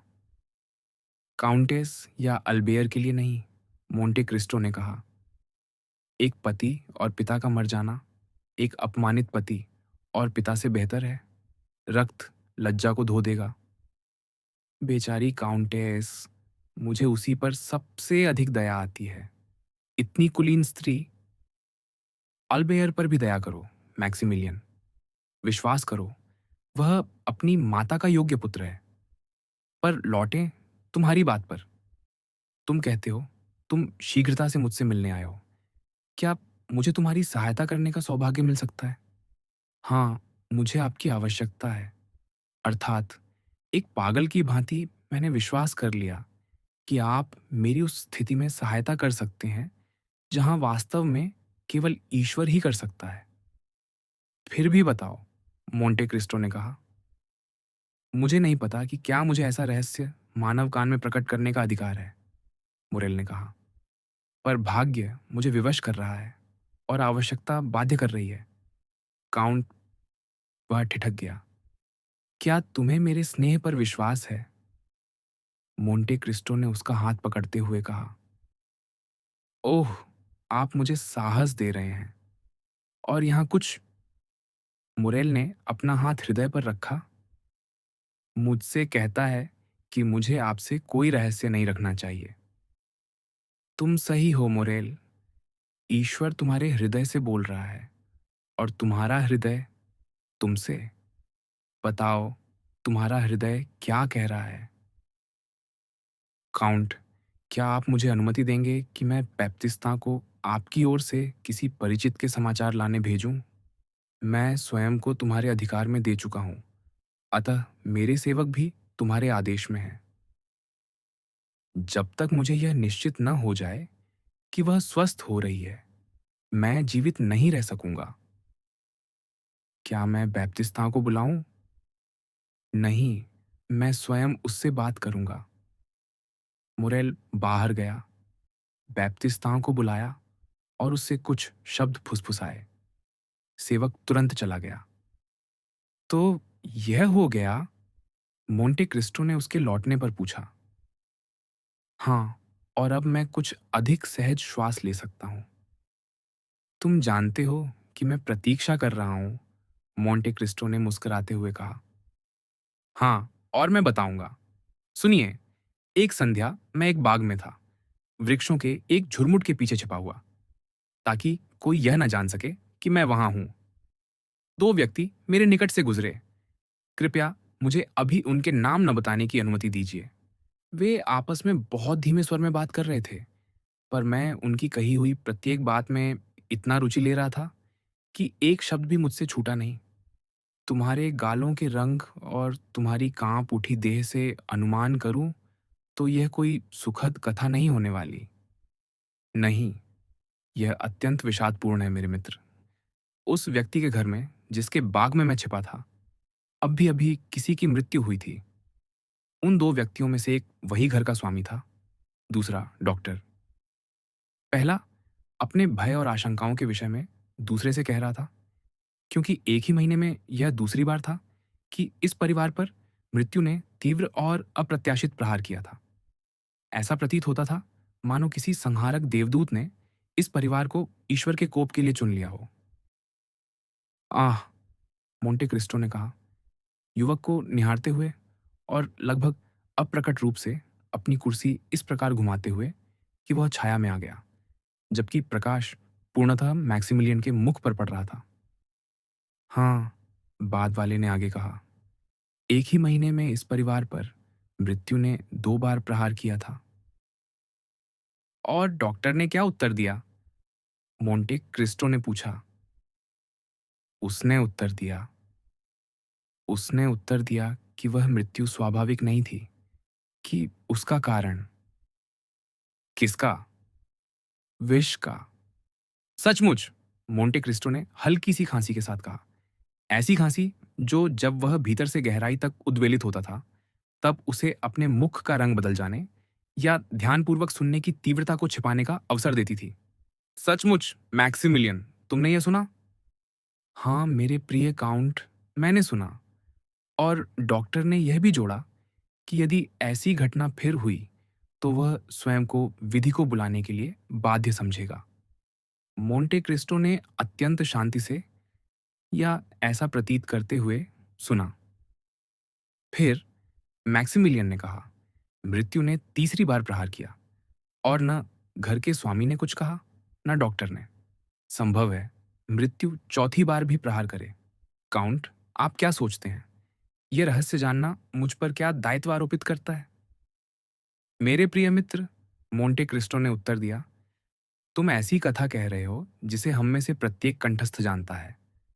मैं उस घर को जानता हूं जहां तुमने वह वार्ता सुनी, या कम से कम एक अत्यंत समान घर को। एक बाग वाला घर, एक पिता और एक डॉक्टर। एक ऐसा घर जहां 3 विचित्र और अप्रत्याशित मृत्यु हो चुकी हैं। अच्छा, मेरी ओर देखो, मैंने कोई गोपनीय वार्ता नहीं सुनी। फिर भी मैं ये सब उतना ही जानता हूं जितना तुम जानते हो। क्या मुझे अंतरात्मा की कोई ग्लानि है? नहीं, इससे मेरा कोई संबंध नहीं। तुम कहते हो कि कोई संहारक देवदूत इस परिवार को ईश्वर के कोप के लिए चुन चुका है। तो कौन कहता है कि जो प्रतीत हो रहा है वह सत्य नहीं? तुम्हें वे बातें नहीं देखनी चाहिए जिन्हें देखने का उचित कारण रखने वाले भी नहीं देख पाते। यदि यह ईश्वर का कोप नहीं, बल्कि न्याय है जो उस घर के ऊपर मंडरा रहा है, मैक्सिमिलियन, तो मुंह मोड़ लो और दैवी न्याय को अपना मार्ग लेने दो। मुरेल कांप उठा। काउंट की वाणी में एक साथ विषाद, गंभीरता और भय का ऐसा स्वर था जो हृदय को सिहराता था। किसी भी स्थिति में, उसने कहा, अपने स्वर में इतने आकस्मिक परिवर्तन के साथ कि कोई विश्वास न करता कि ये शब्द उसी व्यक्ति के होंठों से निकले हैं। तुम्हें किसने कहा कि यह फिर होगा? यह हो चुका है, काउंट, मुरेल चिल्लाया। इसी कारण मैं आपसे मिलने आया हूं। अच्छा, मैं क्या कर सकता हूं मुरेल? क्या तुम चाहते हो कि मैं राज अभियोजक को सूचना दूं? ये अंतिम शब्द इतनी स्पष्टता और बल के साथ कहे गए कि मुरेल उछलकर खड़ा हो गया और बोला, काउंट, आप जानते हैं कि मैं किसकी बात कर रहा हूं, है ना? निश्चय ही जानता हूं, मेरे प्रिय मित्र, और मैं तुम्हें यह सिद्ध कर दूंगा, बिंदु स्पष्ट करके और व्यक्तियों के नाम लेकर। तुम एक संध्या विल्फोर के बाग में टहल रहे थे। तुम्हारे वर्णन के अनुसार वह वही संध्या रही होगी जब सेंट मेराव की मृत्यु हुई। तुमने विल्फोर को दावृण्य से सेंट मेराव की मृत्यु और मार्किस की उतनी ही अप्रत्याशित मृत्यु के विषय में बात करते सुना। दावृण्य ने कहा कि उसे विश्वास है कि उनमें से एक या दोनों को विष दिया गया था, और तुम, जो विधि का सबसे अधिक सम्मान करने वाले पुरुष हो, तब से इस विचार में पड़े हो, अपने हृदय को टटोलते और अंतरात्मा से प्रश्न करते कि तुम्हें यह रहस्य प्रकट करना चाहिए या नहीं। अब हम मध्य युग में नहीं हैं, मेरे मित्र, और न ही अब कोई पवित्र गुप्त न्यायालय या गुप्त न्यायाधीश शेष हैं।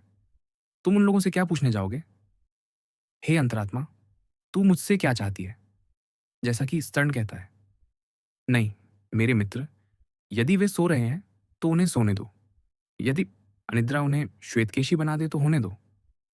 और तुम, ईश्वर के प्रेम के लिए सो, क्योंकि तुम्हारी अंतरात्मा तुम्हें जगाए रखने के लिए कोई पीड़ा नहीं देती। मोरेल के मुख पर अवर्णनीय व्यथा की छाया उभर आई। उसने मोंटे क्रिस्टो का हाथ पकड़ लिया। पर यह फिर आरंभ हो गया है, मैं कहता हूं। तो काउंट ने कहा, इस आग्रह पर आश्चर्यचकित होकर, जिसे वह समझ नहीं पा रहा था, और मैक्सिमिलियन को ध्यान से देखते हुए। तो फिर होने दो, ये एट्राइडस का परिवार है। ईश्वर ने उन्हें दंडित किया है और वे अपना भाग्य भोगेंगे। वे उसी प्रकार विलुप्त हो जाएंगे जैसे बच्चों के बनाए ताश के घर, जो एक एक कर गिरते जाते हैं जब उनका निर्माता उन पर फूंक मारता है। और चाहे वे 200 ही क्यों ना हो, गिरेंगे ही।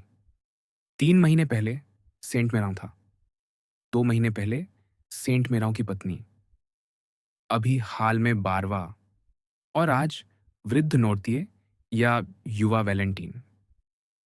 आप जानते थे, मोरेल ऐसे आतंक विक्षेप में चिल्लाया कि स्वयं मोंटे क्रिस्टो, जो आकाश के गिर पड़ने पर भी न सिहरता, कांप उठा।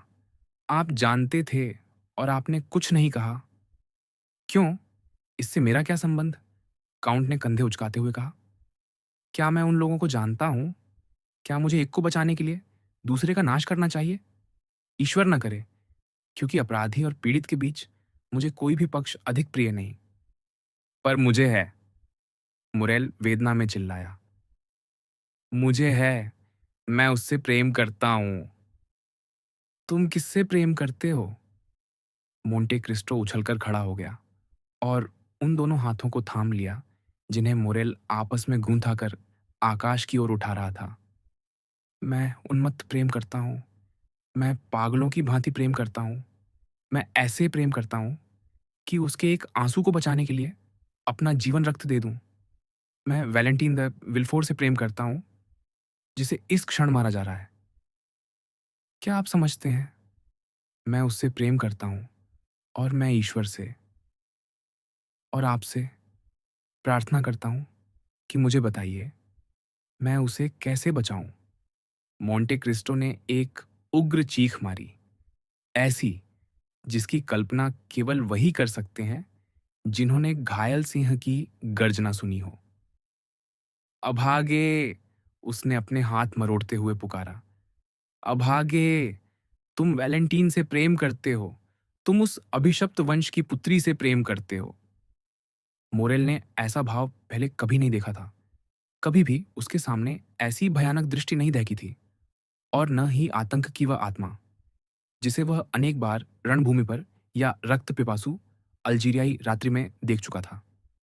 उसके चारों ओर इतने अशुभ ज्वालाओं के साथ प्रकट हुई थी। वह भय से पीछे हट गया।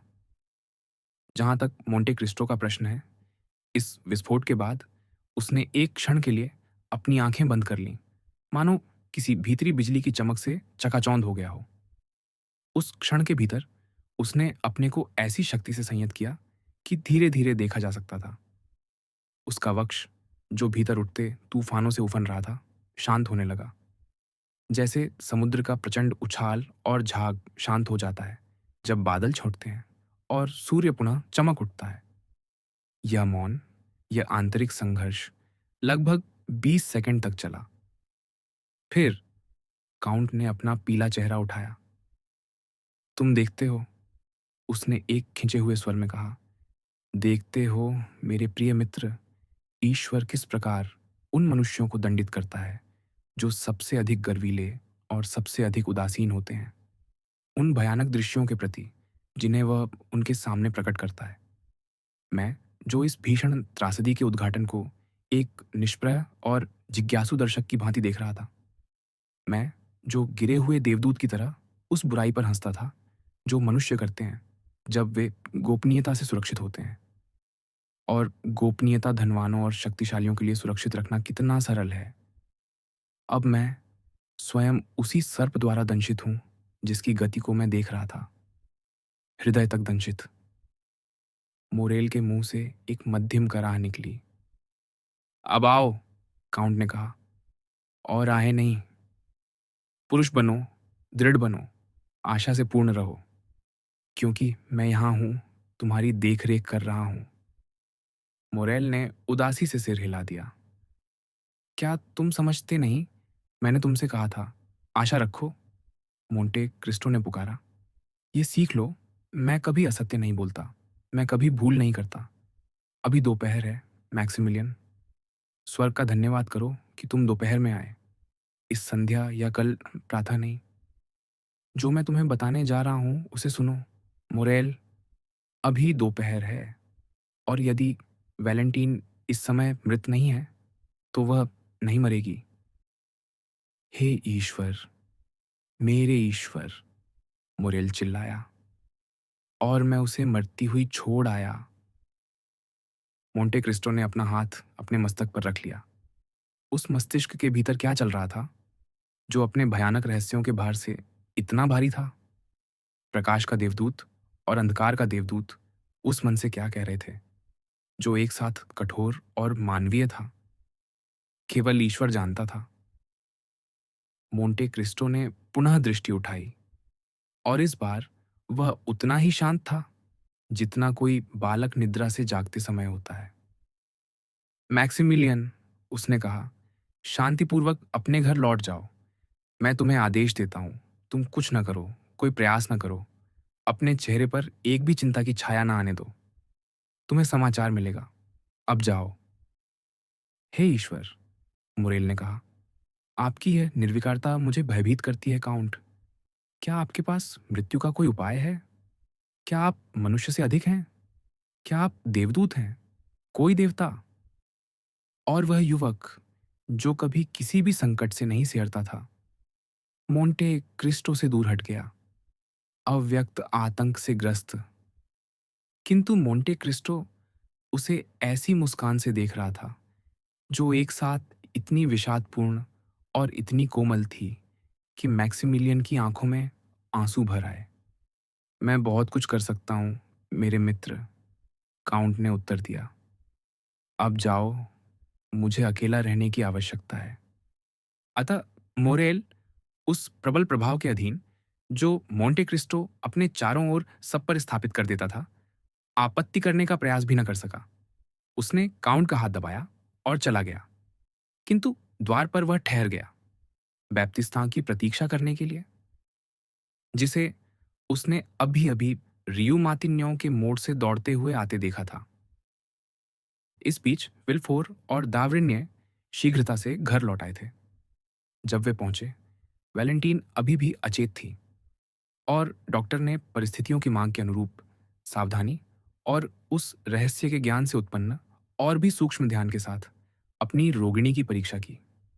विल्फोर उसकी प्रत्येक दृष्टि और प्रत्येक शब्द से लटकता हुआ परीक्षण के परिणाम की प्रतीक्षा कर रहा था। नोर्तिये लड़की से भी अधिक पीला और समाधान पाने के लिए विल्फोर से भी अधिक उत्कंठित भी प्रतीक्षा कर रहा था। उसके समस्त व्यक्तित्व में बुद्धि और संवेदनशीलता की अभिव्यक्ति थी। अंततः तावरेन्य ने धीरे से कहा, वह अब भी जीवित है। अब भी, विल्फोर ने पुकारा। ओह डॉक्टर, ये कितना भयानक शब्द है। हाँ, डॉक्टर ने कहा, और मैं दोहराता हूं, वह अब भी जीवित है, और मैं स्वयं इस पर अत्यंत आश्चर्यचकित हूं। पर क्या वह बच जाएगी? पिता ने पूछा। हाँ, क्योंकि वह जीवित है। उसी क्षण दावृण्य की दृष्टि नोर्तिये की दृष्टि से मिली, जो ऐसी अद्भुत प्रसन्नता और विचारों की ऐसी प्रचुरता से दमक रही थी कि डॉक्टर स्वयं चकित रह गया। उसने लड़की को कुर्सी पर धीरे से टिकाया। उसके होंठ उसके चेहरे के शेष भाग की भांति इतने श्वेत और फीके थे कि वे लगभग भेद करना कठिन थे। फिर वह स्थिर खड़ा रहा, नोर्तिये को देखता हुआ, जो प्रतीक्षा कर रहा था और डॉक्टर की प्रत्येक गति का निरीक्षण कर रहा था। विल्फोर, दावरिन्य ने कहा, कृपया वैलेंटीन की दासी को बुलाइए। विल्फोर ने अपनी पुत्री का सिर, जिसे वह थामे हुए था, धीरे से रखा और स्वयं जाकर दासी को बुलाने गया। जैसे ही उसने द्वार बंद किया, दावरिन्य नोर्तिये के पास गया। क्या आपको मुझसे कुछ कहना है? उसने पूछा। वृद्ध ने अर्थपूर्ण ढंग से पलक झपकाई, जैसा कि कहा जा चुका है। यही एकमात्र स्वीकृति का संकेत था जो उसके पास था। केवल मुझसे? हाँ, नोरतिये ने संकेत किया। अच्छा, मैं आपके पास ही रहता हूँ। उसी समय विल्फोर लौट आया। दासी उसके पीछे थी। उसके पीछे मैडम द विल्फोर भी आईं। पर इस प्रिय बच्ची को हुआ क्या है? उसने पूछा। अभी तो यह मेरे पास से गई थी और इसने कहा भी था कि इसे अच्छा नहीं लग रहा। पर मैं विश्वास नहीं कर सकी कि बात गंभीर है और आंखों में आंसू लिए तथा सच्ची माता सुलभ स्नेह की प्रत्येक अभिव्यक्ति के साथ वह वैलेंटीन के पास गई और उसका हाथ अपने हाथ में ले लिया। दावरिन्य अब भी नृत्य को देख रहा था। उसने देखा, वृद्ध की आंखें फैलकर गोल हो गई हैं। उसके गालों का रक्त उतर गया है और वे कांपने लगे हैं। उसके मस्तक पर पसीना था। आह! दावरिन्य के मुंह से अनायास निकला, नोरतिये की दृष्टि का अनुसरण करते हुए, जो मैडम द विल्फोर की ओर लगी थी, जो कह रही थीं, "यह बेचारी बच्ची लेटने से बेहतर हो जाएगी। आओ फानी, हमें इसे इसके बिस्तर पर ले जाना चाहिए।" दावरिन्य ने इस प्रस्ताव में नोरतिये के साथ अकेले रहने का अवसर देखा और सिर हिलाकर संकेत किया कि यही करना उचित है। पर उसने उन्हें रोगिणी को कुछ भी न देने की आज्ञा दी, सिवाय उसके, जो वह स्वयं उसके लिए लिखेगा। वैलेंटीन को वहां से ले जाया गया। उसे होश तो आ गया था, पर वह अभी भी कोई अंग हिला नहीं पा रही थी और लगभग बोल भी नहीं पा रही थी। उस आघात का उसके अंगों पर प्रभाव इतना गहरा था। फिर भी उसने अपने दादा का अभिवादन करने के लिए दृष्टि उठाने का सामर्थ्य जुटाया और जब उसे ले जाया जा रहा था, तो ऐसा प्रतीत होता था मानो उसकी आत्मा ही उनसे अलग की जा रही हो। दावरिन्य रोगिणी के पीछे गया, अपने निर्देश पूरे किए और विल्फोर से कहा कि वह एक गाड़ी लेकर स्वयं औषधि विक्रेता के पास जाए।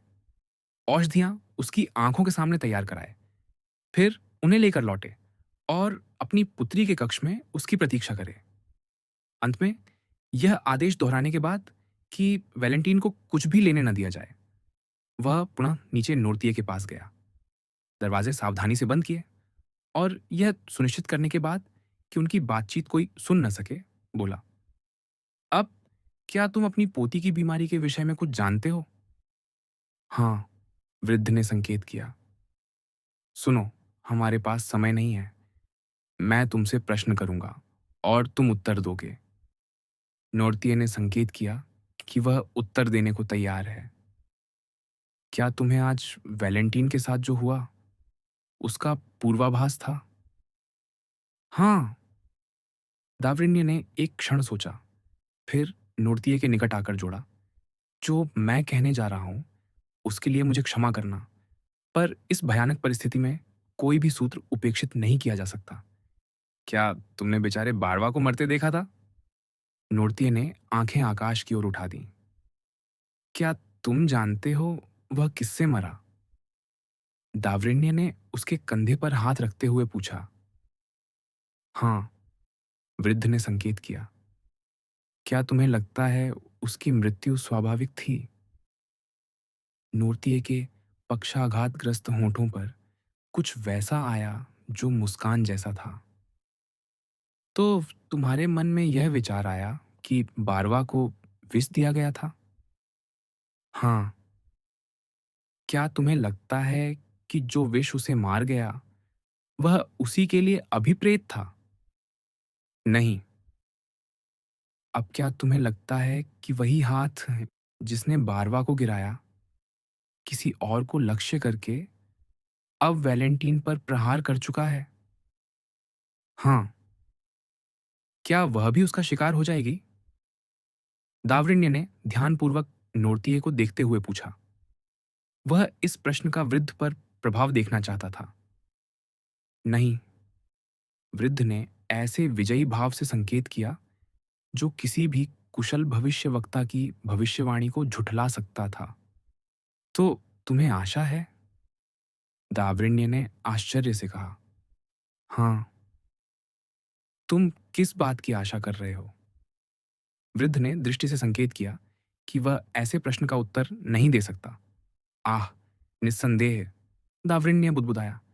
फिर नोरतिये की ओर मुड़कर बोला, क्या तुम्हें आशा है कि हत्यारा प्रयास करना छोड़ देगा? नहीं।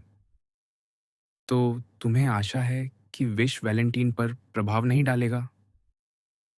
हाँ, क्योंकि मैं तुम्हें कुछ नया नहीं बता रहा जब मैं कहता हूं कि किसी ने उसे विष देने का प्रयास किया है। रोगी ने संकेत किया कि इस विषय में उसे कोई संदेह नहीं। तो फिर तुम्हें कैसे आशा है कि वैलेंटीन बच निकलेगी? नोर्तिये ने अपनी दृष्टि हठपूर्वक एक ही दिशा में स्थिर रखी। दावरिण्य ने उस दृष्टि का अनुसरण किया और देखा कि वह उस बोतल पर टिकी थी जिसमें वह औषधि थी जिसे वह प्रतिदिन प्रातः लाता था। आह, मैं समझ गया, दावरिण्य ने अचानक कहा। क्या तुम्हें यह विचार आया? नोर्तिये ने उसे पूरा करने नहीं दिया। हाँ, उसने संकेत किया। उसे विष के विरुद्ध पहले से सशस्त्र कर देने का विचार।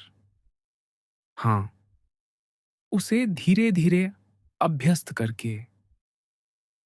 हाँ, हाँ, नोर्तिये ने प्रसन्न होकर संकेत किया कि वह समझ लिया गया है। संक्षेप में, तुम्हें पता चल गया था कि जिन औषधियों मैं तुम्हें देता रहा हूं उनमें ब्रूसीन है। हाँ, तो उसे इस विष का अभ्यस्त बनाकर तुमने सोचा कि किसी अन्य विष के प्रभाव को निष्प्रभावी कर दोगे। नोर्तिये के चेहरे पर वही विजयी आनंद उभर आया। तो तुम सफल हुए, दावरिण्य ने पुकारा। इसके बिना वैलेंटीन आज मर चुकी होती, निरुपाय, बिना किसी रक्षा के, बिना दया के हत्या कर दी जाती। आघात प्रबल था, पर वह केवल हिल गई है, और इस बार कम से कम वैलेंटीन नहीं मरेगी। परम आनंद की एक दिव्य किरण वृद्ध की आंखों में चमक उठी, जिन्हें उसने असीम कृतज्ञता की दृष्टि से आकाश की ओर उठा दिया। उसी क्षण विल्फोर लौट आया। डॉक्टर, यह लीजिए, उसने कहा। यह वही है जो आपने मांगा था। क्या यह तुम्हारे सामने तैयार किया गया? हाँ, राज अभियोजक ने उत्तर दिया। क्या यह तुम्हारे हाथों से अलग हुआ? नहीं। दावरिण्य ने बोतल ली, उसमें से कुछ बूंदें अपनी हथेली पर डालीं और स्वयं निगल लीं। अच्छा, उसने कहा, चलें, वैलेंटीन के पास चलते हैं। मैं सबको अपने निर्देश दूंगा और आप स्वयं उत्तरदायी होंगे, विल्फोर, कि कोई उनका उल्लंघन न करे। जब दावरिण्य विल्फोर के साथ वैलेंटीन के कक्ष में प्रवेश कर रहा था, उसी समय एक इतालवी पादरी, स्वभाव में कठोर, वाणी में शांत और दृढ़, उस भवन के बगल वाले मकान को किराए पर ले रहा था जिसमें विल्फोर निवास करता था। यह ठीक ठीक ज्ञात न हो सका कि उस मकान के तीनों किराएदारों को 2 घंटे बाद ही वहां से हट जाने के लिए किसने प्रेरित किया। पर मोहल्ले में यह अफवाह फैल गई कि मकान की नींव मजबूत नहीं थी और उसके गिर पड़ने का भय था। फिर भी इससे नए किराएदार को उसी दिन लगभग 5 बजे अपने साधारण सामान सहित वहां बसने से कोई बाधा नहीं हुई। नए किराएदार ने 3, 6 या 9 वर्षों के लिए पट्टा लिया और मकान मालिकों की प्रथा के अनुसार 6 महीने का किराया अग्रिम दे दिया। यह नया किराएदार, जैसा कि हम कह चुके हैं, इतालवी था और उसका नाम सिग्नोर जियाकोमो बुझोनी था। तुरंत कारीगर बुला लिए गए और उसी रात फोबुर्ग के ऊपरी सिरे से गुजरने वाले थोड़े से राहगीर यह देखकर आश्चर्यचकित रह गए कि बढ़ई और राजमिस्त्री उस डगमगाते भवन की नींवों को सहारा दे रहे हैं। पिता और पुत्री। पिछले अध्याय में हमने मैडम दांगलार को औपचारिक रूप से मैडम द विल्फोर के सामने मादेमोअजेल यूजिनी दांगलार और आंद्रेया कावलकांति के आगामी विवाह की घोषणा करते सुना था। यह औपचारिक घोषणा, जो इस महान विषय में सम्मिलित सभी पक्षों द्वारा लिए गए निर्णय का संकेत देती थी, या ऐसा प्रतीत होता था, दरअसल एक ऐसे दृश्य से पूर्व हुई थी जिसके विषय में अपने पाठकों को अवगत कराना हम अपना कर्तव्य समझते हैं। अतः हम उनसे निवेदन करते हैं कि वे हमारे साथ समय में पीछे चलें और स्वयं को उसी दिन की उस सुबह में ले जाएं, जिस दिन को इतनी बड़ी विपत्तियों से चिह्नित होना था। उस भव्य स्वर्ण जटित अतिथि कक्ष में, जहां हम उन्हें पहले ही ले जा चुके हैं, और जो उसके स्वामी बैरन दांगलार का गौरव और आनंद था। प्रातः लगभग 10 बजे स्वयं बैरन उस अतिथि कक्ष में टहल रहा था, चिंतित और स्पष्टतः व्यग्र। हर आहट पर रुक जाता और हर द्वार की ओर देखता। जब उसके धैर्य का भंडार समाप्त हो गया, तो उसने अपने परिचारक को बुलाया। एतियेन, उसने कहा, कृपया जाकर पूछो कि मादेमोआजेल यूजनी ने मुझे अतिथि कक्ष में प्रतीक्षा करने को क्यों कहा है, और यह भी पता करो कि वह मुझे इतनी देर क्यों करवा रही है। यह चिड़चिड़ा विस्फोट निकाल लेने के बाद बैरन कुछ शांत हुआ। वास्तव में मादेमोआजेल दांगलार ने जागने के बाद अपने पिता को बुलाने के लिए संदेश भेजा था और इस भेंट का स्थान स्वर्ण जटित अतिथि कक्ष निर्धारित किया था। इस विचित्र आग्रह पर, विशेषतः उसकी औपचारिकता पर, बैंकर अत्यंत आश्चर्यचकित हुआ था, किंतु उसने तत्काल अपनी पुत्री की इच्छा का पालन किया और स्वयं सबसे पहले कक्ष में आकर प्रतीक्षा करने लगा। एतियेन शीघ्र ही अपने दूत कार्य से लौट आया। मादेमो आजेल की कक्ष सेविका, उसने कहा, ने मुझे सूचित किया कि मादेमो आजेल अपना श्रृंगार पूर्ण कर रही हैं और शीघ्र ही आ जाएंगी। दांगलार ने संतोष प्रकट करने के लिए सिर हिलाया। संसार की दृष्टि में, और यहाँ तक कि अपने सेवकों की दृष्टि में भी, दांगलार उदार पिता और विनम्र स्वभाव के व्यक्ति की भूमिका निभाता था। यह उस लोकप्रिय नाटक का एक पक्ष था जिसे वह स्वयं निभा रहा था, एक ऐसा आवरण जिसे उसने ओढ़ रखा था और जो उसे उतना ही सुहाता था जितना प्राचीन रंगमंच के उन मुखौटों का दाहिना रूप, जिनमें पिता के होंठ ऊपर उठे और मुस्कुराते दिखते थे, जबकि बाईं ओर वही होंठ नीचे झुके और शोकाकुल रहते थे। हम यह भी जोड़ सकते हैं कि पारिवारिक परिधि में वे ऊपर उठे मुस्कुराते होंठ नीचे गिर जाते और उदास हो उठते थे, जिससे अधिकांश समय वह विनम्र व्यक्ति लुप्त हो जाता और उसके स्थान पर एक क्रूर पति तथा अत्याचारी पिता प्रकट हो जाता। आखिर शैतान जाने, यदि वह मूर्ख लड़की सचमुच मुझसे बात करना चाहती है, तांगलार बुदबुदाया, तो मेरे अध्ययन कक्ष में क्यों नहीं आ जाती? और वह मुझसे बात करना ही क्यों चाहती है? वह इस खींच भरे प्रश्न को अपने मन में 20वीं बार उलट पलट रहा था कि द्वार खुला और यूजिनी प्रकट हुई, काले साटन का परिधान पहने, जिस पर उसी रंग के मखमली पुष्प खड़े थे। उसके केश सजे हुए थे और भुजाएं दस्तानों में आवृत, मानो वह थिएटर इतालिया में अपने कक्ष की ओर जा रही हो। अब यूजिनी, क्या बात है? उसके पिता ने कहा। और हमें इस अतिथि कक्ष में इतनी औपचारिकता क्यों निभानी पड़ रही है, जब मेरे निजी अध्ययन कक्ष में कहीं अधिक सुविधा है? आप बिल्कुल ठीक कहते हैं, यूजिनी ने कहा, अपने पिता को बैठने का संकेत करते हुए। आपने अभी 2 प्रश्न पूछे हैं, जो समूची वार्ता का सार है, जो हम करने जा रहे हैं। अतः मैं दोनों का उत्तर दूंगी, और प्रथा के विपरीत दूसरे का पहले, क्योंकि वह सरल है। मैंने इस अतिथि कक्ष को हमारे मिलन स्थल के रूप में इसलिए चुना कि एक बैंकर के अध्ययन कक्ष के अप्रिय प्रभावों और वातावरण से बच सकूं। वे लेखा बही, चाहे कितनी ही स्वर्ण जटित क्यों न हो, वे दराजें जो दुर्ग के फाटकों की भांति बंद रहती हैं, वे बैंक नोटों के ढेर जो जाने कहाँ से आते हैं, इंग्लैंड, हालैंड, स्पेन, इंडीज, चीन या पेरू से आने वाले पत्रों के वे समूह, इन सब का पिता के मन पर एक विचित्र प्रभाव पड़ता है और उसे यह भुला देता है कि संसार में सामाजिक प्रतिष्ठा या निवेशकों की राय से भी अधिक महान और पवित्र कुछ है। इसीलिए मैंने इस अतिथि कक्ष को चुना, जहां आप अपना, मेरा और मेरी माता का चित्र देख सकते हैं, अपने भव्य फ्रेमों में मुस्कुराते और प्रसन्न, साथ ही ग्रामीण दृश्य और गडरियों गडरियों के मनोहर चित्र। बाहरी प्रभावों के परिणाम को मैं अत्यंत महत्व देती हूँ। सुन, यह शायद भूल हो, विशेषतः जहां आपका संबंध है, पर आप क्या अपेक्षा करते हैं? यदि मैं थोड़ी कल्पनाओं में लिप्त न हूं, तो मैं कलाकार ही क्यों कहलाऊं?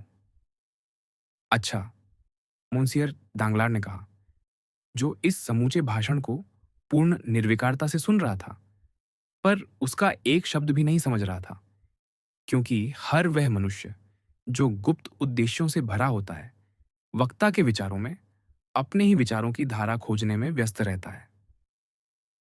तो इस प्रकार दूसरा बिंदु लगभग स्पष्ट हो गया, यूजिनी ने कहा, पूर्णतः अविचल और अपने शब्दों तथा हाव भाव में सदा की भांति एकदम पुरुषोचित संयम व्यक्त करते हुए। और प्रतीत होता है कि आप इस स्पष्टीकरण से संतुष्ट हैं। अब पहले बिंदु पर लौटते हैं। आप पूछते हैं कि मैं यह वार्ता क्यों चाहती थी। मैं इसे अत्यंत संक्षेप में कहूंगी मोन्सियर। मैं काउंट आंद्रेया कावलकांति से विवाह नहीं करना चाहती। दांगलार अपनी सीट से उछल पड़ा। इस आकस्मिक झटके से उसके हाथ आकाश की ओर उठ गए और उसकी दृष्टि ऊपर चली गई। हाँ मोन्सियर, यही बात है, यूजिनी ने कहा, अब भी पूर्णतः निर्विकार। मैं देख रही हूं कि आप आश्चर्यचकित हैं, क्योंकि जब से यह पूरा प्रसंग आरंभ हुआ है, मैंने तनिक भी आपत्ति प्रकट नहीं की, इस विश्वास के साथ कि जब क्षण आएगा तो मैं सदैव स्पष्ट और पूर्णतः अपना विरोध व्यक्त कर दूंगी उन लोगों के प्रति जो मुझसे परामर्श नहीं करते और उन बातों के प्रति जो मुझे अप्रिय हैं। पर इस बार यह शांति, यह निष्क्रियता, जैसा कि दार्शनिक कहते हैं, कहीं और से उत्पन्न हुई। यह इस तथ्य से आई कि एक आज्ञाकारी और समर्पित पुत्री के रूप में युवती के अरुण अधरों पर एक हल्की मुस्कान उभरी। मैं आज्ञा पालन के मार्ग को आजमा रही थी। तो दांगलार ने कहा। तो मोन्सियर, यूजिनी ने आगे कहा, मैंने प्रयास किया, मैंने अपनी समस्त शक्ति से प्रयास किया, और अब जब क्षण आ पहुंचा है, अपने ऊपर किए गए सभी प्रयत्नों के बावजूद मैं अपने को आज्ञा पालन में असमर्थ पाती हूं। पर बताओ, दांगलार ने कहा, एक निम्न बुद्धि का व्यक्ति जो इस निर्मम तर्क के भार से और उस शीतलता से जिसमें इतनी पूर्व चिंतन और इच्छा शक्ति निहित थी, पहले तो बिल्कुल स्तब्ध प्रतीत हुआ। इस अस्वीकृति का कारण क्या है, यूजिनी? कारण क्या है? कारण, युवती ने उत्तर दिया, हे भगवान, यह इसलिए नहीं कि वह पुरुष किसी और से अधिक क्रूप, अधिक मूर्ख या अधिक अप्रिय है।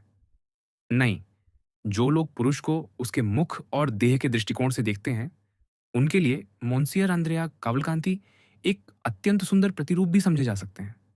और यह इसलिए भी नहीं कि मेरा हृदय उससे किसी और की अपेक्षा कम प्रभावित है। ऐसा उत्तर किसी विद्यालयी बालिका को शोभा देता है, पर मैं उसे अपने योग्य नहीं समझती।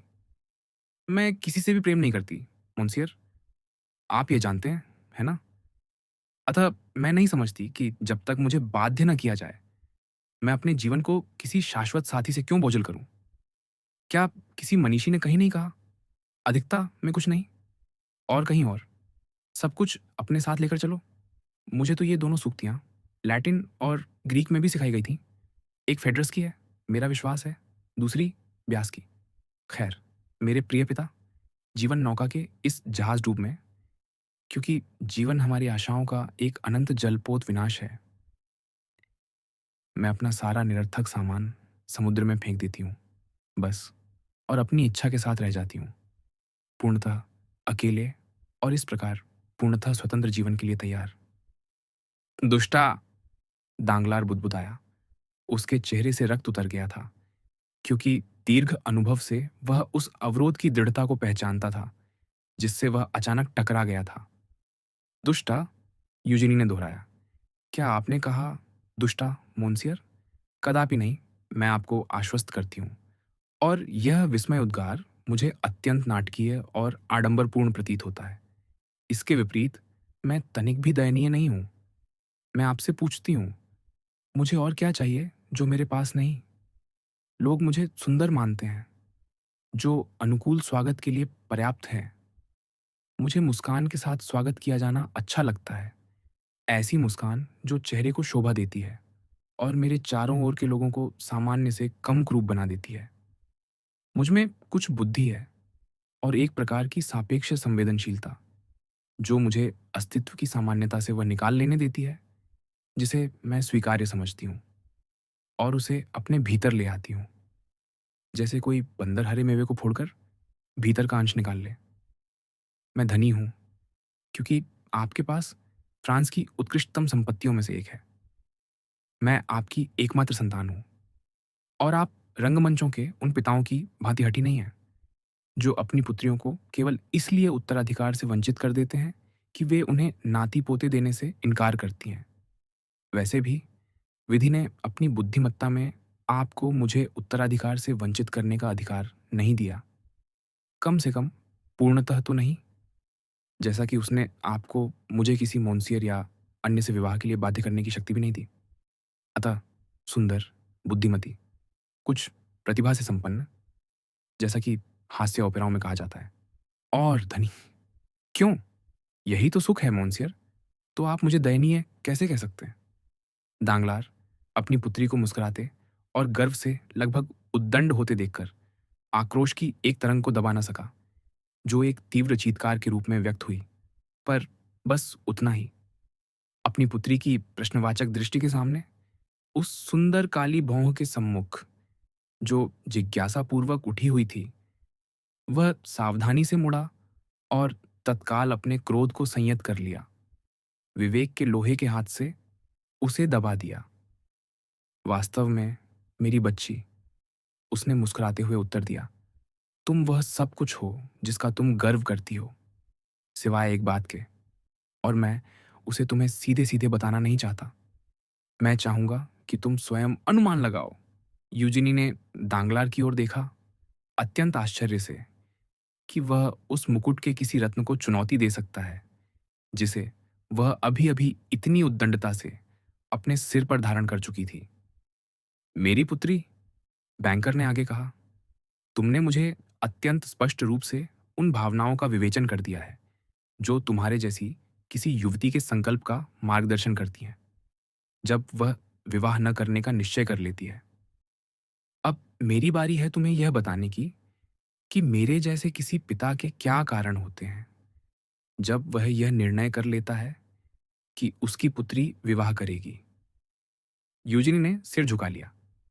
एक आज्ञाकारी पुत्री की भांति नहीं, जो अपने पिता की बात सुन रही हो, बल्कि एक प्रतिद्वंद्वी की भांति, जो प्रत्युत्तर देने के लिए तत्पर प्रतीक्षा कर रहा हो। मेरी प्रिय, दांगलार ने कहा, जब कोई पिता अपनी पुत्री से कहता है कि वह पति ग्रहण करे, तो उसके पास उसे विवाहित देखने का सदैव कोई ना कोई कारण होता है। कुछ पिता उस मूर्खता से ग्रस्त होते हैं जिसका तुमने अभी उल्लेख किया, अपने नाती-पोतों में पुनः जीने की इच्छा। मैं तुम्हें सीधे बता दूं, मुझ में वह दुर्बलता नहीं है, और पारिवारिक जीवन के आनंदों के प्रति मैं अधिक या कम उदासीन हूं। यह मैं अपनी उस पुत्री से स्वीकार कर सकता हूं, जिसे मैं इतना विरक्त जानता हूं कि वह मेरी इस भावना को समझ सके और इसके लिए मुझे दोष न दे। अच्छा, यूजिनी ने कहा, बहुत अच्छा। स्पष्ट रहे, मुझे यह प्रिय है। ओह! जैसा कि तुम देखती हो, यद्यपि मैं सामान्यतः तुम्हारी इस स्पष्टवादिता की रुचि साझा नहीं करता, फिर भी जब मुझे परिस्थितियां आवश्यक प्रतीत होती हैं, तो मैं इसका सहारा लेता हूं। अतः मुझे आगे कहने दो। मैंने तुम्हें एक पति प्रस्तावित किया, तुम्हारे लिए नहीं, क्योंकि सत्य कहूं तो उस समय मैं तुम्हारे विषय में सोच ही नहीं रहा था। तुम्हें स्पष्टवादिता प्रिय है, आशा है, यह तुम्हारे लिए पर्याप्त स्पष्ट है। कारण यह था कि मुझे आवश्यक था कि तुम यथाशीघ्र उस पति से विवाह करो, कुछ व्यापारिक लेन-देन के हित में, जिनमें मैं इस समय संलग्न हूं। यूजिनी चौंक उठी। यही सत्य है, मेरी बच्ची, और तुम्हें अप्रसन्न नहीं होना चाहिए, क्योंकि तुम ही मुझे इस प्रकार बोलने को विवश कर रही हो। तुम समझती हो, मुझे खेद है कि मुझे तुम्हारे जैसी कलाकार से, जो किसी बैंकर के अध्ययन कक्ष में प्रवेश करने से भी डरती है कि कहीं उसे कोई अप्रिय और कवित्व विरोधी अनुभूति ना हो जाए, इन गणनात्मक प्रश्नों की चर्चा करनी पड़ रही है। फिर भी तुम्हें जानना चाहिए कि उस बैंकर के अध्ययन कक्ष में, जहां संयोग से तुम कल बड़े साहस से प्रवेश कर गई थीं, मुझसे वे 1000 फ्रांक मांगने के लिए, जो मैं तुम्हें प्रत्येक माह मनोरंजन हेतु देता हूँ, बहुत सी बातें सीखने योग्य होती हैं। यहाँ तक कि उन युवतियों के हित में भी जो विवाह नहीं करना चाहती। उदाहरणार्थ, और यह मैं तुम्हारी स्नायविक संवेदनशीलताओं का ध्यान रखते हुए यहीं अतिथि कक्ष में कह रहा हूँ, कोई यह सीख सकता है कि किसी बैंकर की साख ही उसका समस्त जीवन होती है, शारीरिक भी और नैतिक भी। साख मनुष्य को उसी प्रकार संभाले रखती है जैसे श्वास शरीर को। और मोंटे क्रिस्टो ने एक दिन इस विषय पर मुझसे बड़ा सुंदर भाषण किया था, जिसे मैं कभी नहीं भूला। यह भी सीखा जा सकता है कि जब साख हट जाती है तो शरीर शव बन जाता है, और यह बहुत शीघ्र घटित हो सकता है उस बैंकर के साथ जिसे ऐसी प्रखर तर्क शक्ति वाली कन्या का पिता होने का सम्मान प्राप्त है। यूजिनी इस प्रहार के नीचे झुकी नहीं, वह उसका सामना करने को उठ खड़ी हुई। नष्ट, उसने कहा। तुमने ठीक शब्द पकड़ा, मेरी प्रिय, सही शब्द, दांगलार ने कहा, अपने वक्ष पर हाथ फेरते हुए, जबकि उसके स्थूल मुख पर उस मनुष्य की मुस्कान बनी रही जो हृदय में चाहे न्यून हो, बुद्धि में नहीं। नष्ट, बिल्कुल। आ, यूजिनी ने कहा। हाँ, नष्ट। लो, अब यह भयानक रहस्य बाहर आ ही गया, जैसा कि शोक नाटककार कहते हैं। अब सुनो, मेरी प्रिय, जबकि मैं तुम्हें बताता हूं कि इस विपत्ति को मेरे लिए नहीं, तुम्हारे लिए कैसे कम किया जा सकता है। ओह, आप मानव मुख को बहुत कम जानते हैं, मोन्सियर, यूजिनी ने कहा। यदि आप कल्पना करते हैं कि मैं उस विपत्ति पर, जिसका आप वर्णन कर रहे हैं, अपने ही कारण से शोक करूंगी। मुझे क्या, यदि मैं निर्धन हो जाऊं, क्या मेरे पास अभी भी मेरी प्रतिभा नहीं है? मैं क्यों ना पास्ता, मालिब्रा या ग्रिजी की भांति अपने लिए वह ना बना लूं जो आप मुझे कभी नहीं दे सकते थे, चाहे आपकी संपत्ति कितनी ही बड़ी क्यों ना होती। एक ऐसी आय, 1 लाख या 1.5 लाख लिव्र की, जिसे मैं केवल अपने आप की रानी रहूं, और जो मुझे उन दयनीय 12,000 फ्रॉन्क की भांति न मिले जिन्हें आप मुझे दिया करते थे, कटु दृष्टि और मेरी उच्छृंखलता पर कटाक्षों के साथ, बल्कि तालियों, जय घोष और पुष्पों के साथ प्राप्त हो। और यदि मेरे पास यह प्रतिभा न भी हो, जैसा कि आपकी मुस्कान संकेत करती है कि आप संदेह करते हैं, तो भी क्या मेरे पास स्वतंत्रता के प्रति वह प्रबल प्रेम नहीं रहेगा जो मेरे लिए किसी भी निधि से अधिक मूल्यवान है, और जो मेरे भीतर आत्मरक्षा की प्रवृत्ति से भी ऊपर स्थान रखता है? नहीं, मैं अपने लिए शोकाकुल नहीं हूं, क्योंकि मैं सदा अपना निर्वाह कर लूंगी। मेरे पास मेरी पुस्तकें होंगी, मेरी पेंसिलें होंगी, मेरा पियानो होगा, ऐसी वस्तुएं जो महंगी नहीं और जिन्हें मैं सदा प्राप्त कर सकूंगी। और यदि आप सोचते हैं कि मैं मैडम दांगलार के लिए शोक करती हूँ, तो वहां भी आप भ्रमित हैं। या तो मैं बहुत भूल कर रही हूँ, या मेरी माता ने हर आवश्यक सावधानी पहले ही कर ली है, तथा कि जो विपत्ति आपको धमका रही है वह उन्हें स्पर्श न करे। मैं आशा करती हूँ कि उन्होंने स्वयं को सुरक्षित कर लिया होगा। उन्होंने अपनी संपत्ति संग्रह की धुन में मेरे प्रति चिंता से स्वयं को विचलित नहीं होने दिया, क्योंकि ईश्वर का धन्यवाद, उन्होंने मुझे मेरी समस्त स्वतंत्रता इस बहाने से दे दी थी कि मुझे अपनी स्वतंत्रता प्रिय है। ओह नहीं, मोन्सियर, अपने बाल्यकाल से ही मैंने अपने चारों ओर बहुत सी घटनाएं घटित होते देखी हैं, और उन्हें बहुत भली भांति समझा भी है। इसलिए दुर्भाग्य मुझ पर उतना प्रभाव नहीं डाल सकता जितना सामान्यतः डालता है। जब से मुझे स्मरण है, किसी ने मुझसे प्रेम नहीं किया। अच्छी बात, और स्वाभाविक ही इससे मैं भी किसी से प्रेम न कर सकी। और भी अच्छी बात।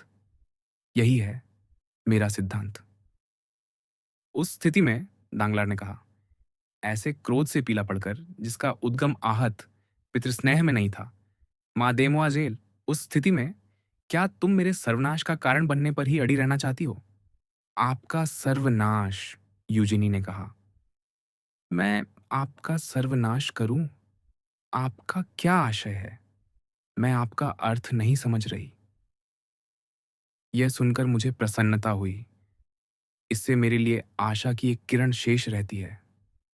सुनो, मैं सुन रही हूँ, यूजिनी ने कहा, अपने पिता को इतनी तीव्र दृष्टि से निहारते हुए कि उन्हें उस युवती की प्रबल दृष्टि के नीचे अपनी आंखें झुकाने से बचने के लिए प्रयास करना पड़ा। मोन्सियर कावलकांति तुमसे विवाह कर रहे हैं, तांगलार ने आगे कहा, और ऐसा करते हुए वे 3 मिलियन का दहेज लाएंगे, जिसे वे मेरे पास निवेश करेंगे।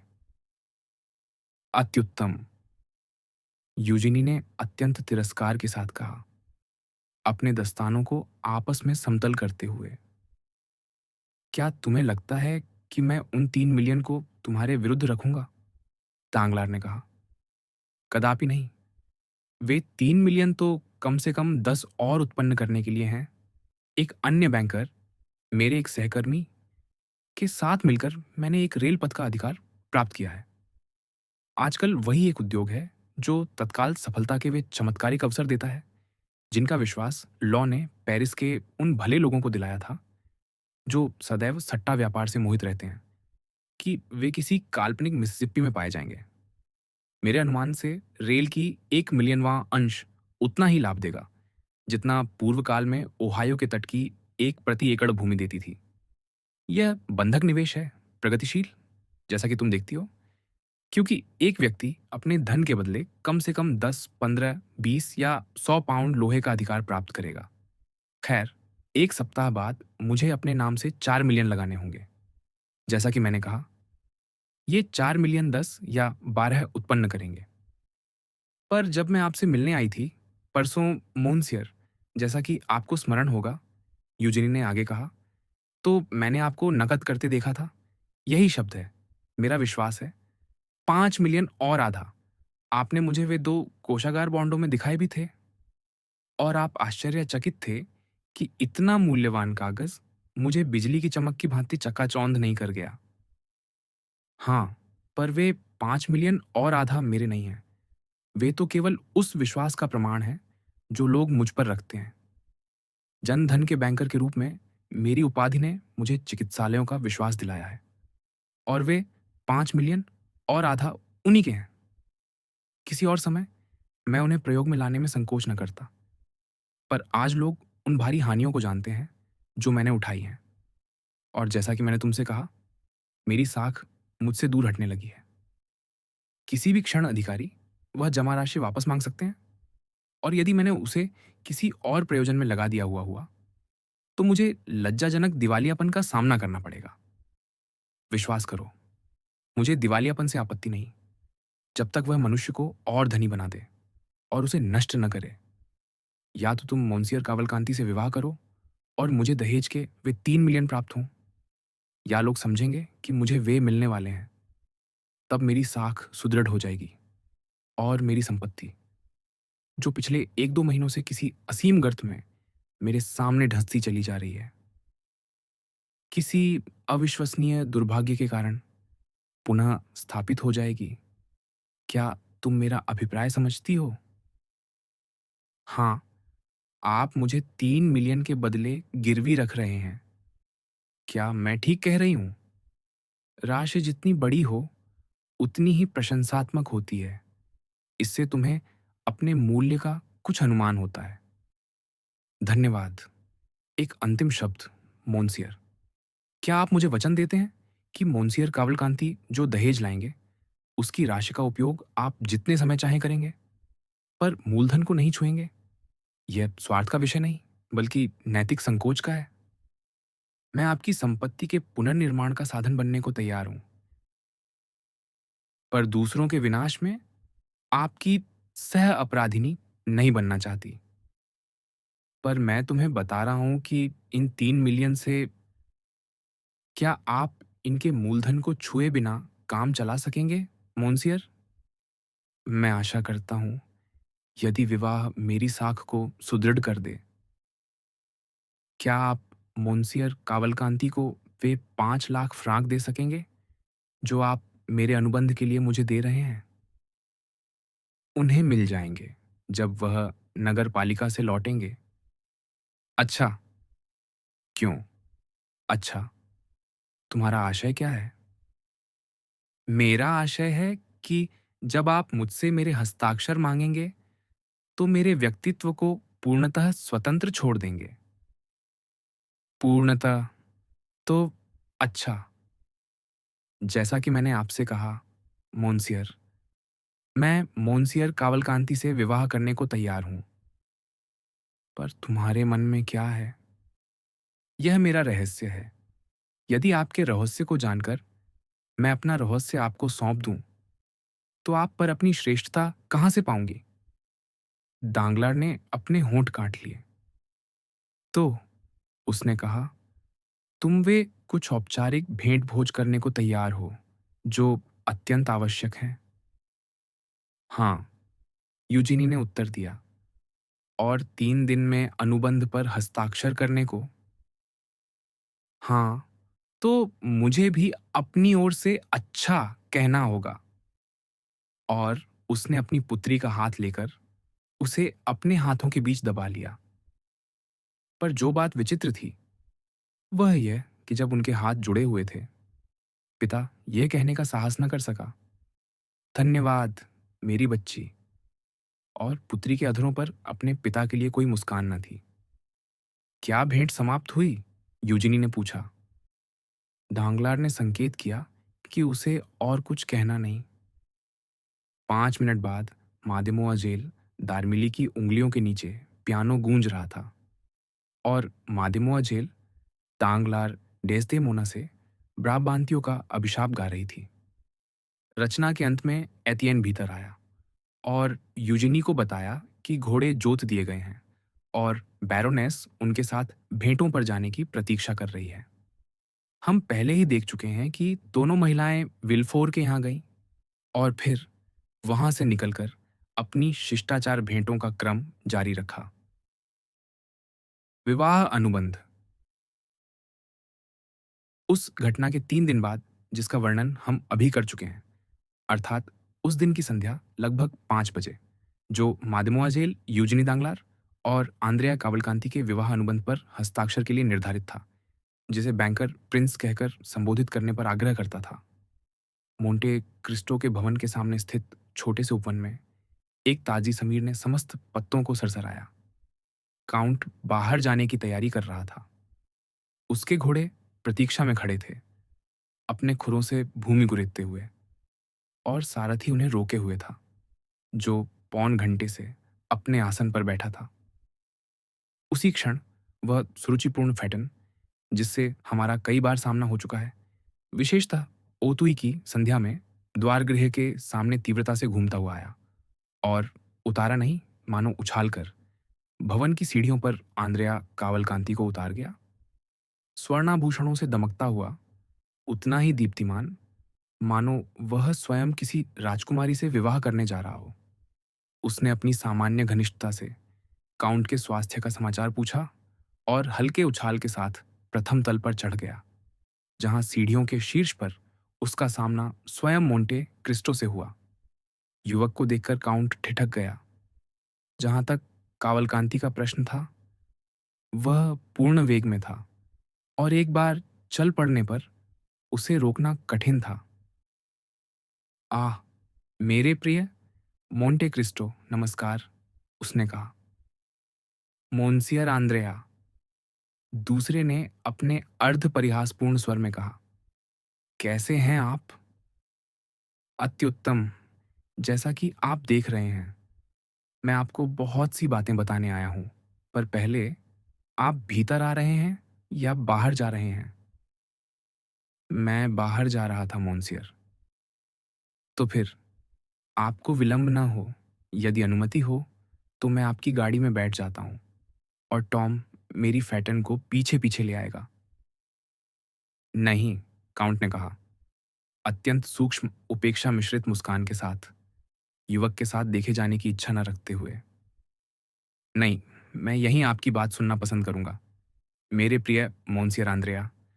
ऐसे कक्ष में अधिक भली प्रकार वार्ता हो सकती है, जहां कोई सारथी आपके शब्द न पकड़ सके। काउंट उसे प्रथम तल के एक छोटे अतिथि कक्ष में ले गया, स्वयं बैठा, पैर पर पैर चढ़ाया और युवक को बैठने का संकेत किया। आंद्रिया ने अपना सर्वाधिक प्रसन्न मुखाभिनय धारण किया। आप जानते हैं, काउंट, उसने कहा, अनुष्ठान आज संध्या ही है। अनुबंध मेरे भावी ससुर के यहाँ रात 9 बजे हस्ताक्षरित होगा।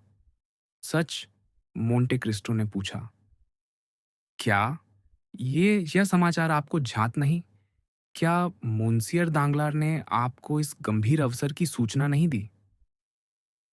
दी थी, काउंट ने कहा। कल उनका पत्र मिला था, पर मुझे नहीं लगता उसमें समय का उल्लेख था। संभव है। मेरा अनुमान है कि मेरे भाभी ससुर ने समझा होगा कि यह बात स्वयं फैल जाएगी। तो फिर, मोंटे क्रिस्टो ने कहा, आप प्रसन्न हैं, मोंसियर कावलकांति। आप एक अत्यंत वांछनीय संबंध में प्रवेश कर रहे हैं और मादेमोआजेल दांगलार सुंदर हैं। हाँ, कावलकांति ने पर्याप्त विनम्रता के साथ उत्तर दिया। और सबसे बढ़कर, वह अत्यंत धनी है। कम से कम मुझे ऐसा ही ज्ञात हुआ है, मोंटे क्रिस्टो ने कहा। अत्यंत धनी? क्या आप सचमुच ऐसा सोचते हैं? युवक ने दोहराया। इसमें संदेह नहीं। कहा जाता है कि मोंसियर दांगलार अपनी संपत्ति का कम से कम आधा छिपाए रखते हैं, और वह स्वयं 15 या 20 मिलियन स्वीकार करते हैं, आंद्रिया ने कहा। उसकी आंखें आनंद से चमक उठीं। इसके अतिरिक्त, मोंटे क्रिस्टो ने जोड़ा, वह एक ऐसे सट्टा व्यवसाय में प्रविष्ट होने वाले हैं जो अमेरिका और इंग्लैंड में पहले ही कुछ अधिक प्रचलित हो चुका है, पर फ्रांस में अभी नया है। हाँ, हाँ, मैं समझ रहा हूँ, वही रेलपथ जिसके लिए उन्हें अभी-अभी ठेका मिला है। ठीक वही। सामान्य मत ये है कि वह इस उपक्रम से कम 10 मिलियन अर्जित करेंगे। 10 मिलियन? क्या आप सचमुच ऐसा सोचते हैं? अद्भुत, कावलकांति ने कहा, इन स्वर्णिम शब्दों की धात्विक ध्वनि से मानो मतवाला हो उठा। और यह तो कहना ही क्या, मोंटे क्रिस्टो आगे बोला, कि यह समस्त संपत्ति अंततः आपके ही अधिकार में आएगी, जो उचित भी है, क्योंकि मादेमोआजेल दांगलार एकमात्र संतान है। वैसे भी आपकी स्वयं की संपत्ति भी आपकी वधू के लगभग बराबर है, कम से कम, ऐसा आपके पिता ने मुझसे कहा।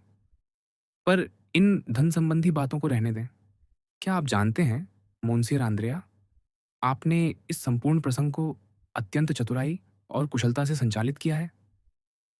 कुछ बुरा नहीं, युवक ने कहा। बिल्कुल बुरा नहीं। मैं जन्मजात कूटनीतिज्ञ हूँ। अवश्य होंगे। आप जानते हैं, कूटनीति सीखी नहीं जाती, वह तो प्रवृत्ति का विषय है। तो यह आपके लिए प्रेम विवाह है? निस्संदेह। मुझे भय है कि ऐसा ही है, आंद्रिया ने उस स्वर में उत्तर दिया जिसे उसने थिएटर फ्रांसे में दोरांत या वालियर को अल्सेस्टे को उत्तर देते सुना था। और क्या, वह भी आपसे कुछ प्रेम करती है? उन्हें करना ही चाहिए, आंद्रिया ने विजेता की मुस्कान के साथ कहा, क्योंकि वह मुझसे विवाह कर रही है। पर एक अत्यंत महत्वपूर्ण बात ना भूलें। वह क्या? कि इस सब में मुझे बहुत सहायता मिली। छोड़िए भी, पर निस्संदेह। घटनाओं से? नहीं, आपसे। मुझसे? आइए आइए, प्रिंस, मोंटे क्रिस्टो ने कहा, उपाधि पर व्यंग्यपूर्ण बल देते हुए। मैं आपके लिए क्या कर सकता था? क्या आपका नाम, आपका सामाजिक स्थान और आपके व्यक्तिगत गुण पर्याप्त नहीं थे? नहीं, आंद्रिया ने कहा, वे पर्याप्त नहीं थे। और मोंसियर काउंट, आप चाहे जो कहें, मैं मानता हूं कि आपके जैसे व्यक्ति की स्थिति ने मेरे नाम, मेरे सामाजिक स्थान और मेरे व्यक्तिगत गुणों से अधिक कार्य किया।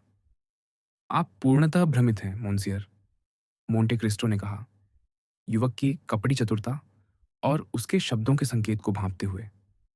आपको मेरा संरक्षण तभी प्राप्त हुआ जब मैंने आपके आदरणीय पिता के प्रभाव और संपत्ति के विषय में जांच पड़ताल कर ली। क्योंकि जब मैंने अपने जीवन में आपको कभी देखा ही नहीं था, ना आपको, ना आपके प्रतिष्ठित पिता को, तो मुझे आपको जानने का सम्मान किसने दिलाया? मेरे 2 घनिष्ठ मित्रों ने, लॉर्ड विलमोर और अब्बे बुजोनी ने। मुझे किसने प्रोत्साहित किया? आपके लिए गारंटी बनने को नहीं, पर आपको समर्थन देने को। आपके पिता का नाम, जो इटली में इतना सुप्रसिद्ध और सम्मानित है। व्यक्तिगत रूप से मैं आपको नहीं जानता। काउंट के शांत और सहज व्यवहार से आंद्रेया समझ गया कि इस समय वह अपने से कहीं अधिक शक्तिशाली हाथ की पकड़ में है और यह पकड़ सहज नहीं छूटेगी। बताइए, उसने कहा, क्या मेरे पिता सचमुच अत्यंत धनी हैं?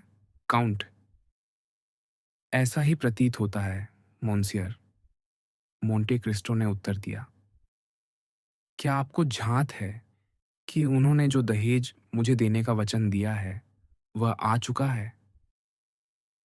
मुझे उसकी सूचना पर्ची प्राप्त हो चुकी है। और वे 3 मिलियन? पूर्ण संभावना है कि वे मार्ग में हैं। तो वे वास्तव में मुझे मिल जाएंगे? धत! काउंट ने कहा। मुझे तो ऐसा नहीं लगता, मोन्सियर, कि अब तक आपको धन की कमी रही हो। आंद्रेया इतना चकित हुआ कि स्वयं को एक क्षण सोचने से रोक न सका। फिर अपने विचार से निकलकर बोला, मोन्सियर, अब केवल एक विनती शेष है जो मुझे आपसे करनी है, और इसे आप समझेंगे, चाहे यह आपको अप्रिय ही क्यों न लगे। कहिए, मोंटे क्रिस्टो ने कहा।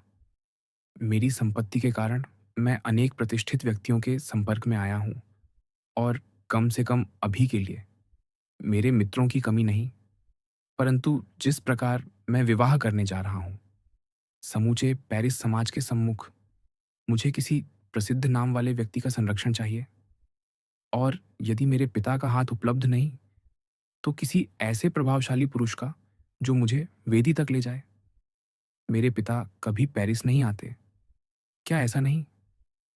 वह वृद्ध हैं, घावों से आच्छादित, और कहते हैं कि यात्रा करते समय उन्हें प्राणांतक वेदना होती है। मैं समझता हूं, तो मुझे आपसे एक निवेदन करना है। मुझसे? हाँ, आपसे। ईश्वर, क्या? कि आप उनका स्थान ग्रहण करें। क्या? मेरे प्रिय महोदय, मेरे साथ आपके इतने संपर्कों के बाद भी क्या आप मुझे इतना कम जानते हैं कि ऐसा अनुरोध कर सकें? मुझसे 5 लाख उधार मांगिए, और यद्यपि वह असाधारण बड़ी राशि होगी, मैं शपथपूर्वक कहता हूं कि वह आग्रह मुझ पर इससे कम भार डालेगा। आपको झांत होना चाहिए। मैंने सोचा था कि यह बात आपको पहले ही बता चुका हूं कि जब मोंटे क्रिस्टो का काउंट इस संसार के किसी विषय में संलग्न होता है, विशेषतः आध्यात्मिक विषयों में, तो वह उन्हें सदैव एक पूर्वीय मनुष्य की संकोचपूर्ण, बल्कि कहूं तो अंधविश्वासी दृष्टि से देखता आया है। काहिरा में मेरा एक हरम है, स्मिर्ना में दूसरा, और कॉन्स्टेंटिनोपल में तीसरा। और आप मुझसे विवाह में अध्यक्षता करने को कहते हैं, कभी नहीं। तो आप मुझे अस्वीकार करते हैं, स्पष्ट रूप से। यदि आप मेरे पुत्र भी होते या मेरे भ्राता, तो भी मैं इसी प्रकार इनकार करता। अच्छा, यह तो अद्भुत हुआ, आंद्रेया ने निराश होकर कहा। तो फिर क्या किया जाए? आपके 100 मित्र हैं, जैसा कि आपने स्वयं कहा। हाँ, पर आपको ही ने मेरा परिचय मोनसियर दांगलार से कराया था। कदापि नहीं, तथ्य स्पष्ट करें। मैंने आपको ओतुई में उनके साथ भोजन करने की व्यवस्था की थी, और आपने स्वयं अपना परिचय दिया। यह तो बिल्कुल भिन्न बात हुई। हाँ, पर मेरे विवाह में आपने सहायता की। मैंने? कदापि नहीं। विश्वास कीजिए, स्मरण कीजिए, जब आप मुझसे प्रस्ताव रखने को कहने आए थे, तब मैंने क्या कहा था? मैं कभी मध्यस्थता नहीं करता। मेरे प्रिय प्रिंस, यह मेरा अटल नियम है।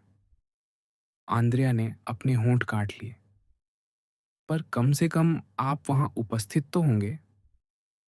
समस्त पेरिस समाज आएगा। निस्संदेह। तो मैं भी अन्य सबके साथ उपस्थित रहूंगा, काउंट ने कहा। क्या आप अनुबंध पर हस्ताक्षर करेंगे? मुझे इसमें कोई आपत्ति नहीं। मेरे संकोच वहां तक नहीं जाते। अच्छा, तो यदि आप इससे अधिक किसी बात के लिए सहमत नहीं होते, तो मुझे उसी से संतोष करना होगा जो आप देंगे। पर एक अंतिम बात, काउंट। क्या? मुझे कुछ परामर्श चाहिए। सावधान, परामर्श सहायता से भी अधिक घातक होता है। ओह, ये आप मुझे बिना किसी जोखिम के दे सकते हैं। तो कहिए। मेरी पत्नी का दहेज 5 लाख लिव्र है। यही राशि मोंसियर दांगलार ने स्वयं मुझसे कही थी। क्या मुझे उसे ले लेना चाहिए या वकीलों के पास जमा करा देना चाहिए? प्रथा यह है, जब पक्षकार कुछ सौजन्य दिखाना चाहते हैं, कि अनुबंध के समय दोनों पक्षों के नोटरी अगले दिन या उसके अगले दिन मिलने पर सहमत होते हैं। निर्धारित दिन वे दोनों दहेजों का आदान प्रदान करते हैं, एक दूसरे को रसीद देकर। फिर विवाह संपन्न हो जाने पर वे मिलियन आपके अधिकार में रख देते हैं, संयुक्त संपत्ति के संरक्षक के रूप में। मैं यह इसीलिए पूछ रहा हूं, आंद्रेया ने कहा, अपनी असुविधा को छिपा ना पाते हुए, क्योंकि मुझे प्रतीत हुआ कि मेरे भावी श्वसुर का आशय है कि वह हमारी धनराशि उसी प्रसिद्ध रेल व्यवसाय में लगाना चाहते हैं, जिसका आप कुछ देर पहले उल्लेख कर रहे थे। तो मोंटे क्रिस्टो ने कहा, सबका मत है कि वह 1 वर्ष में आपकी पूंजी को तिगुना कर देगा। बैरन दांगलार एक अच्छे पिता हैं और गणना करना जानते हैं। तो ठीक है, आंद्रेया ने कहा, सब कुछ उत्तम है, आपके इनकार को छोड़कर, जो मुझे गहराई से आहत करता है। इसे परिस्थितियों में स्वाभाविक संकोच समझकर छोड़ दीजिए। जैसी आपकी इच्छा, आंद्रेया ने कहा। तो आज संध्या 9 बजे। आज संध्या तक।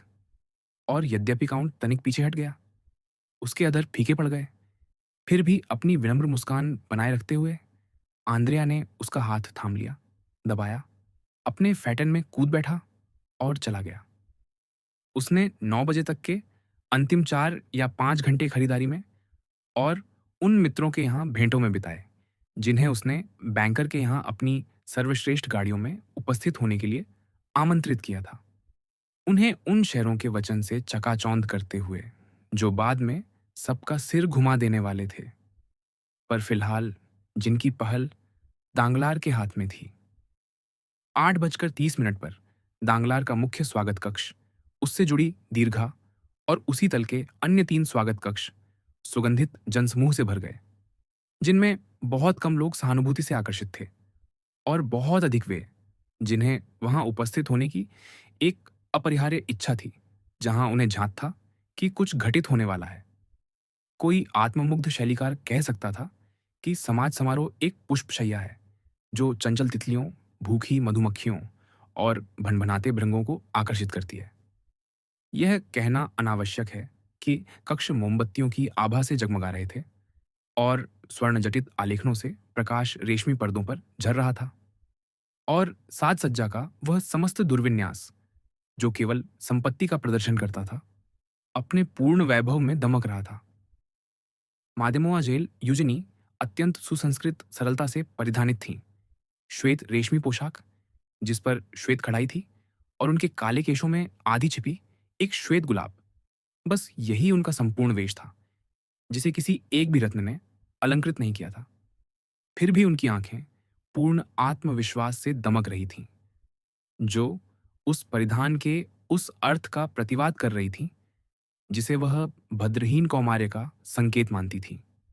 लगभग 30 गज दूर मैडम दांगलार देब्रे, बोशा और शातुरेनो से वार्ता कर रही थीं।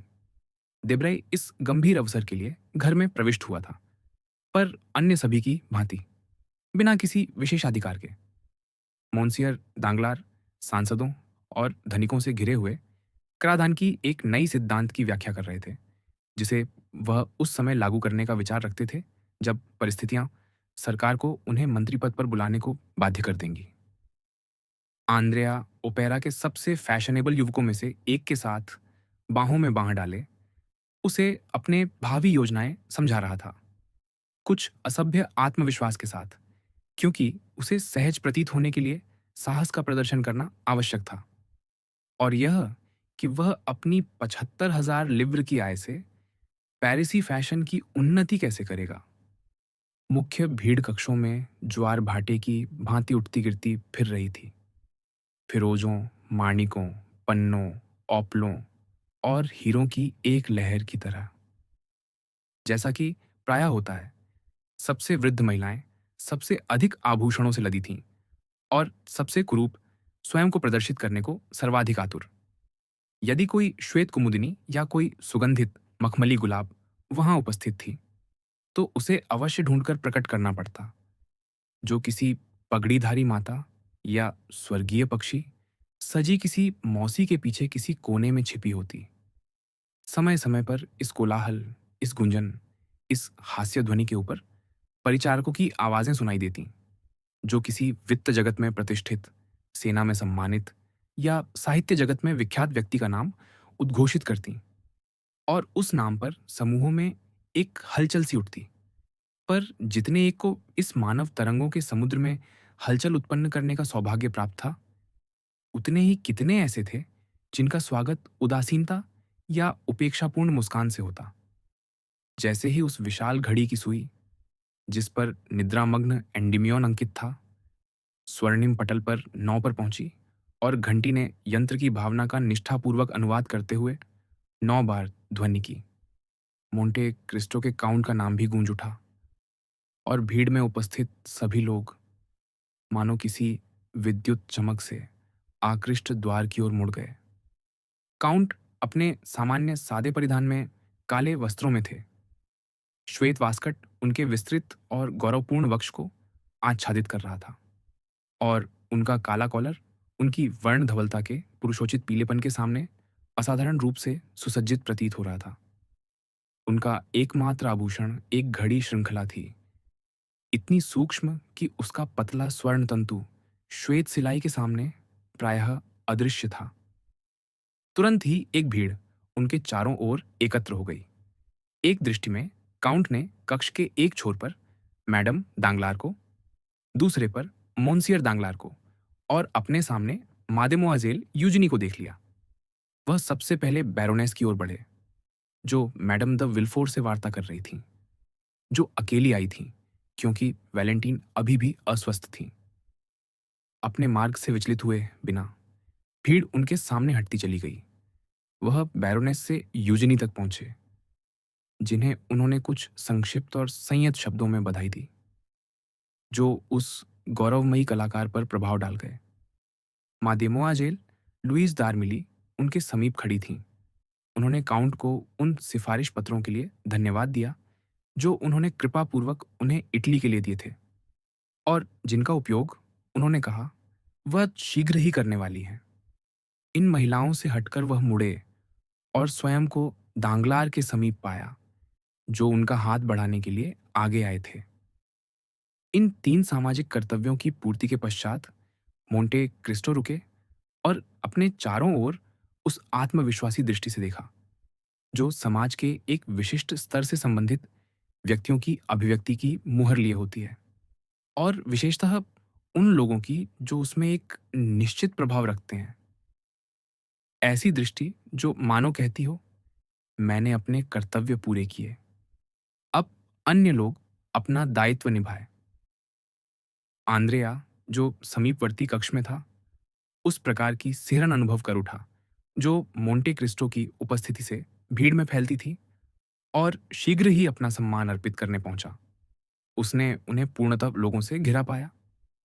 लोग उनके प्रत्येक शब्द पर झुके हुए थे, जैसा सदैव होता है उन लोगों के साथ जो कम बोलते हैं और कभी शब्द व्यर्थ नहीं करते। उसी समय नोटरी भीतर आई और हस्ताक्षर के लिए तैयार स्वर्णकाष्ठ की मेज पर रखे स्वर्ण कढ़ाईयुक्त मखमली आच्छादन पर अपने दस्तावेज खोलकर रख दिए। एक नोटरी बैठ गया, दूसरा खड़ा रहा। वे उस अनुबंध के पाठ के लिए प्रस्तुत होने वाले थे, जिस पर आधा पेरिस हस्ताक्षर करने वाला था जो इस अवसर पर एकत्र हुआ था। सबने अपने स्थान ग्रहण किए, या यूं कहें कि स्त्रियां चारों ओर समूह बनाकर खड़ी हो गईं, जबकि पुरुष, जो बोइलो द्वारा कही गई ऊर्जस्वित शैली से कम प्रभावित थे, आंद्रिया की घबराई हुई व्याकुलता, मोन्सियर दांगलार की एकाग्रता, यूजेनी की निष्प्रहता और उस ढंग की चर्चा कर रहे थे जिसमें बैरोनेस इस महत्वपूर्ण कार्य को हल्के, लगभग लापरवाह भाव से ले रही थी। अनुबंध का पाठ होते समय पूर्ण मौन छाया रहा, पर जैसे ही पाठ समाप्त हुआ, प्रत्येक कक्ष में कोलाहल पुनः आरंभ हो गया, पहले से दुगनी तीव्रता के साथ। ईर्ष्यालु सभा उन चमत्कारिक राशियों से गहराई तक प्रभावित हो उठी थी। वे मिलियन जो युवा युगल के भविष्य पथ को प्रशस्त करने वाले थे और जिनकी पूरक थी वधु के वस्त्राभूषणों और हीरों की प्रदर्शनी, जो एक पृथक कक्ष में सजाई गई थी। इन सब ने युवकों की दृष्टि में मादिमोआ झेल दांगलार के आकर्षण को दुगुना कर दिया, मानो सूर्य का प्रकाश ही मंद पड़ गया हो। जहां तक स्त्रियों का प्रश्न है, ये कहना अनावश्यक है कि वे मिलियनों से ईर्ष्या तो करती थीं, पर उन्हें सुंदर प्रतीत होने के लिए उन्हें आवश्यक नहीं मानती थीं। आंद्रेया अपने मित्रों से घिरा, प्रशंसित, पूजित, अपने स्वप्न की वास्तविकता पर विश्वास करने लगा था। आंद्रेया अपना संतुलन खोने ही वाला था। नोटरी ने गंभीरता से कलम उठाई, उसे आकाश में ऊंचा किया और कहा, महाशयों, अनुबंध पर हस्ताक्षर होने वाले हैं। सबसे पहले बैरन को हस्ताक्षर करने थे, फिर वृद्ध कावलकांति के प्रतिनिधि को, फिर बैरोनेस को और उसके बाद भावी दंपति को, जैसा कि उस घृणित शैली में कहा जाता है जो प्रायः स्टैंप पत्रों पर प्रयुक्त होती है। बैरन ने कलम उठाई और हस्ताक्षर किए। उनके पश्चात प्रतिनिधि ने, बैरोनेस मैडम द विल्फोर का हाथ थामे आगे बढ़ी। मेरी मित्र, उन्होंने कलम लेते हुए कहा, क्या यह अत्यधिक नहीं, एक अप्रत्याशित घटना जिसका संबंध उस हत्या और चोरी के प्रकरण से है जिसमें मोंटे क्रिस्टो के काउंट लगभग शिकार हो गए थे, ने हमें मोन्सियर दे विल्फोर की संगति से वंचित कर दिया है। ओह भगवान, दांगलार ने कहा, ऐसी ही भावना से मानो वह कह रहा हो, क्या मुझे तनिक भी परवाह नहीं। ओह प्रिय, मोंटे क्रिस्टो ने पास आते हुए कहा, मुझे भय है कि मैं अनजाने ही उनकी अनुपस्थिति का कारण हो सकता हूं। क्या काउंट, आप? मैडम दांगलार ने हस्ताक्षर करते हुए कहा, यदि ऐसा है तो सावधान, क्योंकि मैं आपको कभी क्षमा नहीं करूंगी। आंद्रिया के कान खड़े हो गए। यह तनिक भी मेरी त्रुटि नहीं, काउंट ने कहा, और मैं चाहता हूं कि यह बात अभिलेख में अंकित हो। सभी उत्सुकतापूर्वक सुन रहे थे। मोंटे क्रिस्टो, जो विरले ही मुख खोलते थे, अब बोलने वाले थे।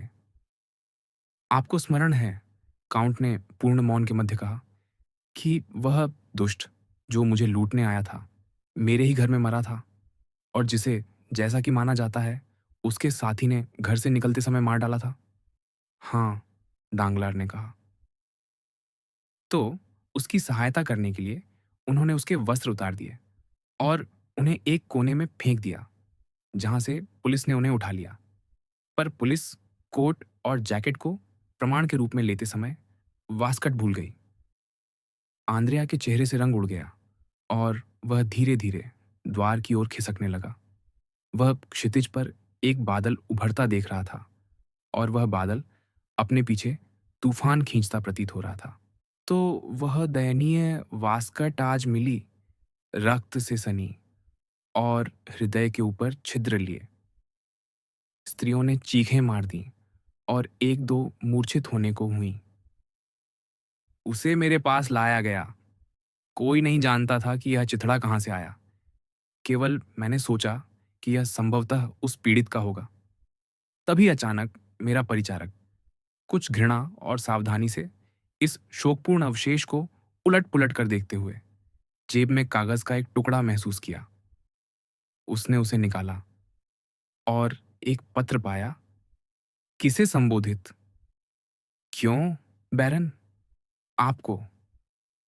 मुझे? दांगलार ने पुकारा। हाँ, निश्चय ही आपको। हाँ, मैंने रक्त से सने कागज के नीचे आपका नाम पढ़ लिया। मोंटे क्रिस्टो ने सामान्य विस्मय ध्वनि के मध्य उत्तर दिया। पर इससे मोंसियर द विल्फोर की अनुपस्थिति कैसे हुई? मैडम दांगलार ने अपने पति की ओर चिंतित दृष्टि से देखते हुए पूछा। अत्यंत सरल मैडम, मोंटे क्रिस्टो ने उत्तर दिया। वह वास्कट और वह पत्र जो प्रमाण के रूप में गिने जाते हैं, मैंने राज अभियोजक को भेज दिए। आप समझते हैं, मेरे प्रिय बैरन, आपराधिक मामलों में विधिक प्रक्रिया ही सर्वाधिक विश्वसनीय होती है। संभव है आपके विरुद्ध कोई षड्यंत्र हो। आंद्रेया ने मोंटे क्रिस्टो की ओर तीव्र दृष्टि से देखा और दूसरे अतिथि कक्ष में अदृश्य हो गया। संभव है, दांगलार ने कहा। क्या वह हत्या किया गया व्यक्ति पूर्व दोषी नहीं था? हाँ, काउंट ने कहा। एक पूर्व दोषी, नाम काद्रूस। दांगलार तनिक पीला पड़ गया। आंद्रेया दूसरे कक्ष से निकलकर बाह्य कक्ष की ओर चला गया। पर हस्ताक्षर कीजिए, हस्ताक्षर कीजिए, मोंटे क्रिस्टो ने कहा। मैं देख रहा हूं कि मेरी कथा ने सबको व्याकुल कर दिया है और मैं अत्यंत विनम्रतापूर्वक आपसे क्षमा चाहता हूं, मैडम बैरोनेस, और आपसे भी, मादेमोआजेल दांगलार। बैरोनेस, जो हस्ताक्षर कर चुकी थीं, ने कलम नोटरी को लौटा दी। प्रिंस कावलकांति, वकील ने कहा। प्रिंस कावलकांति, आप कहाँ हैं? आंद्रेया, आंद्रेया, कई युवा स्वरों ने दोहराया, जो उस कुलीन इतालवी से ऐसी घनिष्ठता स्थापित कर चुके थे कि उसे उसके प्रथम नाम से पुकारते थे। प्रिंस को बुलाइए, उनसे कहिए अब उनकी बारी है हस्ताक्षर की, दांगलार ने एक परिचारक से कहा। पर उसी क्षण दर्शकों की भीड़ आतंकित होकर मुख्य स्वागत कक्ष में पीछे हटाई, मानो कोई भयंकर दैत्य कक्षों में प्रवेश कर गया हो। क्वेरेंस क्वेम देवोरेट, वास्तव में भय से पीछे हटने और चीख उठने का पर्याप्त कारण था। जेंडार्मरी का एक अधिकारी प्रत्येक अतिथि कक्ष के द्वार पर दो दो सिपाहियों को तैनात कर चुका था और फिर वह दांगलार की ओर बढ़ा। उसके आगे एक पुलिस आयुक्त चल रहा था, अपने अधिकार चिन्ह पट्ट से अलंकृत। मैडम दांगलार ने चीख मारी और मूर्छित हो गई। दांगलार, जो स्वयं को संकटग्रस्त अनुभव कर रहा था, कुछ अंतःकरण कभी शांत नहीं रहते, अपने अतिथियों के सामने आतंक से विकृत मुख प्रस्तुत कर रहा था। क्या बात है मोंसियर? मोंटे क्रिस्टो ने आयुक्त की ओर बढ़ते हुए पूछा। आप में से कौन मोंसियर आंद्रेया कावलकांति है? आयुक्त ने काउंट के प्रश्न का उत्तर दिए बिना पूछा। आश्चर्य का एक सामूहिक स्वर चारों ओर से उठा। सबने एक दूसरे की ओर देखा और प्रश्न किए, यह आंद्रेया कावलकांति कौन है? दांगलार ने लगभग विक्षिप्त अवस्था में पूछा। एक पूर्व दोषी जो तुल्लों के दंडागार से भाग निकला। उसने कौन सा अपराध किया है? उस पर एक कादरूस की हत्या का अभियोग है, आयुक्त ने अपने निर्विकार स्वर में कहा, जो मोंटे क्रिस्टो के काउंट के घर से निकलते समय और जो उसका पूर्व सहबंदी था। मोंटे क्रिस्टो ने तीव्र दृष्टि से चारों ओर देखा। आंद्रेया अदृश्य हो चुका था। बेल्जियम का मार्ग। जेंडार्मरी के ब्रिगेडियर के मोंसियर दांगलार के घर में आकस्मिक प्रवेश और उसके पश्चात हुए उद्घाटन से उत्पन्न उस उथल पुथल के कुछ ही मिनटों बाद वह विशाल भवन लगभग उसी शीघ्रता से रिक्त हो गया जैसे अतिथियों के बीच प्लेग या हैजा की घोषणा हो जाने पर हो जाता। कुछ ही क्षणों में सभी लोग हर द्वार से, हर सीढ़ी से, हर निकास से बाहर निकलने या यूं कहें भागने को उतावले हो उठे। यह उन परिस्थितियों में से एक थी जहां साधारण सांत्वना शब्द भी प्रस्तुत करने का प्रयास न करना ही उचित होता है। वे शब्द जो किसी महाविपत्ति की घड़ी में श्रेष्ठतम मित्रों को भी अप्रिय बना देते हैं। बैंकर के भवन में कोई न रहा सिवाय दांगलार के, जो जेंडार्म अधिकारी के साथ अपने अध्ययन कक्ष में बंद था। मैडम दांगलार के, जो आतंकित अवस्था में उस बुधवार में थीं, जिससे हम पहले परिचित हो चुके हैं। और यूजिनी के, जो अपनी गर्वोन्नत आंखों और तिरस्कार से वक्रित अधरों के साथ अपनी अविभाज्य संगिनी मादिमो आजेल लुईस दारमिली के साथ अपने कक्ष में चली गई थीं। जहां तक सेवकों का प्रश्न है, जो उस संध्या सामान्य से भी अधिक थे, क्योंकि अवसरवश कैफे दे पारी के आइसक्रीम निर्माता, रसोइये और भोजन प्रबंधक भी उनसे जुड़ गए थे। वे भंडार कक्षों, रसोई घरों या अपने कमरों में समूह बनाकर खड़े थे, अपने स्वामियों के विरुद्ध उस अपमान पर क्रोध व्यक्त करते हुए जिसे वे अपना मान रहे थे। और घरेलू कर्तव्यों की उन्हें तनिक चिंता न थी, जो वैसे भी स्वाभाविक रूप से स्थगित हो चुके थे। इन विविध व्यक्तियों के मध्य, जो अपने अपने हितों से व्याकुल थे, केवल दो हमारे ध्यान के योग्य हैं: मादेमो आजेल यूजिनी दांगलार और मादेमो आजेल लुईस दारमिली। युवा वधु, जैसा कि हमने कहा, एक गर्वित भाव, वक्रित अधरों और अपमानित रानी की मुद्रा के साथ अपने कक्ष में गई थीं। उनके पीछे उनकी संगिनी, जो उनसे अधिक पीली और व्याकुल थी। कक्ष में पहुंचकर यूजिनी ने भीतर से द्वार बंद कर लिया, जबकि लुईस एक कुर्सी पर ढा सी गई। हे भगवान, क्या भयानक बात है, युवा संगीतकार ने कहा। कौन इसकी कल्पना कर सकता था? मोन्सियर आंद्रेया कावलकांति, एक हत्यारा, भागा हुआ अपराधी, एक दोषी। यूजिनी के अधरों पर एक व्यंग्यपूर्ण मुस्कान उभरी। मैं सचमुच भाग्यवश शापित हूं, उसने कहा। मैं मोरसेर्फ से बचती हूं और कावलकांति को पाती हूं। ओह यूजिनी, दोनों को एक मत करो। चुप रहो, सभी पुरुष दुष्ट होते हैं, और मैं प्रसन्न हूं कि मैं उन्हें केवल घृणा ही नहीं, अब तिरस्कार भी कर सकती हूं। हम क्या करें? लुईज ने पूछा। क्या करें? हाँ, वही जो हमें 3 दिन पहले कर लेना चाहिए था, प्रस्थान। तो अब जब तुम्हारा विवाह नहीं हो रहा, तुम अभी भी जाना चाहती हो? सुनो लुईस, मुझे यह सामाजिक जीवन घृणित है, न पातुला, रेखांकित, वैसा ही जैसे हमारी संगीत पांडुलिपियां। जो जीवन मैं सदैव चाहती रही हूं, जिसकी अभिलाषा और आकांक्षा की है, वह है कलाकार का जीवन। स्वतंत्र, स्वाधीन, जहां मनुष्य केवल अपने पर निर्भर हो और केवल अपने प्रति उत्तरदायी हो। हम क्यों रहें, ताकि 1 महीने बाद वे फिर मेरा विवाह कराने का प्रयास करें? किससे? शायद मोंसियर देब्राय से। कभी यह विचार भी हुआ था। नहीं लॉइज, नहीं। आज संध्या का यह साहसिक प्रसंग मेरा बहाना होगा। मैंने इसे खोजा नहीं, न मांगा। ईश्वर ने भेजा है और मैं इसका स्वागत करती हूं। तुम कितनी दृढ़ और साहसी हो, उस कोमल स्वर्णकेशी युवती ने अपनी श्यामल संगिनी से कहा। क्या अब तक तुम मुझे नहीं जानती? आओ लुईस, समूची योजना पर विचार करें। गाड़ी 3 दिन पहले ही खरीद ली गई, सौभाग्य से। क्या तुमने उसे उस स्थान पर भिजवा दिया जहां हमें उससे मिलना है? हाँ। और हमारा पासपोर्ट? ये रहा।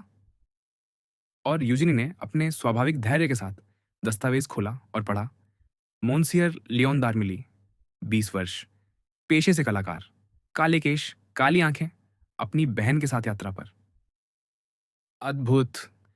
तुमने यह पासपोर्ट कैसे प्राप्त किया? मैं मोंटे क्रिस्टो से रोम और नेपल्स के रंगमंच निर्देशकों के लिए अनुशंसा पत्र मांगने गई थी। उन्हें बताया कि एक स्त्री के रूप में यात्रा करने में मुझे भय लगता है।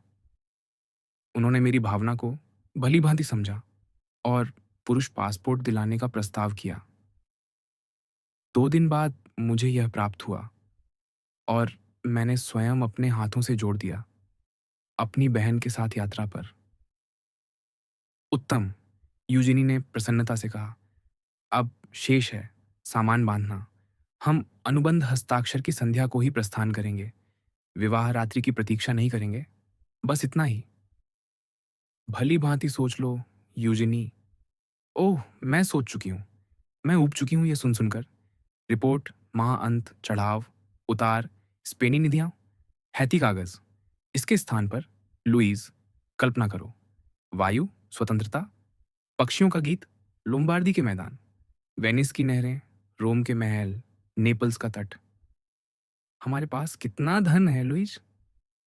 युवती ने जड़ाऊ मेज से एक छोटी बंद बटुआ निकाला, खोला और 23 नोट गिने। 23,000 फ्रांक, उसने कहा। और कम से कम उतना ही मोतियों, हीरों और आभूषणों में, यूजिनी ने कहा। हम धनी हैं। 45,000 फ्रांक में हम 2 वर्ष राजकुमारियों की भांति रह सकती हैं, या 4 वर्ष सादगी से, पर 6 महीने से भी कम में। तुम अपने संगीत से और मैं अपनी वाणी से हम अपनी पूंजी दुगुनी कर लेंगी। आओ, तुम धन संभालो, मैं आभूषण पेटी, ताकि यदि हम में से कोई दुर्भाग्यवश अपना धन खो दे तो दूसरी के पास अभी भी उसका रहे। अब सूटकेस, शीघ्र, सूटकेस। ठहरो, लुईस ने कहा, मैडम दांगलार के द्वार पर जाकर सुनते हुए। तुम्हें किस बात का भय है? कहीं पकड़ी ना जाए। द्वार बंद है। यदि वे खुलवाने को कहें, कहने दो, हम नहीं खोलेंगी। तुम तो सचमुच अमेजन हो, यूजिनी। अत्यंत तीव्र सक्रियता के साथ दोनों युवतियां यात्रा में आवश्यक समझी गई वस्तुएं संदूक में रखने लगीं। लो, यूजिनी ने कहा, अब जब तक मैं वस्त्र बदलूं, तुम संदूक बंद करो। लुईस ने अपनी छोटी हथेलियों की समस्त शक्ति से ढक्कन दबाया। मैं नहीं कर पा रही, उसने कहा। मैं पर्याप्त बलवान नहीं। तुम बंद करो। निश्चय ही, यूजिनी हंसते हुए बोली। मैं भूल गई थी कि मैं हरक्युलिस हूं और तुम केवल दुर्बल ओमफाले। और संदूक पर घुटना रखकर उसने अपनी दोनों श्वेत सशक्त भुजाएं तान दी, जब तक दोनों पट्टे मिल न गए। और मादमोआजेल दार्मिली ने ताले की सलाख दोनों कुंडों में खिसका दी। ये हो जाने पर यूजिनी ने चाबी से एक अलमारी खोली और उसमें से बैंगनी रेशम का गद्देदार यात्रा चोगा निकाला। लो, उसने कहा, देखो, मैंने सब सोच रखा है। इसे पहनकर तुम्हें ठंड नहीं लगेगी। और तुम, ओह, तुम जानती हो, मुझे ठंड नहीं लगती। और फिर पुरुष वेश में क्या तुम यही वस्त्र बदलोगी? निस्संदेह। पर क्या तुम्हारे पास समय होगा? चिंता मत करो, कायर हृदया। कोई किसी और बात की नहीं सोच रहा, सिवाय उस महान घटना के। और इसमें क्या आश्चर्य कि मैं अपने कक्ष में बंद हूं, जब तुम सोचो कि मुझे कितना व्यथित होना चाहिए। नहीं, ये सत्य है। तुमने मुझे आश्वस्त कर दिया। आओ, मेरी सहायता करो। और उसी दराज से, जिसमें से वह अभी अभी वह चोगा निकाल चुकी थी, जो उसने मादेमोआजेल दार्मिली को दिया था और जिसे उसने अपने कंधों पर डाल लिया था, उसने पुरुष वस्त्रों का एक पूर्ण संचय निकाला, जूते से लेकर फ्रॉक कोट तक, साथ ही आवश्यक लिनन जिसमें सब कुछ था, पर कुछ भी अनावश्यक नहीं। फिर ऐसी तीव्रता से, जो स्पष्ट कर रही थी कि मनोरंजन के लिए उसने पहले भी एकाधिक बार विपरीत लिंग के वस्त्र धारण किए थे, यूजिनी ने जूते पहन लिए, पतलून में समा गई, अपनी क्रावाट को ढीला सा बांधा, ऊंचे गले का वास्कट ऊपर तक बंद किया और फ्रॉक कोट पहन लिया, जिसने उसकी पतली सुडौल कमर को उभार दिया। ओह, यह तो बहुत अच्छा है, सचमुच अत्यंत अच्छा, लुईस ने उसे प्रशंसा से देखते हुए कहा। पर तुम्हारे वे सुंदर काले केश, वे अद्भुत लटें जो हर स्त्री की ईर्ष्या थीं, क्या वे उस पुरुष टोपी के नीचे समा जाएंगी, जैसी मैं वहां देख रही हूं? तुम देखोगी, यूजिनी ने कहा, और अपने बाएं हाथ से उसने उस घनी वेणी को थाम लिया, जिसे उसकी पतली उंगलियां मुश्किल से घेर पा रही थीं, जबकि दाहिने हाथ से उसने लंबी कैंची उठा ली। शीघ्र ही इस्पाती धारें उस भव्य समृद्ध केश राशि के बीच चरमराने लगीं, जो युवती के पैरों के चारों ओर लट्टों में गिरने लगी जब वह पीछे झुक गई ताकि वे उसके कोट पर न फैलें। फिर जब सिर के शिखर के केश कट गए, वह बगलों की ओर मुड़ी, उन्हें भी बिना तनिक पश्चाताप के काट डाला। इसके विपरीत उसकी आंखें उसकी आबनूसी भौहों के नीचे पहले से अधिक उज्ज्वल और प्रसन्न चमक रही थीं। ओह! तुम्हारे सुंदर केश, लॉयज ने खेद से कहा। क्या मैं इस रूप में 100 गुना बेहतर नहीं लगती? यूजिनी ने पूछा, अपने अब पूर्णतः पुरुषोचित कटे केशों पर बचे कुछ घुंघराले रेशों को समतल करते हुए। क्या तुम्हें नहीं लगता मैं अब अधिक सुंदर हूं? ओह, तुम सुंदर हो, अब भी सुंदर, लुईज ने पुकारा। अब हम कहाँ जाएंगी? ब्रुसेल्स, यदि तुम्हें स्वीकार हो। वह सबसे निकट सीमा है। हम ब्रुसेल्स, लीच और एक्सला शापेल से होते हुए राइन के मार्ग से स्ट्रासबुर्ग जाएंगी, फिर स्विट्जरलैंड पार कर सेंट गोतार्ड दर्रे से इटली में प्रवेश करेंगी। स्वीकार? निस्संदेह। तुम क्या देख रही हो? तुम्हें इस रूप में तुम सचमुच मनोहर लगती हो। कोई भी कहेगा तुम मेरा अपहरण कर रही हो। ईश्वर की सौगंध, वे ठीक कहेंगे। ओ यूजनी, तुमने शपथ ली? और दोनों युवतियां, जिन्हें कोई भी यह मानता कि वे शोक में डूबी होंगी, एक अपने कारण से, दूसरी अपनी सखी के प्रति निष्ठा से, हंसी में फूट पड़ी, जबकि वे अपने पलायन की तैयारी से उत्पन्न अव्यवस्था के स्पष्ट चिन्हों को समेटने लगीं। फिर दोनों भगोड़ी युवतियों ने दीप बुझा दिए और चौकन्नी आंखों, तने कानों और आगे झुकी गर्दनों के साथ उस वस्त्र परिवर्तन कक्ष का द्वार खोला जो सेवा सीढ़ियों की ओर जाता था और नीचे आंगन में उतरता था। यूजिनी आगे चली, एक हाथ में संदूक लिए, जबकि मादेमोअज़ेल दारमिली दूसरे हत्थे को दोनों हाथों से संभाले संघर्ष कर रही थीं। आंगन रिक्त था। अब भी अभी आधी रात का घंटा बजा था। द्वारपाल अब भी अपने स्थान पर था। यूजिनी दबे पांव बढ़ी और उस विश्वस्त प्रहरी को उसकी कुटिया के भीतर कुर्सी पर फैला हुआ सोता पाया। वह लौटी, संदूक उठाया जो उसने क्षण भर रखा था, और दोनों दीवार की छाया से लगे लगे बरामदे तक पहुंची। यूजिनी ने लुईस को द्वार के पीछे छिपा दिया ताकि यदि द्वारपाल जाग उठे तो केवल एक ही व्यक्ति दिखाई दे। फिर स्वयं आंगन के दीप के पूर्ण प्रकाश में खड़ी होकर उसने अपनी उत्कृष्ट कॉन्ट्राल्टो आवाज में पुकारा, द्वार! और खिड़की पर आघात किया। द्वारपाल, जैसा यूजिनी ने अनुमान किया था, उठ बैठा और बाहर जाने वाले व्यक्ति को पहचानने के लिए कुछ कदम भी बढ़ा। पर जब उसने एक युवक को अपनी छड़ी से अधीरता से पतलून पर प्रहार करते देखा, तो उसने तत्काल द्वार खोल दिया। लुईस तुरंत ही अर्ध खुले द्वार से नागिन सी फिसल गई और हल्के उछाल से बाहर पहुंच गई। यूजिनी उसके पीछे आई, प्रकटतः शांत, यद्यपि संभवतः उसका हृदय सामान्य से अधिक वेग से धड़क रहा था।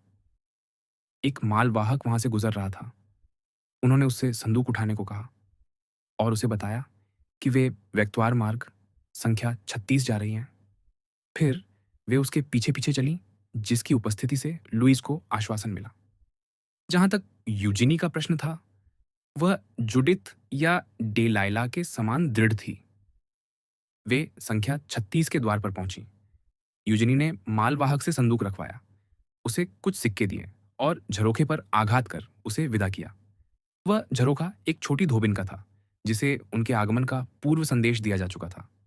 वह अब भी सोई नहीं थी, अतः उसने द्वार खोल दिया। मादेमोआजेल, यूजिनी ने कहा, द्वारपाल से कहो बारूश को अस्तबल से निकलवाए और डाक स्टेशन से घोड़े मंगवाए। ये लो, उसकी सेवा के 5 फ्रांक। मैं तुम्हारी प्रशंसा करती हूँ, लुईज ने कहा। मैं तो कहूंगी, मैं तुम्हारा सम्मान करती हूँ। धोबिन विस्मय से देखती रही, पर जैसा कि उसे अपने लिए 20 लुई मिलने वाले थे, उसने कोई टिप्पणी न की। पौन घंटे बाद द्वारपाल घोड़ों और सारथी के साथ लौट आया। घोड़ों को तत्काल गाड़ी में जोता गया और द्वारपाल ने संदूक को रस्सी और कुंडी से बांध दिया। यह रहा पासपोर्ट, सारथी ने कहा। युवक किस मार्ग से जाना चाहता है? फोंतेनब्लो, यूजनी ने लगभग पुरुषोचित स्वर में उत्तर दिया। तुमने क्या कहा? लुइस ने पूछा। मैं उन्हें भ्रमित कर रही हूँ, यूजनी ने कहा। उस स्त्री ने हमसे 20 लुई लिए हैं, पर 40 के लिए हमें धोखा दे सकती है। जब हम बुलेवार पर पहुंचेंगे, मार्ग बदल देंगे। और लगभग पायदान को स्पर्श किए बिना वह ब्रिट्सका में कूद गई, जो उत्कृष्ट शयन व्यवस्था से सज्जित थी। तुम सदैव ठीक होती हो, यूजिनी, गायन शिक्षिका ने कहा, उसके पास बैठते हुए। पौन घंटे बाद सारथी को सही मार्ग पर मोड़ दिया गया और वह सेंट मार्टिन द्वार से निकलते हुए चाबुक फटकार रहा था। आह, लुइस ने एक दीर्घ श्वास के साथ कहा, हम पेरिस से बाहर हैं। हाँ, मेरी प्रिय, और अपहरण पूर्णतः संपन्न हो चुका है, यूजिनी ने उत्तर दिया। पर बिना हिंसा के, लुइस ने कहा। मैं उसे शमनकारी कारण के रूप में प्रस्तुत करूंगी, यूजिनी ने कहा। पर उसके शब्द गाड़ी के लाविलेत के पत्थरों पर गड़गड़ाते पहियों की ध्वनि में डूब गए। मोन्सियर दांगलार की अब कोई पुत्री न रही। घंटी और बोतल का सराय। आइए मादेमोआजेल दांगलार और उनकी सखी को ब्रुसेल्स मार्ग पर आगे बढ़ते हुए छोड़ दें और लौट चलें उस दुर्भाग्यपूर्ण आंद्रिया कावलकांति के पास, जिसकी संपत्ति की आकांक्षा को इतनी असमय रोक दिया गया था। अपनी कोमल आयु के बावजूद मोन्सियर आंद्रिया कावलकांति अत्यंत चतुर और बुद्धिमान युवक था। अतः जैसा कि हमने देखा, जब पहली फुसफुसाहटें अतिथि कक्ष तक पहुंची, वह धीरे धीरे द्वार की ओर बढ़ा, फिर एक दो कक्षों से होकर गुजरा और अंततः अदृश्य हो गया। एक बात जिसका उल्लेख करना हम भूल गए और जो उल्लेखनीय है, यह है कि जिन कक्षों से होकर कावलकांति गुजरा, उनमें से एक वह भी था जहां वधु का श्रृंगार संग्रह प्रदर्शित था। हीरों के संदूक, कश्मीरी शॉल, वॉलेंसियन की लेस और अंग्रेजी घूंघट। संक्षेप में, वे सब वस्तुएं जो उस मोहक समूह को बनाती हैं, जिन्हें कोरबेये कहा जाता है। विवाह उपहार, जिसका नाम मात्र ही किसी युवती के हृदय को धड़काने के लिए पर्याप्त है। यह इस बात का प्रमाण है कि आंद्रेया केवल चतुर और बुद्धिमान ही नहीं, बल्कि अत्यंत दूरदर्शी भी था कि उस कक्ष से दौड़ते हुए उसने प्रदर्शित आभूषणों में से सबसे मूल्यवान उठा लिया। फिर इस यात्रा भंडार के साथ वह स्वयं को आधा हल्का अनुभव करते हुए खिड़की से कूद पड़ा और जेंडार्मों की पकड़ से निकल गया। यूनानी पहलवान सा लंबा और सुदृढ़ स्पार्टन योद्धा सा मांसल आंद्रेया 15 मिनट तक बिना जाने दौड़ता रहा कि वह किस दिशा में जा रहा है। उसका एकमात्र उद्देश्य था अपने और उस स्थान के बीच अधिक से अधिक दूरी स्थापित करना जहां वह लगभग पकड़ा गया था। वह रूदुमो ब्लाम से चला था और अवरोधों की उस स्वाभाविक प्रवृत्ति के साथ जो चोरों में होती है, जैसे खरगोश को अपने बिल का मार्ग जात होता है, वह रूप लाफायत के अंत में पहुंच गया। यहां हाँफते हुए वह रुक गया। वह पूर्णतः अकेला था। बाईं ओर क्लोसैन लाजार का विशाल निर्जन क्षेत्र और दाईं ओर स्वयं पेरिस का विस्तार। क्या मैं नष्ट हो गया? उसने सोचा। नहीं, यदि मैं अपने शत्रुओं से अधिक सक्रिय रहूं। अतः मेरी मुक्ति केवल किलोमीटरों की बात है। उसी समय उसने बुलेवार पोइसोनियर से आती एक लाइसेंसधारी गाड़ी देखी। उसका चालक उदास भाव से पाइप पीता हुआ संभवतः फॉबुर्ग सैन दनी के बाहरी छोर की ओर लौट रहा था, जहां उसका स्थायी ठिकाना रहा होगा। अरे मित्र, बेनेडेट्टो ने पुकारा। क्या आज्ञा है महोदय? गाड़ीवान ने पूछा। क्या तुम्हारा घोड़ा थक गया है? थका? बड़ा मजाक है। उसने आज कुछ किया ही नहीं। 4 दयनीय सवारियां और 20 सु टिप, कुल 7 फ्रांक, और मुझे मालिक को 10 देने हैं। क्या तुम इन 7 के साथ ये 20 फ्रांक और जोड़ना चाहोगे? अवश्य महोदय, 20 फ्रांक कम नहीं होते। बदले में क्या करना होगा? बहुत सरल। यदि तुम्हारा घोड़ा थका ना हो, मैं कहता हूं, वह हवा सा दौड़ेगा। बस बताइए, किधर जाना है? लूव्र की ओर। हाँ हाँ, जहां से रत्ताफियां आती है। वही। मुझे अपने एक मित्र को पकड़ना है जिसके साथ कल ला शापेलम सेरवाल में शिकार पर जाना है। उसे यहाँ 11:30 तक गाड़ी सहित मेरा इंतजार करना था। अब आधी रात हो चुकी है, तो संभव है वह प्रतीक्षा से ऊबकर स्वयं चल पड़ा हो। संभव है। तो क्या तुम उसे पकड़ने का प्रयास कर सकते हो? बड़े आनंद से। यदि हम यहाँ से ले बुर्जे तक उसे न पकड़ पाए, तो तुम्हें 20 फ्रांक मिलेंगे। यदि लूव्र से पहले न पकड़ सके, तो 30। और यदि पकड़ लिया, 40। आंद्रिया ने क्षण भर झिझकने के बाद कहा, यह समझकर कि यह वचन सुरक्षित है। ठीक, चालक ने कहा। बैठिए और चलें। रोम। आंद्रिया गाड़ी में कूद बैठा और वे तीव्र गति से फॉबुर्ग सैंदनी, फिर फॉबुर्ग सै मार्ताओं से होते हुए अवरोध पार कर ला विलेत के अनंत उपनगरों में जा पहुंचे। वह सावधान रहा कि उस काल्पनिक मित्र से सामना न हो, पर समय समय पर वह देर से लौटते राहगीरों या खुले कबारों में हरे रंग की गाड़ी और चितकबरे घोड़े के विषय में पूछता रहा। नीदरलैंड्स के मार्ग पर गाड़ियों की कमी नहीं होती और 10 में 9 गाड़ियां हरी होती हैं। अतः सूचना मिलती रही। वह गाड़ी अब भी अभी गुजरी 500, 200 या 100 गज आगे है। फिर वे उसे पकड़ लेते, पर वह दूसरी निकलती। एक बार उनकी गाड़ी को भी पीछे छोड़ दिया गया। तो डाक घोड़ों से दौड़ती एक बारूश द्वारा। आह, कावलकांति ने सोचा, यदि वह बारूश मेरे पास होती, वे 2 अच्छे घोड़े, और सबसे बढ़कर वह पासपोर्ट जिसकी आवश्यकता उन्हें पाने के लिए होती। और उसने गहरी सांस ली। वह बारूश वही थी जिसमें मादेमोआजेल दांगलार और मादेमोआजेल दारमिली बैठी थीं। आगे, आंद्रिया ने कहा। चलते रहो, हम उसे शीघ्र पकड़ लेंगे। और बेचारा घोड़ा उस उग्र दौड़ में फिर लग गया जिसे उसने पेरिस छोड़ने के बाद से बनाए रखा था। और वे भांप छोड़ते हुए लूव्र पहुंचे। निश्चित ही, आंद्रिया ने कहा, मैं अपने मित्र को पकड़ने वाला नहीं हूं और मैं तुम्हारे घोड़े को मार डालूंगा। अब रुकना ही उचित है। या लो तुम्हारे 30 फ्रांक। मैं शेवाल रूज में ठहरूंगा और जहां भी पहली डाक गाड़ी में स्थान मिले, ले लूंगा। शुभ रात्रि, मित्र। उसने 5-5 फ्रांक के 6 सिक्के चालक की हथेली में रख दिए और हल्के से पायदान पर उतर आया। कोचवान प्रसन्नतापूर्वक धन अपनी जेब में रखकर पेरिस की सड़क की ओर धीरे धीरे चल पड़ा। आंद्रिया ने सराय की ओर जाने का अभिनय किया, पर द्वार पर क्षण भर ठहर कर और गाड़ी की ध्वनि को दूर लुप्त होते सुन लेने के बाद वह आगे बढ़ गया और तीव्र चाल से चलते हुए 2 लीग की दूरी पार कर लेने पर विश्राम हेतु रुका।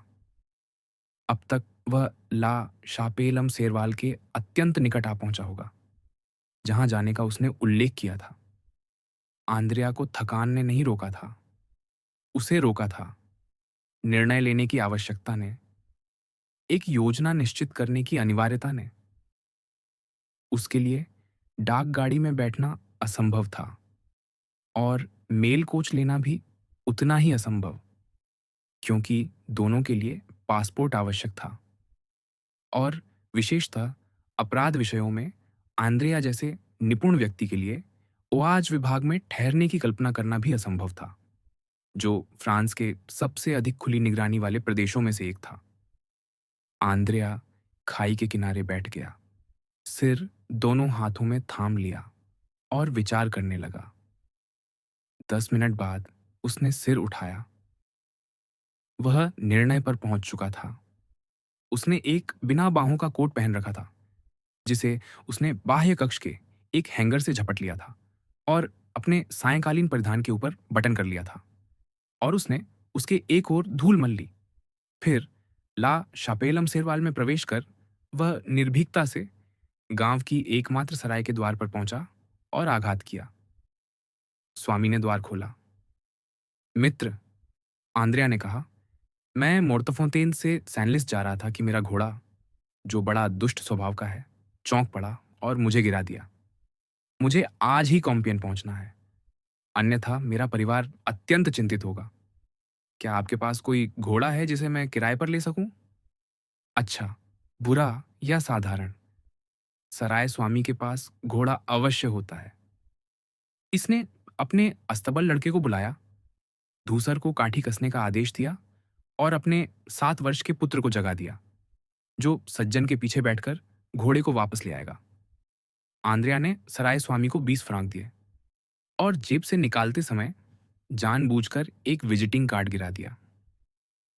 यह कार्ड कैफे दे पारी के उसके एक मित्र का था। फलस्वरूप जब आंद्रेया चला गया और सराय स्वामी ने गिरा हुआ कार्ड उठाया, तो उसे विश्वास हो गया कि उसने अपना घोड़ा 25 रू सैन डोमिनिक निवासी काउंट द मोलियन को किराए पर दिया है, क्योंकि कार्ड पर यही नाम और पता अंकित था। थूसर तीव्रगामी नहीं था, पर स्थिर और कर्तव्यनिष्ठ था। 3.5 घंटों में आंद्रिया ने कॉम्पियन तक की 9 लीग दूरी पार कर ली। जब वह उस चौक में पहुंचा जहां डाक गाड़ियां में रुकती थीं, नगर भवन की घड़ी 4 बजा रही थी। कॉम्पियन में एक उत्कृष्ट सराय है, जिसे वहां केवल एक बार ठहरने वाले भी स्मरण रखते हैं। आंद्रिया अपने पेरिस पर्यटन के एक अवसर पर यहां ठहर चुका था और उसे घंटी और बोतल स्मरण थी। उसने दिशा पहचानी, सड़क दीप की रोशनी में सराय का चिन्ह देखा और उस बालक को, जिसे उसने अपने पास की समस्त छुट्टे पैसे दे दिए, विदा कर द्वार पर आघात किया, यह भली भांति समझते हुए कि उसके सामने 2-3 घंटे हैं और भविष्य की थकावट के लिए उत्तम निद्रा और उत्तम भोजन से तैयारी करना ही उचित होगा। एक किशोर ने द्वार खोला। मित्र, आंद्रिया ने कहा, मैं अभी सैन जाओबा से आया हूं, जहां मैंने भोजन किया। मैं उस डाक गाड़ी को पकड़ने की आशा कर रहा था जो आधी रात को यहां से जाती है, पर मूर्खता से मैं मार्ग भूल गया और 4 घंटे से वनों में भटक रहा हूं। अतः क्या तुम मुझे आंगन की ओर खुलने वाले उन छोटे सुंदर कक्षों में से एक दे सकते हो? और एक ठंडा मुर्गा, साथ में क्लेरे का एक बोतल भेज सकते हो? बालक को तनिक संदेह न हुआ। आंद्रिया का स्वर पूर्ण संयत था, मुंह में सिगार था, हाथ कोट की जेबों में, वस्त्र सुसज्जित, दाढ़ी ताजी, जूते निर्दोष। वह केवल एक रात्रि भ्रमणशील सज्जन प्रतीत होता था और कुछ नहीं। जब तक बालक कक्ष तैयार करता, स्वामिनी उठ आई।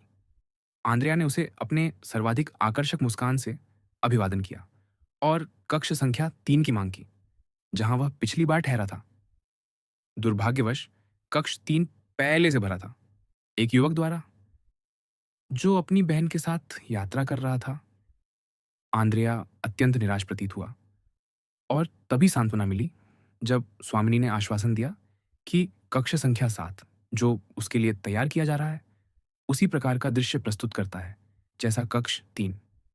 वह अग्नि के समीप पांव तापते हुए और हाल की शांति दौड़ों पर वार्ता करते हुए प्रतीक्षा करता रहा, जब तक उसे सूचित न कर दिया गया कि उसका कक्ष तैयार है। आंद्रिया का आंगन की ओर खुलने वाले उन कक्षों का उल्लेख करना उचित ही था। घंटी और बोतल का आंगन 3 स्तरों की दीर्घाओं के साथ, जो उसे रंगमंच सा रूप देती थीं और जिनके स्तंभों पर लिपटी चमेली और क्लेमाटिस प्राकृतिक सजावट सी प्रतीत होती थी, विश्व के सुंदरतम सराय आंगनों में से एक था। मुर्गा ताज़ा था, मदिरा पुरानी, अग्नि प्रज्वलित। आंद्रिया स्वयं आश्चर्यचकित हुआ कि वह ऐसे हृदय से भोजन कर रहा है मानो कुछ घटित ही न हुआ हो। फिर वह शैया पर गया और तत्काल उसी गहन निद्रा में डूब गया जो 20 वर्ष की आयु में मनुष्य को प्राप्त होती है, चाहे अंतःकरण कितना ही व्याकुल क्यों न हो। यद्यपि हमें स्वीकार करना पड़ेगा कि यद्यपि आंद्रिया का अंतःकरण व्याकुल होने का पर्याप्त कारण रखता था, वह तनिक भी व्याकुल न था। यह था आंद्रिया की योजना, जिससे उसकी सुरक्षा भावना का अधिकांश भाग उत्पन्न होता था। भोर होते ही वह उठेगा और अपने बिल का अत्यंत सावधानी से भुगतान कर होटल छोड़ देगा। वह वन की ओर जाएगा और तेल चित्र अध्ययन करने की इच्छा के बहाने किसी किसान से एक कक्ष किराए पर लेगा। वह एक लकड़हारे का वस्त्र और कुल्हाड़ी प्राप्त करेगा। सिंह के वस्त्र त्याग कर किसान के वस्त्र धारण करेगा। फिर हाथों को मिट्टी से ढककर, बालों को शीशे की कंघी से रंगकर और रंगत को अपने पूर्व साथियों द्वारा बताई विधि से तैयार द्रव्य से गहरा कर वह वनखंड से वनखंड तक बढ़ता जाएगा, रात में चलता हुआ और दिन में वनों या खदानों में सोता हुआ, और किसी भी मानवीय निवास के समीप केवल कभी कभार रोटी खरीदने के लिए जाएगा। सीमा पार कर लेने पर वह अपने हीरों को नकद में बदलेगा और धन को 12 बैंक ड्राफ्टों में संगठित करेगा, जिन्हें वह किसी दुर्घटना की आशंका में सदैव अपने पास रखेगा। वह पुनः लगभग 50,000 लिब्र का स्वामी होगा, जो उसकी दृष्टि में दूसरी स्थिति के लिए भी अत्यंत बुरा न था। इसके अतिरिक्त वह इस पर भी निर्भर था कि दांगलार अपने दुर्भाग्य को दबाए रखने में रुचि लेंगे। यही कारण था कि अत्यधिक थकान के अतिरिक्त आंद्रेया इतनी शीघ्र सो गया और इतनी गहरी नींद सोया। अतिरिक्त सावधानी के रूप में आंद्रेया ने खिड़की के पट बंद नहीं किए थे ताकि प्रकाश उसे जगा दे। अन्यथा उसने केवल द्वार की सिटकनी चढ़ाई थी और अपने शय्यापाश के समीप मेज पर एक अत्यंत तीक्ष्ण चाकू खुला छोड़ रखा था, जिसकी गुणवत्ता उत्कृष्ट थी और जो कभी उससे अलग नहीं होता था।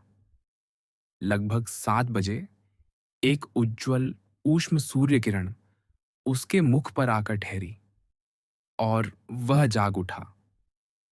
प्रत्येक सुव्यवस्थित मस्तिष्क में एक प्रधान विचार होता है, और होता ही है जो सबसे अंत में सोता है और जागते विचारों में सबसे पहले प्रकाशमान होता है।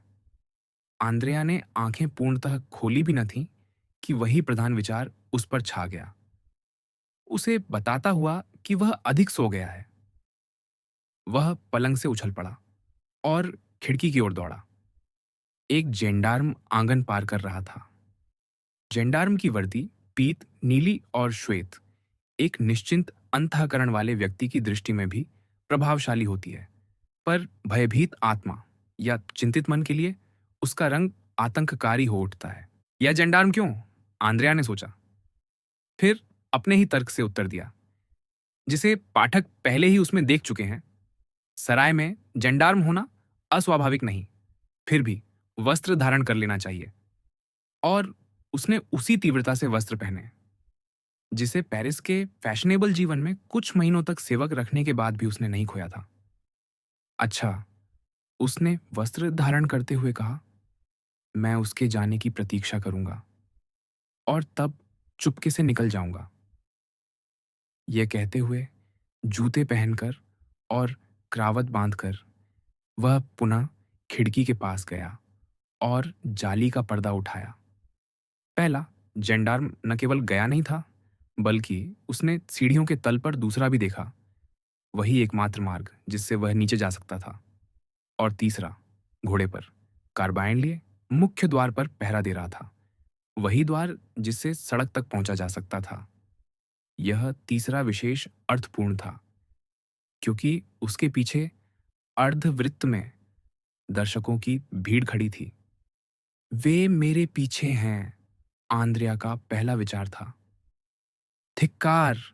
उसके मुख से रक्त उतर गया और वह व्याकुल दृष्टि से चारों ओर देखने लगा।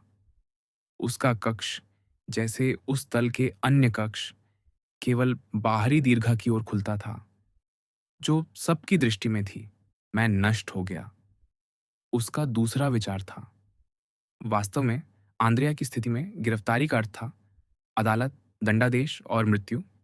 निर्दय, विलंबहीन मृत्यु। एक क्षण के लिए उसने अपना सिर दोनों हाथों में भींच लिया और उस क्षण वह भय से लगभग पागल हो उठा। पर शीघ्र ही उसके मस्तिष्क में घूमते विचारों की भीड़ में से एक आशा उभरी। उसके फीके अधरों और तने गालों पर हल्की मुस्कान प्रकट हुई। उसने चारों ओर देखा। जिन वस्तुओं की उसे आवश्यकता थी वे संगमरमर की मेज पर थीं, कलम, कागज, दवात। उसने कलम स्याही में डुबोई और लिख डाला, ऐसी लिखावट में जिसे उसने स्थिर बनाए रखने का प्रयास किया।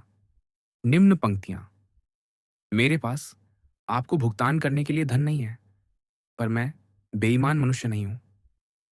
सुरक्षा के रूप में यह पिन छोड़ रहा हूं, जो मेरे बिल से 10 गुना अधिक मूल्य की होगी। कृपया मुझे भोर में चले जाने के लिए क्षमा करें। मुझे लज्जा थी। उसने अपनी टाई पिन निकालकर कागज पर रख दी। यह कर लेने के बाद कक्ष को बंद छोड़ने के स्थान पर उसने सिटकनियां हटा दी और द्वार अधखुला छोड़ दिया, मानो वह निकल गया हो और बंद करना भूल गया हो। फिर ऐसे व्यक्ति की भांति जिसे इस प्रकार का अभ्यास हो, वह चिमनी में घुस गया। अपने पीछे अखिलीस और देईदामिया का चित्रित कागजी पर्दा खींचते हुए और राख में अपने पदचिह्न भी पैरों से मिटाता हुआ उस वक्र धूम्र नलिका पर चढ़ने लगा, जो अब भी उसे एकमात्र विश्वसनीय पलायन पथ प्रतीत होती थी। उसी क्षण वही प्रथम जेंडार्म, जिसकी उपस्थिति ने आंद्रेया को चौंकाया था, सीढ़ियां चढ़ रहा था। उसके आगे पुलिस आयुक्त और नीचे सीढ़ियों की रक्षा करता दूसरा जेंडार्म, जो आवश्यकता पड़ने पर द्वार पर खड़े तीसरे से सहायता बुला सकता था। यही वे परिस्थितियां थीं जिनके कारण आंद्रिया को यह भेंट प्राप्त हो रही थी और जिनके कारण वह अपने अतिथियों का स्वागत करने के लिए इतने प्रयत्न कर रहा था। प्रातः के प्रथम प्रकाश के साथ ही तार यंत्र सभी दिशाओं में सक्रिय हो उठे। प्रत्येक स्थान पर लगभग तत्काल सूचना पाकर संबंधित अधिकारी जगा दिए गए और कानून व्यवस्था की शक्तियां कादेरुस के हत्यारे के पीछा करने में लगा दी गईं। कॉम्पियन एक राजनिवास, एक शिकार नगर और एक छावनी नगर होने के कारण अधिकारियों, जेंडार्मों और पुलिस आयुक्तों से परिपूर्ण है। अतः जैसे ही तार आदेश पहुंचा, खोज आरंभ हो गई और घंटी और बोतल सराय नगर का मुख्य होटल होने के कारण स्वाभाविक ही था कि खोज वहीं से प्रारंभ की जाए। इसके अतिरिक्त उस रात नगर भवन के बाहर तैनात संतरी, जो सराय से सटा हुआ था, ने सूचना दी कि रात्रि में कई यात्री उस सराय में आए थे।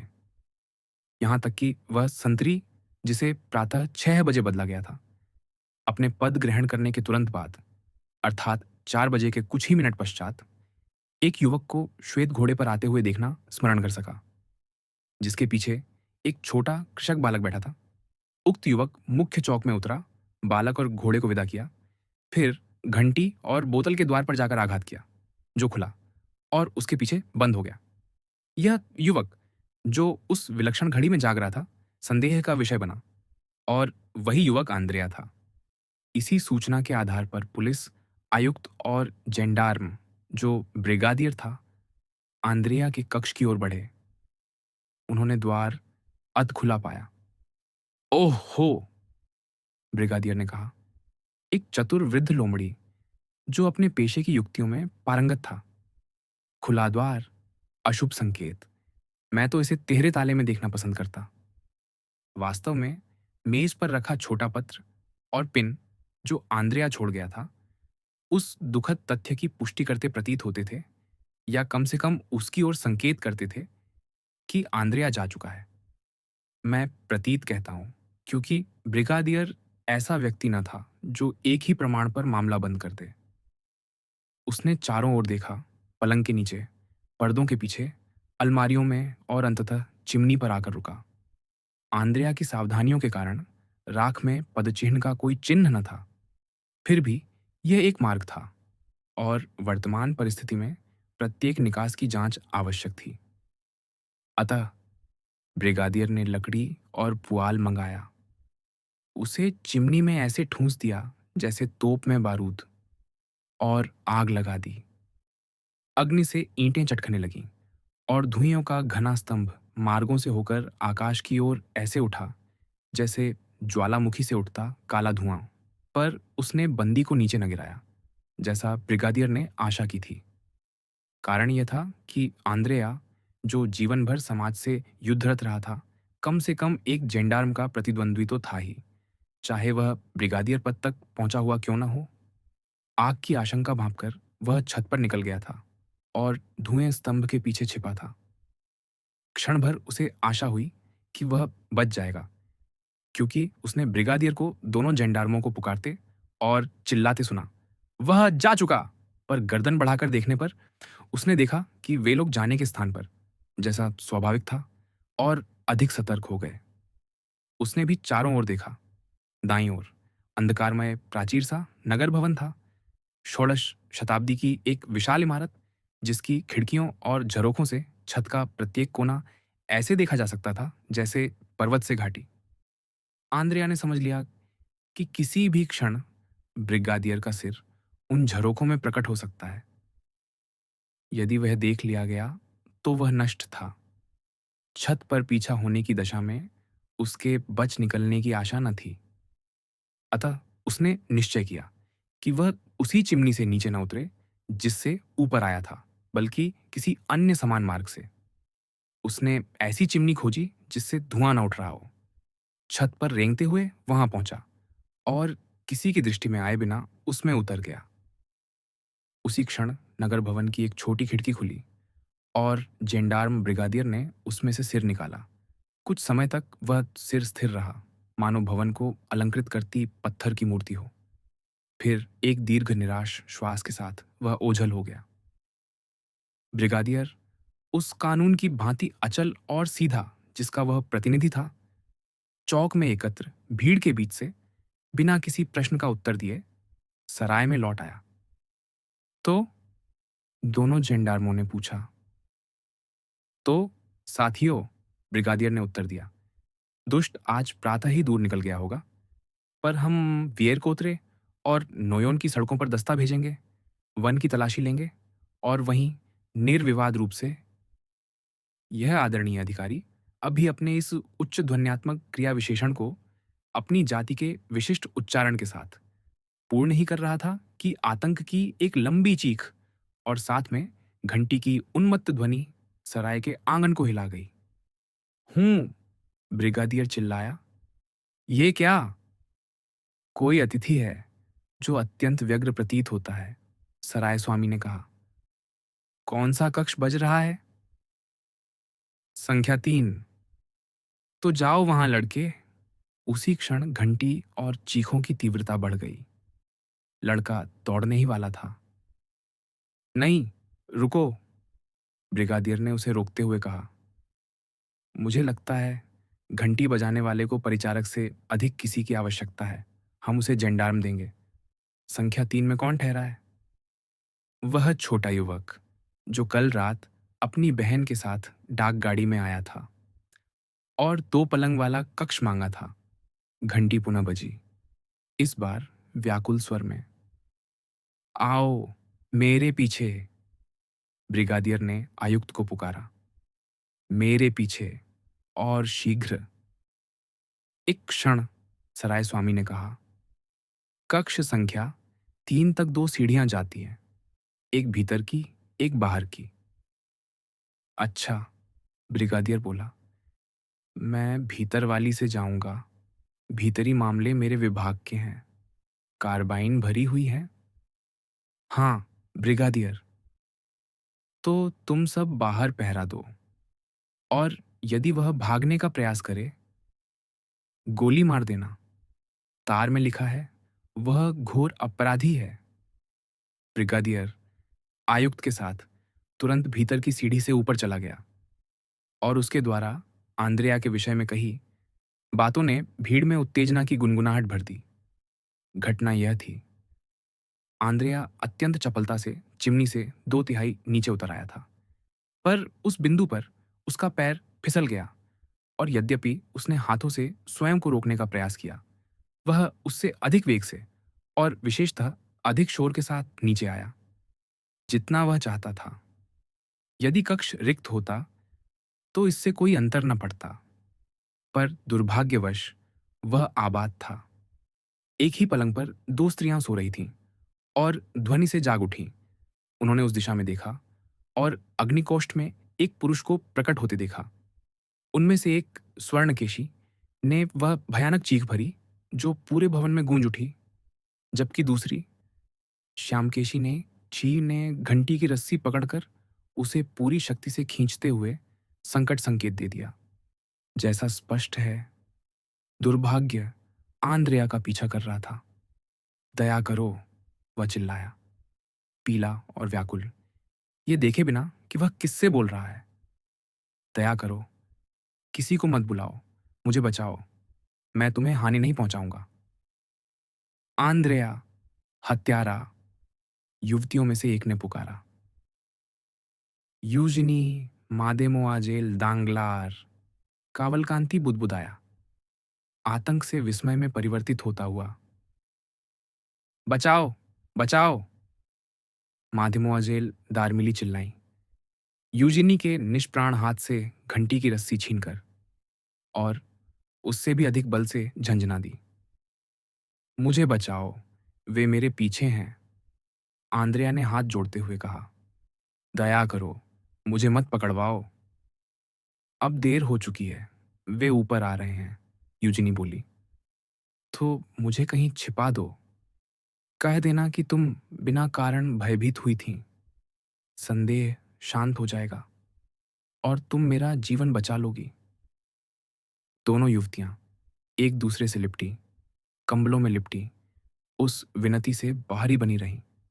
भय और घृणा के सभी भाव उनके मन में संघर्ष कर रहे थे। अच्छा, यूजिनी बोली, जिस मार्ग से आए हो वहीं से लौट जाओ, दुष्ट। जाओ, और हम कुछ न कहेंगे। वह रहा, वह रहा, दालान से एक स्वर उठा। वह रहा, मैं उसे देख रहा हूं। ब्रिगादियर ने कुंजी छिद्र से आंख लगाकर आंद्रेया को खड़ा और विनती करते देख लिया था। बंदूक की कुंदे का एक भारी प्रहार ताले पर पड़ा। दो और प्रहारों ने सिटकनियां तोड़ दी और द्वार भीतर गिर पड़ा। आंद्रेया विपरीत द्वार की ओर भागा, जो आंगन के ऊपर दीर्घा की ओर खुलता था, और कूदने को तत्पर होकर उसे खोल दिया। पर वहां दो जेंडार्म खड़े थे, कार्बाइन ताने हुए। वह जड़ हो गया, मुख पीला, देह कुछ पीछे झुकी, हाथ में निरर्थक चाकू जकड़े हुए। भागो, मादेमोआ जेल दारमिली बोली, भय के स्थान पर करुणा से भरी हुई। ओह, भागो या स्वयं को मार डालो, यूजिनी ने कहा, उन वेस्टल कन्याओं की भांति स्वर और मुद्रा अपनाते हुए, जो अखाड़े में अंगूठे के संकेत से विजयी ग्लैडिएटर को पराजित को समाप्त करने का आदेश देती थीं। आंद्रेया कांप उठा और तिरस्कारपूर्ण मुस्कान से युवती की ओर देखा, यह सिद्ध करते हुए कि उसकी भ्रष्ट प्रकृति इस उदात्त सम्मान उग्रता को समझ न सकी। स्वयं को मार डालूं, उसने चाकू फेंकते हुए कहा। उससे क्या लाभ? पर तुमने स्वयं कहा था, मादेमोआजेल दांगलार बोली, तुम्हें मृत्युदंड मिलेगा और सामान्य अपराधी की भांति दंडित किए जाओगे। कावलकांति ने बाहें बांधते हुए कहा, मनुष्य के मित्र होते हैं। ब्रिगादियर तलवार लिए उसकी ओर बढ़ा। अच्छा, अच्छा, कावलकांति बोला, तलवार रख दो मित्र, इतना उत्तेजित होने की आवश्यकता नहीं, मैं शांति से चलूंगा। और उसने हथकड़ी के लिए हाथ बढ़ा दिए। दोनों युवतियां भय से उस विकराल परिवर्तन को देखती रहीं, जिसमें वह सभ्य पुरुष अपना बाह्य आवरण त्याग कर पुनः अपराधी बन गया था। आंद्रेया उनकी ओर मुड़ा और निर्लज्ज मुस्कान से बोला, क्या आपके पिता के लिए कोई संदेश है, मादेमोआजेल यूजिनी? क्योंकि अत्यंत संभव है कि मैं पेरिस लौटूं। यूजिनी ने दोनों हाथों में मुख छिपा लिया। अरे, ऐसा मत करो, आंद्रेया बोला, लज्जित होने की आवश्यकता नहीं। मैं तुम्हें दोष नहीं देता कि तुम डाक गाड़ी पकड़कर मेरे पीछे आई। क्यों? मैं तो लगभग तुम्हारा पति बन ही गया था। और इस व्यंग्य के साथ वह चला गया, दोनों पलायनशील युवतियों को लज्जा और भीड़ली खपट की टिप्पणियों के बीच छोड़कर। 1 घंटे बाद दोनों स्त्री वेश में अपनी यात्रा बारूश में बैठीं। सराय का द्वार उनकी निरंतर जांच से बचाने को बंद रखा गया था। पर जब वह खोला गया, तब भी उन्हें दर्शकों की दोहरी पंक्ति के बीच से गुजरना पड़ा, जो फुसफुसाते और उत्सुक दृष्टि से निहारते थे। यूजिनी ने पर्दे गिरा दिए, पर देख न सकने पर भी सुनना शेष था, और उपहास की ध्वनि उसके कानों तक पहुंची। ओह! यह संसार मरुस्थल क्यों नहीं है? वह मादेमोआजेल दार्मिली की बाहों में गिरते हुए बोली, नेत्र उस क्रोध से दहकते हुए जिसने नीरो को यह इच्छा करने पर विवश किया था कि रोमन जगत का एक ही गला हो, जिसे वह एक प्रहार में काट सके। अगले दिन वे ब्रुसेल्स के होटल दे फ्लांद्र पहुंची। तब तक आंद्रेया एक रात्रि कैदी के रूप में कॉन्सियर्जरी में बिता चुका था।